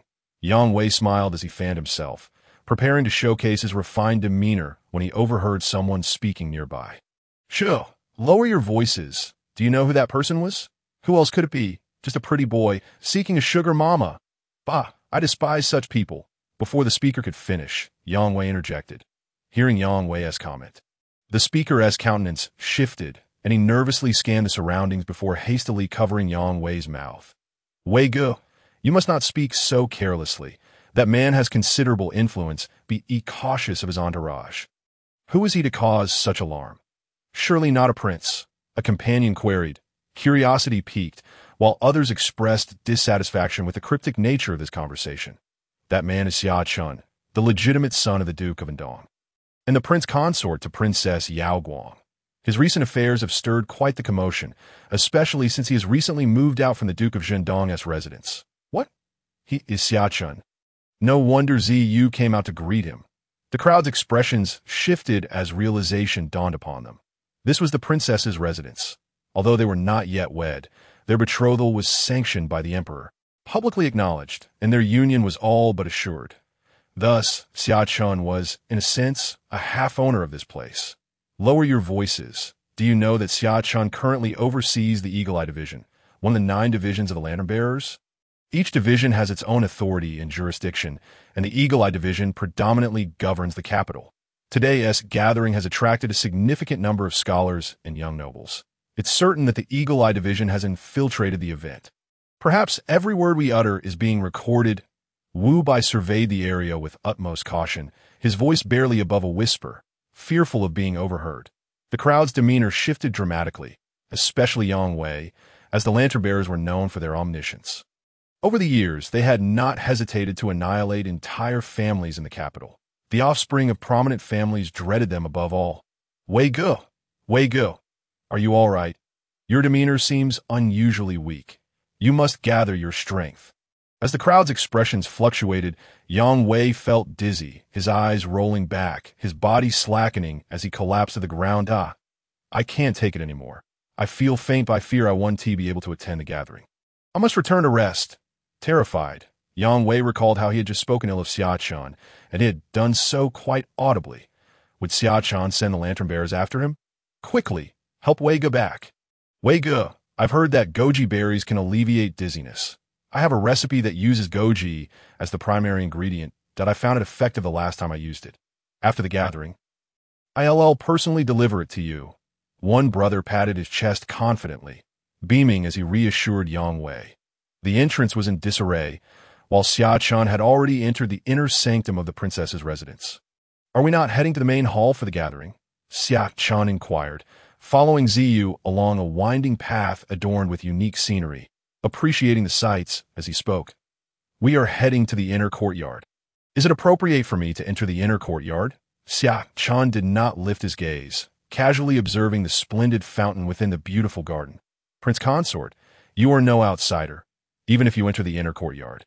It would not raise any eyebrows. There is still some time before the gathering commences, and as you are a member of the family, you should take a moment to rest.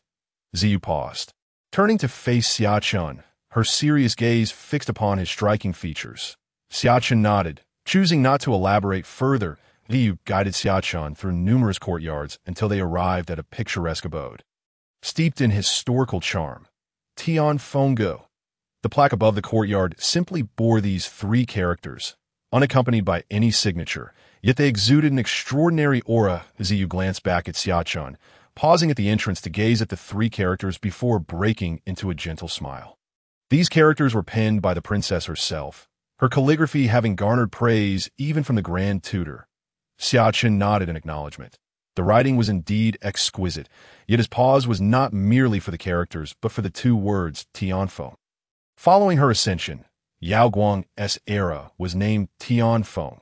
From these three characters, Xia Chen inferred that Yao Guang had long harbored ambitions for greatness. Aiming high, does the Prince Consort find anything amiss with these three characters?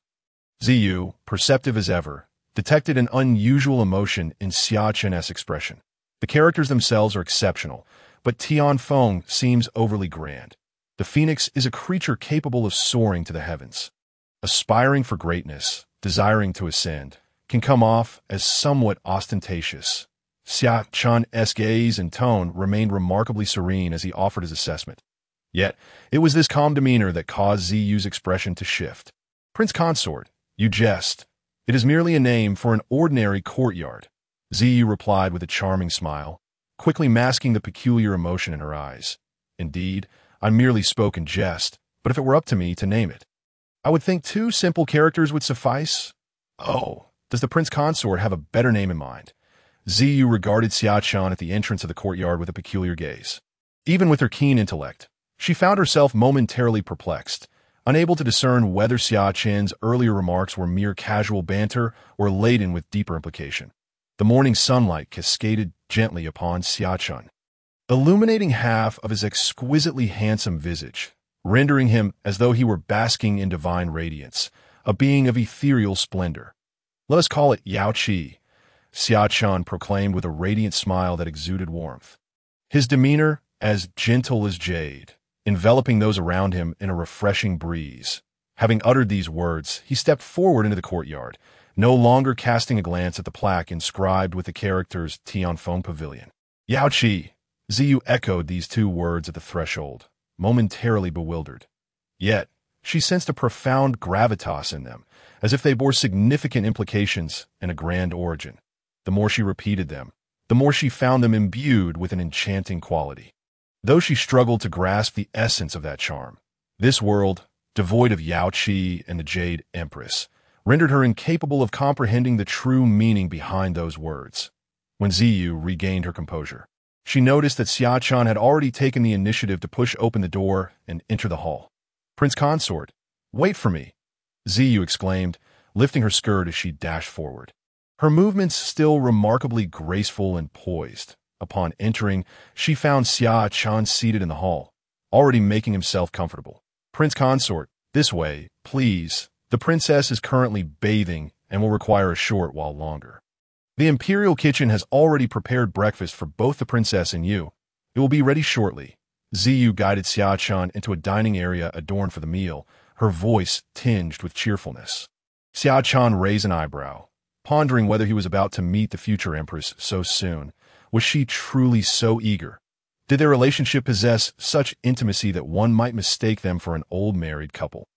He sat quietly on the bench, the warm light flickering between the gilded beams above. In the center of the hall stood a long table of sandalwood, elegantly draped with a finely embroidered satin tablecloth. Surrounding them were jade screens that shimmered with a soft glow, creating a sanctuary from the cacophony of the outside world. Alone, Xia Chen appeared unruffled, exuding an air of profound depth, akin to an unfathomable abyss. Servant girls stood silently nearby, pouring tea for Xia Chen, who remained reticent, embodying an unusual tranquility. Yao Qi. In the depths of the courtyard, within a modestly appointed boudoir, Yao Guang sat before her vanity mirror, murmuring the two words as she absorbed Ziyu's detailed report. The copper-hued mirror reflected an exquisitely flawless face, while Ziyu stood behind her, delicately combing her long, flowing-haired. I feel as though the prince consort has ulterior motives. His attitude towards the words Tianfeng seems rather peculiar. It feels as if there are no secrets before him, as if he sees right through me. Ziyu furrowed her brows, her expression one of confusion. It appeared that her prince consort was more astute than they had imagined. For the past 17 years, he had been biding his time, concealing his brilliance. Yao Guang, clad in a cool inner garment after a bath, displayed skin that glowed with a tempting radiance. Yet the question remained, why would the prince consort hide his abilities? Was the situation within the marquis's residence truly so dire? Had there been those who sought to harm him, stifling his potential in its infancy? Thus, had he meticulously disguised himself as an ordinary man? Ziyu's brow was knitted, her voice ringing clear, yet laced with gentleness as she expressed her perplexity. 14 years prior, the Marquis of Anong had ventured to the eastern wilderness and fathered a second son, rumored to be named Xia Hao, a boy of exceptional talent. Both the Marquis and his wife showered this child with affection, while Xia Chen received little attention. However, as the legitimate eldest son, Xia Chen's status would inevitably grant him the Marquis in the future. Yao Guang's voice, imbued with a mature and composed tone, carried wisdom. Her beauty mirrored that of peach blossoms in full spring bloom, with cheeks flushed and skin luminous as if crafted from finest jade. Her eyes sparkled like autumn waters, drawing one into their depths. She was breathtaking, akin to a celestial being stepped from the pages of a painting, rendering the world around her devoid of color. Ziyu stood behind Yao Guang, gazing at the familiar visage in the mirror, momentarily entranced, unable to tear her eyes away. Finally, regaining her thoughts, she spoke. What the princess implies is that the Marquis of Anong intends to pass the title to his younger son, Xia Hao. Yet, Xia Chen's existence stands as an obstacle, leading the Marquis to harbor ill will towards the prince consort. However, even a tiger does not eat its cubs, despite 14 years of absence. Surely he would not resort to such cruelty. The more Ziyu analyzed, the more unsettled she felt, her mind conjuring Xia Chen's image, recalling his composed and confident smile, causing her heart to ache. What trials had the prince consort endured to grow up in the Marquis's residence unscathed? Surely he had faced numerous dangers and hardships. It was no wonder he had chosen to sever ties with the Marquis's household and establish his own residence that I know not the specifics. I may have misjudged. Yao Guang shook her head, a hint of confusion remaining upon her brow. She sensed that matters were not as simple as they appeared. She seemed ensnared in a web of misinterpretation. What is he doing now? Suddenly, Yao Guang glanced at the copper mirror, her thoughts shifting, but he sits there quietly, not prying or asking questions, simply savoring his tea. Such patience. I have heard from Li Wenzhong that Xia Chen is fond of military texts, possessing a calm demeanor and the bearing of a great general. Today, he certainly exemplifies that. A smile graced Yao Guang's lips. Ziyu, what is your impression of Xia Chen? Generally holds the prince consort in high regard. And while rumors in the capital may be misleading, his loyalty to the princess is undeniable, ensuring he would not deceive her. I have encountered the prince consort twice, though I cannot ascertain whether he possesses the talents of a hero. He is undeniably far from ordinary. Ziyu pondered for a moment, continuing to groom Yao Guang while lost in contemplation. Yao Guang, upon hearing Ziyu's words, did not respond immediately, allowing the silence in the room to linger. After a lengthy pause, Yao Guang nodded. Perhaps he could be won over. He may indeed become my husband in the future, and certain matters are inescapably entwined with him. A contemplative gleam shone in Yao Guang's vibrant eyes. By the way, we should refrain from contacting General Li Wenzhong in the future. He has recently been promoted to the Grand General of the Dragon Guards, and his status is markedly different now. My father is notoriously suspicious and will undoubtedly assign someone to monitor General Li's interactions. We must exercise caution. Indeed, Princess, I shall limit our correspondence, except in cases of significant events or emergencies that necessitate General Li's involvement. Otherwise, I will not activate this chess piece. Ziyu's expression turned serious, fully aware of the stakes involved. Bring me my Phoenix Jade hairpin. I shall wear it today. Suddenly, Yao Guang gazed at her own stunning reflection in the copper mirror, proclaiming, "Did you not say that the hairpin is too ostentatious and should be more subdued?" Ziyu asked, taken aback. This hairpin was a gift from the current emperor, renowned throughout the Great Wu dynasty. Crafted from an extraordinary piece of crimson jade, resembling the blood of a phoenix. Upon acquiring it, the emperor joyfully commissioned the finest jade artisans and contemporary celestial craftsmen to meticulously carve and polish it. The phoenix jade hairpin was first bestowed upon the empress of the Wuzong emperor. Yao Guang had received it from emperor, one when she was 16, yet she had only worn it once since. Today, she wished to don it again. Lacking other adornments of note, this hairpin was the only suitable piece to accentuate her appearance. Ziyu smiled, refraining from further commentary, and rose to retrieve the hairpin. She clearly understood that the princess possessed innate beauty. To temper her brilliance, the princess had abstained from wearing any accessories since the age of 15, allowing other young ladies and noble women some leeway. Nevertheless, the princess's collection of adornments remained substantial, and her decision to wear the phoenix jade hairpin today indicated its significance. With gentle hands, Ziyu retrieved a jade box, producing the hairpin. Its crimson hue was striking. Intricately carved, with the features of phoenix feathers exquisitely detailed, as if poised to transform into a phoenix reborn from the flames at any moment, radiating vitality. Once the princess adorned herself with the hairpin, her entire demeanor transformed as you gazed in awe and admiration. This literary gathering will host many talented individuals. We must treat it with the utmost respect. Yao Guang scrutinized her reflection in the mirror and spoke to herself, almost as if deliberately explaining to Ziyu, "I suppose this is something one wears specifically for the prince consort." Upon hearing this, Ziyu teasingly called out Yao Guang, their camaraderie so strong that they had no reservations. Yao Guang's ears flushed slightly at the remark, but she quickly masked her embarrassment, her gaze returning to calmness. "What nonsense! Hurry and go check on that Xia Chen. He has been waiting for quite some time. Don't let it be said that I neglected him. I shall be there momentarily." Yao Guang gently nudged Ziyu, who smiled knowingly at the exchange before gracefully exiting the room. Xia Chen remained composed, patiently awaiting her arrival until he caught sight of Ziyu approaching, clad in flowing purple garments. "The prince consort has been waiting. The princess will arrive shortly." Ziyu curtsied, her steps light as she approached Xia Chen, her lips parting slightly as she spoke. "It's all right." Xia Chen shook his head, his demeanor still unruffled.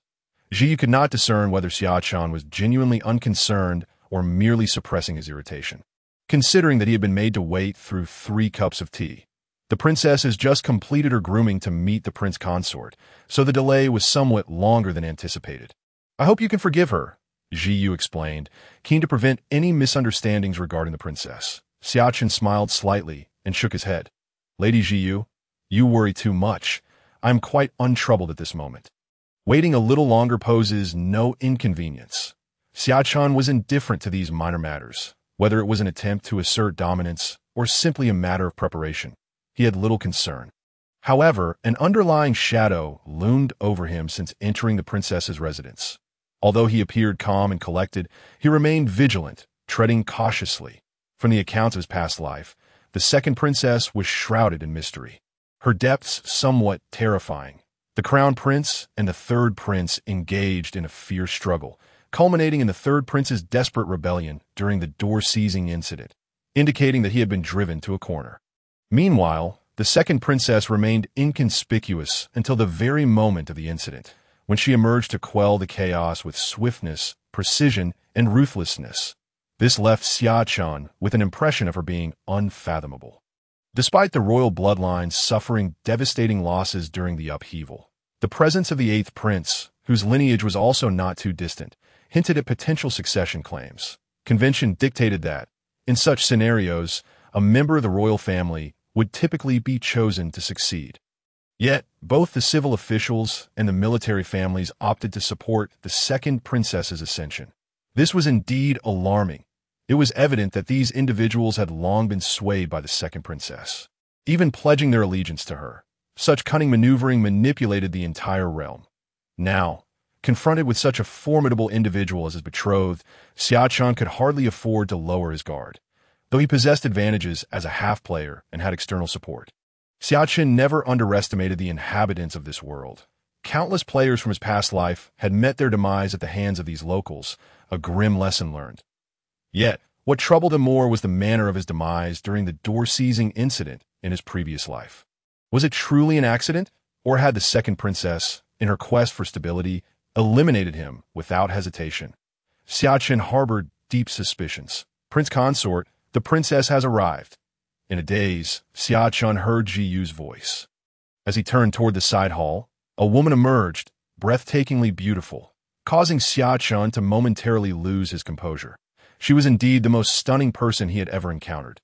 Following closely behind her was a charming, spirited girl, Li Wei. "Greetings, Your Highness." Xia Chen, momentarily dazed, quickly rose and bowed respectfully. Regardless of his conjectures or their validity, the performance must be executed flawlessly. Yao Guang meticulously assessed the man before her, her eyes shimmering with intrigue. He was undoubtedly the most remarkable individual she had ever laid eyes upon, his appearance impeccable. "There's no need for such formalities. Please rise," Yao Guang said, striving to keep her voice calm and composed, though a faint, barely perceptible smile graced her lips. Li Wei, standing behind Yao Guang, regarded Xia Chen with curiosity. Noticing her gaze, Xia Chen nodded at her before turning his attention back. "Please, take a seat." Yao Guang gestured for Xia Chen to sit opposite her. Soon, a stream of maidservants entered, presenting an array of exquisitely crafted delicacies, each dish small in portion, yet rich in flavor and aroma. "Are you hungry?" Yao Guang inquired, observing the handsome youth before her. "Not particularly," Xia Chen replied, nodding calmly. The room fell into silence as Yao Guang lowered her gaze to the table laden with dishes, contemplating how to break the stillness, but at a loss for words. She was usually eloquent and astute, yet today, inexplicably, she found herself at a loss for conversation.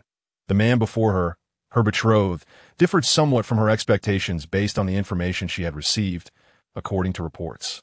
Xia Chen was gentle and courteous, exuding an air of nobility, treating everyone with kindness and often wearing a smile.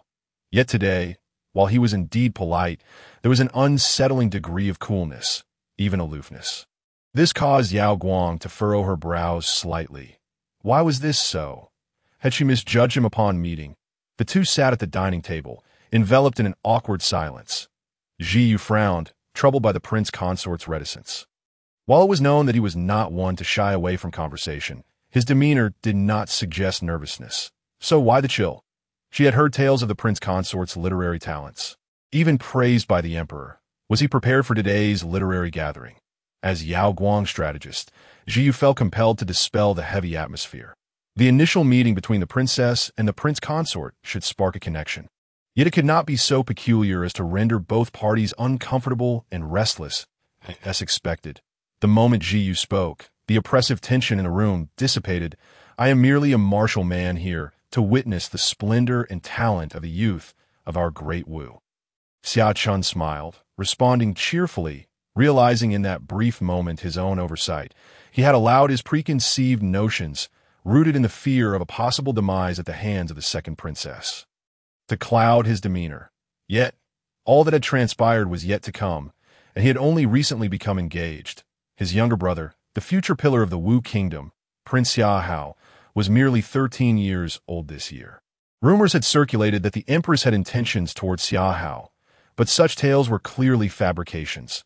The Empress had maintained her reign for decades, her authority unchallenged, and if she truly favored Xia Hao, they would have been united long ago.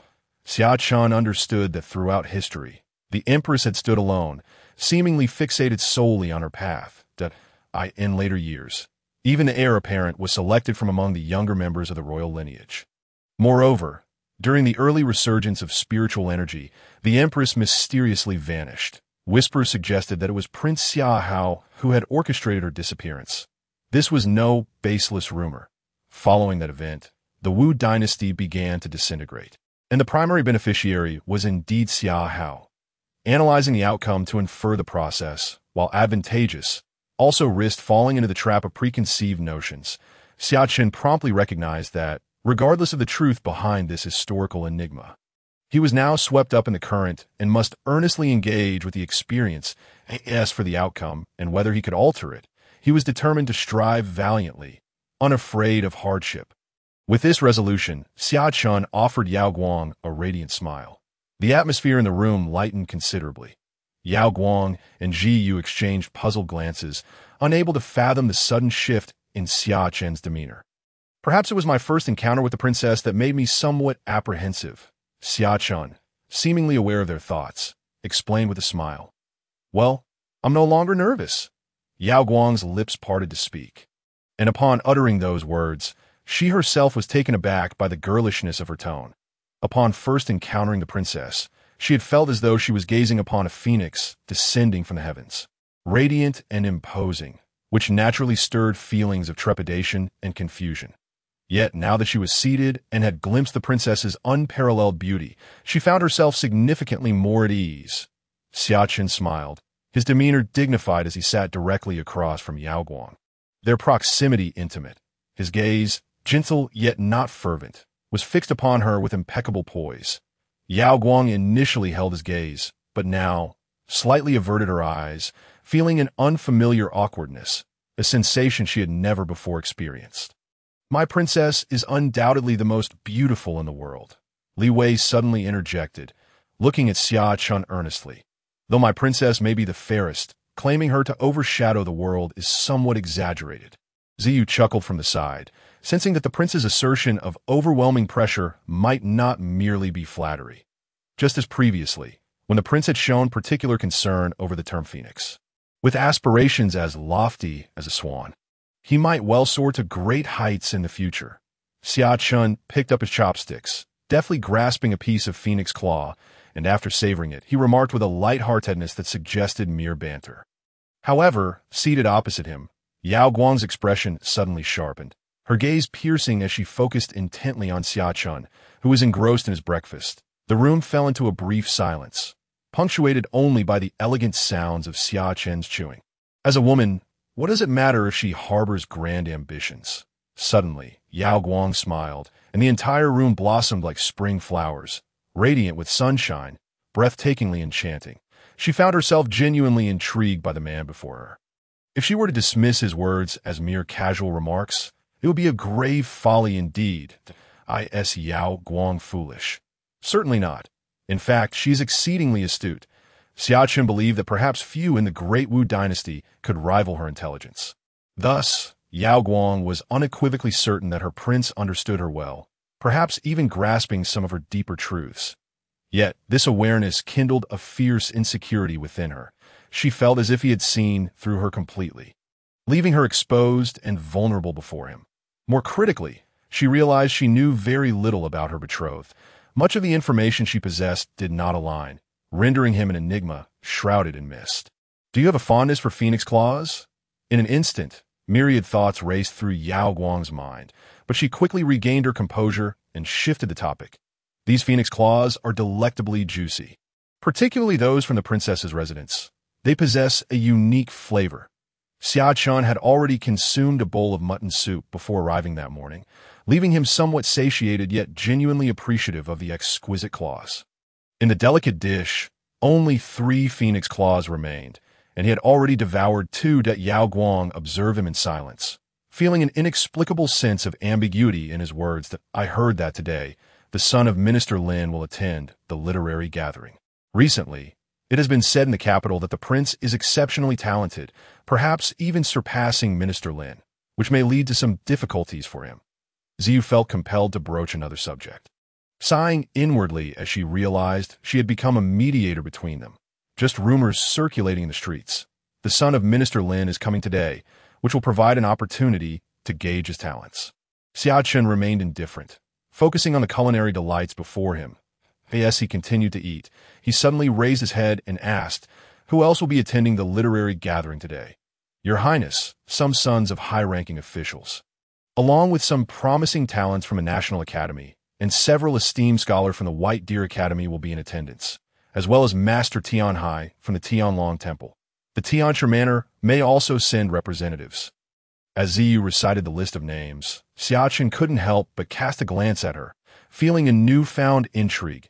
It was not unexpected for the sons of officials and students from the National Academy and White Deer Academy to attend. But the inclusion of esteemed scholars from White Deer Academy indicated a gathering of considerable significance. More importantly, the participation of figures from both the Tianlong Temple and Tianchi Manor was rather unusual. The Abbot Long Shu of Tianlong Temple and the old celestial master of Tianchi Manor were among the most formidable figures of the age, revered as terrestrial immortals due to their extraordinary powers. Both establishments resided within the capital, yet they remained aloof from worldly affairs, maintaining an exceptionally transcendent status. Xia Chen regarded Yao Guang with profound consideration.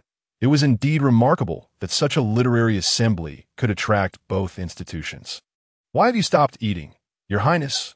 Li Wei, who had been about to summon a maid to bring more phoenix claws, observed that Xia Chen had set down his chopsticks and curiously inquired. "This phoenix claw is so delicious. I fear that if I indulge too much, I may become addicted, and then I won't be able to enjoy it daily, which would be quite distressing."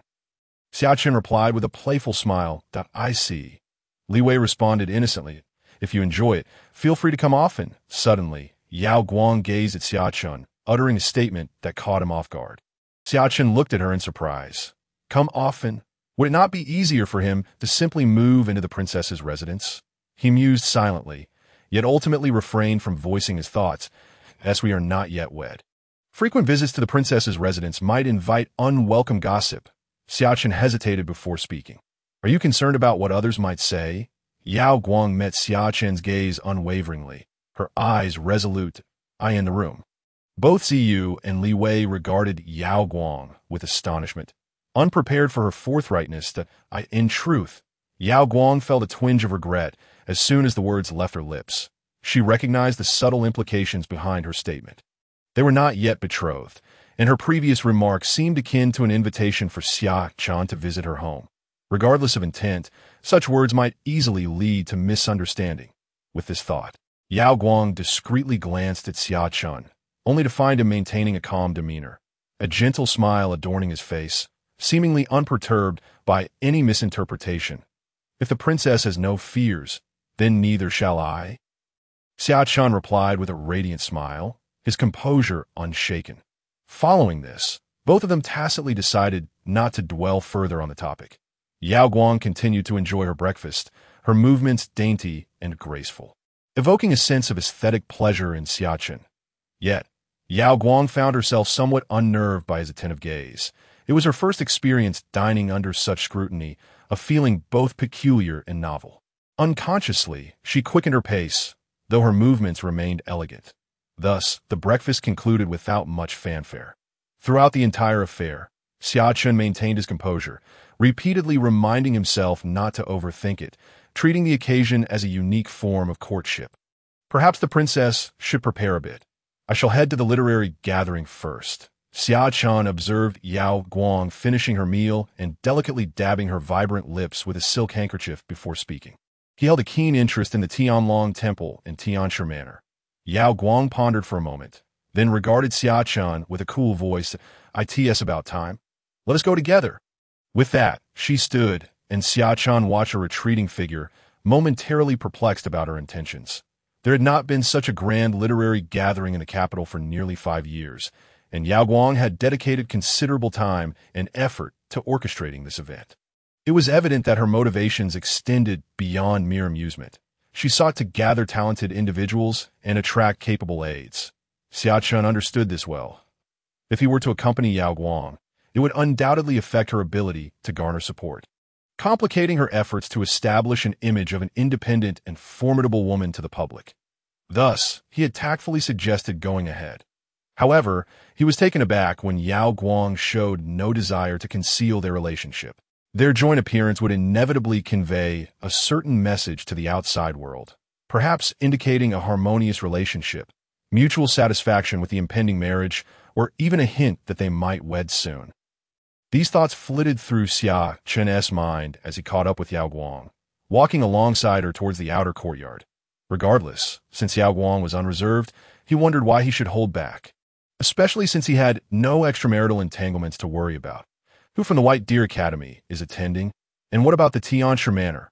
Xia Chen and Yao Guang walked side by side. But the princess's residence was indeed vast, allowing Xia Chen to take the opportunity to inquire about Ziwei, who followed behind him. The renowned scholar Lu Tong from the White Deer Academy had descended the mountain with his numerous disciples a few days ago and had already arrived in the capital. Meanwhile, Master Tianhai from the Tianlong Temple had also come, and if all went as expected, Daoist Xianzhen from the Tianshi Mansion should be present as well. Ziwei answered one by one, and Xia Chen nodded, his heart enlightened. Since arriving in this world, he had done his homework and was familiar with some notable figures of the Great Wu and the realm at large. The White Deer Academy was a prestigious Confucian institution in Great Wu, boasting a history spanning a millennium and a rich legacy. Lu Tong was a figure of considerable legend. After 15 years of relentless study, he succeeded in the imperial examination at the age of 20 and entered the world as an official. He was famously known as a prodigy of his youth. However, at the age of 32, he submitted a memorial to Emperor One, advising the sovereign to allow the people to rest and recuperate, advocating for fewer wars. At that time, the Great Wu was reeling from the tumultuous Huayong and NM wars. The situation exacerbated like oil on fire, with heavy taxation burdening the populace and chaos ensuing. Yet, this memorial provoked the ire of Emperor Wan, leading to Lu Tong's indignation and resignation, returning to the White Deer Academy to devote himself to the study of the classics of the sages, eventually becoming a great Confucian at the age of 45. Now, 2 decades had passed since Lu Tong had left the capital, and the political landscape had dramatically transformed. Did Lu Tong align himself with Yao Guang during this literary gathering? Or was it Yao Guang who orchestrated his return to the capital at this opportune moment? Xia Chen was acquainted with this Lu Tong, to be precise, from his previous life in the era of the Empress. Lu Tong soared to prominence, eventually entering the cabinet and becoming a cabinet elder. He consistently focused on improving the people's livelihoods, advocating for numerous policies that revitalized the economy of Great Wu, laying a robust foundation for the later triumphs of the Great Wu cavalry as they swept through the realm, annexing the kingdom of Qing and the Great Feng. Meanwhile, Master Tianhai of the Tianlong Temple was also a prominent figure in this era, eloquent and well-versed in Buddhist teachings. Although born in the Tianlong Temple, he did not shun external teachings, having delved into Confucianism and Taoism, mastering the essence of all three. He was also one of the 6 direct disciples of the esteemed Long Shu, ranking 3rd, often visiting the palace to discuss Buddhism and explore its doctrines with Emperor W.S. for Daoist Xianzhen from the Tianshi Mansion. He was among the most renowned disciples of the 2nd generation of the Tianshi Mansion. Aside from the old Tianshi's direct disciples, though his fame and recognition paled in comparison to the previous 2, Xia Chen did not dare to underestimate Daoist Xianzhen. He was a candidate of profound wisdom. Appearing simple, yet possessing great depth, Xianzhen lived until the dawn of the era of spiritual revival, whereupon the resurgence of spiritual energy enabled him to carve out his own path, thereby establishing a new vein for Taoism and becoming a formidable figure. A seemingly small literary gathering, yet was teeming with hidden talents. Many future luminaries would undoubtedly emerge from this very event. Xia Chen felt a surge of urgency. He had previously underestimated the significance of this gathering and was fortunate not to have missed it. He wondered if the 2 individuals from the White Deer Academy and the Guozijian had arrived yet. Considering their ages, they should be just over 20. Thoughts of the future began to unfold in Xia Chen's mind. During the era of unification, Confucianism flourished, even suppressing Buddhism and Taoism for a time. Confucianism briefly became the orthodoxy of thought, with the most dazzling figures being 2 scholars named Su Xingchen and Feng Jiru.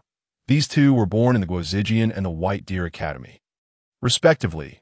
One became the youngest cabinet chief at the age of 29, while the other broke into the 2nd grade realm of Confucianism and Taoism at the age of 31, setting a record for the fastest ascent in the Great Wu.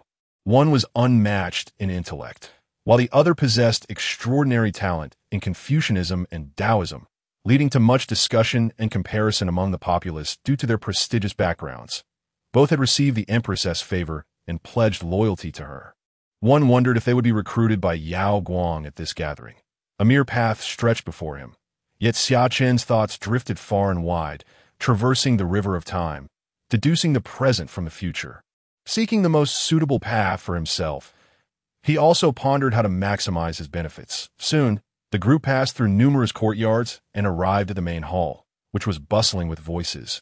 Many had already gathered, with some seated. Upon hearing footsteps, a collective gaze turned towards them. Instantly, everyone beheld the unparalleled beauty of Yao Guang and the figure standing beside her, Xia Chen. The once lively outer hall fell into an abrupt silence. All eyes were fixed upon Yao Guang, who shone with an extraordinary brilliance. Yet even so, it could not entirely overshadow the radiance of the man beside her. He stood tall and upright, akin to a towering pine, clad in well-tailored attire that accentuated his broad shoulders and narrow waist. His face resembled a meticulously sculpted work of art, with sword-like brows arching into his temples, and deep, soulful eyes that seemed to harbor countless stars. Beneath his prominent nose, his lips formed an exquisite line.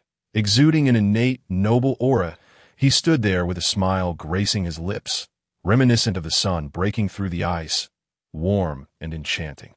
His ethereal demeanor suggested he had stepped out from a painting or poem, quietly exuding a presence that irresistibly drew attention. "We have met the princess." The crowd bowed in unison, yet their peripheral gazes lingered on Xia Chen, curiosity brimming within. Who was this person, so strikingly handsome, standing beside the princess? Was he a prince? The current emperor had few offspring, only 4 princes and 3 princesses.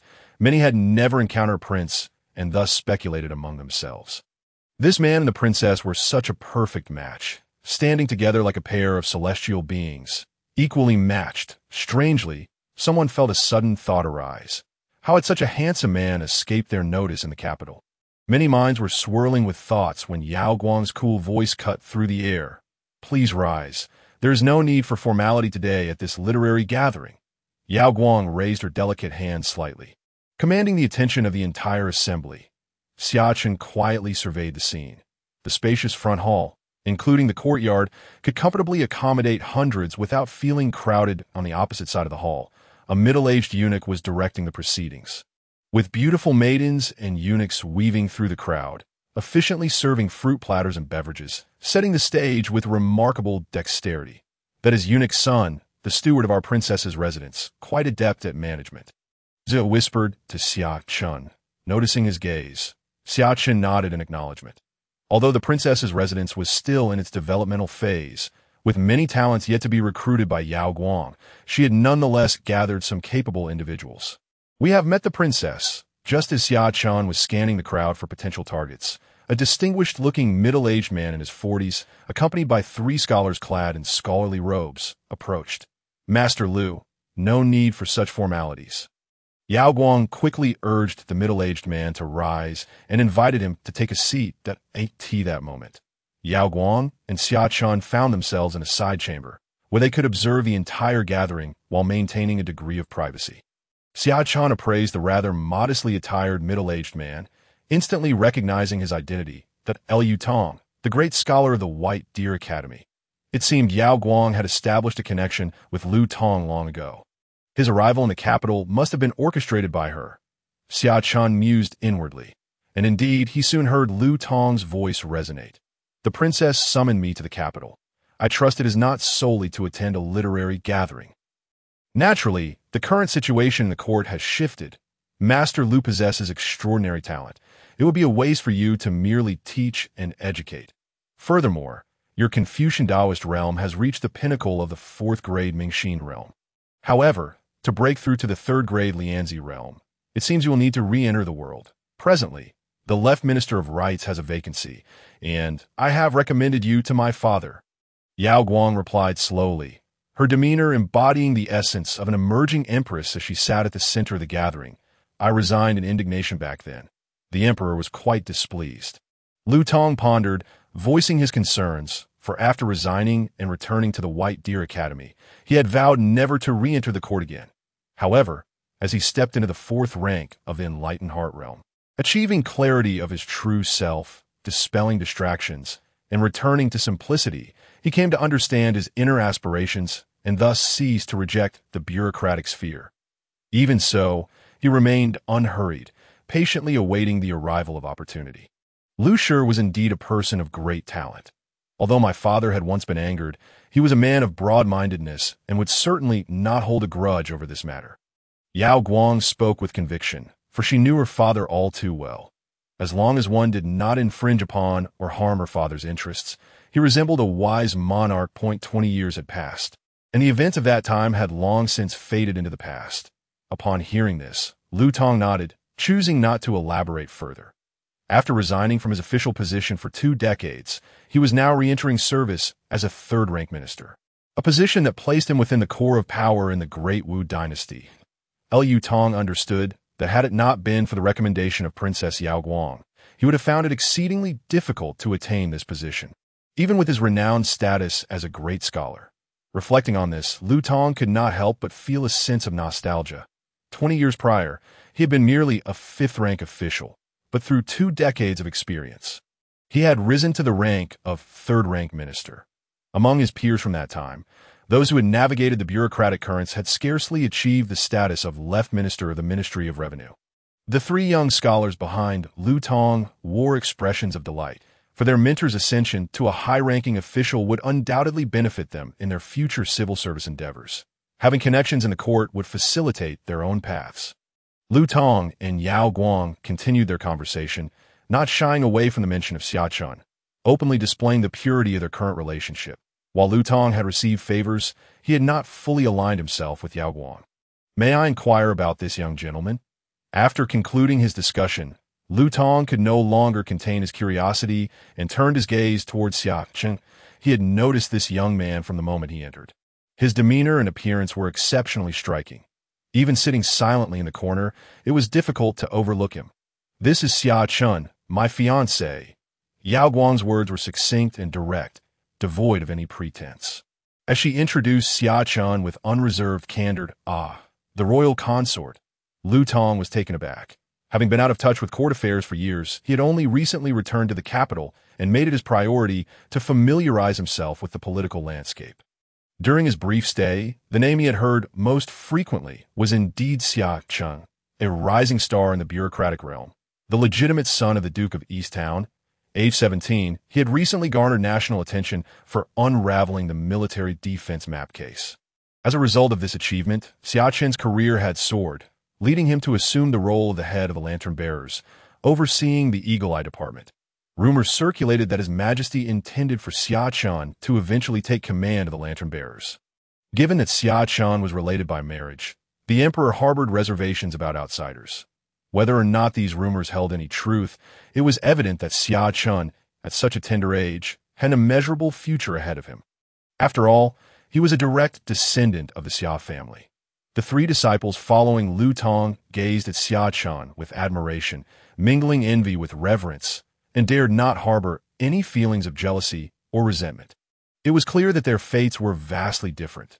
Though they were in their 20s, they remained mere candidates for the imperial examination, while Xia Chen at 17 had already secured a position as a 4th-rank official. More critically, he presided over one of the most formidable departments, the Lantern Bearers, wielding authority far exceeding that of an ordinary 4th-rank official. Furthermore, during his time in the capital, Lu Tong had heard numerous rumors regarding Xia Chen. Although not a person prone to gossip, the buzz within the capital was inescapable, and even if he had no interest, he had picked up bits and pieces. For instance, the royal consort had received commendations from the emperor, who had remarked, "My consort's intellect surpasses that of the Prime Minister Lin Hanpu, and his literary talent is unmatched by any scholar in the realm." Additionally, there were whispers that the consort had fallen out with the Xia family, becoming the first direct descendant in nearly a century to move out. Such tales piqued Lu Tong's curiosity, yet he had not anticipated that this very individual stood before him now. "I greet you." "Royal consort." Lu Tong rose and bowed, and his 3 disciples quickly followed suit, understanding that despite the young man's age, he occupied a status equivalent to that of their mentor. What was more, for reasons unknown, Upon encountering Xia Chen, they felt an intangible aura emanating from him, which inexplicably influenced them, leaving no room for jealousy, but instead fostering a desire to draw closer and follow him.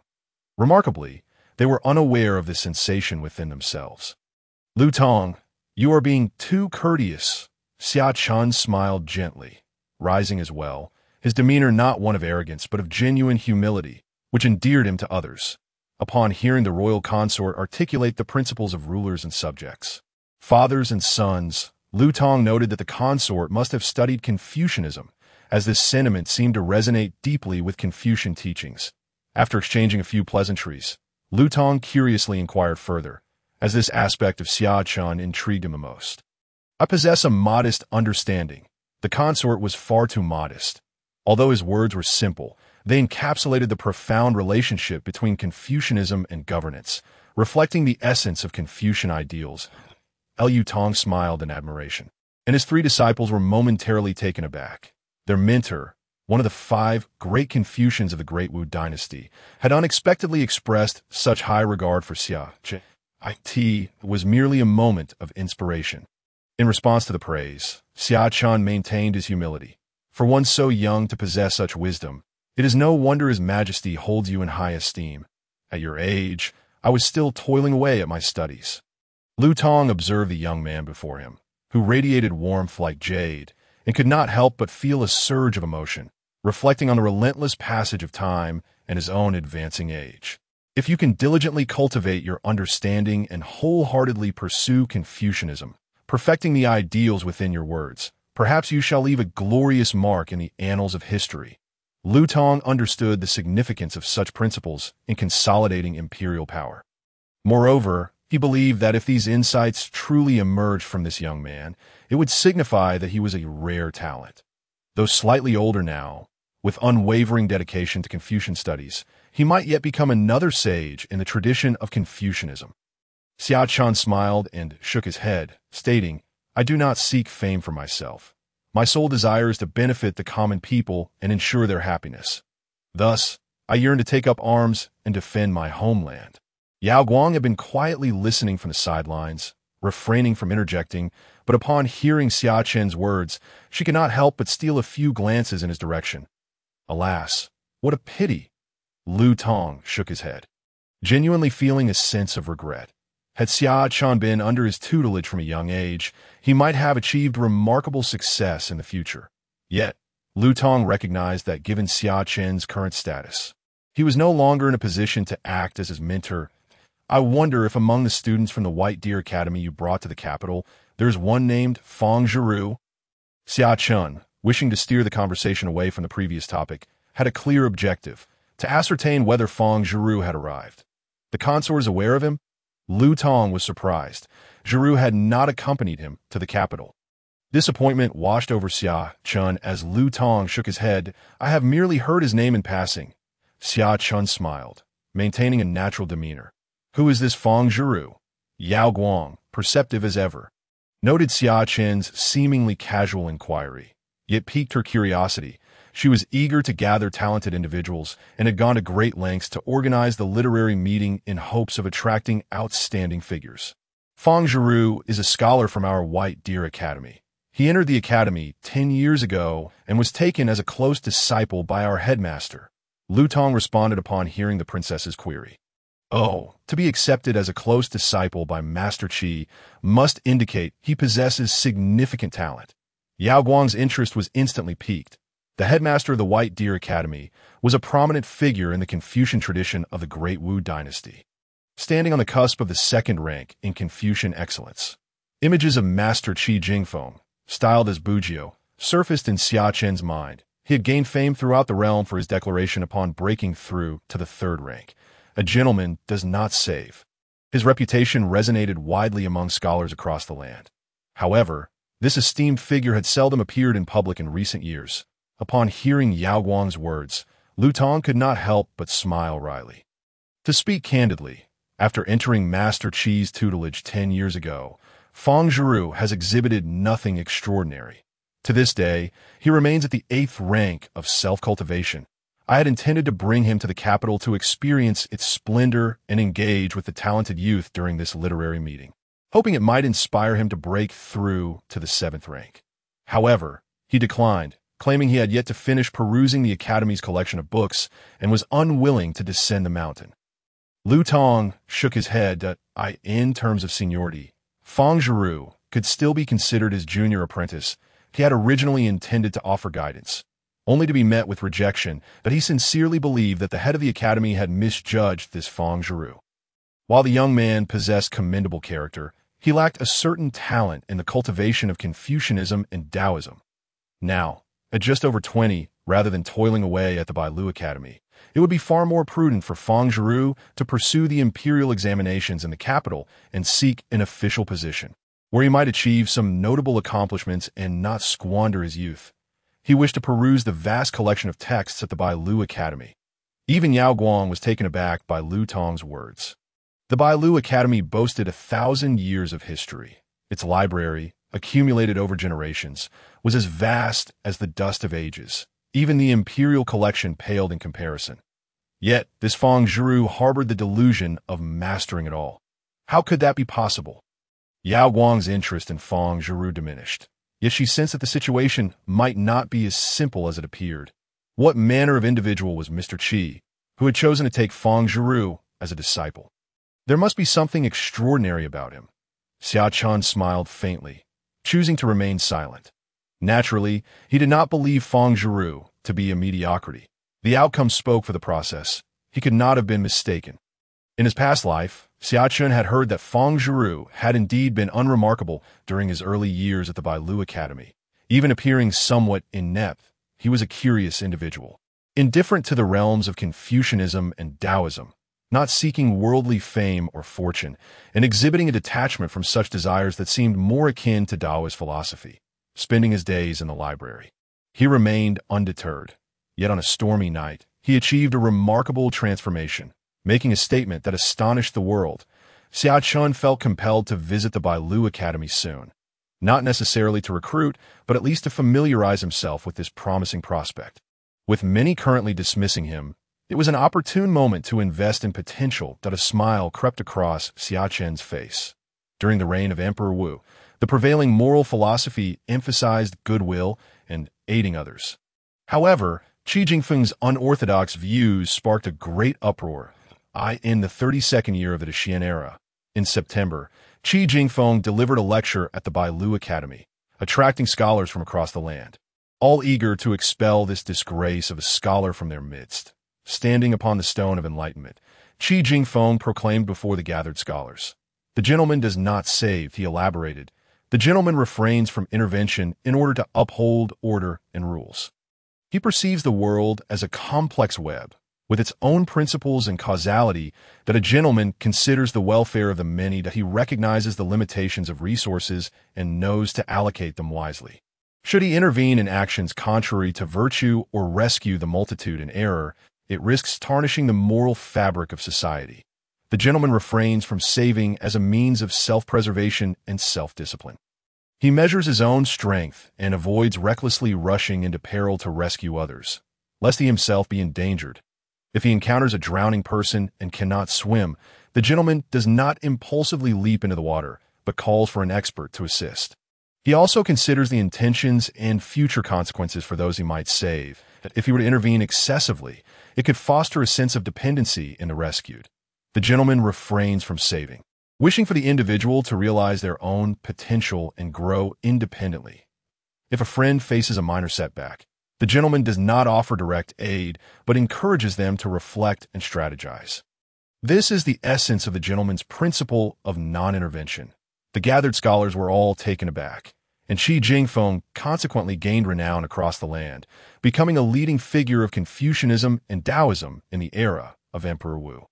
In the side hall, Xia Chen, Lu Tong, and Yao Guang engaged in conversation, while Zue occasionally chimed in, each remark resonating with Lu Tong, who was surprised to discover the depth of knowledge possessed by a mere maidservant of the princess. As for Li Wei, she showed little interest in the proceedings, quietly indulging in the delicacies on the table. Meanwhile, in the main hall, news of Xia Chen's identity had begun to circulate. the moment Xia Chen appeared alongside Yao Guang. He captivated the crowd. Whispers of disbelief erupted. What? That is Xia Chen, the fiancé of Princess Yao Guang. The crowd was astonished. They had heard so many rumors about him in recent days that a 17-year-old fourth-rank official was a rarity in the annals of the Donghou dynasty. With such an impressive background, achieving such high office at a young age, and being betrothed to Princess Yao Guang, not to mention his striking appearance, how were they to compete? The young talents present felt a weight upon their hearts, realizing they now had a formidable rival. It was said that the esteemed Jing Xian would also be attending today. Hailing from the renowned Shao family in the Jiangnan region, he was particularly fond of literary gatherings. The Shao family is a lineage steeped in scholarly tradition. It is said they possess blood ties to the former imperial family. Someone remarked, their eyes gleaming. This was no mere rumor. The Shao family had a long history of intermarriage with the royal family, and many past empresses had emerged from their ranks. The matriarch of the Shao family was often a princess. However, when the Donghou dynasty rose to power, the Shao family suffered greatly during the national conflict and retreated to Jiangnan. Though the Donghou royal family did not seek their complete destruction. Now, after 8 centuries of tumult, the Su family had solidified their hold on the realm and showed no fear of the Shao family. The prospect of the two most beautiful individuals standing together was enough to stir excitement among the onlookers. Hold on, my friend. Exercise caution in your words. This is the princess's court, and young Master Xia is still present. We must not speak carelessly. Someone's complexion changed, hurriedly distancing himself from the speaker, affirming, I am not acquainted with him. Yet another nearby listener, hearing the remark, could not suppress his thoughts and interjected, in truth, I had the fortune to meet young Master Jing Xian once. His appearance is indeed exceptional, ethereal and otherworldly. Yet I must say, in both looks and demeanor, he pales in comparison to Xia Chen. The crowd exchanged glances, bewildered. The esteemed Jing Xian was universally acknowledged as one of the 4 most handsome men of the Donghou dynasty. How could anyone possibly eclipse him? They prepared to counter this assertion, but the visage of Xia Chen flashed in their minds, leading them into a contemplative silence. Such an unparalleled countenance and poise were indeed difficult to contest. Anticipation grew among the crowd for the arrival of Jing Xian, eager to discern who truly held the title of the most handsome. The little cabinet elder has arrived, a voice called out, drawing everyone's gaze toward the entrance. It was Lin Zihan, the son of the Lin family, who was well known in the capital of T25. He had already attained the rank of a 5th-grade official, currently serving within the cabinet. He was not an elder himself, but held a position akin to a clerical role, assisting the elder in the transmission of documents and drafting official correspondence, while his duties were largely administrative. He had already entered the core of Donghou's power structure. Many cabinet elders have begun their careers in such roles, leading some to refer to this position as a future elder, as those who persevered for 2 or 3 decades had a significant chance of ascending to higher ranks. Moreover, because Lin Zihan's father was the prime minister, he was colloquially known as the little cabinet elder. Lin Zihan exuded an air of distinction, opting not to wear official robes today, as he had taken leave specifically to attend the literary gathering. Upon entering, he surveyed the crowd, as if searching for someone. My lord, the guests have arrived, and they are with the princess and the esteemed Lu Tong in the side hall. Someone whispered into Lin Zihan's ear. Lu Tong is here as well. Lin Zihan's expression sharpened. But he quickly relaxed. He had accompanied his father during a discussion with the Minister of Rights the previous day and learned that Lu Tong was being reinstated, soon to serve as the Vice Minister of Rights. Recommended by Princess Yao Guang herself, that it was only natural for him to attend the literary gathering hosted by the princess today. My lord. Shall we go in now? Patience, my friend. If we enter now, others will assume I am here solely for him, and it would reflect poorly on the Lin family's reputation as petty and narrow-minded. My own name is of little consequence, but my father's reputation must remain intact. The banquet is about to commence, and this gathering is meant for camaraderie through literature. There will be ample opportunity to gauge him later. Lin Zihan shook his head, maintaining his composure, though his primary focus indeed lay on Xia Chen. He was not in a hurry. He stepped aside, quietly enjoying his drink, soon attracting the attention of several young gentlemen and scholars eager to engage him in conversation, showering him with flattery. Lin Zihan remained unflustered, welcoming them all, and quickly found himself at the center of a gathering. Just as the crowd's attention was captivated by Lin Zihan, a striking monk entered the princess's court. He appeared to be around 30. With a warm smile and sharp features, though clad in a monk's robe, he carried himself with an air of elegance. Despite his quiet arrival, he drew the attention of many. It is Master Tianhai. He has come as well. The crowd gasped in astonishment. Tianhai had gained fame in his youth, having been referred to as the little monk Tianhai since the age of 12 or 13. Now, everyone refers to him as Master Tianhai. He frequently visits the homes of nobility and dignitaries, imparting Buddhist teachings and philosophies, gaining considerable renown. At the tender age of 15, Tianhai, already somewhat famous in the capital, departed to wander the world. Transforming into an ascetic, he roamed in search of alms, honing his Buddhist nature. And no one knew where he traveled, how many blossoming flowers he beheld, or how many thousands of miles he traversed barefoot. All that is known is that at the age of 25, Tianhai returned to Tianglong Temple. After a decade of cultivation, he forged a heart of Buddha, his brilliance dimmed, untouched by the dust of the world. On that day, the entire Tianglong Temple radiated with a magnificent light, the chants of scriptures resonating throughout the capital. Those who had encountered Master Tianhai, despite the presence of many learned individuals, the respect for such a Buddhist master remained palpable. Esteemed benefactors, you honor me. Tianhai smiled gently, his eyes bright, as if he could see into the hearts of men. Taoists and Zinzi also arrived. Tianhai's gaze turned to see a middle-aged man in plain Taoist robes appearing behind him, holding a wine jug and carrying a long sword on his back. His demeanor was casual. Upon seeing Tianhai, Zunzinzi nodded in acknowledgement, then, disregarding the gazes of the crowd, seated himself at a table in a corner of the hall. In the side chamber, Xia Chen and Yao Guang, along with others, took in this scene. Zua, it is about time. Please announce the commencement of the literary gathering, Yao Guang remarked to Ziyue, as she noticed that most guests had arrived. Zunzinzi first encountered the grand ancestor at a literary gathering. Having little interest in such events, Zunzinzi quietly secluded himself in a corner, dressed plainly, sipping his wine alone, while others engaged in lively conversation and laughter. No one paid him any mind, except for the grand ancestor, who approached him for dialogue, thereby forging a friendship. The literary gathering has begun. Yao Guang stepped out of the side chamber, with Xia Chen and Lu Tong following closely behind her. After exiting, Xia Chen led Xia Chen away from Yao Guang's group and stopped beside a Taoist man in a corner of the hall. Drinking alone must be quite dull, Taoist.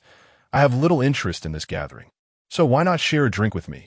Xia Chen casually sat beside Zunzinzi, raising his cup in a toast from a distance.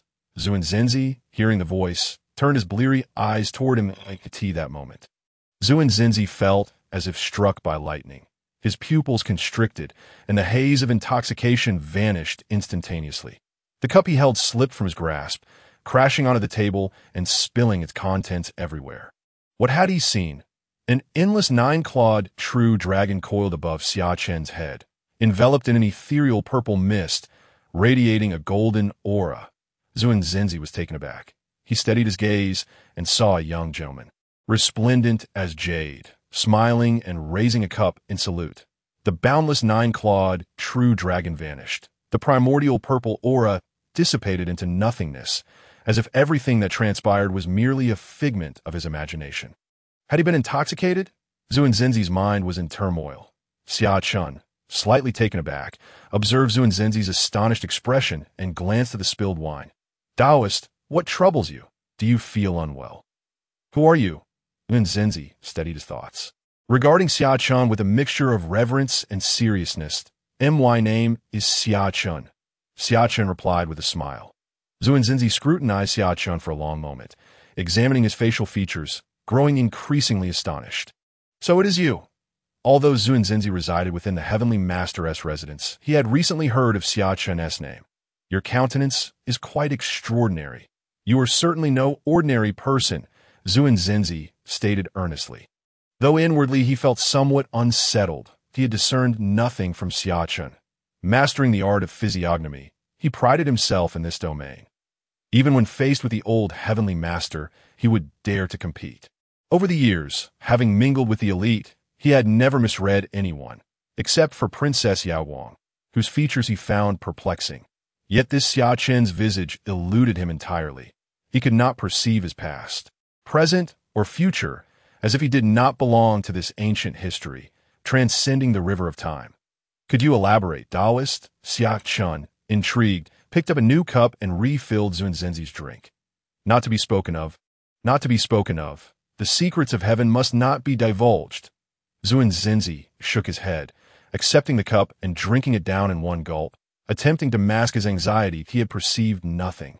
His earlier observations were mere fabrications. Yet beneath this veneer of confidence, Zunzenzi felt an overwhelming gravity. He had briefly glimpsed Xia Chen enveloped in purple mist, a boundless nine-clawed golden dragon swirling above his head. Now, he could read nothing of this young man's features, which was quite astonishing. If what he had seen earlier was not a figment of his imagination, did it not suggest that Xia Chen possessed the countenance of an emperor? But how could that be? In the present era of the Wu Kingdom, he had only seen such a visage in the emperor, the crown prince, and Princess Yaowang. When he first beheld the princess, he was taken aback, doubting his own insight. Later, he scrutinized her closely and consulted the old heavenly master about it. Although the master remained silent, he was certain that while the princess's features were somewhat elusive, the aura of an emperor indeed resided within her. He had not misjudged. This realization left him profoundly contemplative. Might the Wu Kingdom one day see an era ruled by a female sovereign? This extraordinary discovery had prompted him to give face to Yaowang and attend this mundane literary gathering.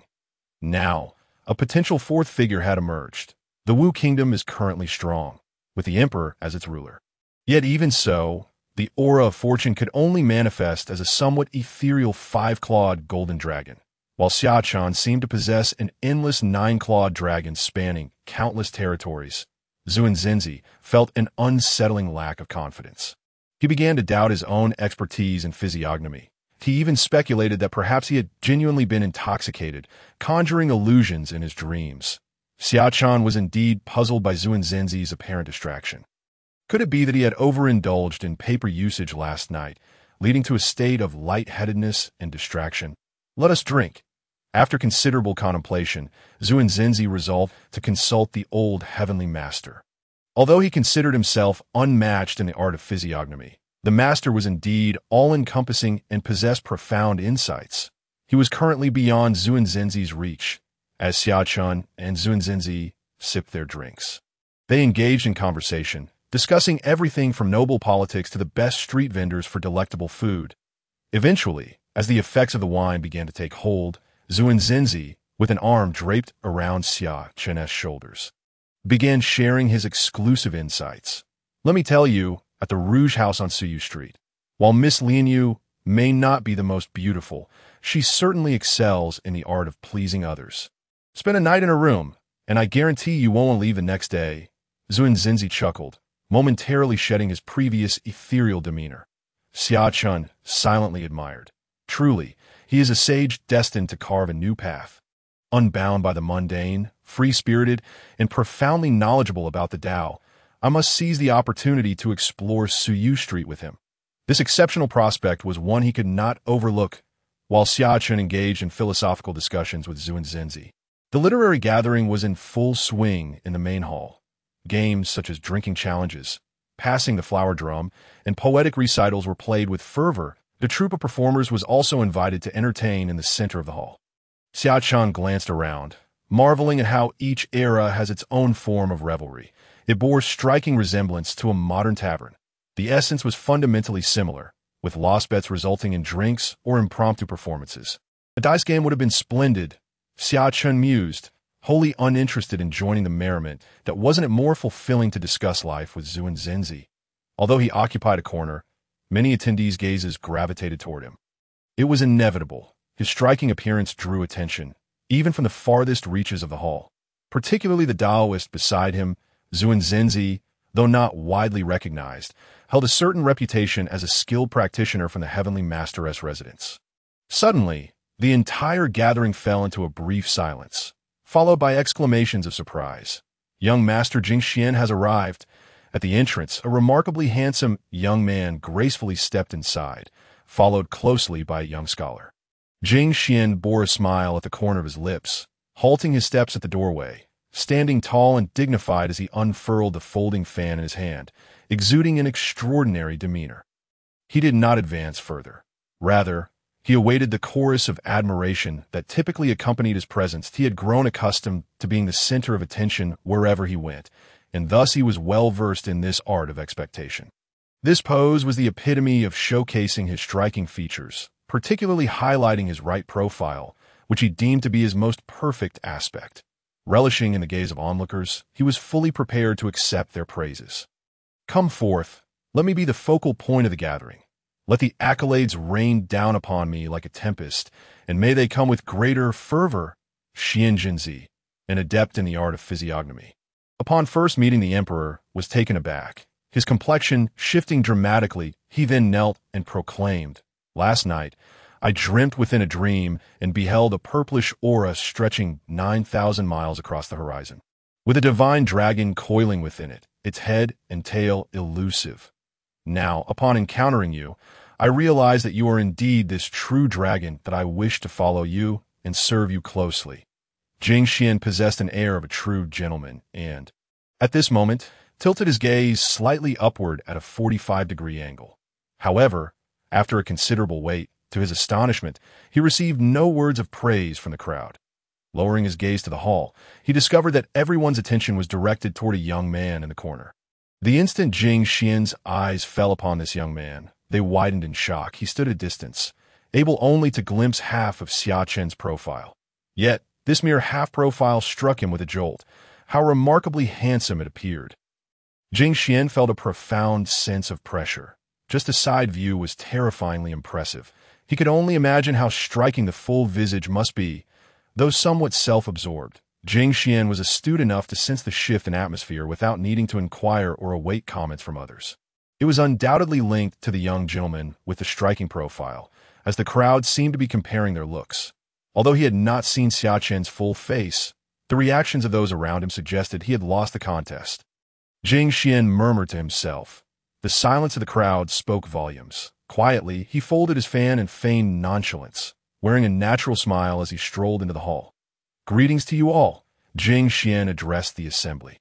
His poise impeccable to last. The crowd regained their composure, now utterly convinced that Jing Xian had been eclipsed by Xia Chen, whose allure was indeed unmatched. Uncertain of the reasons, the spectators felt their burdens lighten. If even the illustrious Jing Xian was outshone by Xia Chen, it seemed acceptable to acknowledge their own inferiority. Who is that person? When did such a figure emerge in the capital? Jing Xian sought out Lin Zihan amid the throng, who parted a grand passage. He approached Lin Zihan and whispered, "Who is that man?" Lin Zihan, with an expressionless countenance, replied slowly, "His name is Xia Chen, the prince consort of the princess." "Is he truly Xia Chen?" Jing Xian's face paled slightly. He had come for two reasons. One, to participate in the literary gathering, and two, to see Princess Yao. He was aware that the princess had already been betrothed, yet 3 years prior. He had been fortunate enough to catch a glimpse of her at a banquet, left in awe and unable to forget her. Despite Xia Chen's rising fame in the capital, Jing Xian doubted that Princess Yao would be drawn to a young nobleman of military lineage. Did Xia Chen comprehend the intricacies of court politics? Did he grasp the teachings of Confucianism? Was he versed in Buddhist scriptures or the Taoist classics? He was merely a crude warrior. Princess Yao was a woman of exceptional intellect and elegance. How could she possibly take an interest in Xia Chen? Jing Xian prided himself on his talents and appearance. Thus he had come today with confidence. Yet now, he felt a significant weight of pressure. The very aspect he was most confident in had been utterly vanquished by Xia Chen. Have you tested his literary prowess? Is he indeed the rumored fool? Jing Xian was a cautious individual. Having lost in looks, he resolved not to be bested in inner talent. He had spent the evening drinking with Xian Jinzi, avoiding these games. Lin Zihan remained composed, showing no signs of haste. Jing Xian cast a glance at him. Recognizing that Lin Zihan's purpose for attending the literary gathering was directed at Xia Chen. Having passed the imperial examination 6 years prior, Lin Zihan was now a fifth-grade official, possessing both talent and background. In requiring no need for a literary gathering to make his name known, he had remained aloof, likely aware of his own shortcomings, and it seemed that his earlier praise of the emperor was merely a stroke of luck. Jing Xian felt increasingly certain of his own superiority. No need to rush. The literary gathering has just begun. Lin Zihan maintained his composure, for he was known as the Little Cabinet Elder, though the title bore an air of flattery. None could deny Lin Zihan's genuine abilities. Many remarked that he bore a resemblance to his father, and it was anticipated that he might one day stand alongside him in the cabinet, creating a legendary tale of their family. Hence, he would not recklessly offend a man favored by the emperor, especially not in the princess's residence, where Xia Chen was the future consort. Regardless of Princess Yao Wang's affections for Xia Chen, striking him at the princess's residence was akin to slapping the princess herself. Lin Zihan, endowed with exceptional gifts and having been nurtured under his father's guidance for 6 years, possessed a perspective far beyond his years. The jealousy and rivalry exhibited by Jing Xian and his ilk appeared to him as mere childish play. Seeing Lin Zihan's calm demeanor, Jing Xian too felt a sense of tranquility and leisurely sipped his wine. He then observed the crowd engaging in games, feeling a surge of excitement, and joined in the revelry. The atmosphere grew increasingly vibrant. As time passed, this literary gathering was of grand scale, drawing nearly all the renowned scholars of the capital. Particularly, those from the National Academy constituted a significant portion of the attendees, some still aspiring scholars, yet most already bearing the title of Jinzai. In the coming months, the triennial imperial examination would arrive, necessitating a display of prestige. Thus, the quality of the gathering was exceptionally high. Many rushed to present their meticulously crafted couplets and poems, which garnered nods of approval from the audience. Even spontaneous recitations elicited admiration from the crowd. The entire gathering reached a crescendo of excitement. The format permitted free interaction at first, with groups forming to play games, drinking and reciting poetry as they lost. As the event progressed, it transitioned to a showcase phase, allowing individuals to present their finest poems, essays, or any literary compositions they wished to share. This was an excellent opportunity for gaining fame, and thus, many lined up to take the stage. Some recited poetry, others performed music, and still others played the flute. Throughout this process, Xia Chen remained absorbed in his drink, genuinely uninterested in seeking fame through this gathering. Truth be told, he felt he had been somewhat ostentatious in the capital lately, which contradicted his strategy of stealthily developing strength and waiting for the right moment to rise to power.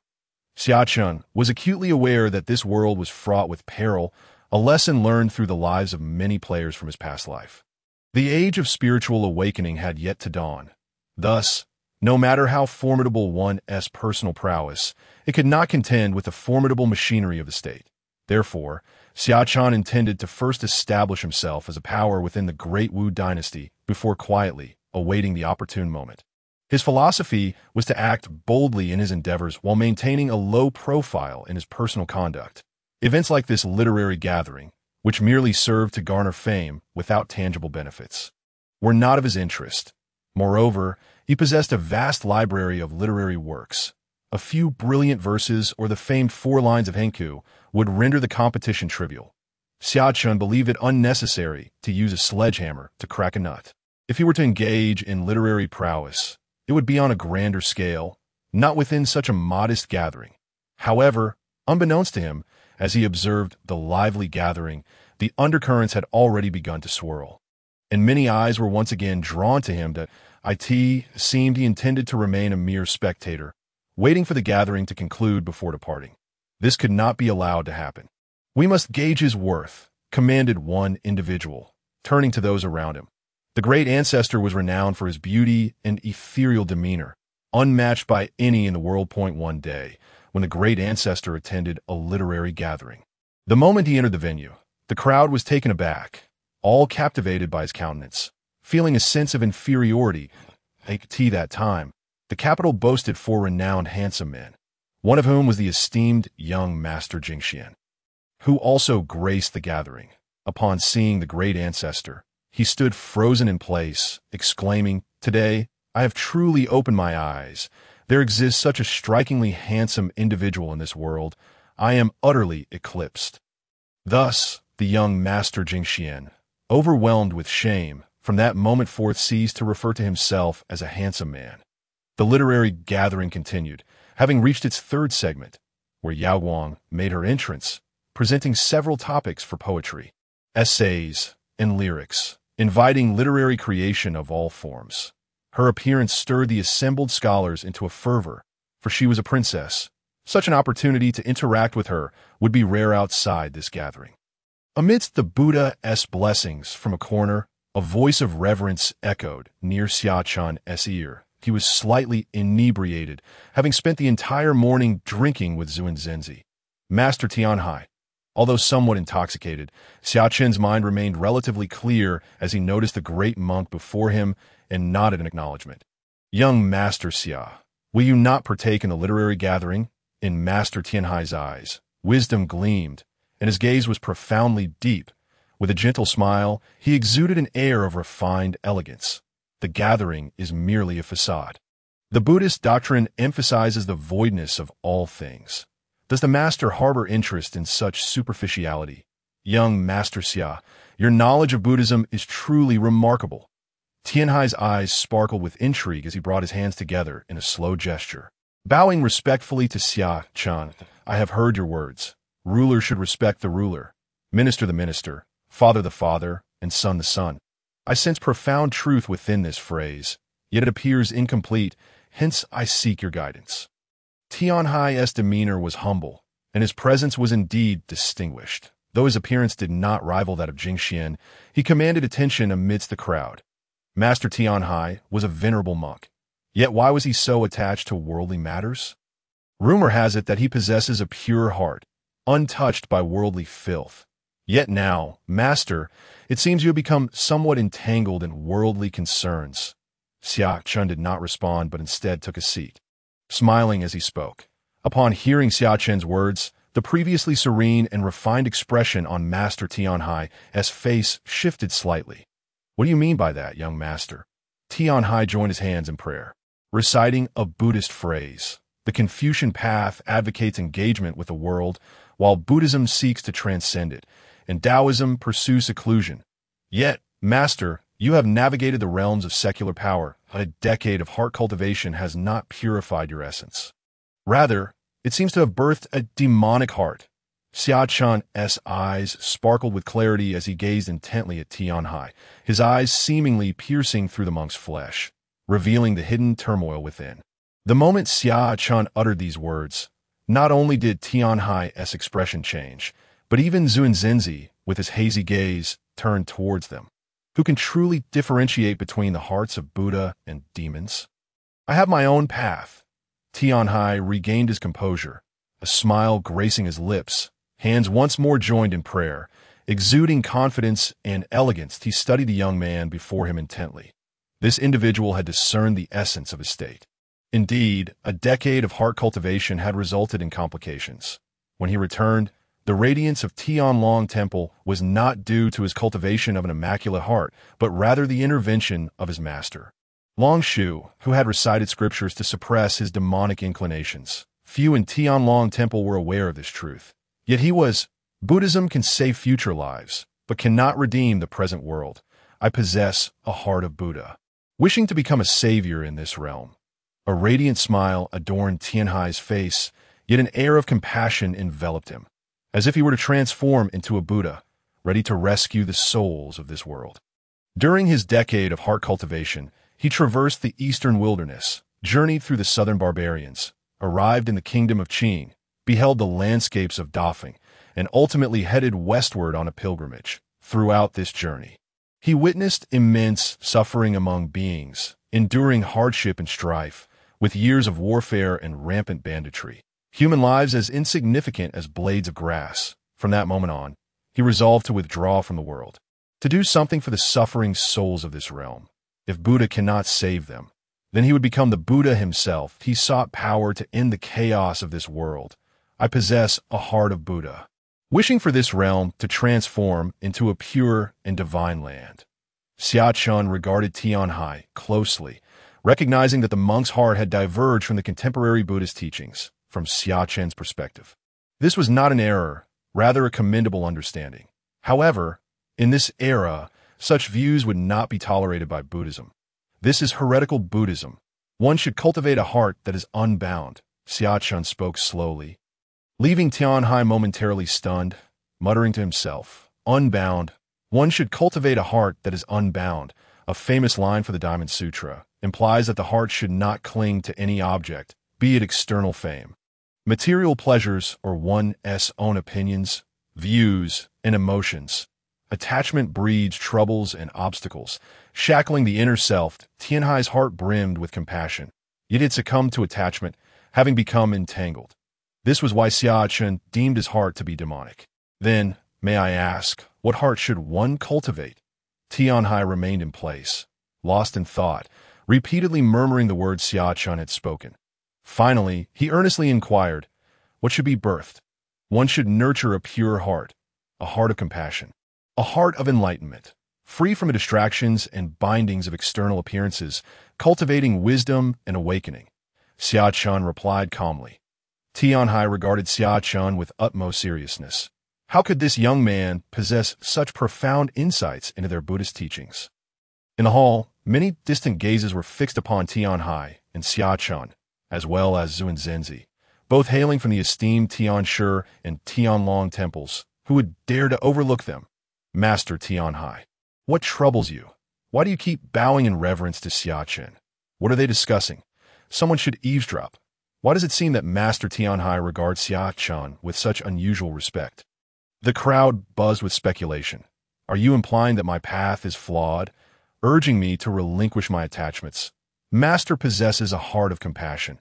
I may soon be reassigned to the capital, should you wish.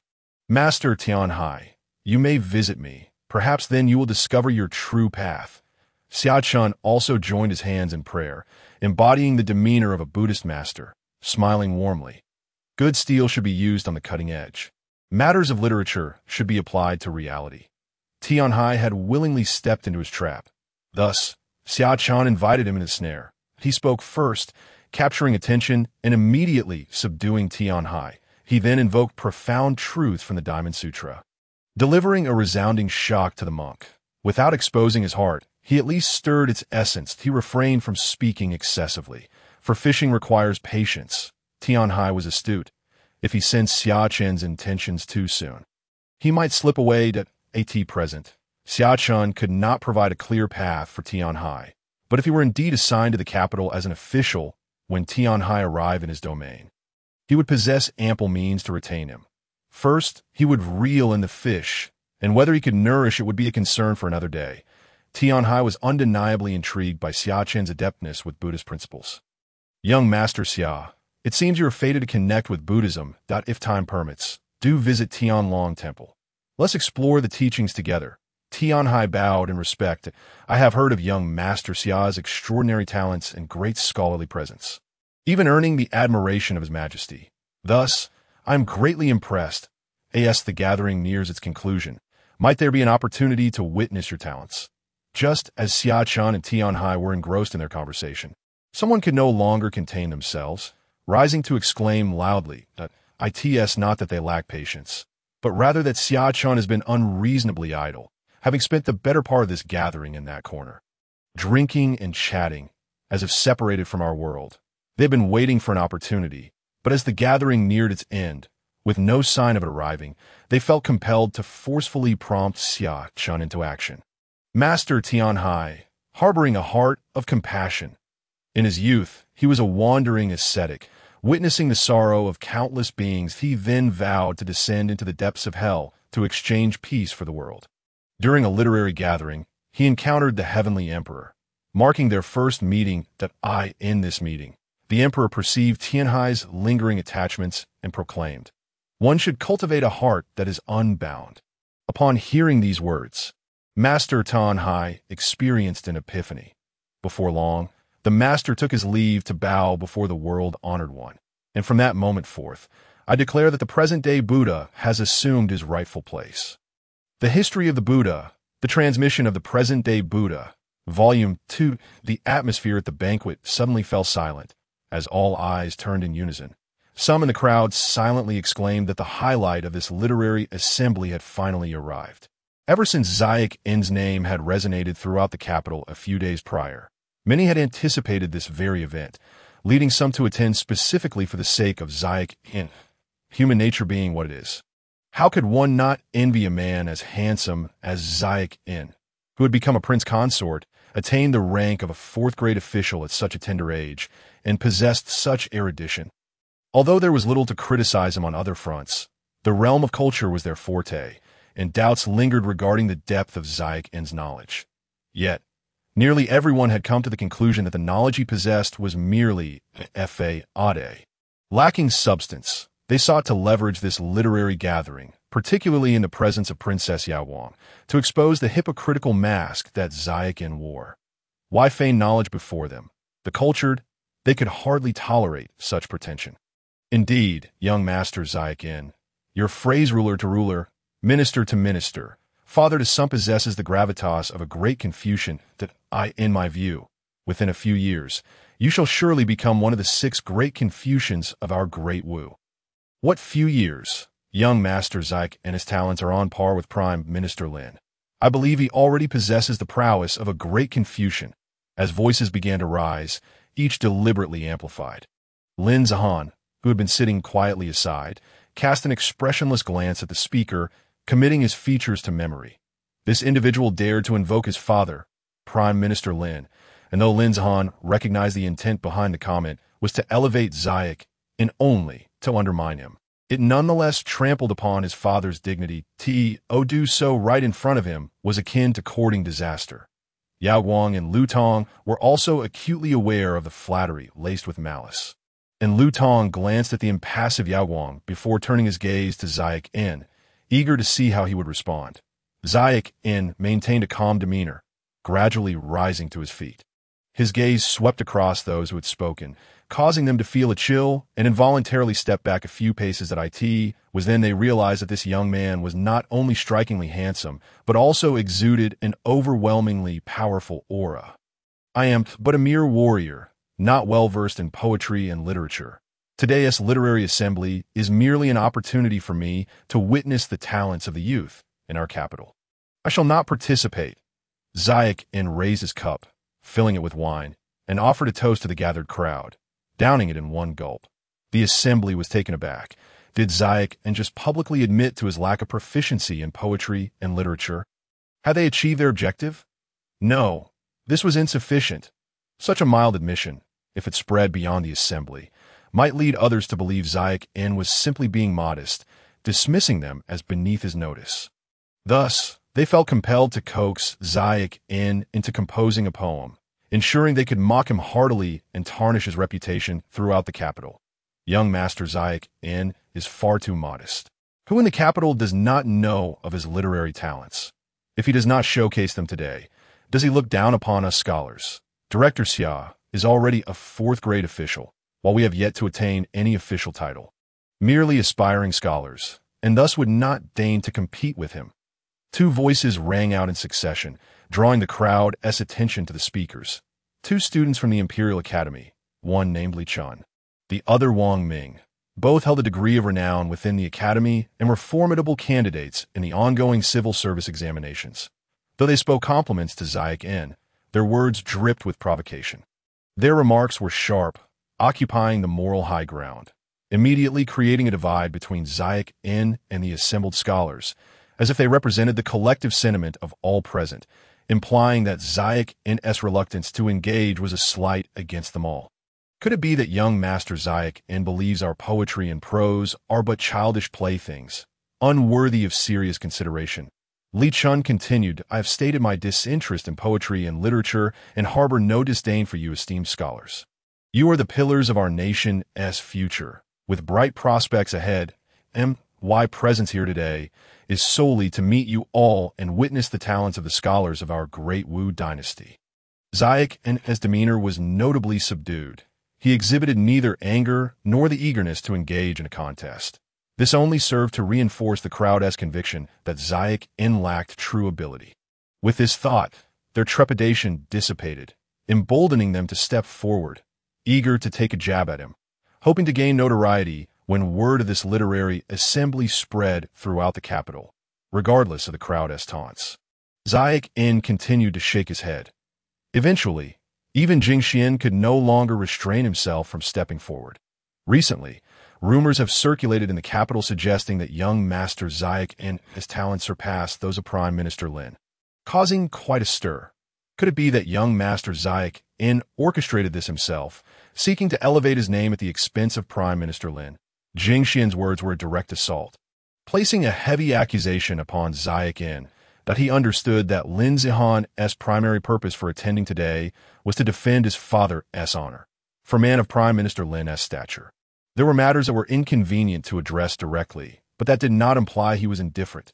Xia Chen cast a deep glance at Jing Xian and then at the impassive Lin Zihan beside him. He discerned that the scholars were like rabid dogs, approaching him to take their bites, eager to curry favor with the young minister as the examinations approached. If they could catch the young minister's eye, their futures would surely be bright. Though he held the position of a prince consort and commanded one of the 9 offices of the lantern bearers, his status, while noble, did not extend to the realms of the examinations or the promotion of future officials. Thus, they preferred to offend him in their attempts to please the young minister. Lin Gongzi, the rumors circulating in the capital are not of my making. His Majesty has indeed expressed admiration for me in passing, but he has never claimed that my talents surpass those of Prime Minister Lin. That I wish to clarify this here today, lest it tarnish the Prime Minister's reputation, whether you believe me or not.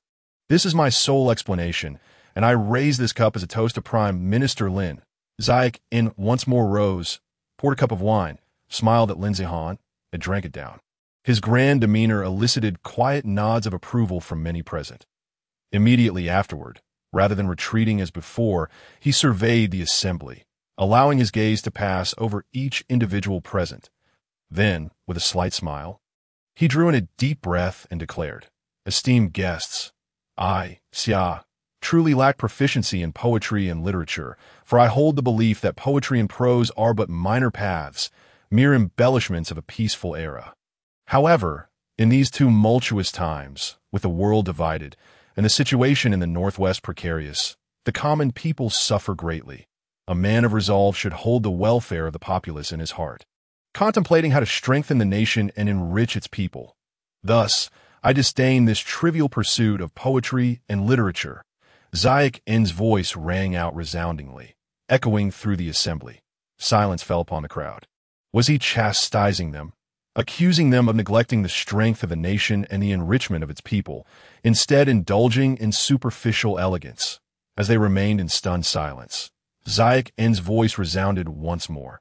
In this era of turmoil, our great Wu soldiers are bravely fighting on the front lines in the eastern wilderness, while our northern and western borders remain vigilant.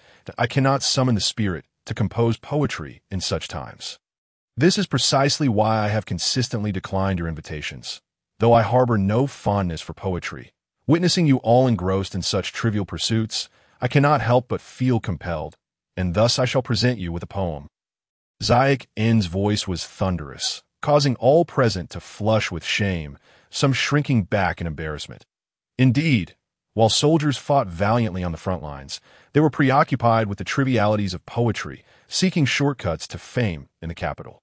Xia Chen had effectively scolded them all. The great ancestor was learned from a young age, possessing extraordinary talents with the capability to govern the heavens and the earth. Yet, he harbored lofty aspirations, caring deeply for the common people, fully aware of the hardships faced by the soldiers on the front lines, striving to strengthen the nation and enrich its citizens. Thus, he never took pleasure in the path of poetry as a means to showcase himself. During his time, the scholars in the capital were all immersed in poetry, hoping to gain renown through a T1 literary assembly. The scholars insisted upon asking the great ancestor to compose poetry, but he repeatedly declined. Ultimately, when pressed, he grew angry and rebuked them. Scholars should harbor grand ambitions. How can you squander your days on trivial poetry? Upon finishing, a profound silence enveloped the assembly, and all present felt a flush of embarrassment. On the high platform, Both Yao Guang and Lu Tong fell into contemplative silence, particularly Yao Guang. While Xiac En had chastised the scholars, it was she who had organized this literary assembly. "Your Highness," Yue whispered from behind Yao Guang. "Fear not. Do I lack the fortitude to endure such remarks?" Yao Guang shook her head and smiled. "Moreover, he speaks the truth. Poetry and prose are indeed minor paths. Throughout history, no prime minister has ever governed the country through poetry." The princess harbored grand ambitions. Had she not been born a woman, she would surely have achieved great feats.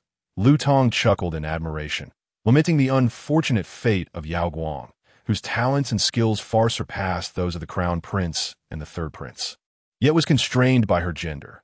Were it not for this, the Donghou dynasty would surely be graced by a sagacious and virtuous ruler in the future. What of being a woman? Who says a woman cannot achieve great deeds? Yao Guang replied with a serene smile. Lu Tong was momentarily taken aback by her words. Yao Guang smiled again, choosing not to elaborate further as her gaze drifted towards the corner of the hall where Xia Chen stood. For reasons unknown, she felt a flicker of anticipation for what kind of poetry Xia Chen might compose. In the hall, under the watchful eyes of the crowd, Xia Chen addressed them in a deep voice. "Where are the brush, ink, paper, and inkstone?" A court eunuch hurriedly stepped forward, presenting the finest writing supplies. "I shall do it myself." Xia Chen shook his head and took the brush and inkstone. "Then allow me to grind the ink and recite for young Master Xia." Master Tianhai smiled as he approached Xia Chen, seizing the inkstone before Xia Chen could respond. The onlookers were momentarily stunned by this scene. Master Tianhai, akin to a humble scribe, was proactively assisting Xia Chen in grinding ink. Was the world turning mad? This was a direct disciple of Long Shu. Even in the presence of the princes, he did not require such formalities, seeing that Master Tianhai had already begun grinding the ink. Xia Chen ceased any further pretense. Soon, the ink was ready. Xia Chen was well-versed in calligraphy, having diligently practiced since childhood in the Marquis's residence, and in his past life he had also practiced Wang Shiji's running script. While not an expert, he had achieved a commendable level of proficiency. Consequently, when he began to write, his strokes flowed like water, the characters exuding a bold and magnificent aura, brimming with vitality and vigor. As Master Tianhai beheld the first line, his eyes sparkled. He then read it aloud, making the content known to all present. "The battle song shall echo the Wu-hook tune," although this was merely the first line and did not yet reveal much of its caliber. Its majestic spirit was already vividly apparent on the paper. Soon after, Master Tianhai recited the second line, "Vow to extinguish the nations of Qing and of Feng." The utterance of this line, the previously murmuring crowd fell silent, captivated by the profound resonance of the verse. The vow to eradicate the kingdoms of Qing and of Feng and unify the land resonated with the audience. Wuguan was a crucial stronghold in the northwestern region, serving as the gateway to defend against Qing and to Feng. To launch an expedition to the west or a campaign to the north, one must first breach this fortress. With this line, the magnificent essence was fully unleashed. This verse ignited a fervor among some scholars present, their faces flushed with excitement. But then they heard Master Tianhai's tone shift, bringing forth a sense of melancholy and a spirit of self-sacrifice, only to die on the battlefield for the nation. Why need one be wrapped in horsehide to return? As Master Tianhai's words fell, many in the audience were covered in goosebumps. Some murmured, "Why need one be wrapped in horsehide to return?" "Bravo!" A voice erupted from the banquet table, someone unable to contain their admiration. "Exceedingly bold, exceedingly bold." Others joined in their praise. Young Master Xia's poem eclipses all those we composed earlier. They are utterly unworthy of comparison. That a young man stood up, raised his cup, and with a serious demeanor, toasted to Xia Chen. The crowd was astonished to recognize him as Yuan Yongke, the son of the Minister of War. Earlier, he had been quite low-key among the crowd, yet now he boldly declared such sentiments in front of everyone. Lin Zihan quietly savored the poem, finding its grand spirit more potent with each reflection, portraying soldiers who embrace death without fear. This poem is the finest frontier poem in the past 300 years of Donghou. Lu Tong stated gravely from the high platform. Ziyu repeated the 4 lines. her eyes growing ever brighter. Yao Guang observed the radiant Xia Chen amidst the crowd, her eyes shimmering, lost in thought. Upon completing the poem, Xia Chen bowed to Master Tianhai, expressing his gratitude. "Thank you, Master Tianhai, for your assistance in grinding the ink. My help in grinding the ink pales in comparison to the precious Buddhist scripture you bestowed upon me." Master Tianhai replied, hands clasped reverently, akin to a devout follower. "I shall certainly visit Tianlong Temple to discuss Buddhist teachings with you." Xia Chen reciprocated with a respectful gesture, then turned his gaze towards Taoist Xianzhenzi, who had been quietly observing. "Taoist Xianzhenzi, should you have time, please come find me. I have fine wine, and we can enjoy it together." Taoist Xian, with a tipsy smile, nodded in agreement. "Xia Qian, let us depart." Xia Chen said to the awestruck Xia Qian behind him that he then led Xia Qian through the throng. Making his way out of the hall as they approached the exit, Xia Chen glanced back at Yao Guang on the high platform. Noticing her gaze upon him, their eyes met briefly before Xia Chen nodded, then turned away, disappearing entirely beyond the doorway. As Xia Chen departed, the crowd could no longer contain their excitement and began to discuss animatedly. "Wow, that poem was extraordinary. What a spirit. No wonder he is a direct descendant of the Xia family, boldly declaring the intent to annihilate both the Qing and the Feng. Young Master Xia, at such a young age, harbors such ambitions. Could he not replicate the feats of the former Marquis of Donghou, penetrating deep into Defeng's territory and conquering its capital?" Most scholars, lacking integrity, began to extol Xia Chen, completely forgetting their earlier disparagement of him. Lin Zhan gazed silently at his cup, eventually rising to leave. "Let us go as well," he said, stepping out the door. Young Master Jing Xian lingered, murmuring the 4 lines of Xia Chen's poem repeatedly, feeling increasingly weighed down by despair. "Damn it, I cannot compete with his looks, nor with his talent. Is there truly no hope for me?" Looking at the enchanting Yao Guang on the high platform, young Master Jing Xian felt a surge of helplessness rise within him. "Young Master, shall we simply leave? The literary meeting has yet to conclude. What if the princess on the street?" Xia Qian expressed her concerns to Xia Chen. "When the crowd called upon me to compose poetry, I feigned weakness not to spare their feelings, but rather to gauge Yao Guang's stance." Xia Chen replied calmly without turning back. His primary aim was to test Yao Guang. The scholars were merely tools he employed. How laughable. They had reveled in their perceived success, believing they had cornered Xia Chen, leaving him no retreat, ultimately provoking him to unleash a poem that in truth, he had been waiting to see if Yao Guang would speak up for him, whether she would intervene against those who pressed him. Yet, Xia Chen received no such support. Yao Guang chose silence, perhaps merely wishing to ascertain his true abilities. However, her failure to stand by him meant she had positioned herself against him. There is nothing more to be said. Xia Chen's heart turned cold once more. You remember the faces of those who led the charge." Xia Chen's expression remained impassive, and Xia Qian sensed her master's discontent from his tone, which, though calm, felt unusually frigid. "I shall remember." In a few days, after he took control of the Eagle Eye Bureau, he would arrange for a few grand feasts to reward them. Xia Chen was one to repay grievances. Those who sought to trample upon him for their own advancement, aspiring to attach themselves to Lin Zihan, were utterly laughable. Though Xia Chen could not pave the way for them, he could certainly send them plummeting into the depths of despair. Without imparting a lesson, the people of the capital would genuinely believe he was easy to bully. Furthermore, assist me in investigating a student from the Guozijian named Su Xingchen. Find an opportunity to bring him to me discreetly. Xia Chen gazed at the street vendors, his eyes distant, lost in thought. The founder of the dynasty was broad-minded and possessed a benevolent heart. Like tea that time, some in the capital, envious of the founder's extraordinary talents, publicly challenged him, yet he merely smiled and brushed it aside, never harboring resentment nor seeking personal revenge. Thus, his virtues garnered the admiration of scholars throughout the realm. Many aspiring individuals gradually gravitated toward the founder, inspired by his noble character, and wished to follow him. Historical records of Dawu, Volume 6, Annals of Emperor Taizu on the street. Xia Qian was momentarily bewildered, unsure why her master would take an interest in a student from the Guozijian. Had this student offended him? However, he did not inquire further, silently committing the name Su Xingchen to memory. Xia Chen's primary purpose for attending the literary gathering was indeed to seek out Feng Zhiru and Su Xingchen. To his dismay, neither of them had appeared. Although Xia Chen had been drinking earlier, he had been keenly attentive to the happenings at the gathering, hoping to catch a glimpse of Su Xingchen. From what he understood, Su was fervently interested in court politics, and given the splendid opportunity presented by Yao Guang's literary event, it was only natural to expect his attendance. Yet as time passed, Su remained conspicuously absent.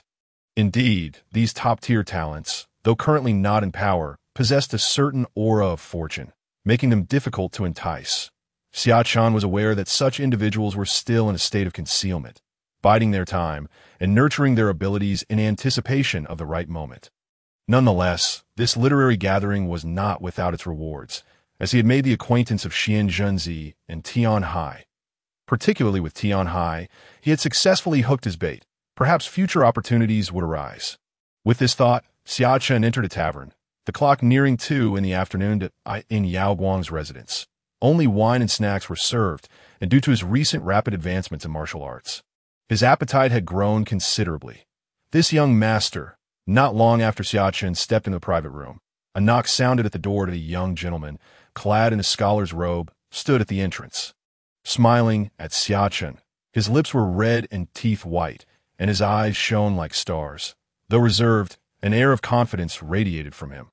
The main hall outside was already filled to capacity, and upon entering, he noted only 2 individuals in the private room.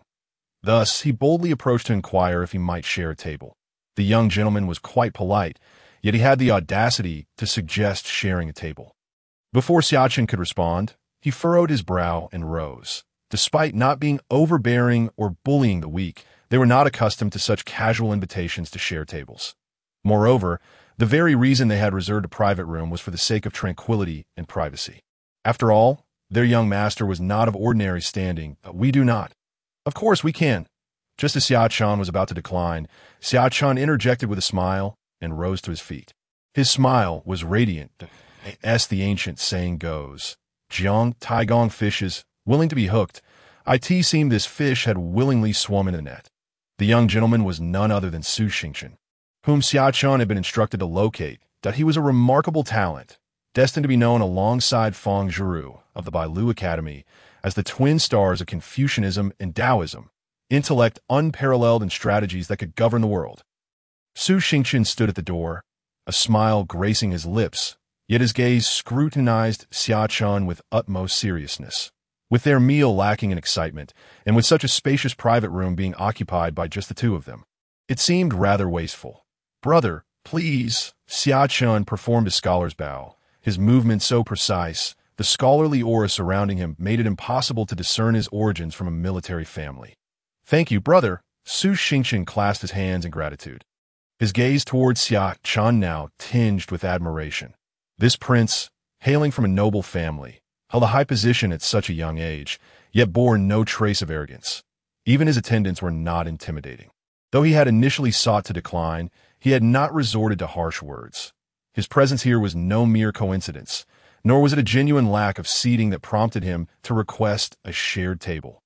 He was curious about the recently rising star in the capital, having spent 7 years there assessing various figures. Yet he had misjudged this son of the Anong Marquis, particularly after learning of his involvement in today's literary gathering. He wished to observe him firsthand. Xia Chen did not believe Su Xingchen was merely seeking to share a table. He had just exited the gathering, and Su followed closely behind. What a coincidence could this be? Although there remained some time before Su's rise, he found it hard to believe that such a brilliant individual would not be attuned to significant court matters. Thus, Su Xingchen surely recognized him. Was his approach a mere observation, or did he harbor ulterior motives? Xia Chen pondered deeply. The 2 young men wore brilliant smiles, yet their minds were as cold as ice, racing at high speed.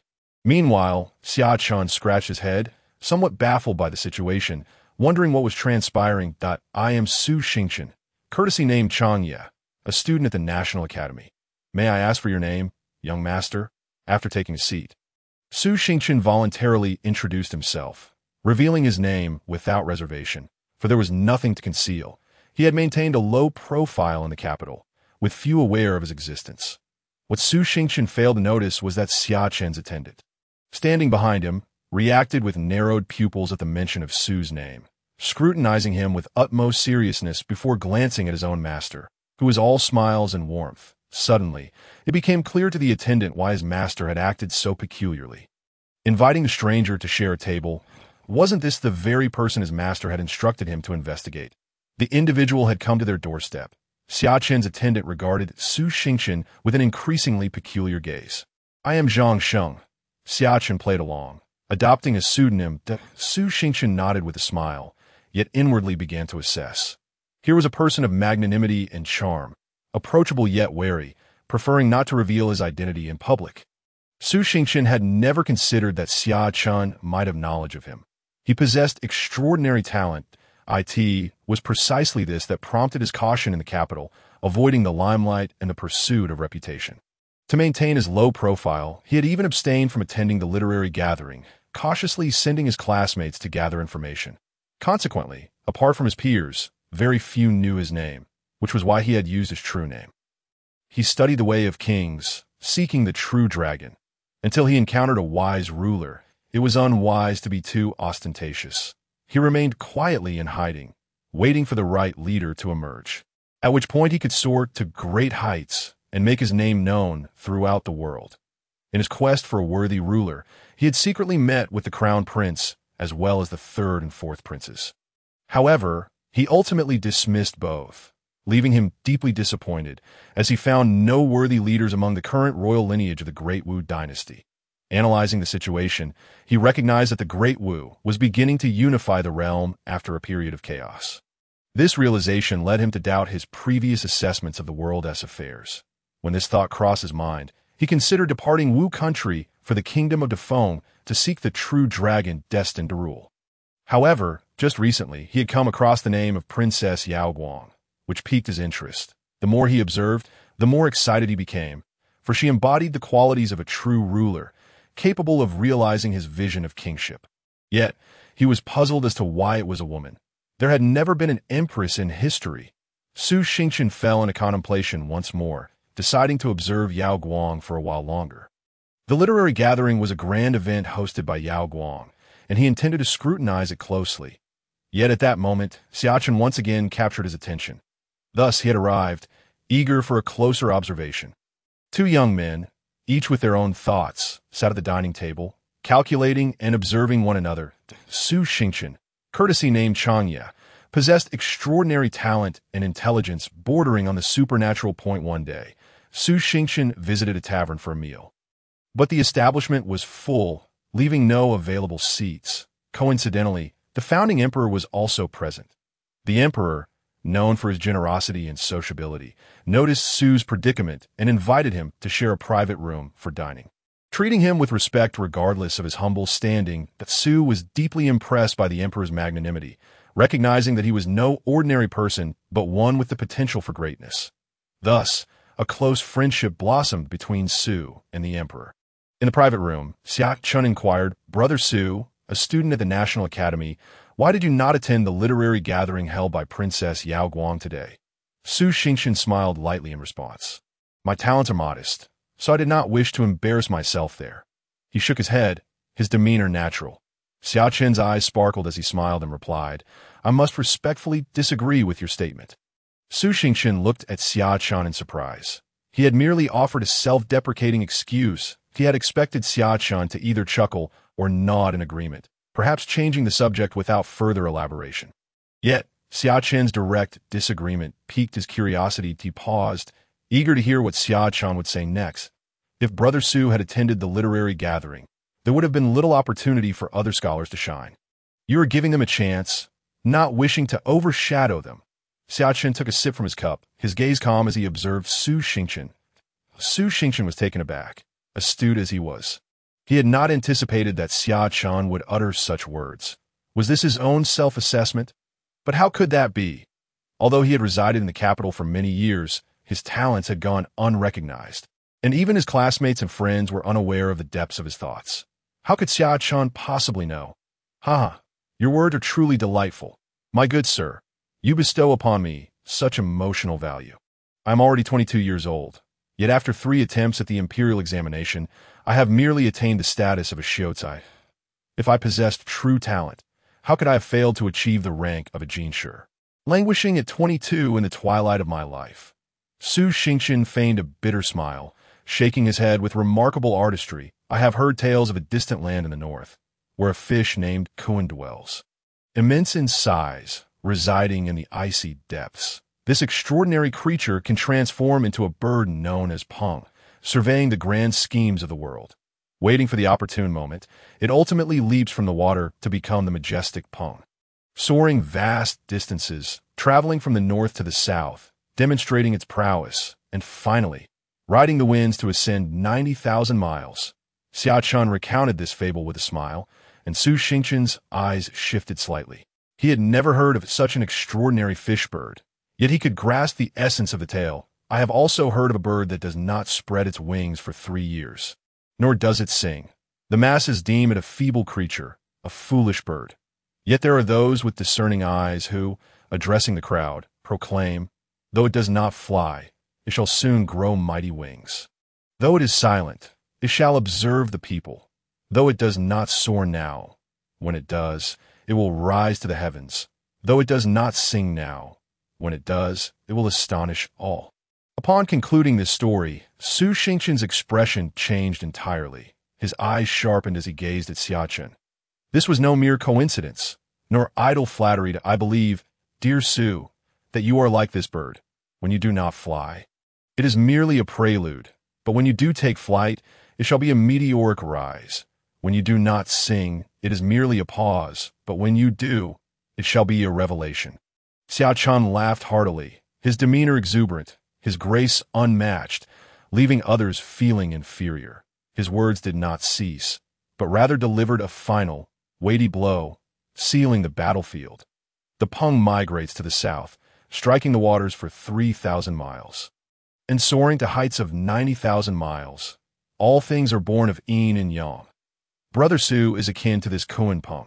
At present, he is still a Kuan, lurking in the icy depths. Yet he harbors aspirations that reach for the sky, biding his time until the moment is ripe, ready to harness the winds of fortune and strike the waters with force, ascending to great heights and transforming from yin to yang.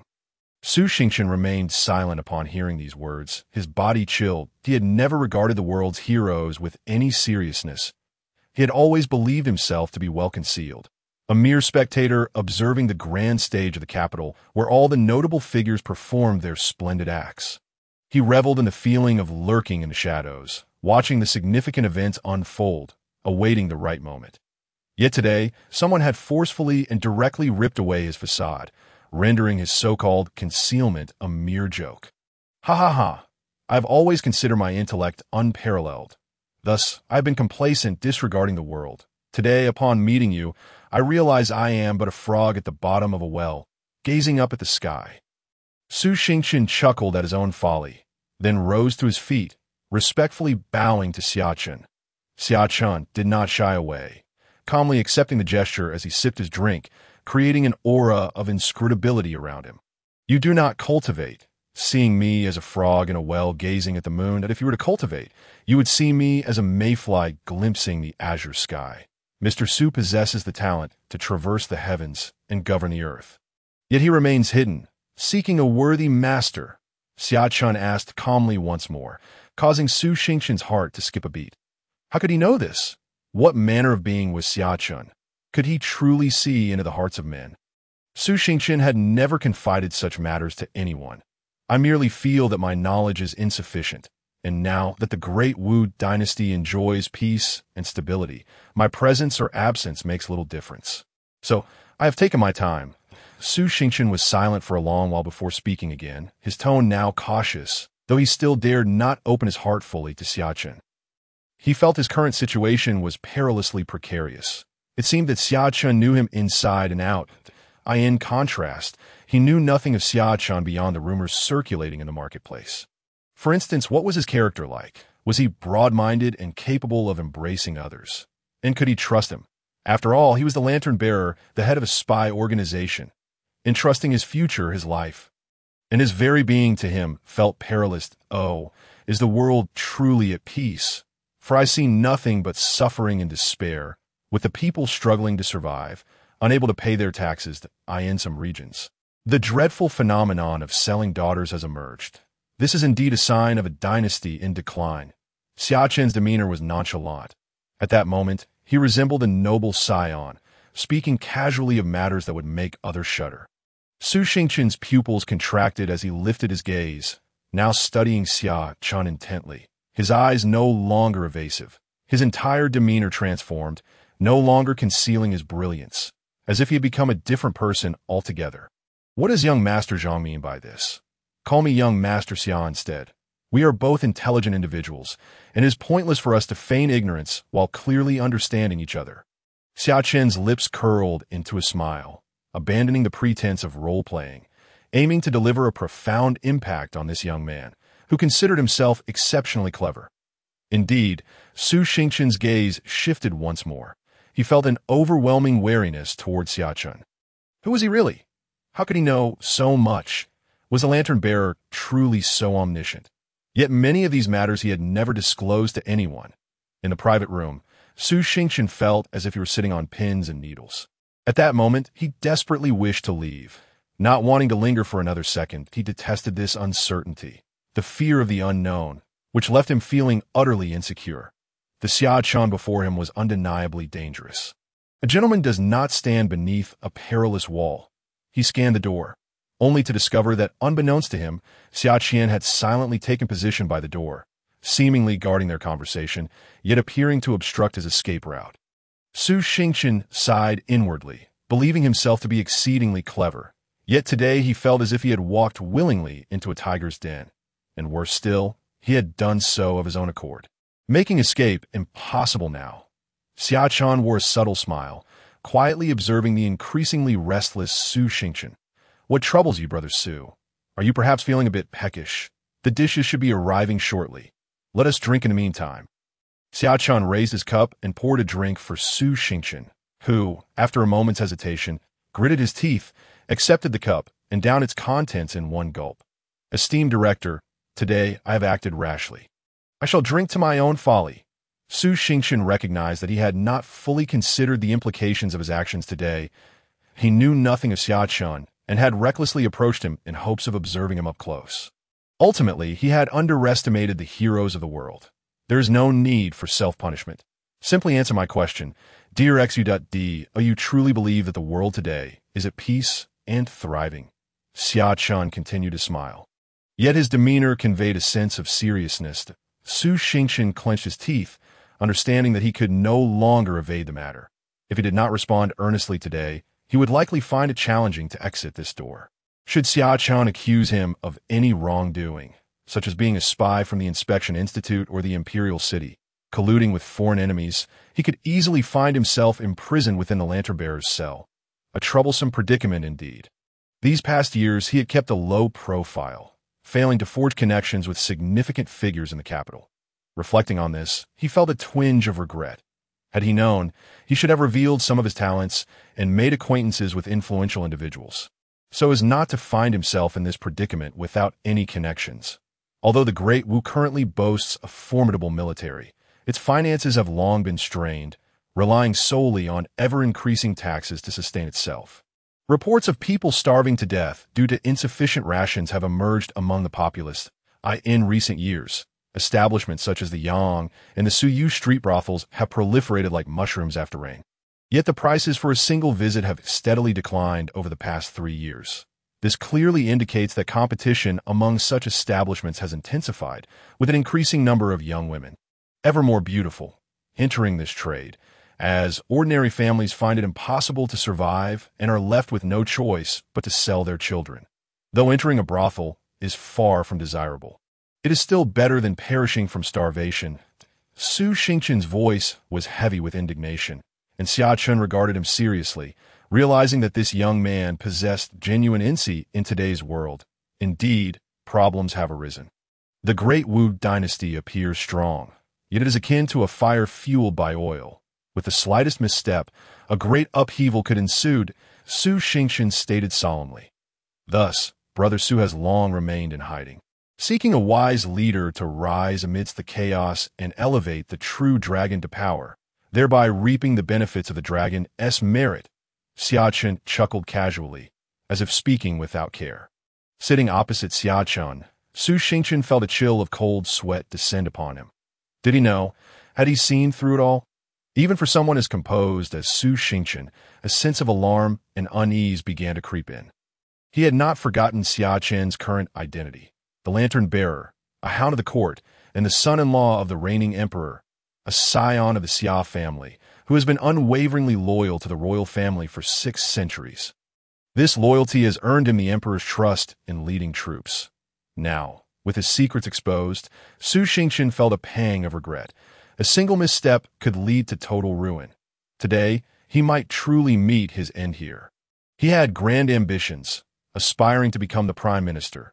Not just any prime minister, but the one who would unify the realm and ascend as the greatest prime minister in history. Yet now, he faced the prospect of dying before even embarking on his journey. What do you think of the other 2 nations? Xia Chen inquired, still smiling, posing yet another question. Though these 2 nations harbor some internal decay, there remain loyal ministers and capable generals. Their national strength may be waning, yet their fortunes persist. Su Xingchen sighed, having already envisioned the worst outcome, and thus chose not to conceal his thoughts any longer, speaking freely. Consequently, the tripartite balance of power, rather ironically, renders our mighty country most vulnerable. Indeed, the emperor delights in war, and presently our nation is on the verge of internal collapse. If His Majesty were willing to adopt a strategy of recuperation and appoint me as the chief minister, I could reverse this situation within 5 years. Su Xingchen, like a sword drawn from its sheath, now shone with brilliance, having perceived the looming threat of death, that he thus overturned his previously low-key strategy, seeking to captivate Xia Chen's attention with his astonishing words, hoping to breathe life into this deadlock and draw the attention of the influential figures in the court, even the emperor himself. Given any opportunity, he was certain he could demonstrate his worth. Although this move was perilously audacious, he had no choice but to take the gamble. Su Xingchen hailed from humble beginnings, yet exhibited extraordinary intelligence from an early age. Unmatched in his village at the age of 7, a ragged Taoist arrived in the village, possessing an extraordinary demeanor. The Taoist sought lodging at the Su household and, upon witnessing Xingchen's brilliance, decided to test him with knowledge. At that time, Xingchen had already mastered the Confucian classics and understood many worldly truths, impressing the Taoist, who chose to remain with the Su family. Xingchen became the Taoist's disciple, who personally imparted knowledge to him for 5 years. No one knew the specifics of what the Taoist taught. They only observed that Xingchen grew increasingly composed, displaying a maturity beyond his years. When he turned 13, the Taoist departed, leaving behind a book entitled The Way of Kings. Xia Chen quietly regarded the radiant Su Xingchen, taking a sip of his drink before casually remarking, "Are you suggesting that the current tripartite situation will continue indefinitely? Without my intervention, the next 50 years will still see a divided realm, with the 3 nations maintaining a precarious balance. Although each harbors ambitions to conquer the others, none possess the absolute strength to obliterate their rivals," Su Xingchen affirmed confidently. "Yet I sense that, perhaps within 5 years, our Great Wu will encounter a momentous change. At most, within a decade, the current state of affairs will undergo transformation." Xia Chen smiled at Su Xingchen, articulating his own assessment. Su Xingchen's gaze deepened.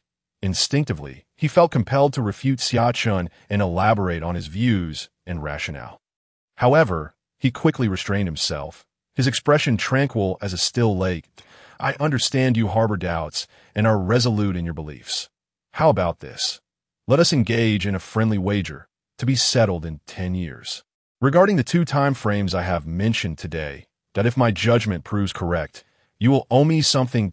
As for what that may be, I shall disclose it at the appropriate time, but you must promise to fulfill my request. Whatever it may be."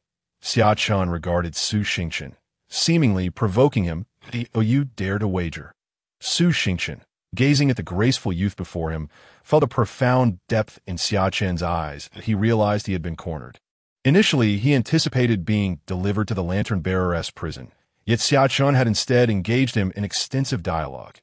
Now, it appeared that Xia Chen did not intend to apprehend him. After a desperate struggle, he had finally found a glimmer of hope. Very well. I accept your wager. Su Xingchen's thoughts remained clear. He pondered Xia Chen's true intentions, having prepared for the worst.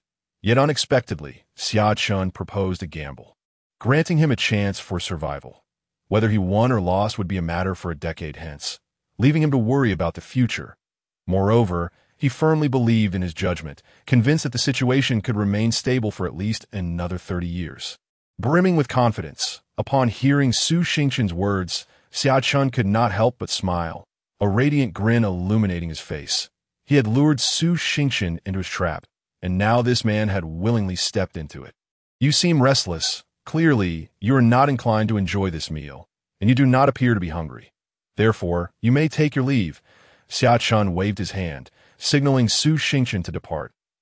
Su Xingchen felt a surge of joy at this statement, yet maintained a calm facade, exhibiting remarkable composure as he respectfully bowed to Xia Chen. Thank you, young master. I shall take my leave now. Finally, Su Xingchen relaxed, his mind uncoiling from tension. Although Xia Chen was astoundingly astute, he remained youthful and inexperienced. Su Xingchen had anticipated being imprisoned by the lantern-bearer, yet unexpectedly, he had been allowed to leave, likely due to the impression his analysis of the realm's dynamics had made on Xia Chen. Thus, for the sake of their wager, he had been granted a reprieve. Su Xingchen chuckled inwardly, recognizing that he was merely a pawn in Xia Chen's eyes. His earlier remarks had ignited Xia Chen's competitive spirit, prompting him to propose a wager. Su Xingchen quickly assessed the situation in his heart. Despite his mind racing, Su Xingchen maintained a smile on his face, completing his bow and preparing to turn away from this place of strife. But just then, he heard Xia Chen's voice once more. Report to the lantern-bearer's office tomorrow morning. I am in need of scribe. Startled, Su Xingchen stammered, What? He instinctively wished to refuse, incredulous at the suggestion of becoming a scribe under Xia Chen. He had aspired to be prime minister. Just as he was about to voice his objection, Xia Chen's tone shifted, no longer gentle, now imbued with a chilling calmness. Do not even think of fleeing tonight or leaving the capital. No matter how swift you are, you cannot outrun the lantern-bearer. I can find you anywhere in the world. I have taken note of everything you said today. Pure nonsense. Our great Wu is prosperous. The people live in peace, and the emperor governs wisely. Yet you dare to spout such fabrications. You must be a spy from an enemy nation, infiltrating our capital to spread these rumors, and you followed me stealthily today, perhaps with the intent to assassinate me. Xia Chen cast a glance at the now pale Su Xingchen, continuing, Moreover, you previously claimed to have been biding your time, quietly awaiting the opportune moment, searching for a wise leader to gain the merit of the dragon. Do you seek to rebel? The weight of Xia Chen's final accusation struck Su Xingchen like an invisible blade to his heart, silencing him. Cold sweat broke out across his body, his complexion drained of color, as he felt as though he had plunged into an icy abyss. Such were the words of a killer. Su Xingchen had not anticipated that the previously mild-mannered, smiling Xia Chen would suddenly alter his demeanor so drastically. Do you understand that these charges could lead to the annihilation of your entire lineage? The words of Xia Chen were chillingly cold, enveloped in a fierce, murderous intent that cast a shadow over Su Xingchen. This aura of death had been honed during his acceptance of the blade's intent within the peculiar little world of the system space. Su Xingchen felt as if he had plunged into the depths of the 18th level of hell, with Xia Chen emerging from the abyss like a devil. He gazed into those sunken eyes. An unusual light seemed to emanate from them, and in a moment of disorientation, he envisioned a mountain of corpses and a sea of blood, a battlefield of unimaginable brutality, littered with shattered bodies. Though Su Xingchen prided himself on being the most talented under heaven, he had never encountered such a scene. He was utterly taken aback.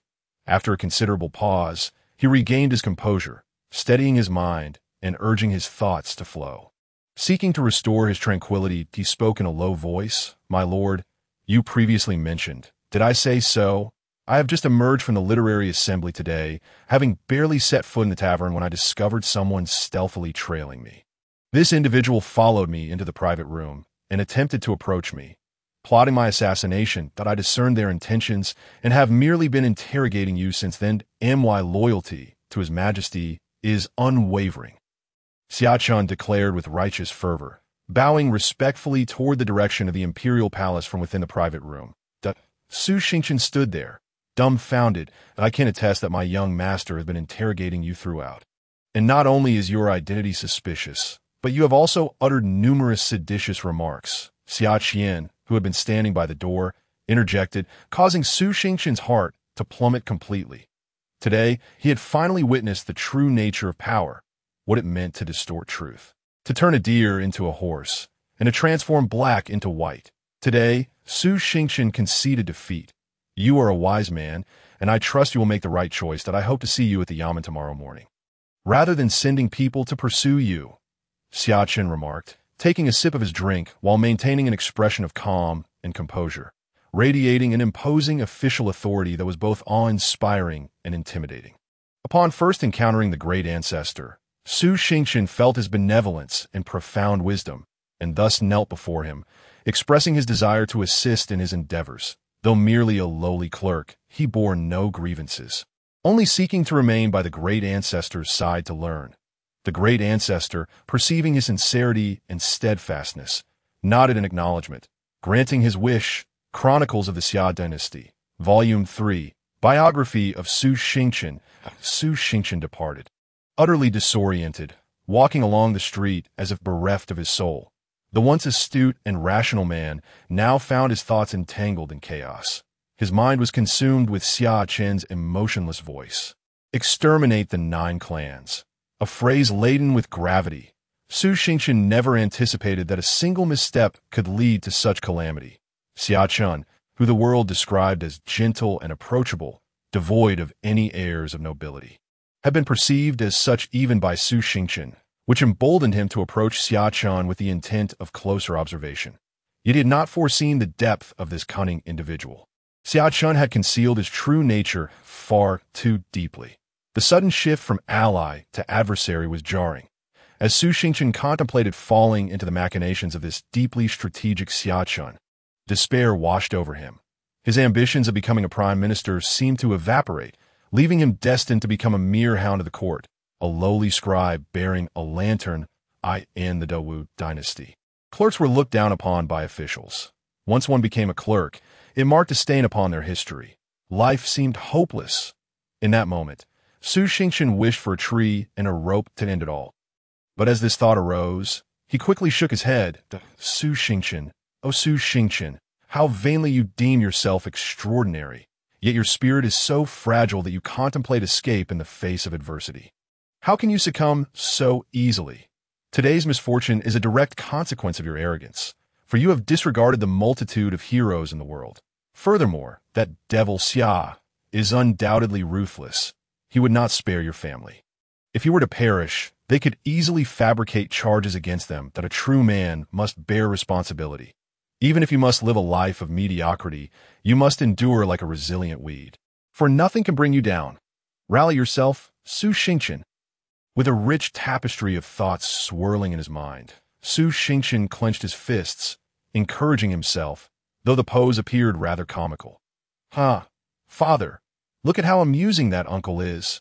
In our private school, if someone fails to recite their lesson, the teacher punishes them, and when they are sad, the teacher encourages us in this very manner. It seems this uncle has also been punished for not reciting. A child by the street, holding a candied hawthorn, pointed at the spirited Su Xingchen with innocent laughter. "Xiaoji, how can you be so rude? Quickly apologize to this uncle." The child's father scolded, then turned to Su Xingchen to offer his apologies. The child, merely 7 years old, was named Song Ji, a boy from an ordinary family in the capital. Children speak without restraint. It is of no consequence. Su Xingchen shook his head, glancing at the candied hawthorn in Song Ji's hand, offering the boy a smile before turning to leave. Inside the private room of the tavern, Xia Chen inquired, "Young master, what is it about Su Xingchen that warrants such elaborate effort and expenditure of energy to bring him into your fold?" Having witnessed the earlier scene unfold, Xia Chen questioned the motive behind his master's apparent interest in Su Xingchen, knowing well that Xia Chen held this individual in high regard. even if Su Xingqian had not approached voluntarily. He cannot escape. Xia Chen had long since set his sights upon him. This man possesses great talent, a potential prime minister. Xia Chen stated calmly, "Ah, that cannot be. He seems quite ordinary to me. Merely in his early 20s and only holding the title of a scholar. Surely there are many more distinguished students in the Guozijian." Xia Chen expressed disbelief, observing his master's demeanor, which remained unfazed as he smiled without further comment. He fell into contemplation. His master had never before lauded anyone in such a manner. What talents did Su Xingqian possess? How does he compare to Prime Minister Lin? Xia Chen hesitantly asked, regretting the inquiry as soon as the words left his mouth. After all, who was Prime Minister Lin? He had wielded power for over 20 years, remaining unshaken despite the emperor's suspicions. Moreover, when had Prime Minister Lin become a standard for measuring the talents of the realm? Yet at that moment, Xia Chen's voice broke the silence. Prime Minister Lin's abilities are indeed remarkable, ranking among the top 10 in the entire 800 years of the Donghou dynasty's history. Although the current state of affairs is fraught with issues, it is not Lin's fault, but rather that of the emperor. If Lin had not held the reins of power for these past 20 years amidst continuous warfare, the Donghou dynasty might have already crumbled from within, rather than flourishing as it does now. However, Lin is still not as formidable as Su Xingqian, Xia Chen declared with a calm voice. The room falling silent, while the bustling sounds of patrons feasting in the main hall continued unabated. The diners could never have imagined that within this small private room, someone was offering commentary on Prime Minister Lin. Nor could they fathom that the pillar of their nation, in Xia Chen's eyes, was inferior to an obscure student of the Guozijian. Xia Chen swallowed hard, stunned by Xia Chen's words, although he still harbored doubts about Su Xingqian's exceptional abilities. He trusted his master. If his master believed in Su Xingqian, then it must be true. That alone was sufficient. Xia Chen lifted his head, gazing out through the paper window at the sky.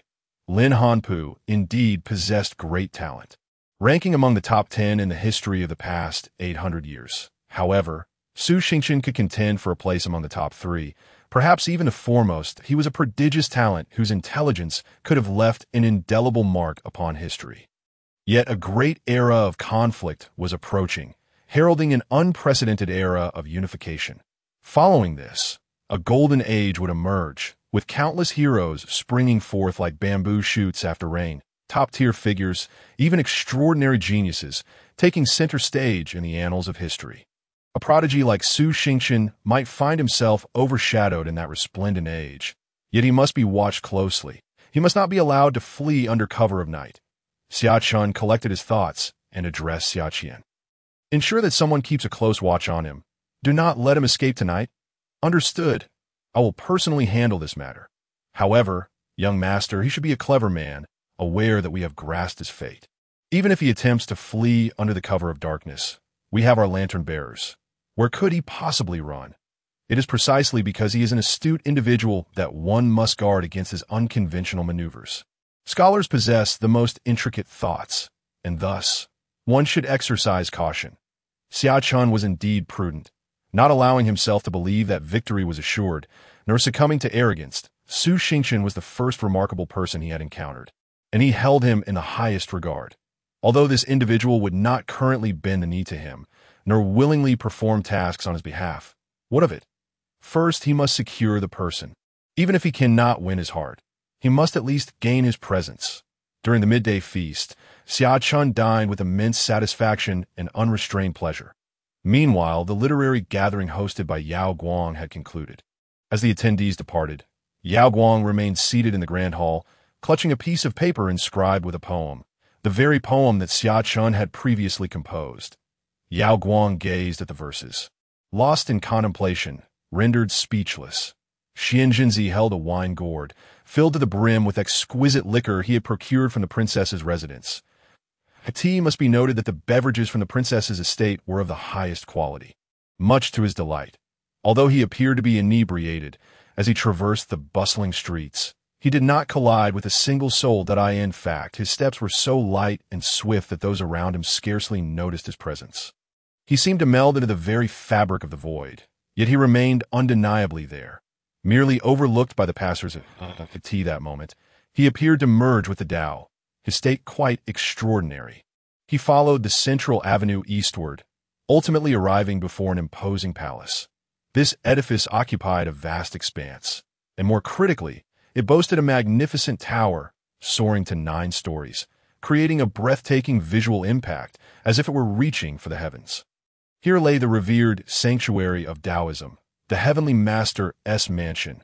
Within its walls resided the current era's 5 foremost masters, the pinnacle of combat prowess. Shi Shu.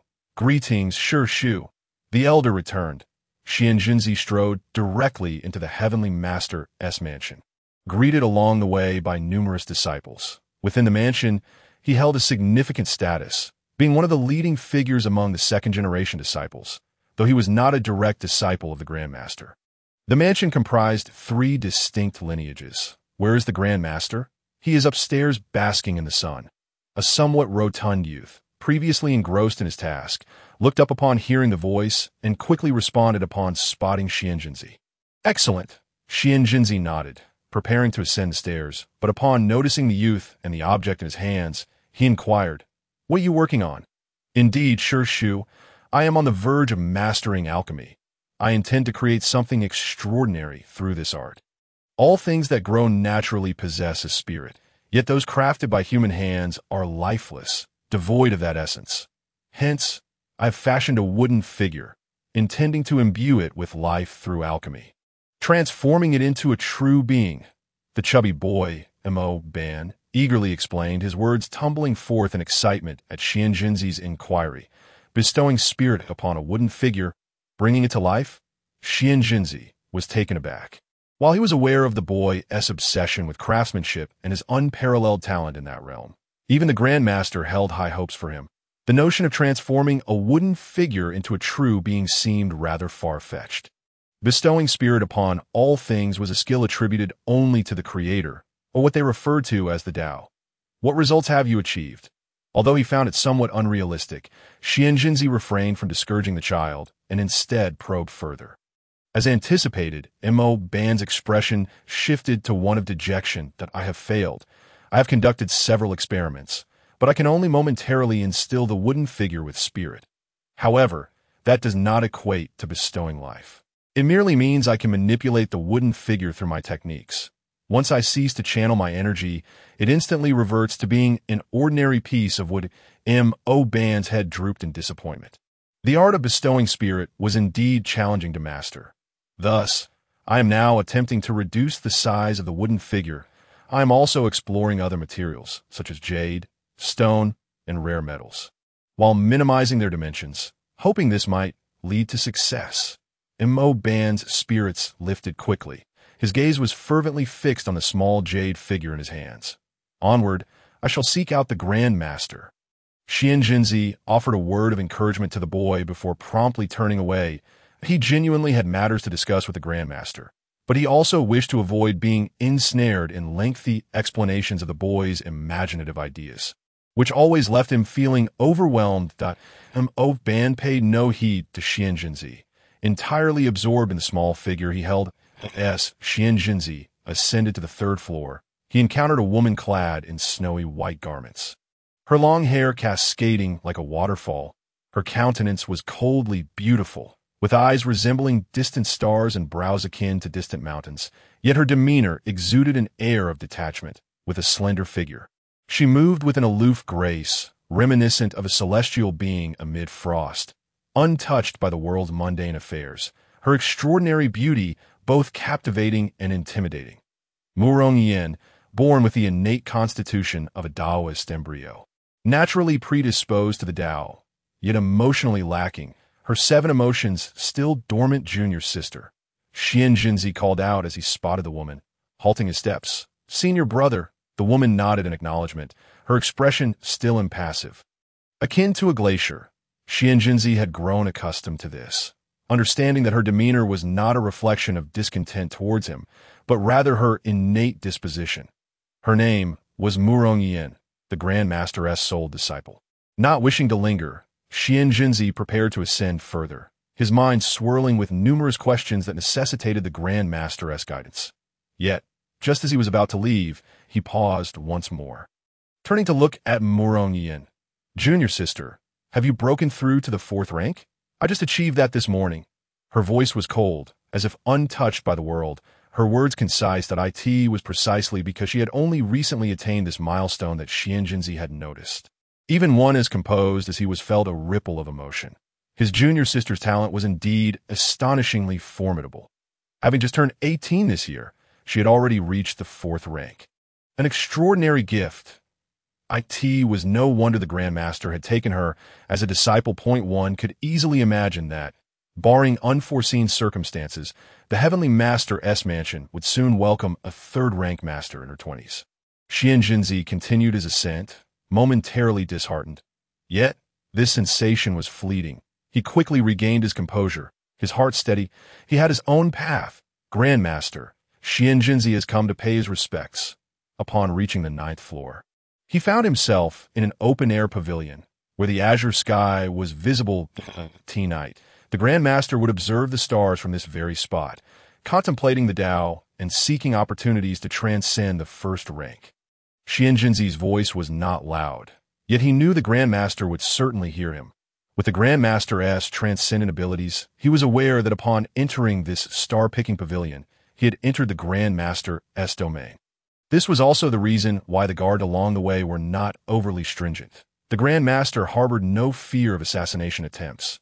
Those who were unaware of the world's vastness, who dared to plot against the Grandmaster, would soon learn why the first rank was regarded as a myth among mortals.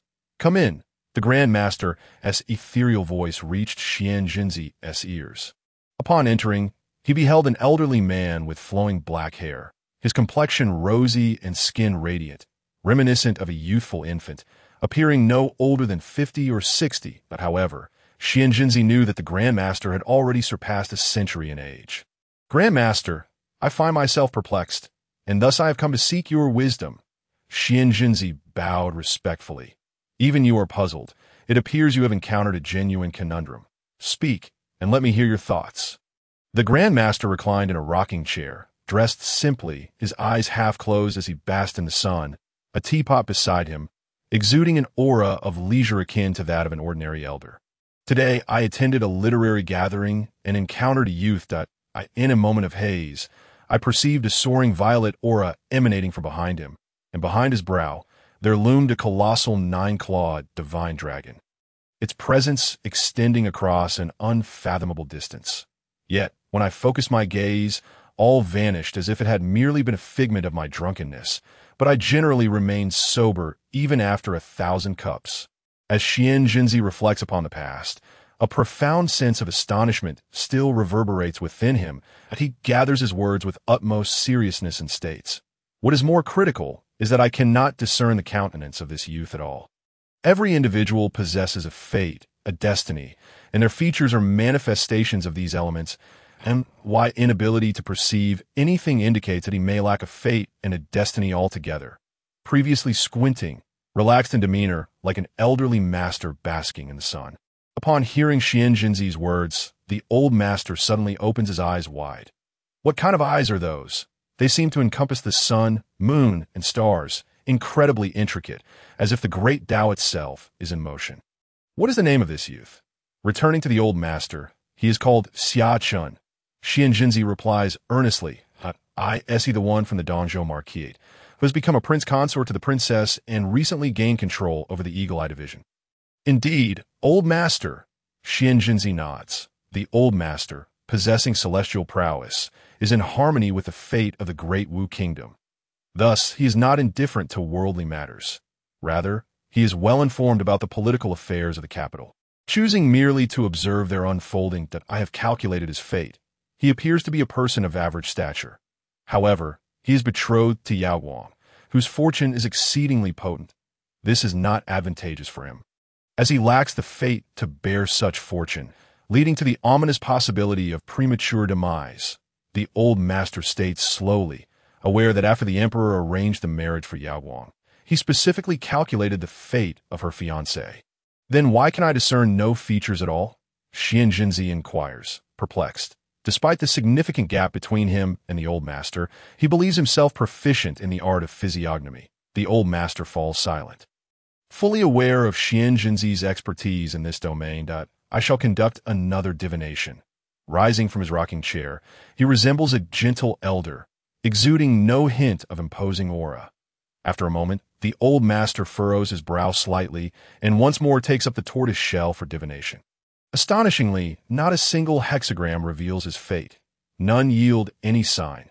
This is remarkable, the old master murmurs to himself. Xianjinzi, standing behind him, witnesses this scene, his heart unsettled. Even the old master cannot deduce it. The old master attempts another divination. This is already the third time. Yet, this time, as he casts the tortoise shell, it shatters mid-air before it even touches the ground, revealing intricate and profound inscriptions. Unable to divine, unable to perceive, though grounded in the present, he finds himself disconnected from the past and future. This a portent of change. Has the heavenly mechanism undergone a shift? The old master's complexion pales slightly. His composure shaken. Old master, what troubles you? Xianjinzi's pupils constrict sharply. The old master's tortoise shell is shattered. This has never occurred before. This individual carries significant karma. He represents a variable, and the future has already begun to shift. I can no longer fathom the heavenly mechanism. After regaining his composure, the old master speaks solemnly. Xianjinzi is taken aback. Even the legendary old master cannot unravel the enigma of Xia Chen. In the current world, there are only two individuals whose roots I cannot perceive, whose futures remain obscured. One is Yao Wang, and now another is Xia Chen. What is even more perplexing is that these two share a bond of fate. Strangely, even with Yao Wang, I can vaguely discern a fragment through the mists, realizing she is a person of great fortune, possessing the aura of a ruler. Though she remains a princess, she already bears a portion of the great Wu kingdom's destiny. In the future, she may very well become the first woman in history to unify the realm and bring an end to chaos. Yet, concerning her husband Xia Chen, I find nothing visible. The old master's tone is exceedingly grave. Xianjinzi feels a mix of shock and relief. Shocked that even the old master cannot perceive, and relieved because it is not due to his own inadequacy, but rather the peculiarity of Xia Chen's fate. A person's fate is determined from a moment of birth. To reverse fate is an arduous challenge that one's life, 2 fortunes, 3 feng shui, for merit, 5 study, 6 career choice, 7 spouse selection, 8 benefactor interactions, 9 health maintenance. Among these, feng shui and merit can only slightly alter one's fate, yet such alterations are immensely difficult to achieve. Very few can accomplish this, and it also depends on whether their original fate can sustain such changes. Beyond that, to alter an individual's destiny, only the old master pauses momentarily, and Xianjinzi, engrossed in listening, interjects eagerly, "Old master, what other methods exist to change destiny?" Fortune, the old master gazes into the distance, his eyes deep as the sky. Fortune is also what we refer to as national destiny. Ancient texts record that in primordial times, this world was indeed inhabited by terrestrial immortals, beings both human and demon, as well as Buddhas, celestial beings and shamans, alongside other extraordinary creatures of immense power and vitality. Yet one day, our realm was depleted. We faced defeat, and some perished of old age, while others fled to distant lands. Xianjinzi listens with rapt attention. His heart stirred, that he realizes this must be a core secret of the Tianshi lineage, knowledge he would not have uncovered had it not been for Xia Chen today. In those times, there were powerful dynasties and renowned sacred cultivation sites. Sacred sects accumulated merit, while dynasties cultivated fortune. The power of fortune is extraordinarily mysterious. It can appoint divine officials and draw upon the incense of the world. Through positions of authority, officials can bind their fates to the national fortune, receiving its blessings. Even if one possesses inferior roots, they can cultivate its speeds tenfold or even hundredfold compared to others. To fundamentally alter a person's fate requires the power of fortune, and it must be of a grand scale. The old master turns to Xianjinzi, smiling as he speaks. Grand scale of fortune. Does the old master suggest that Xia Chen has acquired immense fortune, thus altering his fate? Yet, to my knowledge, the fortune of the world is finite, divided among the Great Wu and the Great Fengqin Kingdom. Where did he obtain it? Xianjinzi inquires with deep confusion. The fortune of the world is limited and correlates with a nation's strength, peaceful citizens, prosperous economy, a strong military, and the emergence of exceptional talents all contribute to the density of fortune. In summary, it is proportional to a nation's comprehensive strength.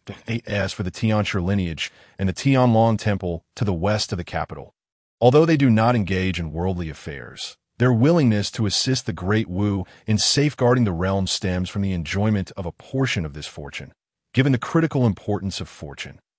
Even the most powerful figures of the age must engage in worldly competition for it. Xianzhenzi is left deeply puzzled about where Xia Chen acquired such fortune, even if his fate has changed. Some aspects should still be discernible. The old master speaks slowly. This Xia Chen harbors a great secret. He either possesses an object that obscures the heavenly mechanism, or he resembles a variable, an entity that has eluded perception. The old master's eyes blaze with an astonishing light as he stands atop the star-catching tower, gazing into the inner city of the capital, seemingly seeking to pierce the void and locate Xia Chen's position. A being that has eluded perception. The heavenly principle encompasses 50. The great transformation consists of 49. When a person eludes their fate, all things in the world possess a defined destiny. Yet it is precisely because of the elusive nature that fate holds the potential for change. The old master speaks slowly, his voice resonating like the sound of the great Tao, while Xianzhenzi listens intently to his teachings. You previously mentioned that you saw, in a daze, a 9-clawed golden dragon of fortune stretching across the boundless sky. Accompanied by soaring purple qi, the old master turns to face Xianzhenzi, who kneels before him. Indeed, yet when I focused, it seemed as though I had merely imagined it. You are well-versed in physiognomy.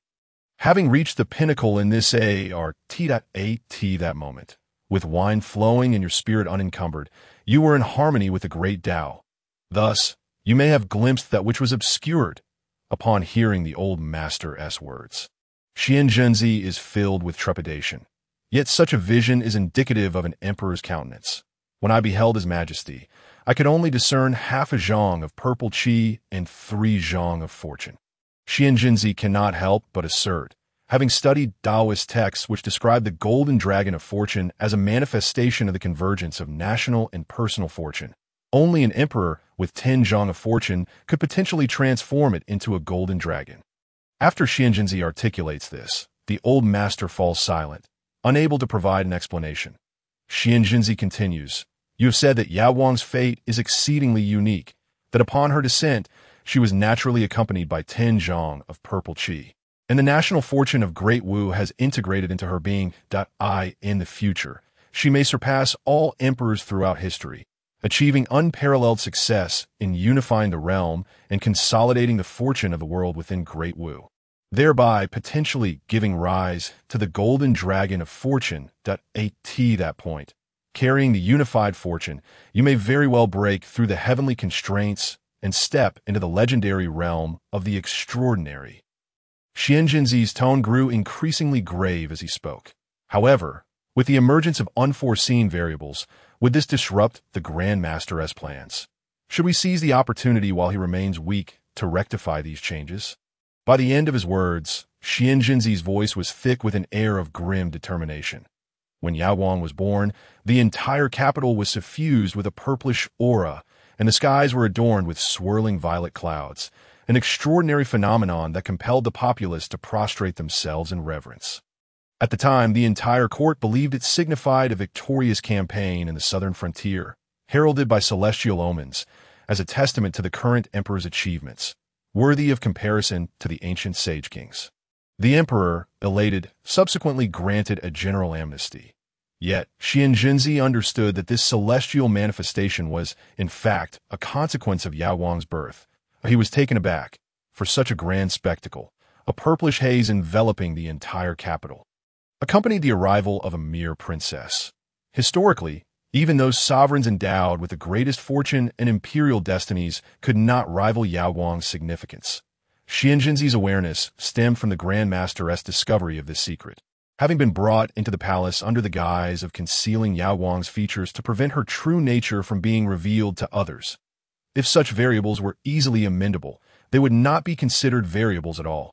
Should you intervene personally, your status as a first-tier powerhouse means that aside from the 4 other first-tier masters who could possibly oppose you, Xianzhenzi asserted, harboring great confidence in the Grand Master's abilities.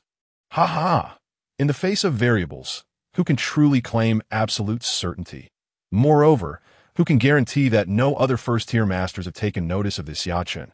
The Grand Master laughed heartily, his aura tranquil, resembling that of a benevolent elder. Yet, Xianzhenzi was acutely aware that the Grand Master was not a man of leniency. In his youth, the Grand Master had ventured alone, wielding the Xuanwu sword to the eastern wilderness, vanquishing demons and monsters. The Grand Master mentioned Long Shu presiding over the matter. Xianzhenzi's expression shifted slightly. Long Shu was the contemporary leader of Buddhism, the pinnacle of the faith in Central Plains. This prompted Xianzhenzi to recall the literary gathering, where Master Tianhai had taken the initiative to converse with Xia Chen, were their exchanges merely casual banter. I cannot say. The affairs of the world are numerous. As an ordinary person, how could I possibly know them all? The Grand Master chuckled candidly, casting his gaze towards the distant horizon, where blue skies and white clouds danced under a gentle breeze, and continued to speak with a smile. There is no need to harbor murderous thoughts. Since variables exist, they must have their reasons for being. One can predict the future with absolute precision. Even I cannot truly fathom it. The emergence of variables may not necessarily lead to adverse outcomes. Perhaps it is precisely due to these variables that we might gain other insights, such as the way of the Tao. In the grand scheme of destiny, we are but mortals, unable to contend with the heavens. All must be allowed to unfold naturally. The Grand Master stood at the forefront, unbarred by any railing, perilously close to the edge. Yet, it was evident that Xianzhenzi was unconcerned about the Grand Master's potential fall. As he beheld the Grand Master, there was a sense of ethereal grace, an essence that blended seamlessly with the cosmos. Enveloped in a profound aura of the Tao, Xianzhenzi sighed. This perhaps illustrated the disparity between him and the Grand Master, not merely in rank but also in mindset and comprehension of the Tao. Since this chance has presented itself to you, it may signify a destined connection. Endeavor to engage, without ulterior motives, allowing everything to unfold naturally, just as with Yao Guang. Today, plant a seed, and in time, it may take root and flourish. I shall seek an opportunity to meet this young man personally, to discern the profundity that resides within him. The Grand Master stood with his back to Xianzhenzi, as if turned away from the world, his essence transforming into the Tao, unfathomable and elusive. Understood, Xianzhenzi bowed deeply, and when he lifted his gaze once more, he found himself standing before the star-picking tower on the first floor. The techniques of the Grand Master's abode had rearranged the very fabric of space. As Xianzhenzi conversed with the Grand Master, news of the events at the literary gathering gradually spread throughout the capital.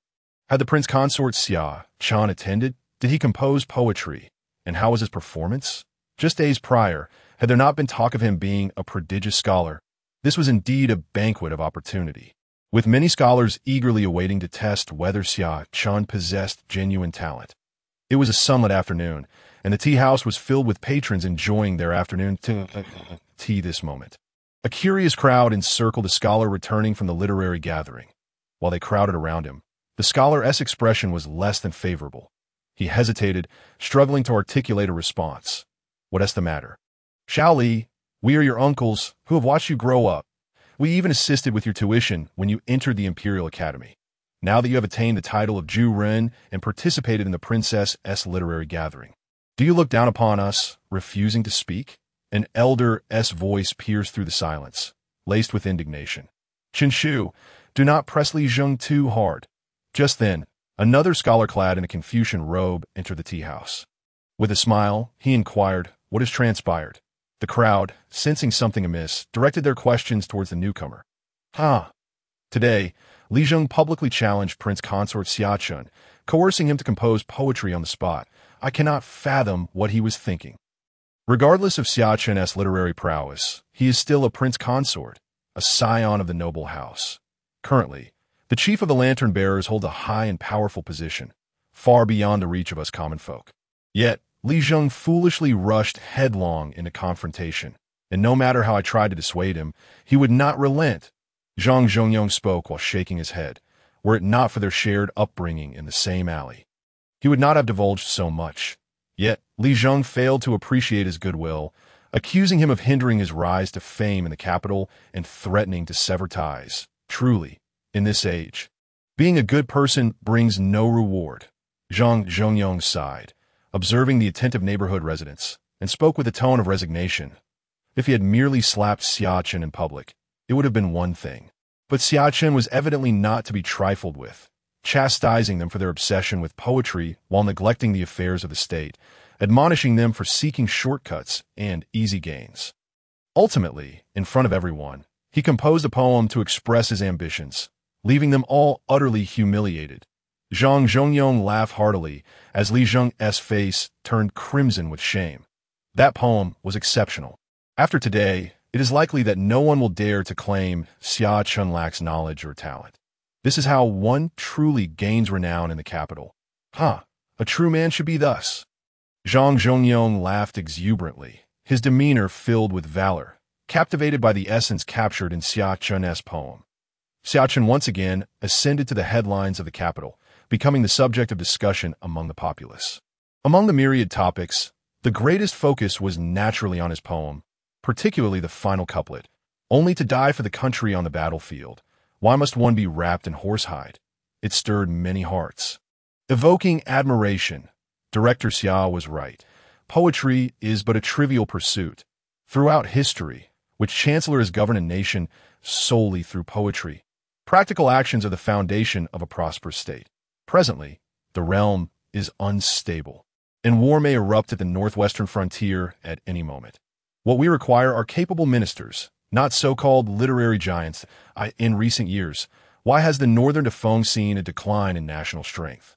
Is it not due to the widespread veneration of literary governance, where scholars indulge in revelry and merriment, oblivious to state affairs?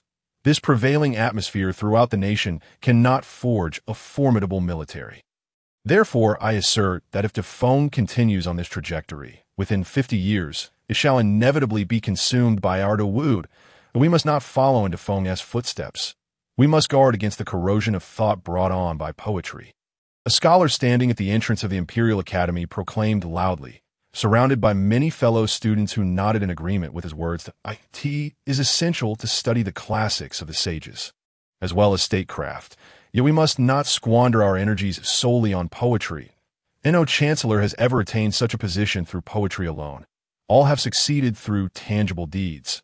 In that moment, the name Xia Chen resonated throughout the Imperial Academy and among the scholarly community. Many even adopted his line, "Only to die for the country on the battlefield. Why must one be wrapped in horsehide?" as their motto, believing that true men should be loyal to their country, even to the point of dying on the battlefield. Some even contemplated enlisting in the military. These developments were entirely unforeseen by Xia Chen, who had returned to his courtyard, where a youth awaited him. Judging by his stature, he appeared to be around 15 or 16 years old, yet his face bore a youthful naivety. "What brings you here?" "Third brother, I have come to pledge my service to you." Xiaowen sat upon the stool, his face alight with excitement, darting his gaze about restlessly, exhibiting signs of hyperactivity. "Are you here to pledge your allegiance to me?" Xia Chen responded with a hint of seriousness. At tea that moment, Baizhu personally entered, bearing tea for both Xia Chen and Xiaowen.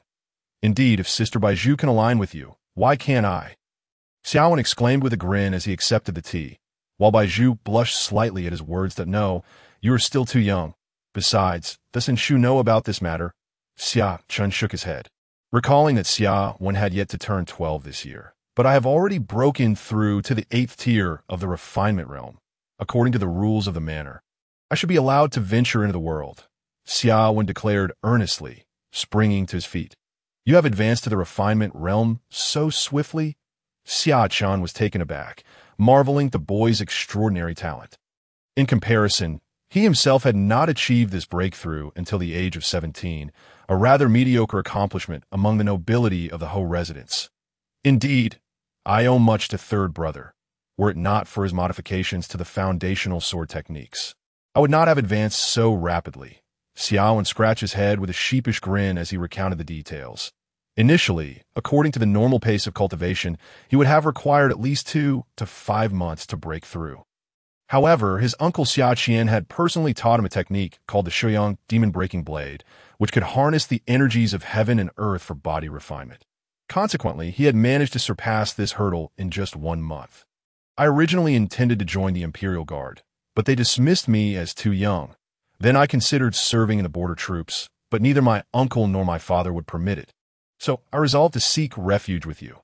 Third brother, Xia Wen's excitement was palpable. His uncle Xia Chen and father Xia Han believed it best for him to remain in the manor, honing his martial skills and ideally breaking through to the 7th or even 6th tier before venturing out WY that time. Xia Wen would be older, and they would feel more at ease. However, Xia Wen was determined. Having finally reached the 8th tier, he yearned to explore the outside world. Even if it was merely the capital, he could no longer tolerate the monotony of the Hou residence. Xia Chen sighed as he observed the youthful boy before him. Was this the burden brought forth by exceptional talent? Had Xia Wen been 14 and achieved the 8th tier, his parents would not have been so anxious to keep him within the manor. At merely 11, it was understandable that they were concerned. He was still but a child. In the hall, Xia Wen glanced around and noticed that Baizhu had stepped outside before whispering, "I know that the rumors about third brother falling out with the family are unfounded. Although third brother may seem somewhat inconspicuous at home, uncle and aunt treat you exceedingly well. Those external rumors are mere fabrications." Xia Wen lowered his voice, his youthful face imbued with seriousness. "Uncle even proclaimed within the manor that he would expunge my name from the family registry. How could that be false?" Xia Chen shot a glance at Xia Wen, and while he verbally dismissed the boy's claims, he couldn't help but admire him internally, despite his youthfulness and seemingly reckless demeanor. Xia Wen was far from foolish, though I am unaware of the specifics. I trust that third brother and uncle have their reasons for acting this way. Xia Wen scratched his head, grinning amiably. Moreover, I informed my father of my desire to join you. Although he vehemently opposed it, he nevertheless dispatched 3 family guards with me. That intent is rather clear, is it not? Xia Chen was momentarily taken aback at this revelation. Did that mean his uncle Xia Han tacitly approved of Xia Wen's decision to seek him out? Has something transpired recently within the family? Xia Chen pondered aloud after a brief moment of contemplation. Nothing of great consequence. But a few days ago, while in my father's courtyard, I overheard him conversing with my mother. Quite inebriated, I vaguely heard him mention a vacancy for a deputy minister in the Ministry of Rights, a position that should have rightfully belonged to him. The Ministry of Personnel had already submitted the petition to the cabinet, yet it was ultimately rejected on the grounds that my father was too young and needed further tempering. Consequently, the position was awarded to a renowned scholar from the Bailu Academy. Xia Wen's head drooped. His spirits dampened, but he had even ventured a glance inside, witnessing his father inebriated for what he believed was the first time. Xia Chen fell silent, reflections of his uncle Xia Han's composed visage surfacing in his mind. Elegant, charismatic, and embodying the demeanor of a gentleman, always smiling at his younger relatives without regard to their talents or lineage. The Xia family wielded considerable military power. Uncle had ventured into politics, which was already a point of contention, especially given his political acumen and the forthcoming imperial examinations. The Deputy Minister of Rights held significant importance, particularly in relation to the examinations. Should Uncle secure this position, even if he were not the chief examiner, he would still be regarded as a mentor to the candidates. Xia Chen sighed, casting a glance at Xia Wen, speaking solemnly. I understand that the Emperor harbors apprehensions regarding our Xia family. He fears my father will cultivate a faction and extend our influence into the civil service. If the Xia family were to amass both military and scholarly power, he would undoubtedly grow anxious about the stability of his rule. Xia Wen set down his teacup and stood, his youthful face tinged with cold resolve. Xia Chen was taken aback by his brother's boldness. Though seemingly brash, Xia Wen demonstrated a keen intellect and wisdom beyond his years. His father had named him Xia Wen for a reason. Perhaps his name was not a misnomer, as he clearly inherited his father's political talent. Truly, he was a remarkable figure among the 3rd generation of the Xia family, second only to his younger brother Xia Hao. Despite his tender age of 11, he had already begun to reveal his exceptional character. Crucially, he bore no fondness for the emperor, particularly not for that sovereign. Indeed, he was a talent worthy of cultivation. May the blessings of thunder and rain be seen as the emperor's grace. Xia Chen regarded Xia when calmly. That I understand. Third brother, I shall remain discreet in public. Our Xia family is naturally unwavering in loyalty to the emperor. Xiaowen looked up at Xia Chen with an innocent grin, their eyes locking in mutual understanding, a silent agreement conveyed between them.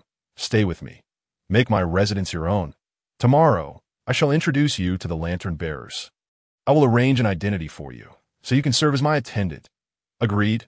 I have heard that third brother is now a fourth-tier official and oversees the Eagle Eye division of the lantern bearers.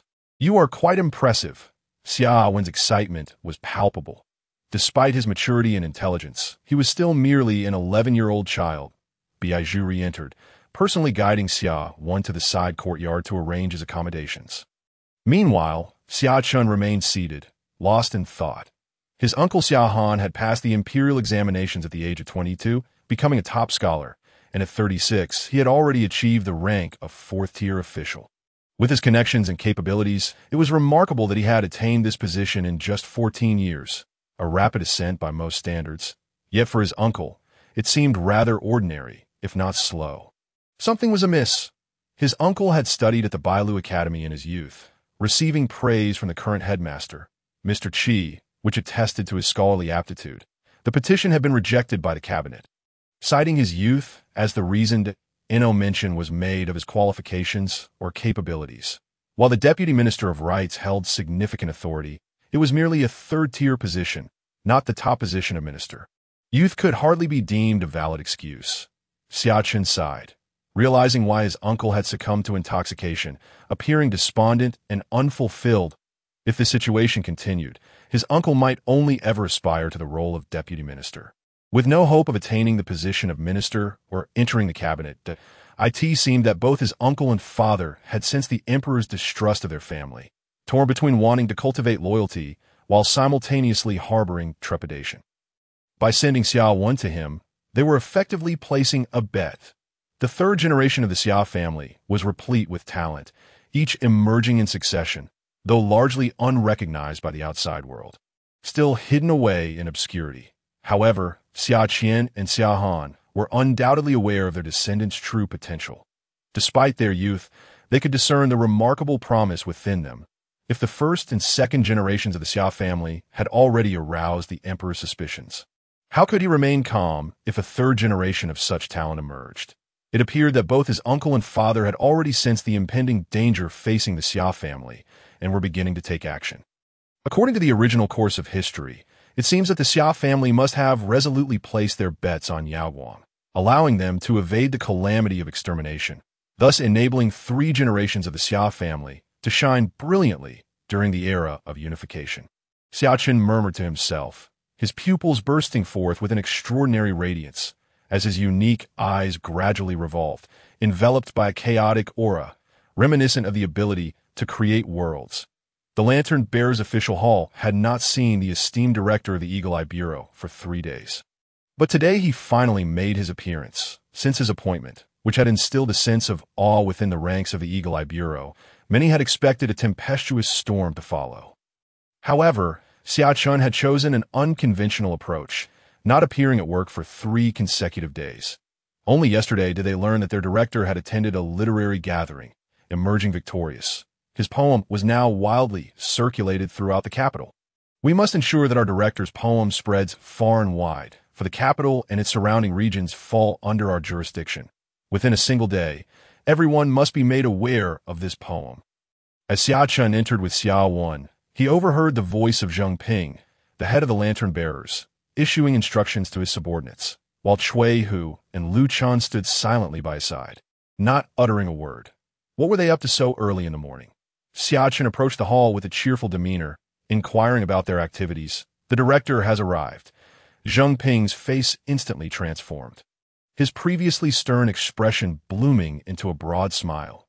Director, the more than 10 lantern bearers present, regardless of their willingness, all cupped their hands in greeting upon Xia Chen's arrival, having reflected during Xia Chen's absence. They came to understand that his leadership of the Eagle Eye Bureau was a fait accompli, dictated by the emperor's will, impervious to their opinions.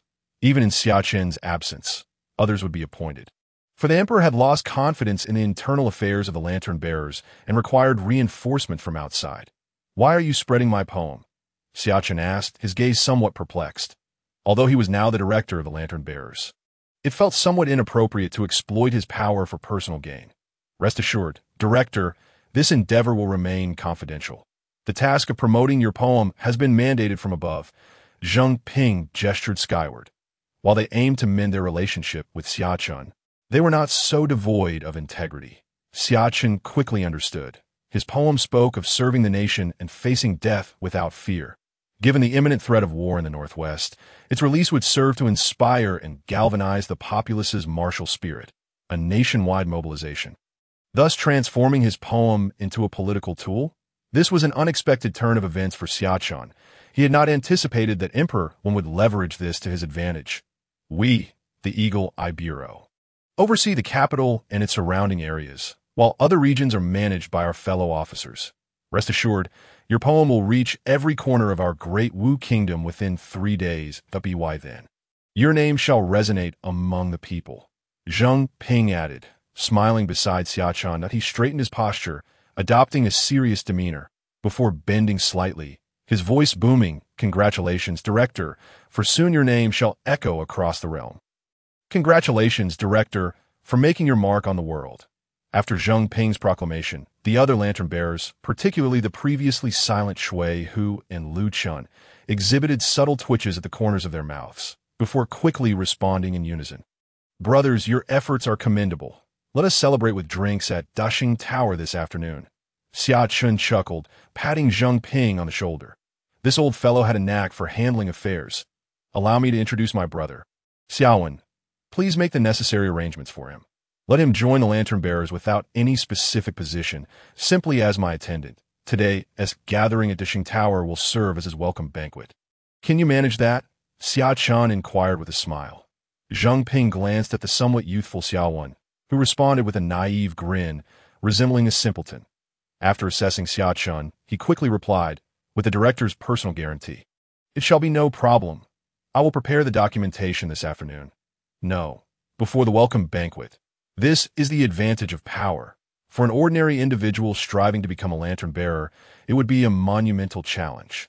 Yet for Xia Chen, it was merely a matter of a single sentence. Xiaowen gazed at his elder brother with admiration. His third brother was truly impressive. Being a lantern bearer, they were typically unruly. Yet Xia Chen had them all in line. "I want that kind of authority too. I shall follow my brother closely and learn well. Anyone who disobeys will be dealt with severely." With this thought, Xiaowen smiled, his expression undeniably innocent. However, the other lantern bearers regarded him with mixed expressions. Though he appeared to be around 15 or 16, his youthful visage suggested he was far younger. "This is the son of Lord Xiaohan." The Vice Minister of Rights, Xia Hao, who had remained silent until now, spoke gravely. "Indeed, he is the child of my uncle. Alas, we are colleagues, so I shall speak plainly. This child had a falling out with my uncle. He wished to serve the nation, but my uncle refused to allow it. Consequently, they had a fierce argument, and thus, this brother of mine ran away." Xia Chen responded with a smile, not attempting to conceal the truth, as it was impossible to hide. Yet, certain truths must remain unspoken. The expressions of those present grew even more peculiar at this revelation, as they had not fully absorbed the latter part of Xia Chen's statement. "He has broken through to the 8th rank?" Xia Hao could not contain his curiosity and finally inquired, "If I recall correctly, the records indicate that Lord Xia's eldest son, Xiaowen, is only 11 years old this year." Another voice chimed in, astonished. "An 11-year-old at the 8th rank? How is that possible?" Alarm gripped the faces of the lantern bearers, who were typically feared by the common folk. Even Xia Hao and the usually taciturn Lu Chun stared incredulously at Xiaowen.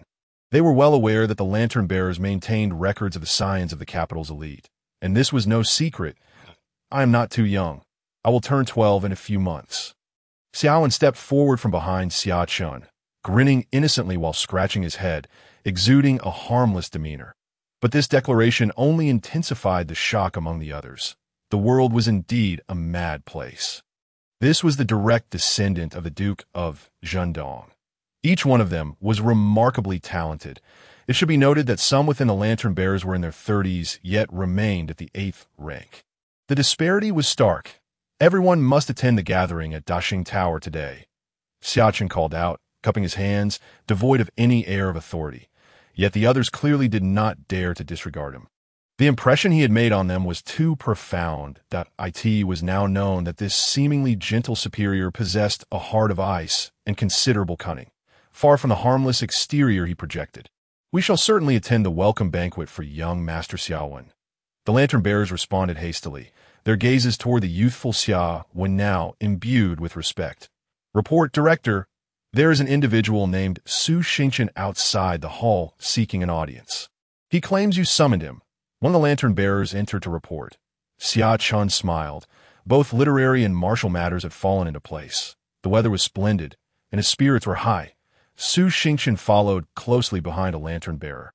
His countenance haggard, bloodshot eyes filled with a strange fervor. He had spent the previous night awake, unable to find rest. Despite having resigned himself to his fate, sleep eluded him as he pondered deeply, ultimately feeling as though he had grasped something elusive.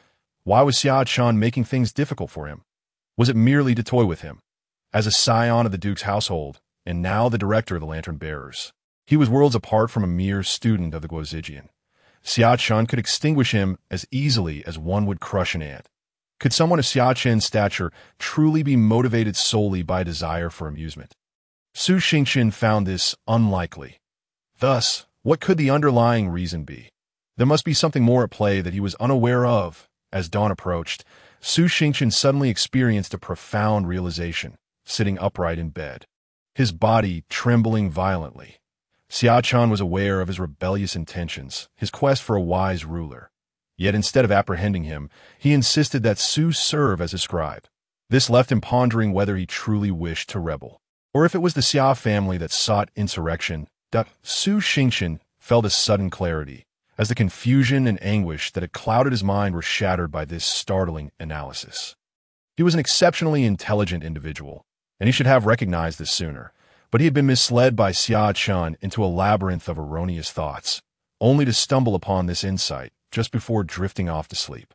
A remarkable light ignited in Su Xingchen's pupils, a blend of excitement, exhilaration, and bewilderment. Xia Chen was a prince consort, and given the emperor's current favor, why would he harbor rebellious thoughts? Was it truly the Xia family? Though formidable in influence, all indications suggested their loyalty to the imperial family. Su Xingchen found himself perplexed, even one as astute as he struggled to comprehend the situation. However, revealing this to others was not an option. For should he expose Xia Chen or the Xia family's alleged treachery, he would likely find himself swiftly dispatched. The imperial family would never sever ties with the Xia family at this juncture. Having come to this understanding, Su Xingchen's eyes sparkled with excitement. Only through destruction could one usher in prosperity, and no pain, no gain. Was this not what he had long desired? He entered the Lantern Bearer office. Surveying his surroundings, the whispers surrounding the Lantern Bearer office painted it as a terrifying hell's cape. Yet, upon his arrival, he found the comings and goings of people to be far less sinister than anticipated. Please step inside. The Lantern Bearer, guiding him, ushered Su into a small courtyard, gesturing for him to enter. Sir. Su Xingchen knocked on the door, and upon hearing a voice from within, he pushed it open. Upon entry, he beheld an extraordinarily handsome youth seated at a desk, seemingly engrossed in his work, while another youthful figure, wide-eyed with curiosity, observed him intently. Did you not sleep well last night? The youth at the desk. Xia Chen did not raise his head, yet it was as if he could perceive Su Xingchen's state with crystal clarity. This only deepened Su's sense of intrigue regarding Xia Chen's depth. Last night's excitement left me somewhat restless. Su Xingchen replied, bowing respectfully. Is that so? You were agitated because you suspected me of treason. Xia Chen continued, his gaze fixed on the documents before him, annotating them with a calm demeanor. Yet to Su Xingchen, the sound of his voice felt like a chilling echo from the abyss, plunging him into despair. How could he possibly know this? Did he possess the ability to read minds? Fortuitously, Su had refrained from contemplating a report to the authorities. Otherwise, he might have already found himself ensnared by Xia Chen's machinations. You will henceforth remain by my side as my scribe, assisting me with various documents and records. Additionally, your parents are of advanced age, and you have been away from home for many years. Endowed. Filial piety is paramount. Caring for one's parents is our duty as children. I shall arrange for your parents to be brought from Ping'an County to the capital. I have acquired a small courtyard adjacent to my residence. They shall reside there henceforth. Xia Chen spoke without lifting his gaze, while the previously silent Xia Wen approached quietly. Here is the key. Xia Wen handed Su Xingchen a set of keys that Su swallowed hard, realizing that accepting this key meant he was irrevocably bound to Xia Chen's cause. Whether or not Xia Chen was a wise ruler, he was now committed to a path from which there was no return. Yet, he understood that refusal was not an option. Otherwise, he would not merely face imprisonment, but would also jeopardize his family's safety. If fortune favored him, perhaps they would be reunited even within the confines of the Lantern-Bearer's prison, living together as a happy family. Thank you, sir. Su Xingchen accepted the keys from Xia Wen, glanced at the boy's naive smile, and then bowed respectfully to Xia Chen. Noon. At Dashing Tower, the entire second-floor hall had been reserved by Xia Chen. Dashing Tower was quite renowned in the capital, known for its exquisite cuisine and, more importantly, its auspicious name. Whether among the powerful or wealthy, it was customary to host celebratory feasts there. Who is this audacious figure that has booked the entire second floor? One patron inquired, incredulity etched on his face. Indeed, I typically dine in the private rooms on the second floor. Why must I sit in the bustling hall today? Another chimed, my cousin is a deputy minister. I must see who possesses such audacity in the capital. In the first-floor hall, some patrons were blocking the entrance, expressing their dissatisfaction to Zhang Lind, the owner of Dashing Tower. Zhang Lind, a middle-aged man in his 40s, hastily bowed to the crowd. Esteemed guests, I am well aware of your loyalty to Dashing Tower. However, the second floor is currently unavailable as it has been reserved by the Lantern-Bearer. Should you inadvertently confront the esteemed guests upstairs, it may lead to dire consequences that I only wish to protect you. The Lantern-Bearer. Upon hearing this title, the crowd immediately paled. Indeed, it is the Lantern-Bearer, Master Xia Chen, who has personally reserved the space.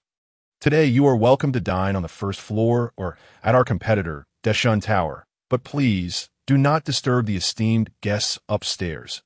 Zhang Lind, now drenched in sweat, ultimately suggested that the patrons dine at the rival establishment. As the crowd glanced at the second floor, their anger dissipated. Even the young man who had previously boasted of his cousin's status remained silent. On the second floor of Dashing Tower, Xia Chen addressed the gathering. Today marks the day my brother, Xia Wen, and my friend, Su Xingchen, joined the ranks of the Lantern-Bearers that I appreciate your presence. Allow me to raise this cup in gratitude. Xia Chen poured a drink and stood, delivering a brief yet heartfelt speech before expressing his gratitude. Exuding an approachable demeanor, Su Xingchen observed the amiable Xia Chen and the unusually compliant Lantern-Bearers in the hall, marveling at how Xia Chen appeared warm and unassuming, seamlessly integrating with the crowd while commanding their respect. No one dared to offend him. Was this what leadership entailed? The atmosphere of the gathering was harmonious, with Xia Chen naturally at the center of attention. Those in attendance were primarily mid-level officials, and as the event progressed, they summoned their courage to toast Xia Chen, who responded with a smile, displaying no hint of arrogance, fully immersing himself in the grassroots. This gradually eased the crowd's apprehension, stemming from their concerns over Xia Chen's youth and potential impulsiveness. Surrounding Xia Wen and Su Xingchen were many, all aware that these two were undoubtedly trusted confidants of Xia Chen. Despite their roles as mere aides and scribes, the steward of the Prime Minister's residence held comparable status to a seventh-rank official, particularly Xia Wen being the direct descendant of the Duke of East Town. Though his line lacked a title, his father was a minor minister, a dignified fourth-rank official. Moreover, it was common knowledge that Xia Wen was a prodigy, having attained the 8th rank at just 11 years of age, promising a future as a significant figure. Hence, No one dared dismiss him due to his tender years. I can't take it anymore. I've had enough to drink. You all go and drink with Sue. Xiao Wan, with bleary eyes yet some clarity, quickly pointed at Su Xingchen. Previously, he had no opportunity to drink at the Duke's residence, but today, amidst the adoration of the crowd, he indulged, leading to his inebriation. Upon hearing Xiao Wan's words and seeing him gesture toward him, Su Xingchen feigned drunkenness and slumped over the table. The banquet continued with exuberance, laughter echoing throughout the hall. Meanwhile, seated beside Xia Chen were Zheng Ping, Cui Hu, and Lu Chun. Today, you truly went all out, sir. Zheng Ping, his cheeks flushed from drink, raised his cup in salute to Xia Chen. We are brothers. There is no need for such formalities, Xia Chen laughed. Raising his cup to clink with Zheng Ping, that, however, I had originally reserved the entire second floor, yet it seems not all seats are filled today. Xia Chen lamented casually. Zheng Ping, Cui Hu, and Lu Chun exchanged glances, their expressions subtly shifting, each revealing a different sentiment. The Emperor has tasked me with entering the lantern bearers. In truth, I have been assigned a mission. Xia Chen spoke again, his demeanor remarkably candid, as if he regarded the three of them as allies. The expressions of the trio changed instantaneously. Even the usually composed Lu Chun cast a scrutinizing glance. What mission could this be? Cui Hu could not help but voice his thoughts, ever since Xia Chen had lectured him that day. He had become particularly earnest and obedient, as if something had transpired. The Emperor mentioned that over the years, the lantern bearers had formed cliques, each group coalescing, with their subordinates nearly evolving into personal retainers. Xia Chen paused at this point, casting a sidelong glance at the three, especially at Lu Chun, whose face had turned pale. Thus, dispersing your subordinates that day was an act of salvation for you. I hold great expectations for the three of you, all of whom are intelligent individuals, and I trust you can comprehend my sincere intentions. Xia Chen patted Zheng Ping on the shoulder, then did the same to Cui Hu beside him. He then turned to Lu Chun, whose countenance was particularly grim, and spoke. The Emperor possesses a heart of compassion and a broad-minded spirit. Though you are the adopted son of Lu Li, you remain merely an adopted son. As long as you refrain from errant actions during this sensitive period, these issues should not pose significant problems. Lu Chun swallowed hard, a cold sweat breaking out within him, as he finally grasped why the Emperor had chosen to appoint a young outsider among their ranks. Youthful fervor often leads to rash actions and a zealous desire for achievement, which naturally results in a heavy hand. This is the advantage of youth. Young men are most suited to wield the sword. Currently, however, this sword is aimed at the faction of his adoptive father, Lu Li, and he, as Lu Li's adopted son, should rightfully find himself on the list of those to be purged. Nevertheless, in this sensitive time, you are no longer fit to serve as the head of Pear Blossom Hall. Would you be willing to relinquish your position, temporarily enduring the indignity of serving as my attendant? Xia Chen inquired calmly. Lu Chen remained silent, fully aware that Xia Chen had not employed drastic measures, nor had he accused him of any wrongdoing. He had committed no error. Yet, with his tranquil words, Xia Chen sought to reclaim all the power Lu Chen held, a far graver action than simply dispersing his subordinates. However, Lu Chen recognized he had no alternative but to feel gratitude towards Xia Chen for preserving his position, for by rights he should have been the first to be targeted. Now, merely having his authority reclaimed was already a tremendous grace. Replying to the esteemed one, I am willing to serve as an attendant and follow you, to repay your life-saving grace. Lu Chen lifted his cup. Speaking earnestly, regardless of his sincerity, he understood he must express gratitude to Xia Chen, for Xia Chen held sway over his fate. The 3 days since Xia Chen had arrived at the office had made it clear to them that he came bearing the Emperor's edict, representing the Emperor's will.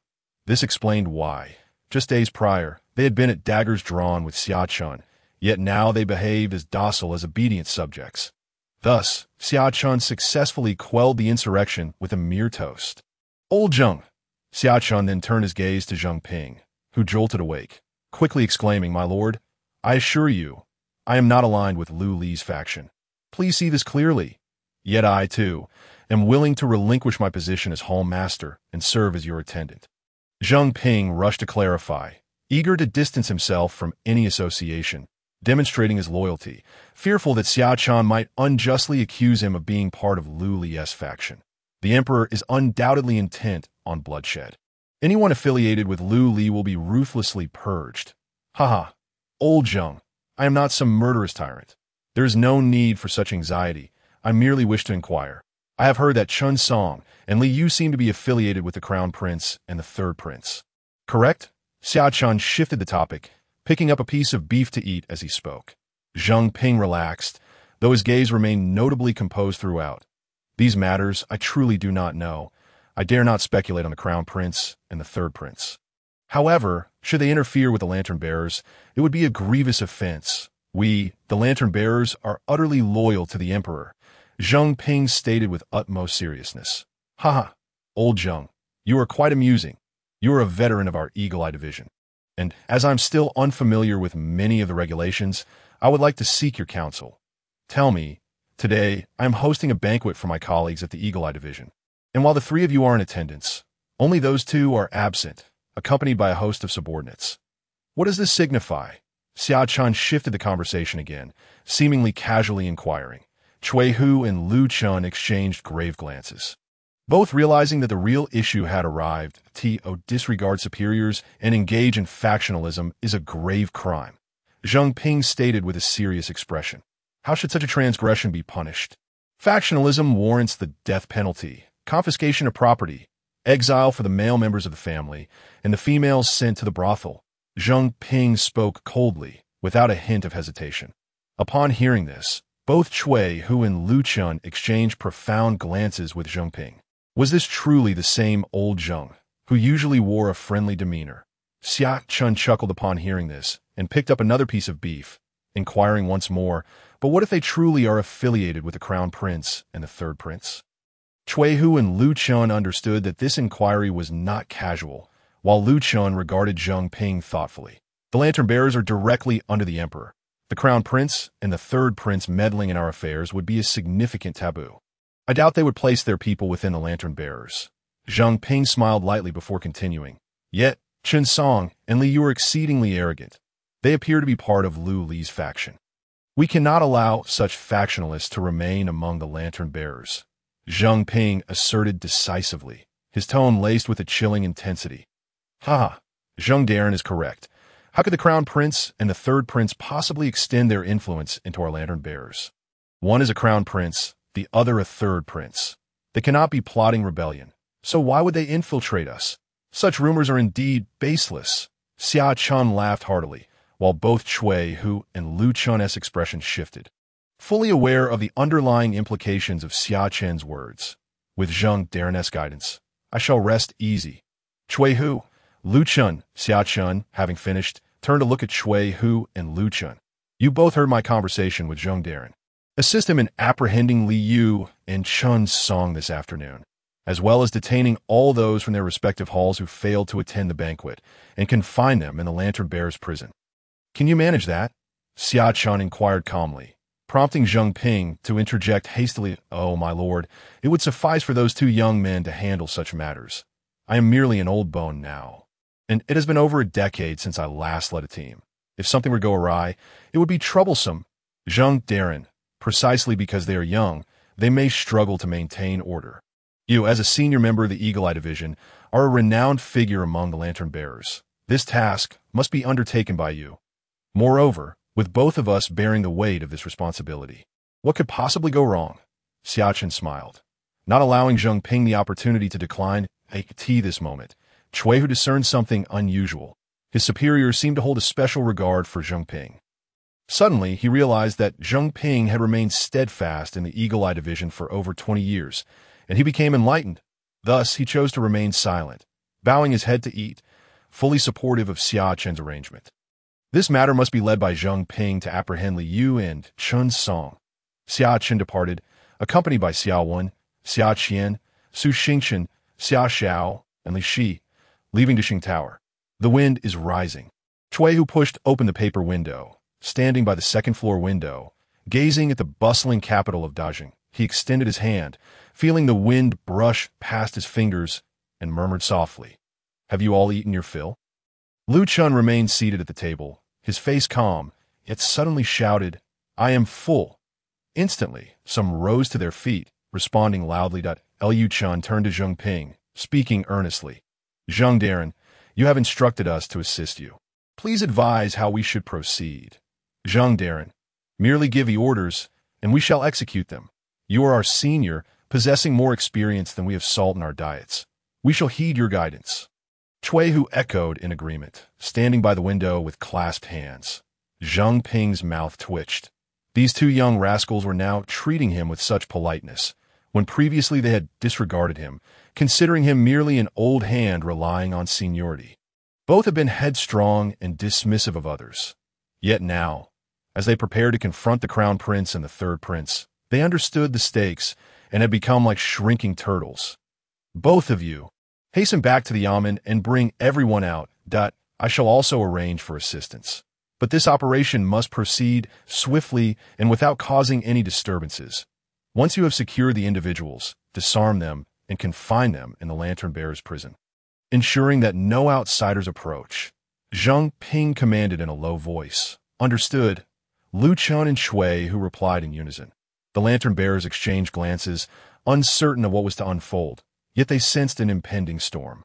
However, it appeared that this tempest bore little relevance to them. Rather, they felt as though they had transformed into the storm themselves, such as the outcome of aligning with a competent leader. Afternoon, the entire Lantern Bearer community was abuzz with activity. In the Eagle Eye division, from the 100 households upward to the Hall Masters, everyone had been apprehended. Those who attempted to resist were nearly slain on the spot. Some 100 households were even stripped of their armor and taken away before the eyes of the public. This incited a sense of unease within the Lantern Bearers. Yet the situation remained confined within the Eagle Eye division, which brought a measure of comfort to many. Goodness, the new chief of the Eagle Eye division has indeed been ruthless. 2 halls, 2 hall masters, over 500 households, and more than 10,000 households were directly captured. This is quite terrifying. That Lord Xia, acting so decisively and capturing so many individuals. Does he truly fear any chaos ensuing? Ah, the youth is indeed bold, untouched by the harshness of society, and thus fearless. Liu and Qinsong are likely to meet their downfall this time. The remaining halls stationed in the capital could not help but gasp in astonishment, shaken by the audacity of Xia Chen's actions. Yet, on what charges were these Lantern Bearers detained, to arrest so many without cause? Even if he is the chief, surely this is against protocol. Some could not help but wonder what incriminating evidence Xia Chen had against these individuals that allowed him to act with such impunity. Let me tell you, I must emphasize this point. I have heard through the grapevine that Qinsong and Li Yu are suspected to be affiliated with the Crown Prince and the Third Prince. Hiss, is that truly the case? What do the Crown Prince and the Third Prince intend? After all, we are Lantern Bearers, and this is a grave taboo. However, if these two truly are connected to the Crown Prince and the Third Prince, shouldn't that be top secret? Why does it seem to be common knowledge now? Some were taken aback by this news, while others with political acumen questioned further. They wondered where this information had originated. But since it was labeled as hearsay, they decided to simply indulge in the spectacle as the influential figures above engage in their power struggles. It is best for us to refrain from getting involved. If Qinsong and Li Yu are truly affiliated with the Crown Prince and the Third Prince, then Xia Chen's audacious actions are not surprising. This could very well be the Emperor's will. Someone pointed toward the heavens, causing the crowd to retract their necks in fear. Unwilling to discuss the matter further, I end the 3rd level of the Lantern Bearer's prison. Let me out. Who dares to arrest me? Where's the arrest warrant? I'm a hall master. As Xia Chen stepped inside, he was met with a torrent of curses. What is all this ruckus? Xia Wen approached and kicked the door of cell number 48. Inside was none other than Li Yu. Xia Chen, on what grounds do you arrest us? What have we done? Li Yu glared fiercely at Xia Chen, his eyes ablaze with fury. You abuse your power, wielding it for personal vendettas. I shall report you to the commanding officer. Even if you are a prince consort, the Emperor will not spare you. Li Yu's silence only fueled his confidence, and he continued to speak louder. Are you certain the Emperor will not spare me? Xia Chen finally spoke, a smile gracing his face as he regarded Li Yu, whose expression shifted. Xia Chen walked away, and Li Yu ceased his outburst within the cell. As Xia Chen passed cell number 23, he noticed Chen Song, who had been sitting quietly, suddenly brightened at the sight of him. Lord Xia, Chen Song exclaimed, rising and grasping the bars that Lord, I was wrong. The reason I did not attend the banquet today is that I had matters at home. My elderly mother is ill, and I must care for her. Chen Song spoke, tears streaming down his face. His performance eliciting sympathy. Who does this old fool think he is fooling? Your elderly mother is ill, yet all your subordinates have mothers who are unwell too. Do you not share just one mother? Xiaowen chuckled from behind Xia Chen. Chen Song's expression stiffened, yet he persisted, gritting his teeth and speaking earnestly. Lord, may I have a word in private? Xia Chen glanced at him, taking a few steps forward to see what he had to say. My lord, I am affiliated with His Royal Highness the Crown Prince. Previously, I was blind to my own folly and offended you. I have come to realize my mistakes. From now on, I shall follow your lead in the Eagle Eye Division. You are the husband of Princess Yao Wang, and my Crown Prince has always maintained a close relationship with her. Once the Crown Prince ascends the throne, you shall undoubtedly reap the benefits, and perhaps the position of commander of the Lantern Bearers will one day belong to you. Xia Chen regarded Chen Song with a peculiar expression, while Chen Song mistakenly believed he had impressed Xia Chen, a confident smile spreading across his face. Surprised, aren't you? I am indeed affiliated with His Royal Highness the Crown Prince. You have your background, and so do I. Ah. Chen Song secretly reveled in his triumph. Convinced that revealing this confidential information to Xia Chen would turn the tide in his favor, he believed that he might even draw this prince consort, Xia Chen, into the Crown Prince's camp, all while maintaining a facade of humility. Lord Chen, do you know why I have taken you into custody? Is it not because we disobeyed orders, deliberately making things difficult for you, and did not attend the banquet? Chen Song instinctively replied. Upon hearing this, Xia Chen chuckled and shook his head, finding Chen Song's naivety endearing. Even now, in prison, he remained oblivious to the reason for his incarceration. Lean in a bit, Lord Chen. Let me explain it to you clearly. Xia Chen beckoned him over as if calling a dog, smiling as Chen Song eagerly pressed his head through the bars. Straining to listen, Xia Chen leaned forward, speaking in a soft and calm tone that I am the one who has apprehended those affiliated with the Crown Prince. After uttering this, Xia Chen patted Chen Song's cheek, causing Chen Song's pupils to constrict, his mind a tumultuous storm. Is Lord Chen truly foolish or merely pretending? You are a hall master among the Lantern Bearers. Do you genuinely believe your actions are beyond reproach? To court the Lantern Bearers and collude with the Crown Prince while the Emperor remains alive. What is this? Does the Crown Prince wish to ascend the throne at once? To seize control of the Lantern Bearers for a palace coup? Xia Chen's tone was gentle, yet Chen Song was drenched in cold sweat. He felt a chill spread through him. If he did not come to his senses now, he would be a true fool. Moreover, now that you are captured, do you think the Crown Prince will go to great lengths to rescue you? Or will he simply send someone to eliminate you, to save trouble? Xia Chen chuckled. And upon hearing this, Chen Song felt utterly powerless, collapsing within his cell. Xia Chen laughed heartily, resembling a true villain. Continuing deeper into the prison, Xia Chen was not here for Chen Song or Liu. They were not worthy of his attention. He had come for 3 particular individuals. Lord, we have arrived. This cell houses you, Xiao Qian. A prison door was opened, blinding light flooding into the dim cell, awakening a man clad in prison garb, his face obscured by scraggly beard, his skin pale from years without sunlight. Why, you Xiao Qian, step forth. The Lord wishes to see you. You Xiao Qian, feeling somewhat dazed, realized he had been imprisoned for nearly 2 years. Since his initial beatings upon entry, he had been largely neglected. Why would someone seek him out today? Greetings, my lord. 2 years of prison fare had instilled a sense of reverence in this once bold and unyielding youth. He no longer possessed the same audacity. He regarded the strikingly handsome young man before him with deep respect. Why, you Xiao Qian, 2 years ago, you, along with a group of scholars from the Imperial Academy, petitioned the Emperor, imploring him to take greater interest in state affairs, to practice non-interference, to hide wealth among the people, and to focus on recuperation. You even spread rumors, claiming that the Great Wu dynasty should cease hostilities, or face impending doom. Consequently, You were apprehended by the lantern bearers, and now, over 2 years and 3 months have passed. Xia Chen recited the charges, gazing upon the kneeling youth before him. Yu Xiaoqian's complexion shifted, ultimately settling into a mask of tranquility.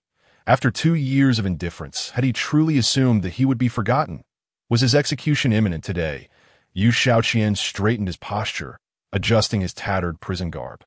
Despite his ragged attire, he emanated an extraordinary demeanor, akin to a resilient bamboo steadfastly clinging to the mountains, unwavering and incorruptible. Did he regret his words from years past? Xia Chen observed Yu Xiaoqian with calm intensity and inquired once more. If given the chance to relive those days, I would still choose to pen my grievances that I do indeed harbor regrets, primarily for my recklessness, my ignorance of the vastness of the world, believing that as a scholar of the Guozijian, I could freely express my thoughts and critique matters of state. If granted another opportunity, I would bide my time, diligently pursue my scholarly ambitions, and eventually confront the officials and His Majesty, questioning why they disregard the common folk. The realm does not belong solely to His Majesty. It belongs to all the people. The commoners can no longer endure this suffering. If we do not cease hostilities and allow for recuperation, the Great Wu will inevitably face ruin. Yu Xiaoqian's words were imbued with an unwavering calmness. Yet his voice rang with conviction. 2 years of imprisonment had imparted the wisdom of humility and the awareness of his own insignificance. Yet he still did not consider himself at fault. The realm was doomed, and the Great Wu would fall, but it was the common people who would bear the brunt of this calamity. Xia Chen regarded this youth, brimming with righteous spirit, for a long while before finally smiling. The suffering of the people is grievous, and their demise is lamentable.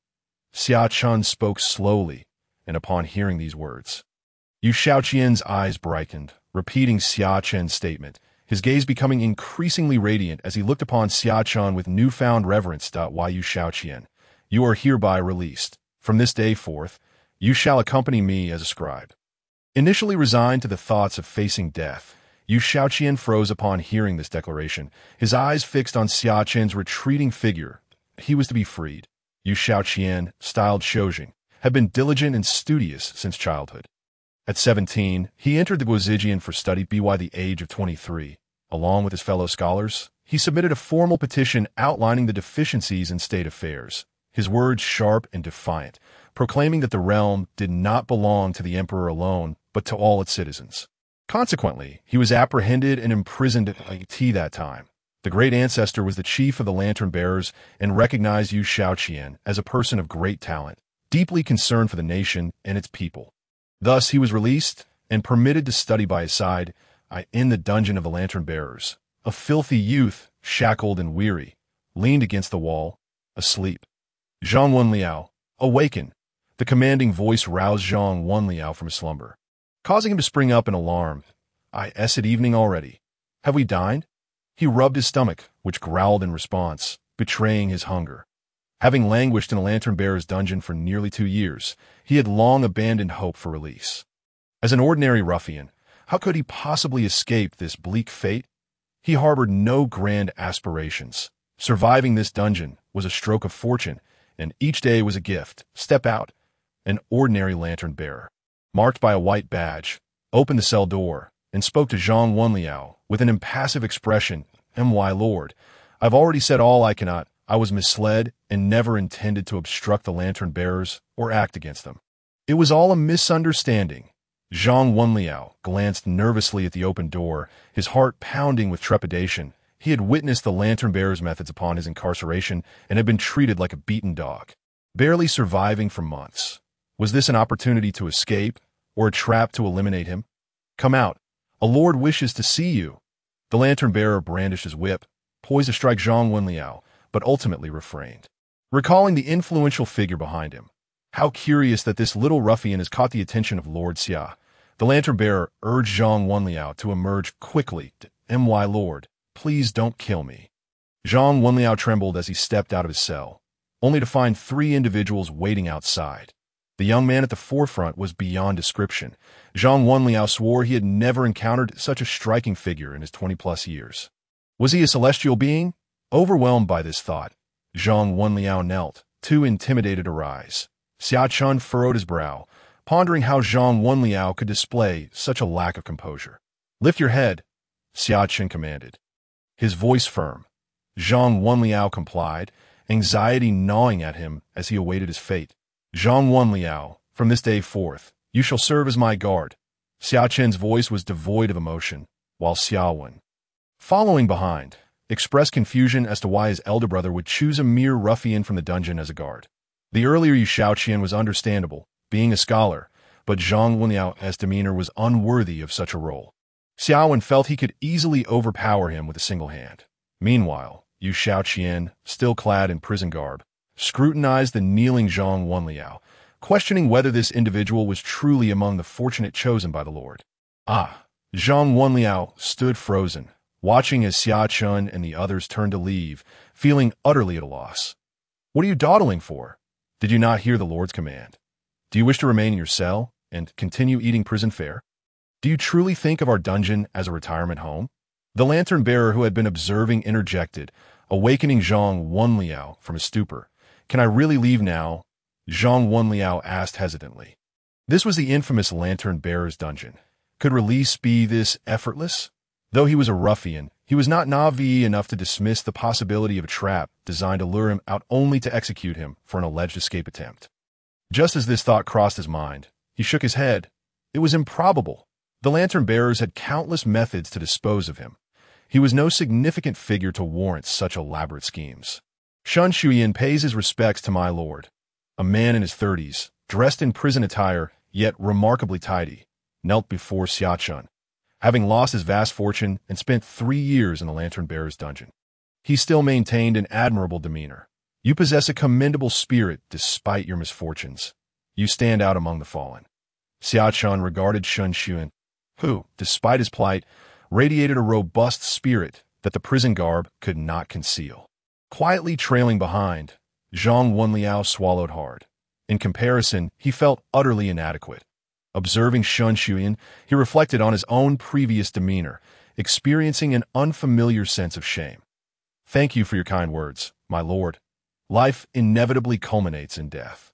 What is there to fear? Since I did not perish 3 years ago, it signifies that my fortune is not yet exhausted. After 3 years of waiting, I have finally encountered a worthy leader." As he spoke, Shun Shuyan bowed deeply, pressing his forehead to the ground. "You know of me, and you anticipated my arrival today?" Xia Chen inquired, astonished that anyone could foresee his intentions. "Shuyan was unaware of your identity or that you would come to rescue me today. However, I suspect that 3 years ago, when my fortune was seized, I endured great suffering upon entering the prison, nearly beaten to death. Yet, I was left to languish in obscurity, merely an insignificant insect in the eyes of that influential figure. A commoner is innocent, but to possess treasure is a crime. That powerful individual coveted my wealth, indifferent to my life or death. It was precisely due to this indifference that I managed to survive. I had despaired upon my incarceration, reflecting on a decade of hard work rendered meaningless in an instant, contemplating ending my life. Yet, I resolved to take a gamble, believing that perhaps a great figure might recognize my worth in commerce. Therefore, I could not succumb. I had to live, even if it meant merely surviving in prison. Even if it took 5, 10, or 20 years, as long as no one sought my life, I would endure. This day arrived sooner than I expected. Merely 3 years, and I have met you. My lord, I have come to understand that in this world, lacking strength yet possessing treasures is the original sin. Shun Xian remained kneeling, his forehead still pressed to the ground. His tone earnest yet tinged with sorrow. Yet, akin to the resilient blades of grass that bravely emerge in the spring, I remain steadfast. Though I am unaware of your esteemed identity, I surmise that, having rescued me from the clutches of the lantern-bearer's prison, you must not fear the formidable figure who once seized my family's fortune. Therefore, I earnestly beseech you to accept me." With a voice imbued with determination, Shun Xuan understood that this might be his singular opportunity, one he must seize. "Please, accept me as your humble servant, as your loyal dog. From this day forth, you shall be my master, and I shall ask for nothing else but your protection. Grant me a sanctuary and an opportunity to showcase my talents. Shun Xian spoke with unwavering conviction, causing Zhang Wenliao to swallow hard again, feeling increasingly inadequate in comparison. While he expressed a desire to serve this extraordinary individual, he had been too frightened to even utter words of gratitude earlier. An unsettling realization began to dawn on Zhang Wenliao. Perhaps he had fallen short. Meanwhile, Yu Shaoqian regarded Shun Xian with earnest attention, acknowledging that the rescue orchestrated by Xia Chen was indeed a great kindness. However, he could not bring himself to utter words that would demean his scholarly integrity by suggesting that Xia Chen accept Shun as a mere dog.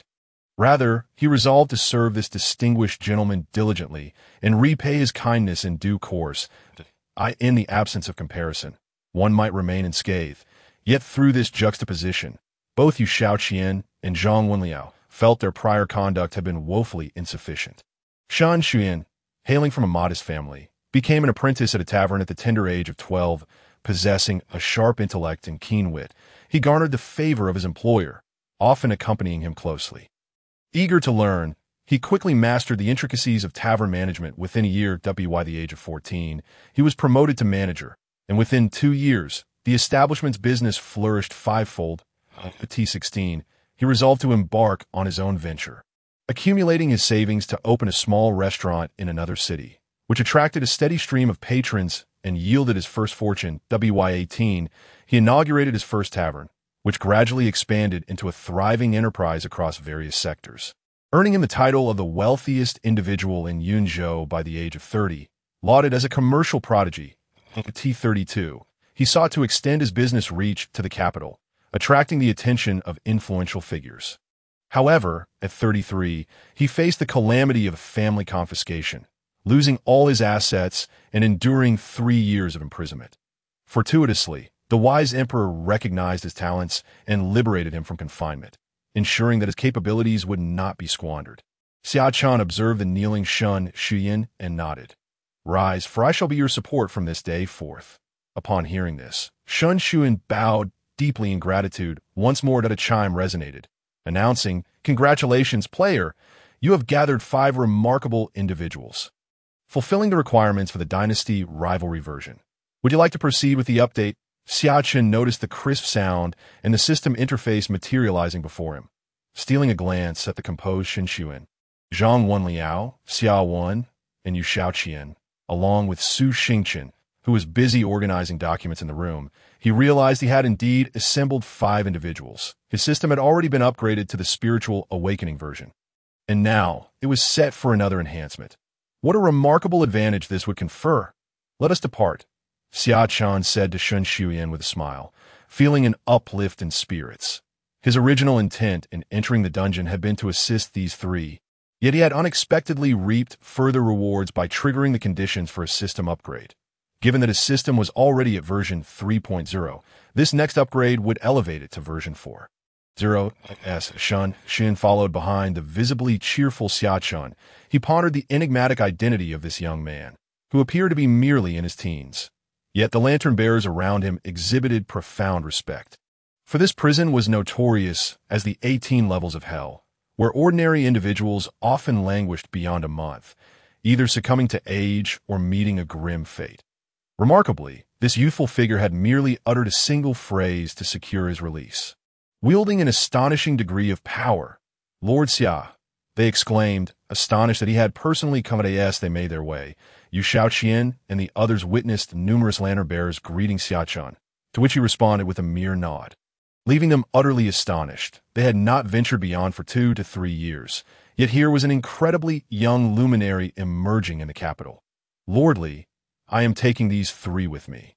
I will personally handle any necessary procedures," Xia Chen declared to a middle-aged man in his 30s at the dungeon's basement hall. The dungeon fell under the jurisdiction of the Lantern-Bearers' 6th Division, and levels B1 to B3 were overseen by this very Li.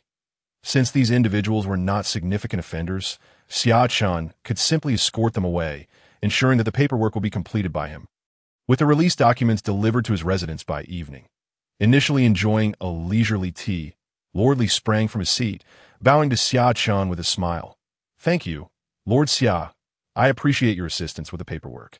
Please ensure all procedures are followed meticulously, "And I shall treat you to a drink in due course." Xia Chen nodded, offering a courteous smile before turning to leave. Meanwhile, Xia Chen and the others took in the entire exchange. And though their backgrounds and perspectives varied, they were all astute individuals. A sense of astonishment enveloped them as they recognized Xia Chen's true identity. This young man, seemingly in his teens, was the director of the Lantern Bearers. Although they remained unaware of the specific division he commanded, "I have been imprisoned for over 2 years, oblivious to the changes in the world. What remarkable lineage does this gentleman possess, wielding such authority at such a young age? This favor surely indicates a promising future in the court." Xia Chen mused, his mindset transformed by the harrowing experiences of imprisonment. Once an idealistic youth, he now understood that to save the nation, one must possess strength and wield power independently. For that is the true path to salvation. In that moment, Xia Chen was no longer merely a scholar. He had evolved into a pragmatic individual capable of navigating complexities. This young man has achieved the rank of director at such a tender age. Surely, he harbors an extraordinary background, perhaps a scion of a prominent family, deserving of the Emperor's trust.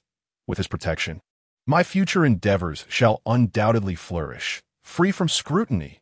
Shan Xuan thought to himself, his spirits rising with the realization that his wait of 3 years had not been in vain. He had finally encountered a patron who recognized his talents.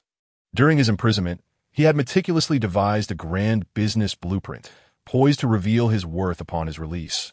His acumen had evolved significantly since 3 years prior. Unexpectedly, his time in the Lantern Bearer's prison had yielded fortuitous blessings, aligning him with a powerful ally. Zhang Wenliao, meanwhile, reveled in his thoughts, his aspirations still modest and lacking grand ambitions. According to their original fated trajectory, they would have needed to wait another 2 to 3 years before being chosen by Yao Guang, heralding a shift in their destinies. Particularly for Zhang Wenliao, his moment of glory would have come a decade later. Yet now, their fates had shifted, prompting a nearby lantern bearer to remark, "Why the tension? He is the director of the Eagle Eye Division. We belong to the Confinement Division. Even if he outranks us, there is no need for such apprehension." After Xia Chen and his party exited the dungeon, a subordinate of Lord Li, a lantern bearer, observed his superior's demeanor and commented, "What do you know? Did you not see how many were sent into the dungeon this afternoon? 2 of them were even of my rank. Both directors, and they were apprehended." Lord Li cast a glance at his subordinate, surveying their surroundings before whispering, "Do not let appearances deceive you. While Director Xia may seem youthful and amiable, he is a formidable figure. 2 directors, including myself, have been apprehended, and over 50 of your ilk have been brought in today." As Lord Li's subordinate shrank back, a chill ran down his spine. Isn't this risky? What if it incites rebellion among the ranks? He ventured, "Of course, there are dissenters." Many from other divisions felt uneasy and sought out the commanding officer to intervene. Lord Li replied, "But guess what? Lord Ma Song dismissed them all, and a few directors who spoke out were even punished." Wang Baihu's complexion shifted once more upon hearing this. Master Li continued, "This Lord Xia is unlike the other directors. The fact that the commander is so fiercely protective of him speaks volumes. We are the Emperor's personal guards, while he is the Emperor's son Dash and Dashlaw. In the future, it is entirely possible that the entire Lantern Bearer lineage will bear the surname Xia. Thus, even though this individual currently holds no authority over us, we must never offend him." Master Li patted Wang Baihu's chest. Were it not for this lad being his trusted confidant, he would not have divulged so much. Xia Chen entered his office courtyard with a group of individuals, only to find Su Xingchen engrossed in the case files, pen in hand. His adaptability and intelligence were remarkable. Merely glancing at some case documents allowed him to uncover flaws within them. His review speed was astonishing, leaving Cui, who momentarily stunned. Where did Xia Chen find such a prodigy? Some cases could be easily resolved with just a glance at the files. Was he a detective? Cui, who was once again taken aback. "My lord," Cui, who exclaimed as he saw Xia Chen enter, quickly bowing in respect. That Su Xingchen, hearing the commotion, also set down his pen and rose to pay his respects. Xia Chen nodded, just as Lu Chen walked in, promptly reporting, "My lord, all the 2 Grand Halls suspected of forming cliques for personal gain have been apprehended. How shall we proceed?" First, conduct interrogations and gather evidence of their crimes, for those with severe offenses. Execution is warranted, for those with lesser charges. Their identities as lantern-bearers shall be revoked.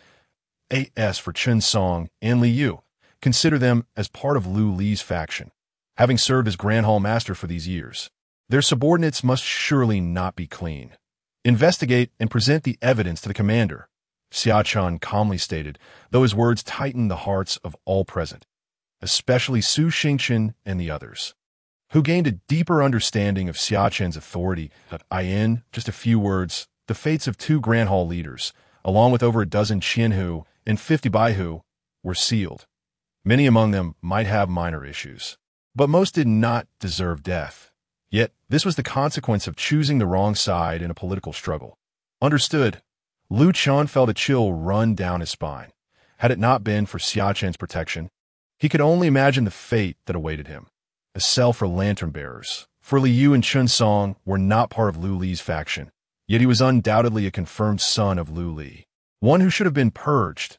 It was merely due to the few words of this young man that he had escaped calamity. Gratefulness surged within Lu Chun.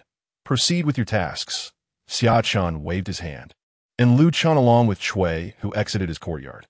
How do you feel? Xia Chen inquired, turning his gaze to Su Xingchen. Not too bad. These case files are not major cases, nor particularly complex. Su Xingchen humbly replied. His intelligence was extraordinary. These documents were no challenge for him, allowing him to untangle the threads and discover the logical fallacies within. Very well. Allow me to introduce you. This is Yu Shaoqian, who also hails from the Imperial Academy. From now on, the 2 of you shall assist me in handling these documents. Xia Chen nodded, while Su Xingchen had already noticed the several individuals behind Xia Chen, still donned in prison attire. Greetings, Brother Shoujing. 2 years ago, you spoke boldly, earning my admiration. Today, it seems fortune has favored you, having been saved by the Lord. Su Xingchen smiled as he saluted. You know me, Yu Shaoqian was somewhat surprised. He had not anticipated encountering an acquaintance after 2 years in prison. I too come from the Imperial Academy. 2 years ago, when Brother Shoujing submitted his memorial, I was also studying at the Academy. Su Xingchen replied with a smile. Who would have thought that I would encounter a fellow classmate right after my release? It seems fate is at play. However, I rarely ventured out during my time at the Academy and did not enjoy mingling with other students. So, it is only natural that you have not heard of my name. Su Xingchen seemed to understand what Yu Shaoqian was implying, responding with a smile that while Yu Shaoqian glanced at Su Xingchen, having never heard of him before. Yet, it was evident that the latter was not entirely oblivious to the world outside, indicating either a lack of talent or grand ambitions that while Yu Shaoqian leaned toward the latter. For otherwise, how could such a young Lord Xia have chosen him to assist with documents amidst so many students at the Imperial Academy? Yu Shaoqian and Su Xingchen began to engage in conversation to learn more about one another.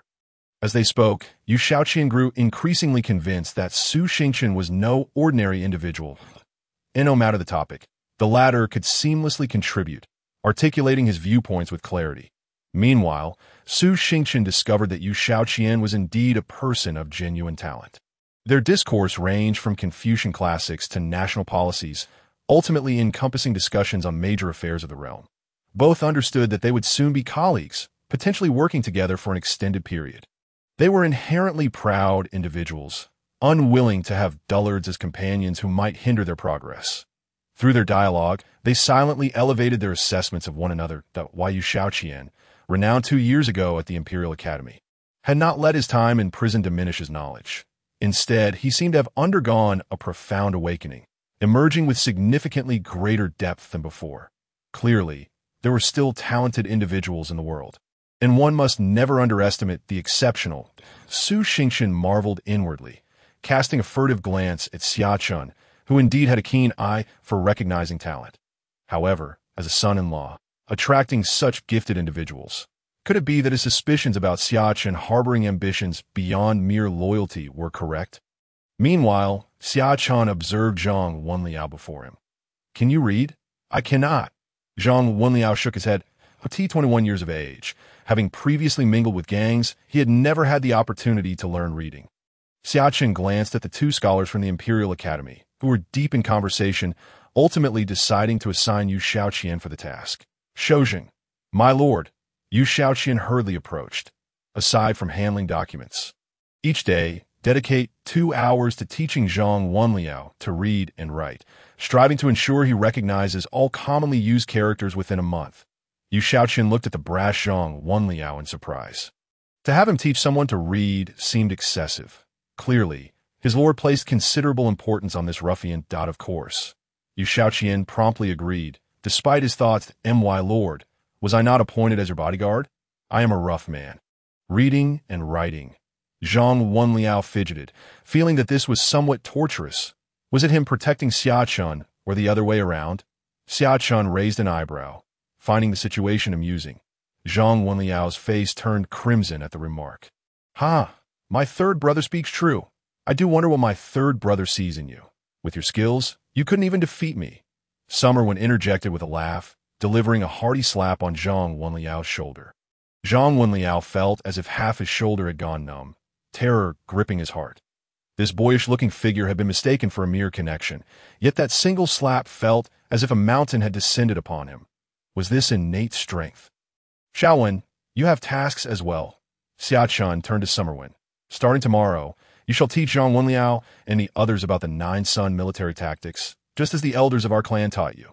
Xia Chen pointed to you, Shaoqian and Su Xingqian. The two scholars were taken aback. This 11-year-old was to be their teacher. Third brother, while discussing military tactics is not an issue, it can be rather dull. I prefer practicing martial arts, using my fists to conquer the world, Summerwen declared, swinging his fists. Though clever, his youthful disposition had yet to solidify. He favored physical prowess over scholarly pursuits that a true man should aspire to be a match for 1,000 foes. No matter how formidable your fists are, can you stand against an army of thousands? Xia Chen spoke solemnly, his gaze fixed on both Summerwen and Zhang Wenliao, his tone grave. In 30 years. While martial prowess is important, military strategy is the true path. Should you master military tactics to an extraordinary degree, leading an army, even the venerable Celestial Master of the Celestial Master's office and the Abbot of the Dragon Tree Temple would have to yield to your brilliance. That is the mark of a true warrior.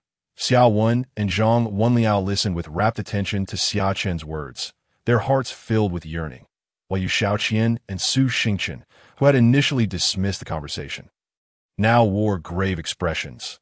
They were uncertain of the veracity of Xia Chen's claims, yet they were all aware of the formidable prowess possessed by the old Celestial Master and Long Shu.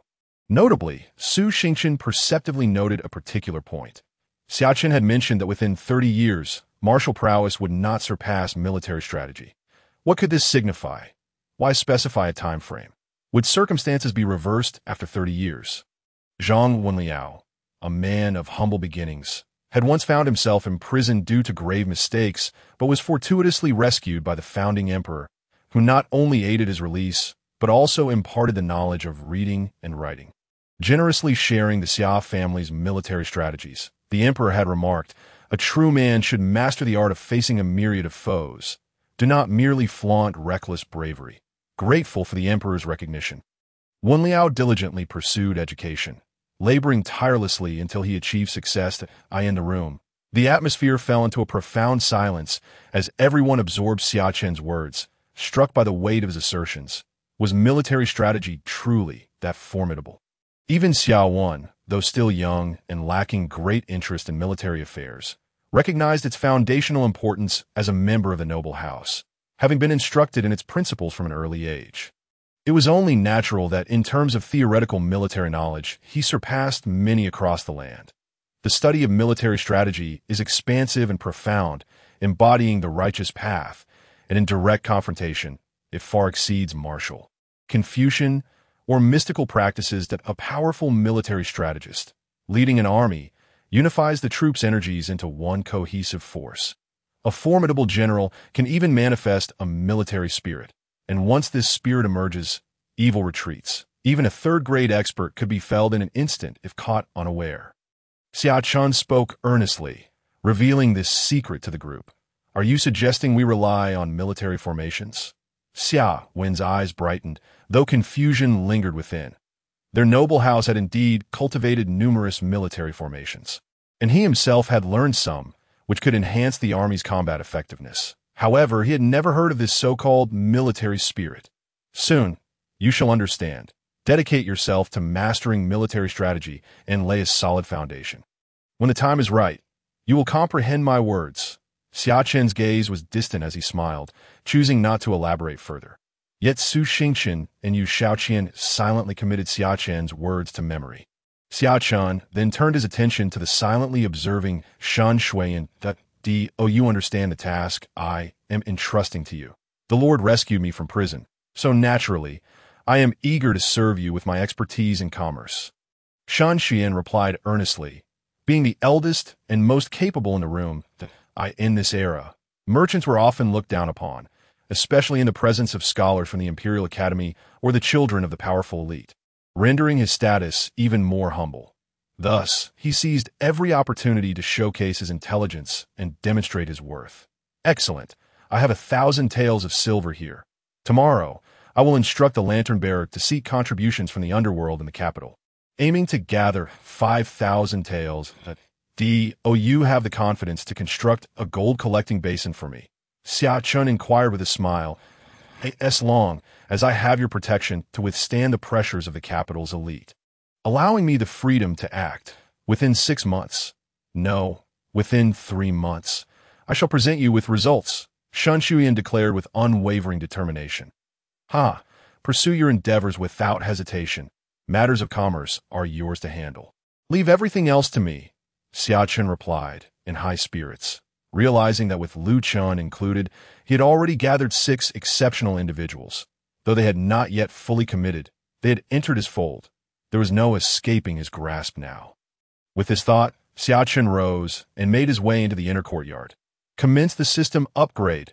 Xia Chen had not forgotten the system's earlier mention of an upgrade, after carefully examining the interface. He hesitated no longer. System, Dynasty Domination version upgrade in progress. Estimated time. 1 day.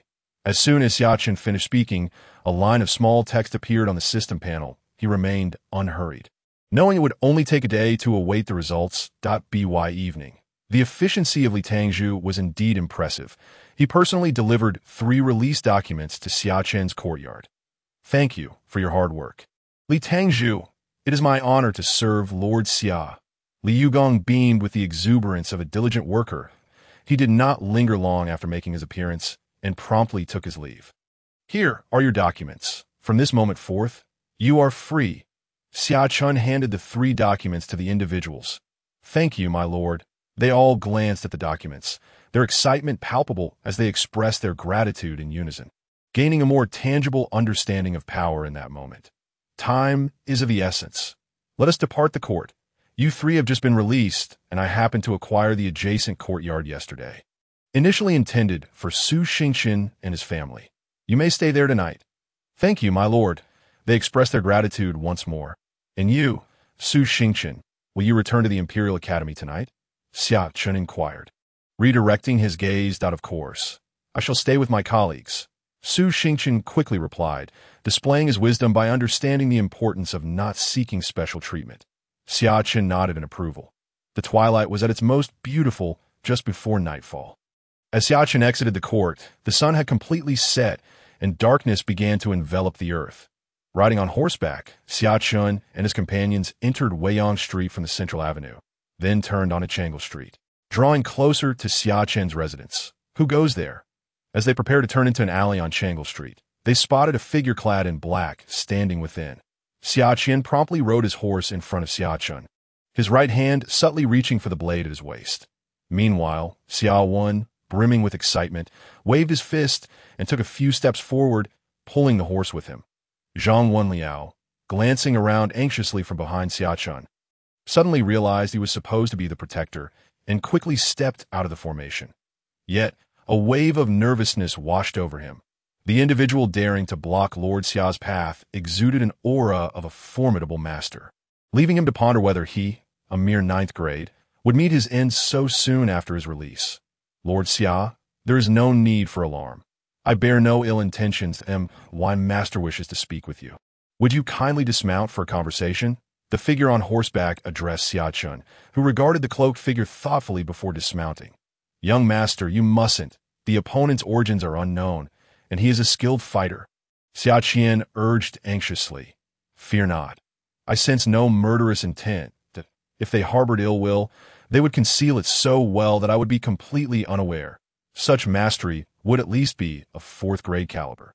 Even if I remained mounted, it would be futile against someone of that level." Xia Chen replied with a smile, exuding calm confidence, prompting the black-clad figure to regard him with newfound respect. Xia Chen's audacity stemmed from having already broken through to the 6th grade level. Many in the outside world still perceived him as merely 8th grade, unaware that he had swiftly ascended 2 grades in a short span. Now he felt prepared to contend even against 5th-grade opponents. As for any 3rd-grade experts sneaking into the capital without proper notification, the moment they revealed their presence, they would invoke the formidable wrath of Long Shu and the old celestial master. Xia Chen approached the black-clad figure, who surveyed the surroundings before softly addressing him. "My lord, I come with no malicious intent. I am here to extend greetings on behalf of my master." The black-clad figure nodded to Xia Chen with a smile. "Does your master reside in that direction or the other?" Xia Chen inquired playfully, pointing east and northeast. "Indeed, my lord is astute. My master resides in that direction." The black-clad figure indicated the eastern path. Astonished that Xia Chen had deduced his master's location without any introduction, "Might I ask what your master seeks from me today? Is it a plea for leniency? My master would not wish to make things difficult for you. Nor does he hold you accountable for today's events, which were not of your own volition. This incident arose merely from a casual move made by my master. However, it has since become a matter of some consequence. If we delve too deeply, it could lead to complications for everyone involved. Thus, my master wishes to request a small favor from you, to assist in removing this incidental move." The black-clad figure gestured to his neck, mimicking a cutting motion with his hand. Xia Chen cast a penetrating glance at the cloaked figure before him, then shifted his gaze towards the east, the direction of the Eastern Palace, though he had anticipated such a turn of events and had already conveyed this to Qin Song. He was still taken aback by the Eastern Palace's eagerness to silence him, especially by targeting himself. However, upon reflection, he deemed it quite reasonable. The Crown Prince was evidently a shrewd individual, recognizing that Xia Chen was merely a tool, a blade wielded by the Emperor to sever the ties of those who had overreached in their dealings with the lantern-bearers. This audacity to seek his assistance in executing a silencing act was thus understandable to him. "Why, Lord is closely acquainted with my master. We are akin to family. In due course, my master shall invite you for a drink." "Drinking is unnecessary," Xia Chen replied with a smile. "Though our relationship is indeed cordial, you are well aware of the sensitivity of my current position, which renders such indulgences impractical. However, the matter you propose poses little concern. Yet, allowing them to perish in prison feels rather crude. I apprehended them, and it is I who shall oversee this case. Rest assured, it will not implicate your master. You may return and report thus." Xia Chen was already aware of Emperor Wen's stance. He wished to eliminate the Crown Prince and the 3rd Prince's influence while avoiding any significant uproar. After all, should the court and the public discover that the Crown Prince and the 3rd Prince had meddled with the lantern-bearers, it would undoubtedly lead to a tumultuous situation. Emperor Wen's current desire was for the Crown Prince and the 3rd Prince to engage in conflict, perceiving their struggle as an internal royal affair. If the public were to learn of it, and misunderstandings arose regarding their intentions of treason, it would severely tarnish Emperor Wen's reputation and result in a royal scandal. He was confident in his ability to maintain control over the situation. Therefore, even though the Crown Prince and the 3rd Prince had entangled themselves with the lantern-bearers, he remained unperturbed, believing that a mere reprimand would suffice as a lesson. In light of this, Xia Chen decided to lend the Crown Prince a favor. It was clear the Crown Prince was unaware of Emperor Wen's true intentions and feared that others might exploit this situation to attack the Eastern Palace. The cloaked figure, upon hearing Xia Chen's words, felt a surge of joy, having expected a lengthy discourse or even coercion to accomplish this task. He had not anticipated such a swift agreement from Xia Chen. "Then I shall trouble you, Lord Xia. Rest assured, my master will repay your kindness. The black-clad man clasped his hands in gratitude and turned to leave. That black-clad man was from the Eastern Palace. Seeking my assistance to eliminate Chun's song, Xia Chen declared, mounting his horse without concealing the truth from those present. The others were taken aback, their astute minds quickly deducing the harshness with which the Eastern Palace treated its own. Though ruthless, it demonstrated a certain audacity, albeit lacking a guiding figure. Su Xingchen spoke with a solemn tone, and the others were again startled by his bold critique of the Eastern Palace, the seat of the Crown Prince. Yu Shaoqian cast a deep glance at Su Xingchen, recognizing his audacious nature. Xia Chen remained composed, choosing not to engage with Su Xingchen's remarks, for he understood the virtue of prudence. Su Xingchen glanced at Xia Chen, feeling somewhat disappointed. His earlier boldness had been a test. He harbored suspicions of Xia Chen's loyalty, yet found him elusive. Let us wait and see. Perhaps another guest shall arrive tonight, Xia Chen remarked with a smile as he rode. Are you implying that the third prince will also send someone, seeking to eliminate witnesses? Yu Shaoqian inquired. Earlier that afternoon, he had learned of Xia Chen's impressive background, originating from the illustrious Zhendong Marquisate, and now serving as the consort of Princess Yao, a position of immense prestige. He was also aware of Xia Chen's recent undertakings. If the crown prince, renowned for his benevolence, possessed such resolve, how could the third prince be any less formidable? Xia Chen laughed heartily, snapping the reins to quicken the pace of his steed. Later that evening, yet another visitor arrived, who, without revealing his identity, immediately requested Xia Chen to eliminate Li Yu, ensuring his demise in the dungeon went unnoticed. Xia Chen smiled and nodded, extending yet another favor to the third prince. Why, Lord truly possesses remarkable foresight. In the courtyard, Xia Chen and his companions were engaged in lively conversation over tea. It is merely human nature, Xia Chen replied, shaking his head. Not reveling in self-satisfaction, he addressed his companions. This courtyard is somewhat cramped.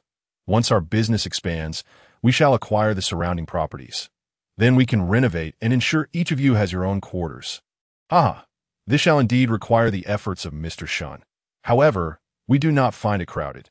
This place is 1,000 times better than our previous cells.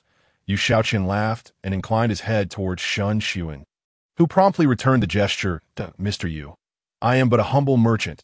I cannot claim the title of gentleman. Mr. Shen need not be modest. What being a merchant? A nation needs merchants to thrive. A country without commerce is destitute. My lord holds you in high regard. In the future, you shall manage commerce, essentially overseeing logistics. Our every need shall rely on you, Mr. Shun, so you must not belittle yourself, Su Xingchen said with a smile, raising his cup of tea in salute to Shun Xuan. Although he had once possessed immense wealth, he had often faced disdain from scholars. Now, the two sons of high-ranking officials treated him with such respect, leaving Shun Xuan deeply moved. Xia Chen observed this scene and smiled. It was precisely why he sought to gather these individuals under one roof, as bonds are nurtured over time. Living together under the same eaves naturally fosters camaraderie. The following day, Xia Chen brought his companions to the court. They busied themselves throughout the morning, not due to the paperwork, which was now being handled by the talented Su Xingchen and Yuan Xian. Allowing Xia Chen to focus elsewhere, he was primarily engaged in curating a list of personnel. He had apprehended nearly all the heads of the two major halls, and now he aimed to rebuild them. Thus, he needed to promote talent and elevate those he trusted. Every organization must have its own loyalists. One must have allies beneath them to wield power effectively. Otherwise, no matter how high one rises, it remains merely a hollow title. Loyalty and obedience are essential. One must command respect and cooperation, for that is the essence of authority. The age-old dilemma of forming cliques has proven difficult to resolve throughout history. Regardless of the heights of civilization, as long as humanity exists, factions will persist in various forms, their structures enduring through time. Xia Chen mused, recalling how Lu Li, the former commander of the Lantern Bearers, had fallen due to such factionalism. Now, he too was embarking on a similar path, albeit he had yet to fully engage in such practices. Yet, fundamentally, the difference was negligible. He was merely placing his own people in critical positions. However, there was no alternative. To accomplish his goals and secure his position, he needed allies in his ranks. Xia Chen meticulously sifted through the list, placing immense importance on this task, refusing to delegate it to others. While Su Xingqian and Yu Shaoqian could assist with reviewing documents, the authority of personnel appointments must remain firmly in his grasp. This was the foundation of leadership. He toiled until afternoon, finally compiling a personnel list. At that moment, a crisp chime resonated in his mind. System. Dynasty Domination version upgrade successful. New functionalities have been added. Players, please check. In his chamber, Xia Chen's spirits lifted. New functionalities? Open the new feature introduction, he commanded. Gazing at the system panel. Dynasty Domination version system, new feature 1. Detection. Detection. There exists a hierarchy among the remarkable individuals of the world. The system categorizes them into 4 tiers: secondary talents, primary talents, top talents, and unrivaled talents. To provide players with a more intuitive understanding of these individuals, the system presents their abilities in numerical form. Secondary talents: 80-89, primary talents: 90-94, top talents: 95-99, unrivaled talents: 100 and above. Players can utilize the detection feature to assess the abilities of potential talents, facilitating their appointment. Dynasty Domination version system, new feature 2. System all.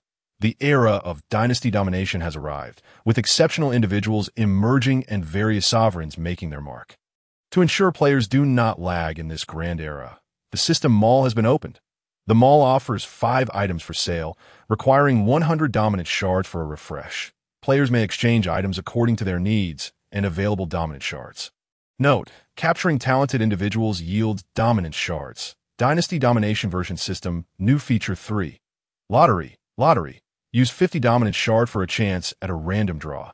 Perhaps you might obtain rare items not found in the system mall. However, it is also possible to squander 50 fragments of supremacy in vain. Everything hinges on luck. The new feature of the Dynasty Supremacy version system. Feature 4. System space. System space. The capacity has been expanded to 1,000 cubic meters, allowing players to collect all items, including living beings. Note, spending supremacy fragments can further unlock the system space. Additionally, when collecting living beings, they must be unconscious. Otherwise, the collection will fail. Xia Chen read through all the introductions in one breath, exhaling a sigh of relief. He had not anticipated that this system version update would introduce 4 new features, all of which are quite practical. He opened the system shop. Xia Chen was particularly intrigued by the system shop, curious about the items it contained. Item 1. A bottle of inferior small returning elixir, 10 pieces. Function. 1 elixir can sustain 3 months of genuine qi cultivation, effective for all major systems. Purchase price. 30 supremacy fragments. Item 2. A bottle of body refining elixir, 10 pieces. Function. Increases the efficacy of a martial artist's physical refinement by 70. Purchase price. 20 supremacy fragments. Item 3. 1 marrow washing elixir. Function. Purges the essence and enhances innate talent. Purchase price. 100 supremacy fragments. Item 4. A juvenile purple gold dragon horse. Item description. Possesses true dragon bloodline. An exclusive mount for emperors. Can only be tamed by those with great fortune. Strength. 4th rank. Purchase price. 300 supremacy fragments. Item 5. A jar of jade liquor, 10 pounds. Item description. Spiritual liquor. Nourishes the body. Accelerates cultivation.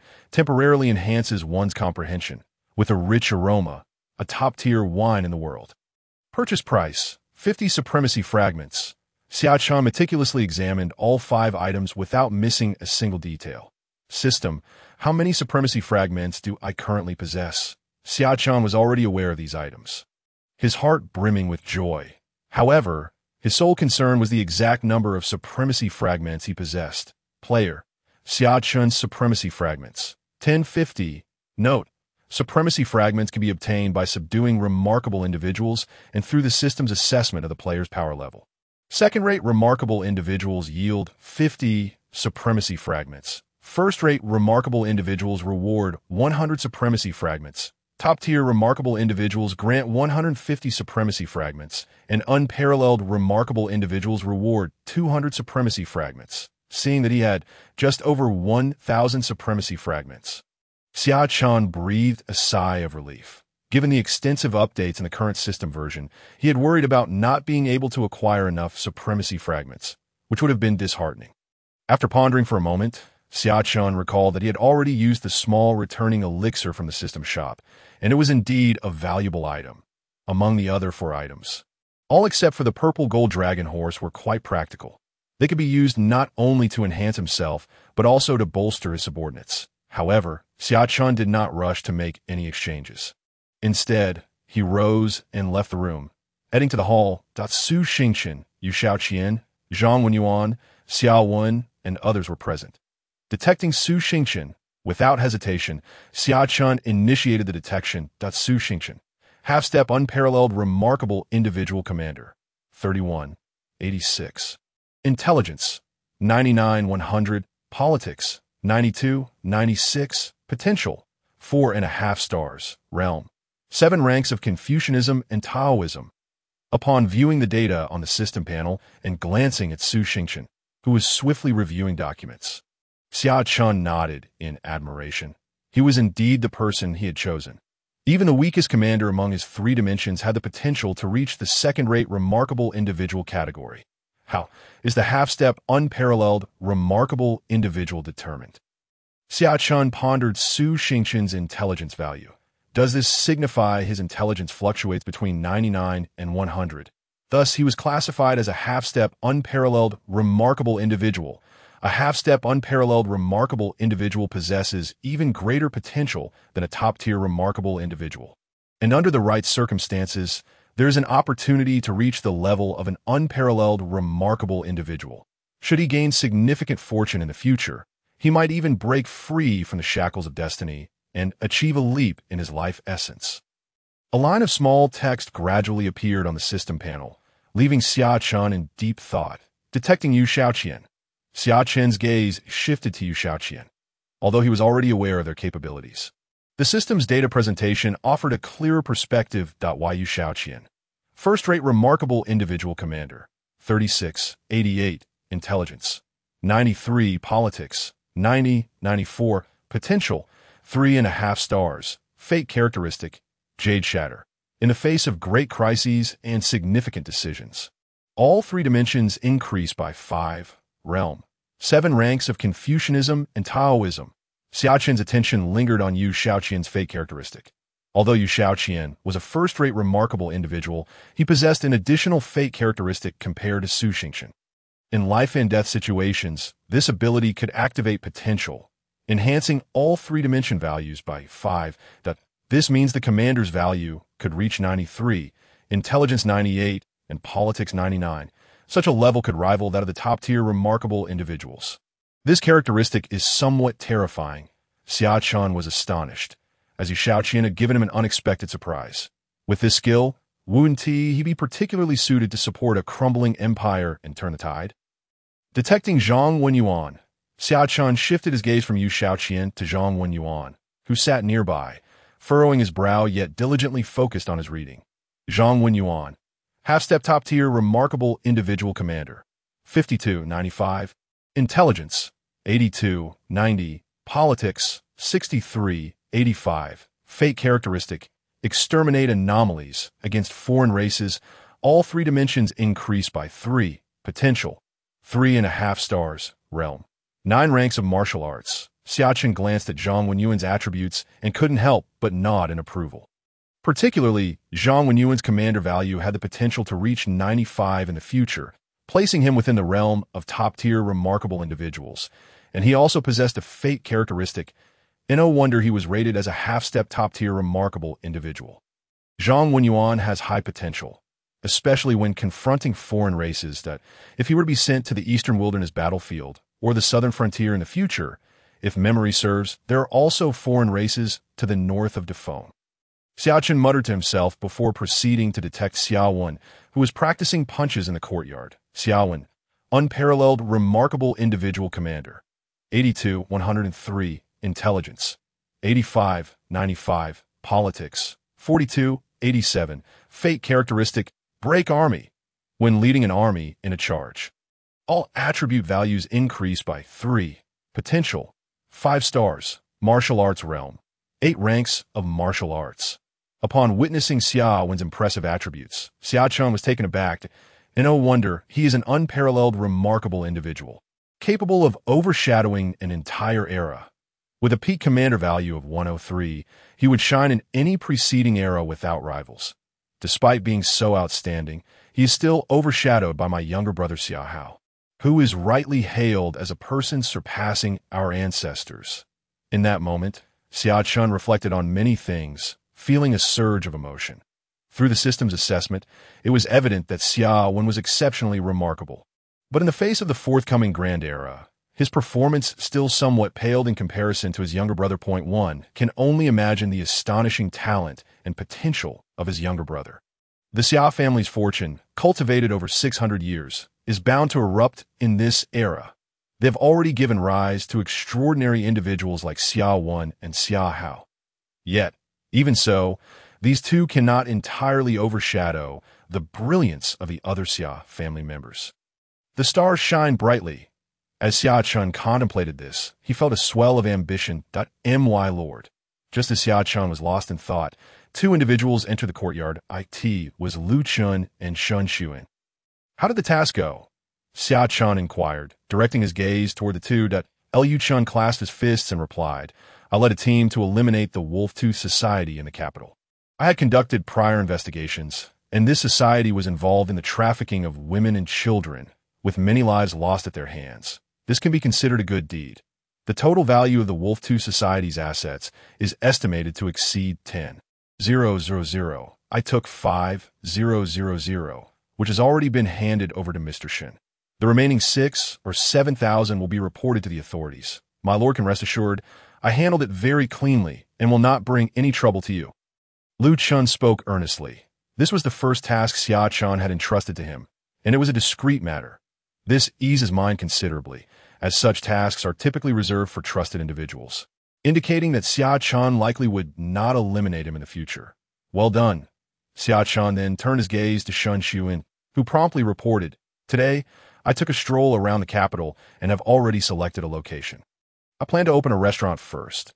On one hand, the profits from restaurants are substantial, and I have considerable experience in this area that I am confident I can break even within 2 months. On the other hand, restaurants attract many people and serve as social hubs. Now that you, my lord, are in the court, although there are no shortages of ears and eyes, it is crucial to hear some voices and trends from the grassroots. As Shun Xuan spoke, he cautiously glanced at Xia Chen. After pondering overnight, he realized that to demonstrate his value, he must not solely focus on business, but rather strive to become a versatile talent. Xia Chen maintained a neutral expression, merely nodding slightly. Since you have selected a location and have a plan in place, and with funds now available, proceed with your endeavors. Yes, my lord, with a spirited expression. Shun Xuan clasped his fists, while Lu Chun beside him felt an overwhelming sense of pressure. It seemed that everyone around this esteemed individual was exceptionally talented, without even mentioning Su Xingchen and the esteemed brother Xia Wen. Even Shun Xuan, whom he had previously underestimated, exhibited such discernment that a sense of urgency began to brew within the self-important Lu Chun. He realized he must showcase his value, lest he remain overlooked. Meanwhile, although Xia Chen was listening to their reports, he had already begun assessing their various attributes. Lu Chun, elite talent, command, 81, 89, intelligence, 90, 94, politics, 66, 87, espionage, 94, potential, 3 stars, realm, 7th level of martial arts, Shun Xuan, top-tier talent, command, 76, intelligence, 96, politics, 68, 82, business, 99, potential, 4 stars, realm. Not categorized, Xia Chen noted that the 2 were not merely assessed in 3 dimensions, but had an additional 4th dimension, indicating they might be exceptional talents. Among them, Shun Xuan's attributes caught Xia Chen's eye.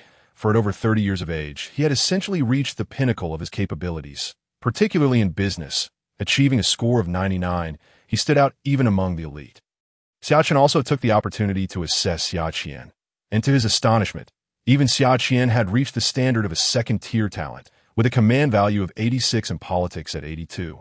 Further underscoring the Xia family's auspicious fortune, in the subsequent week, Xia Chen remained at the Lantern Bearer's office, adhering to a strict work schedule.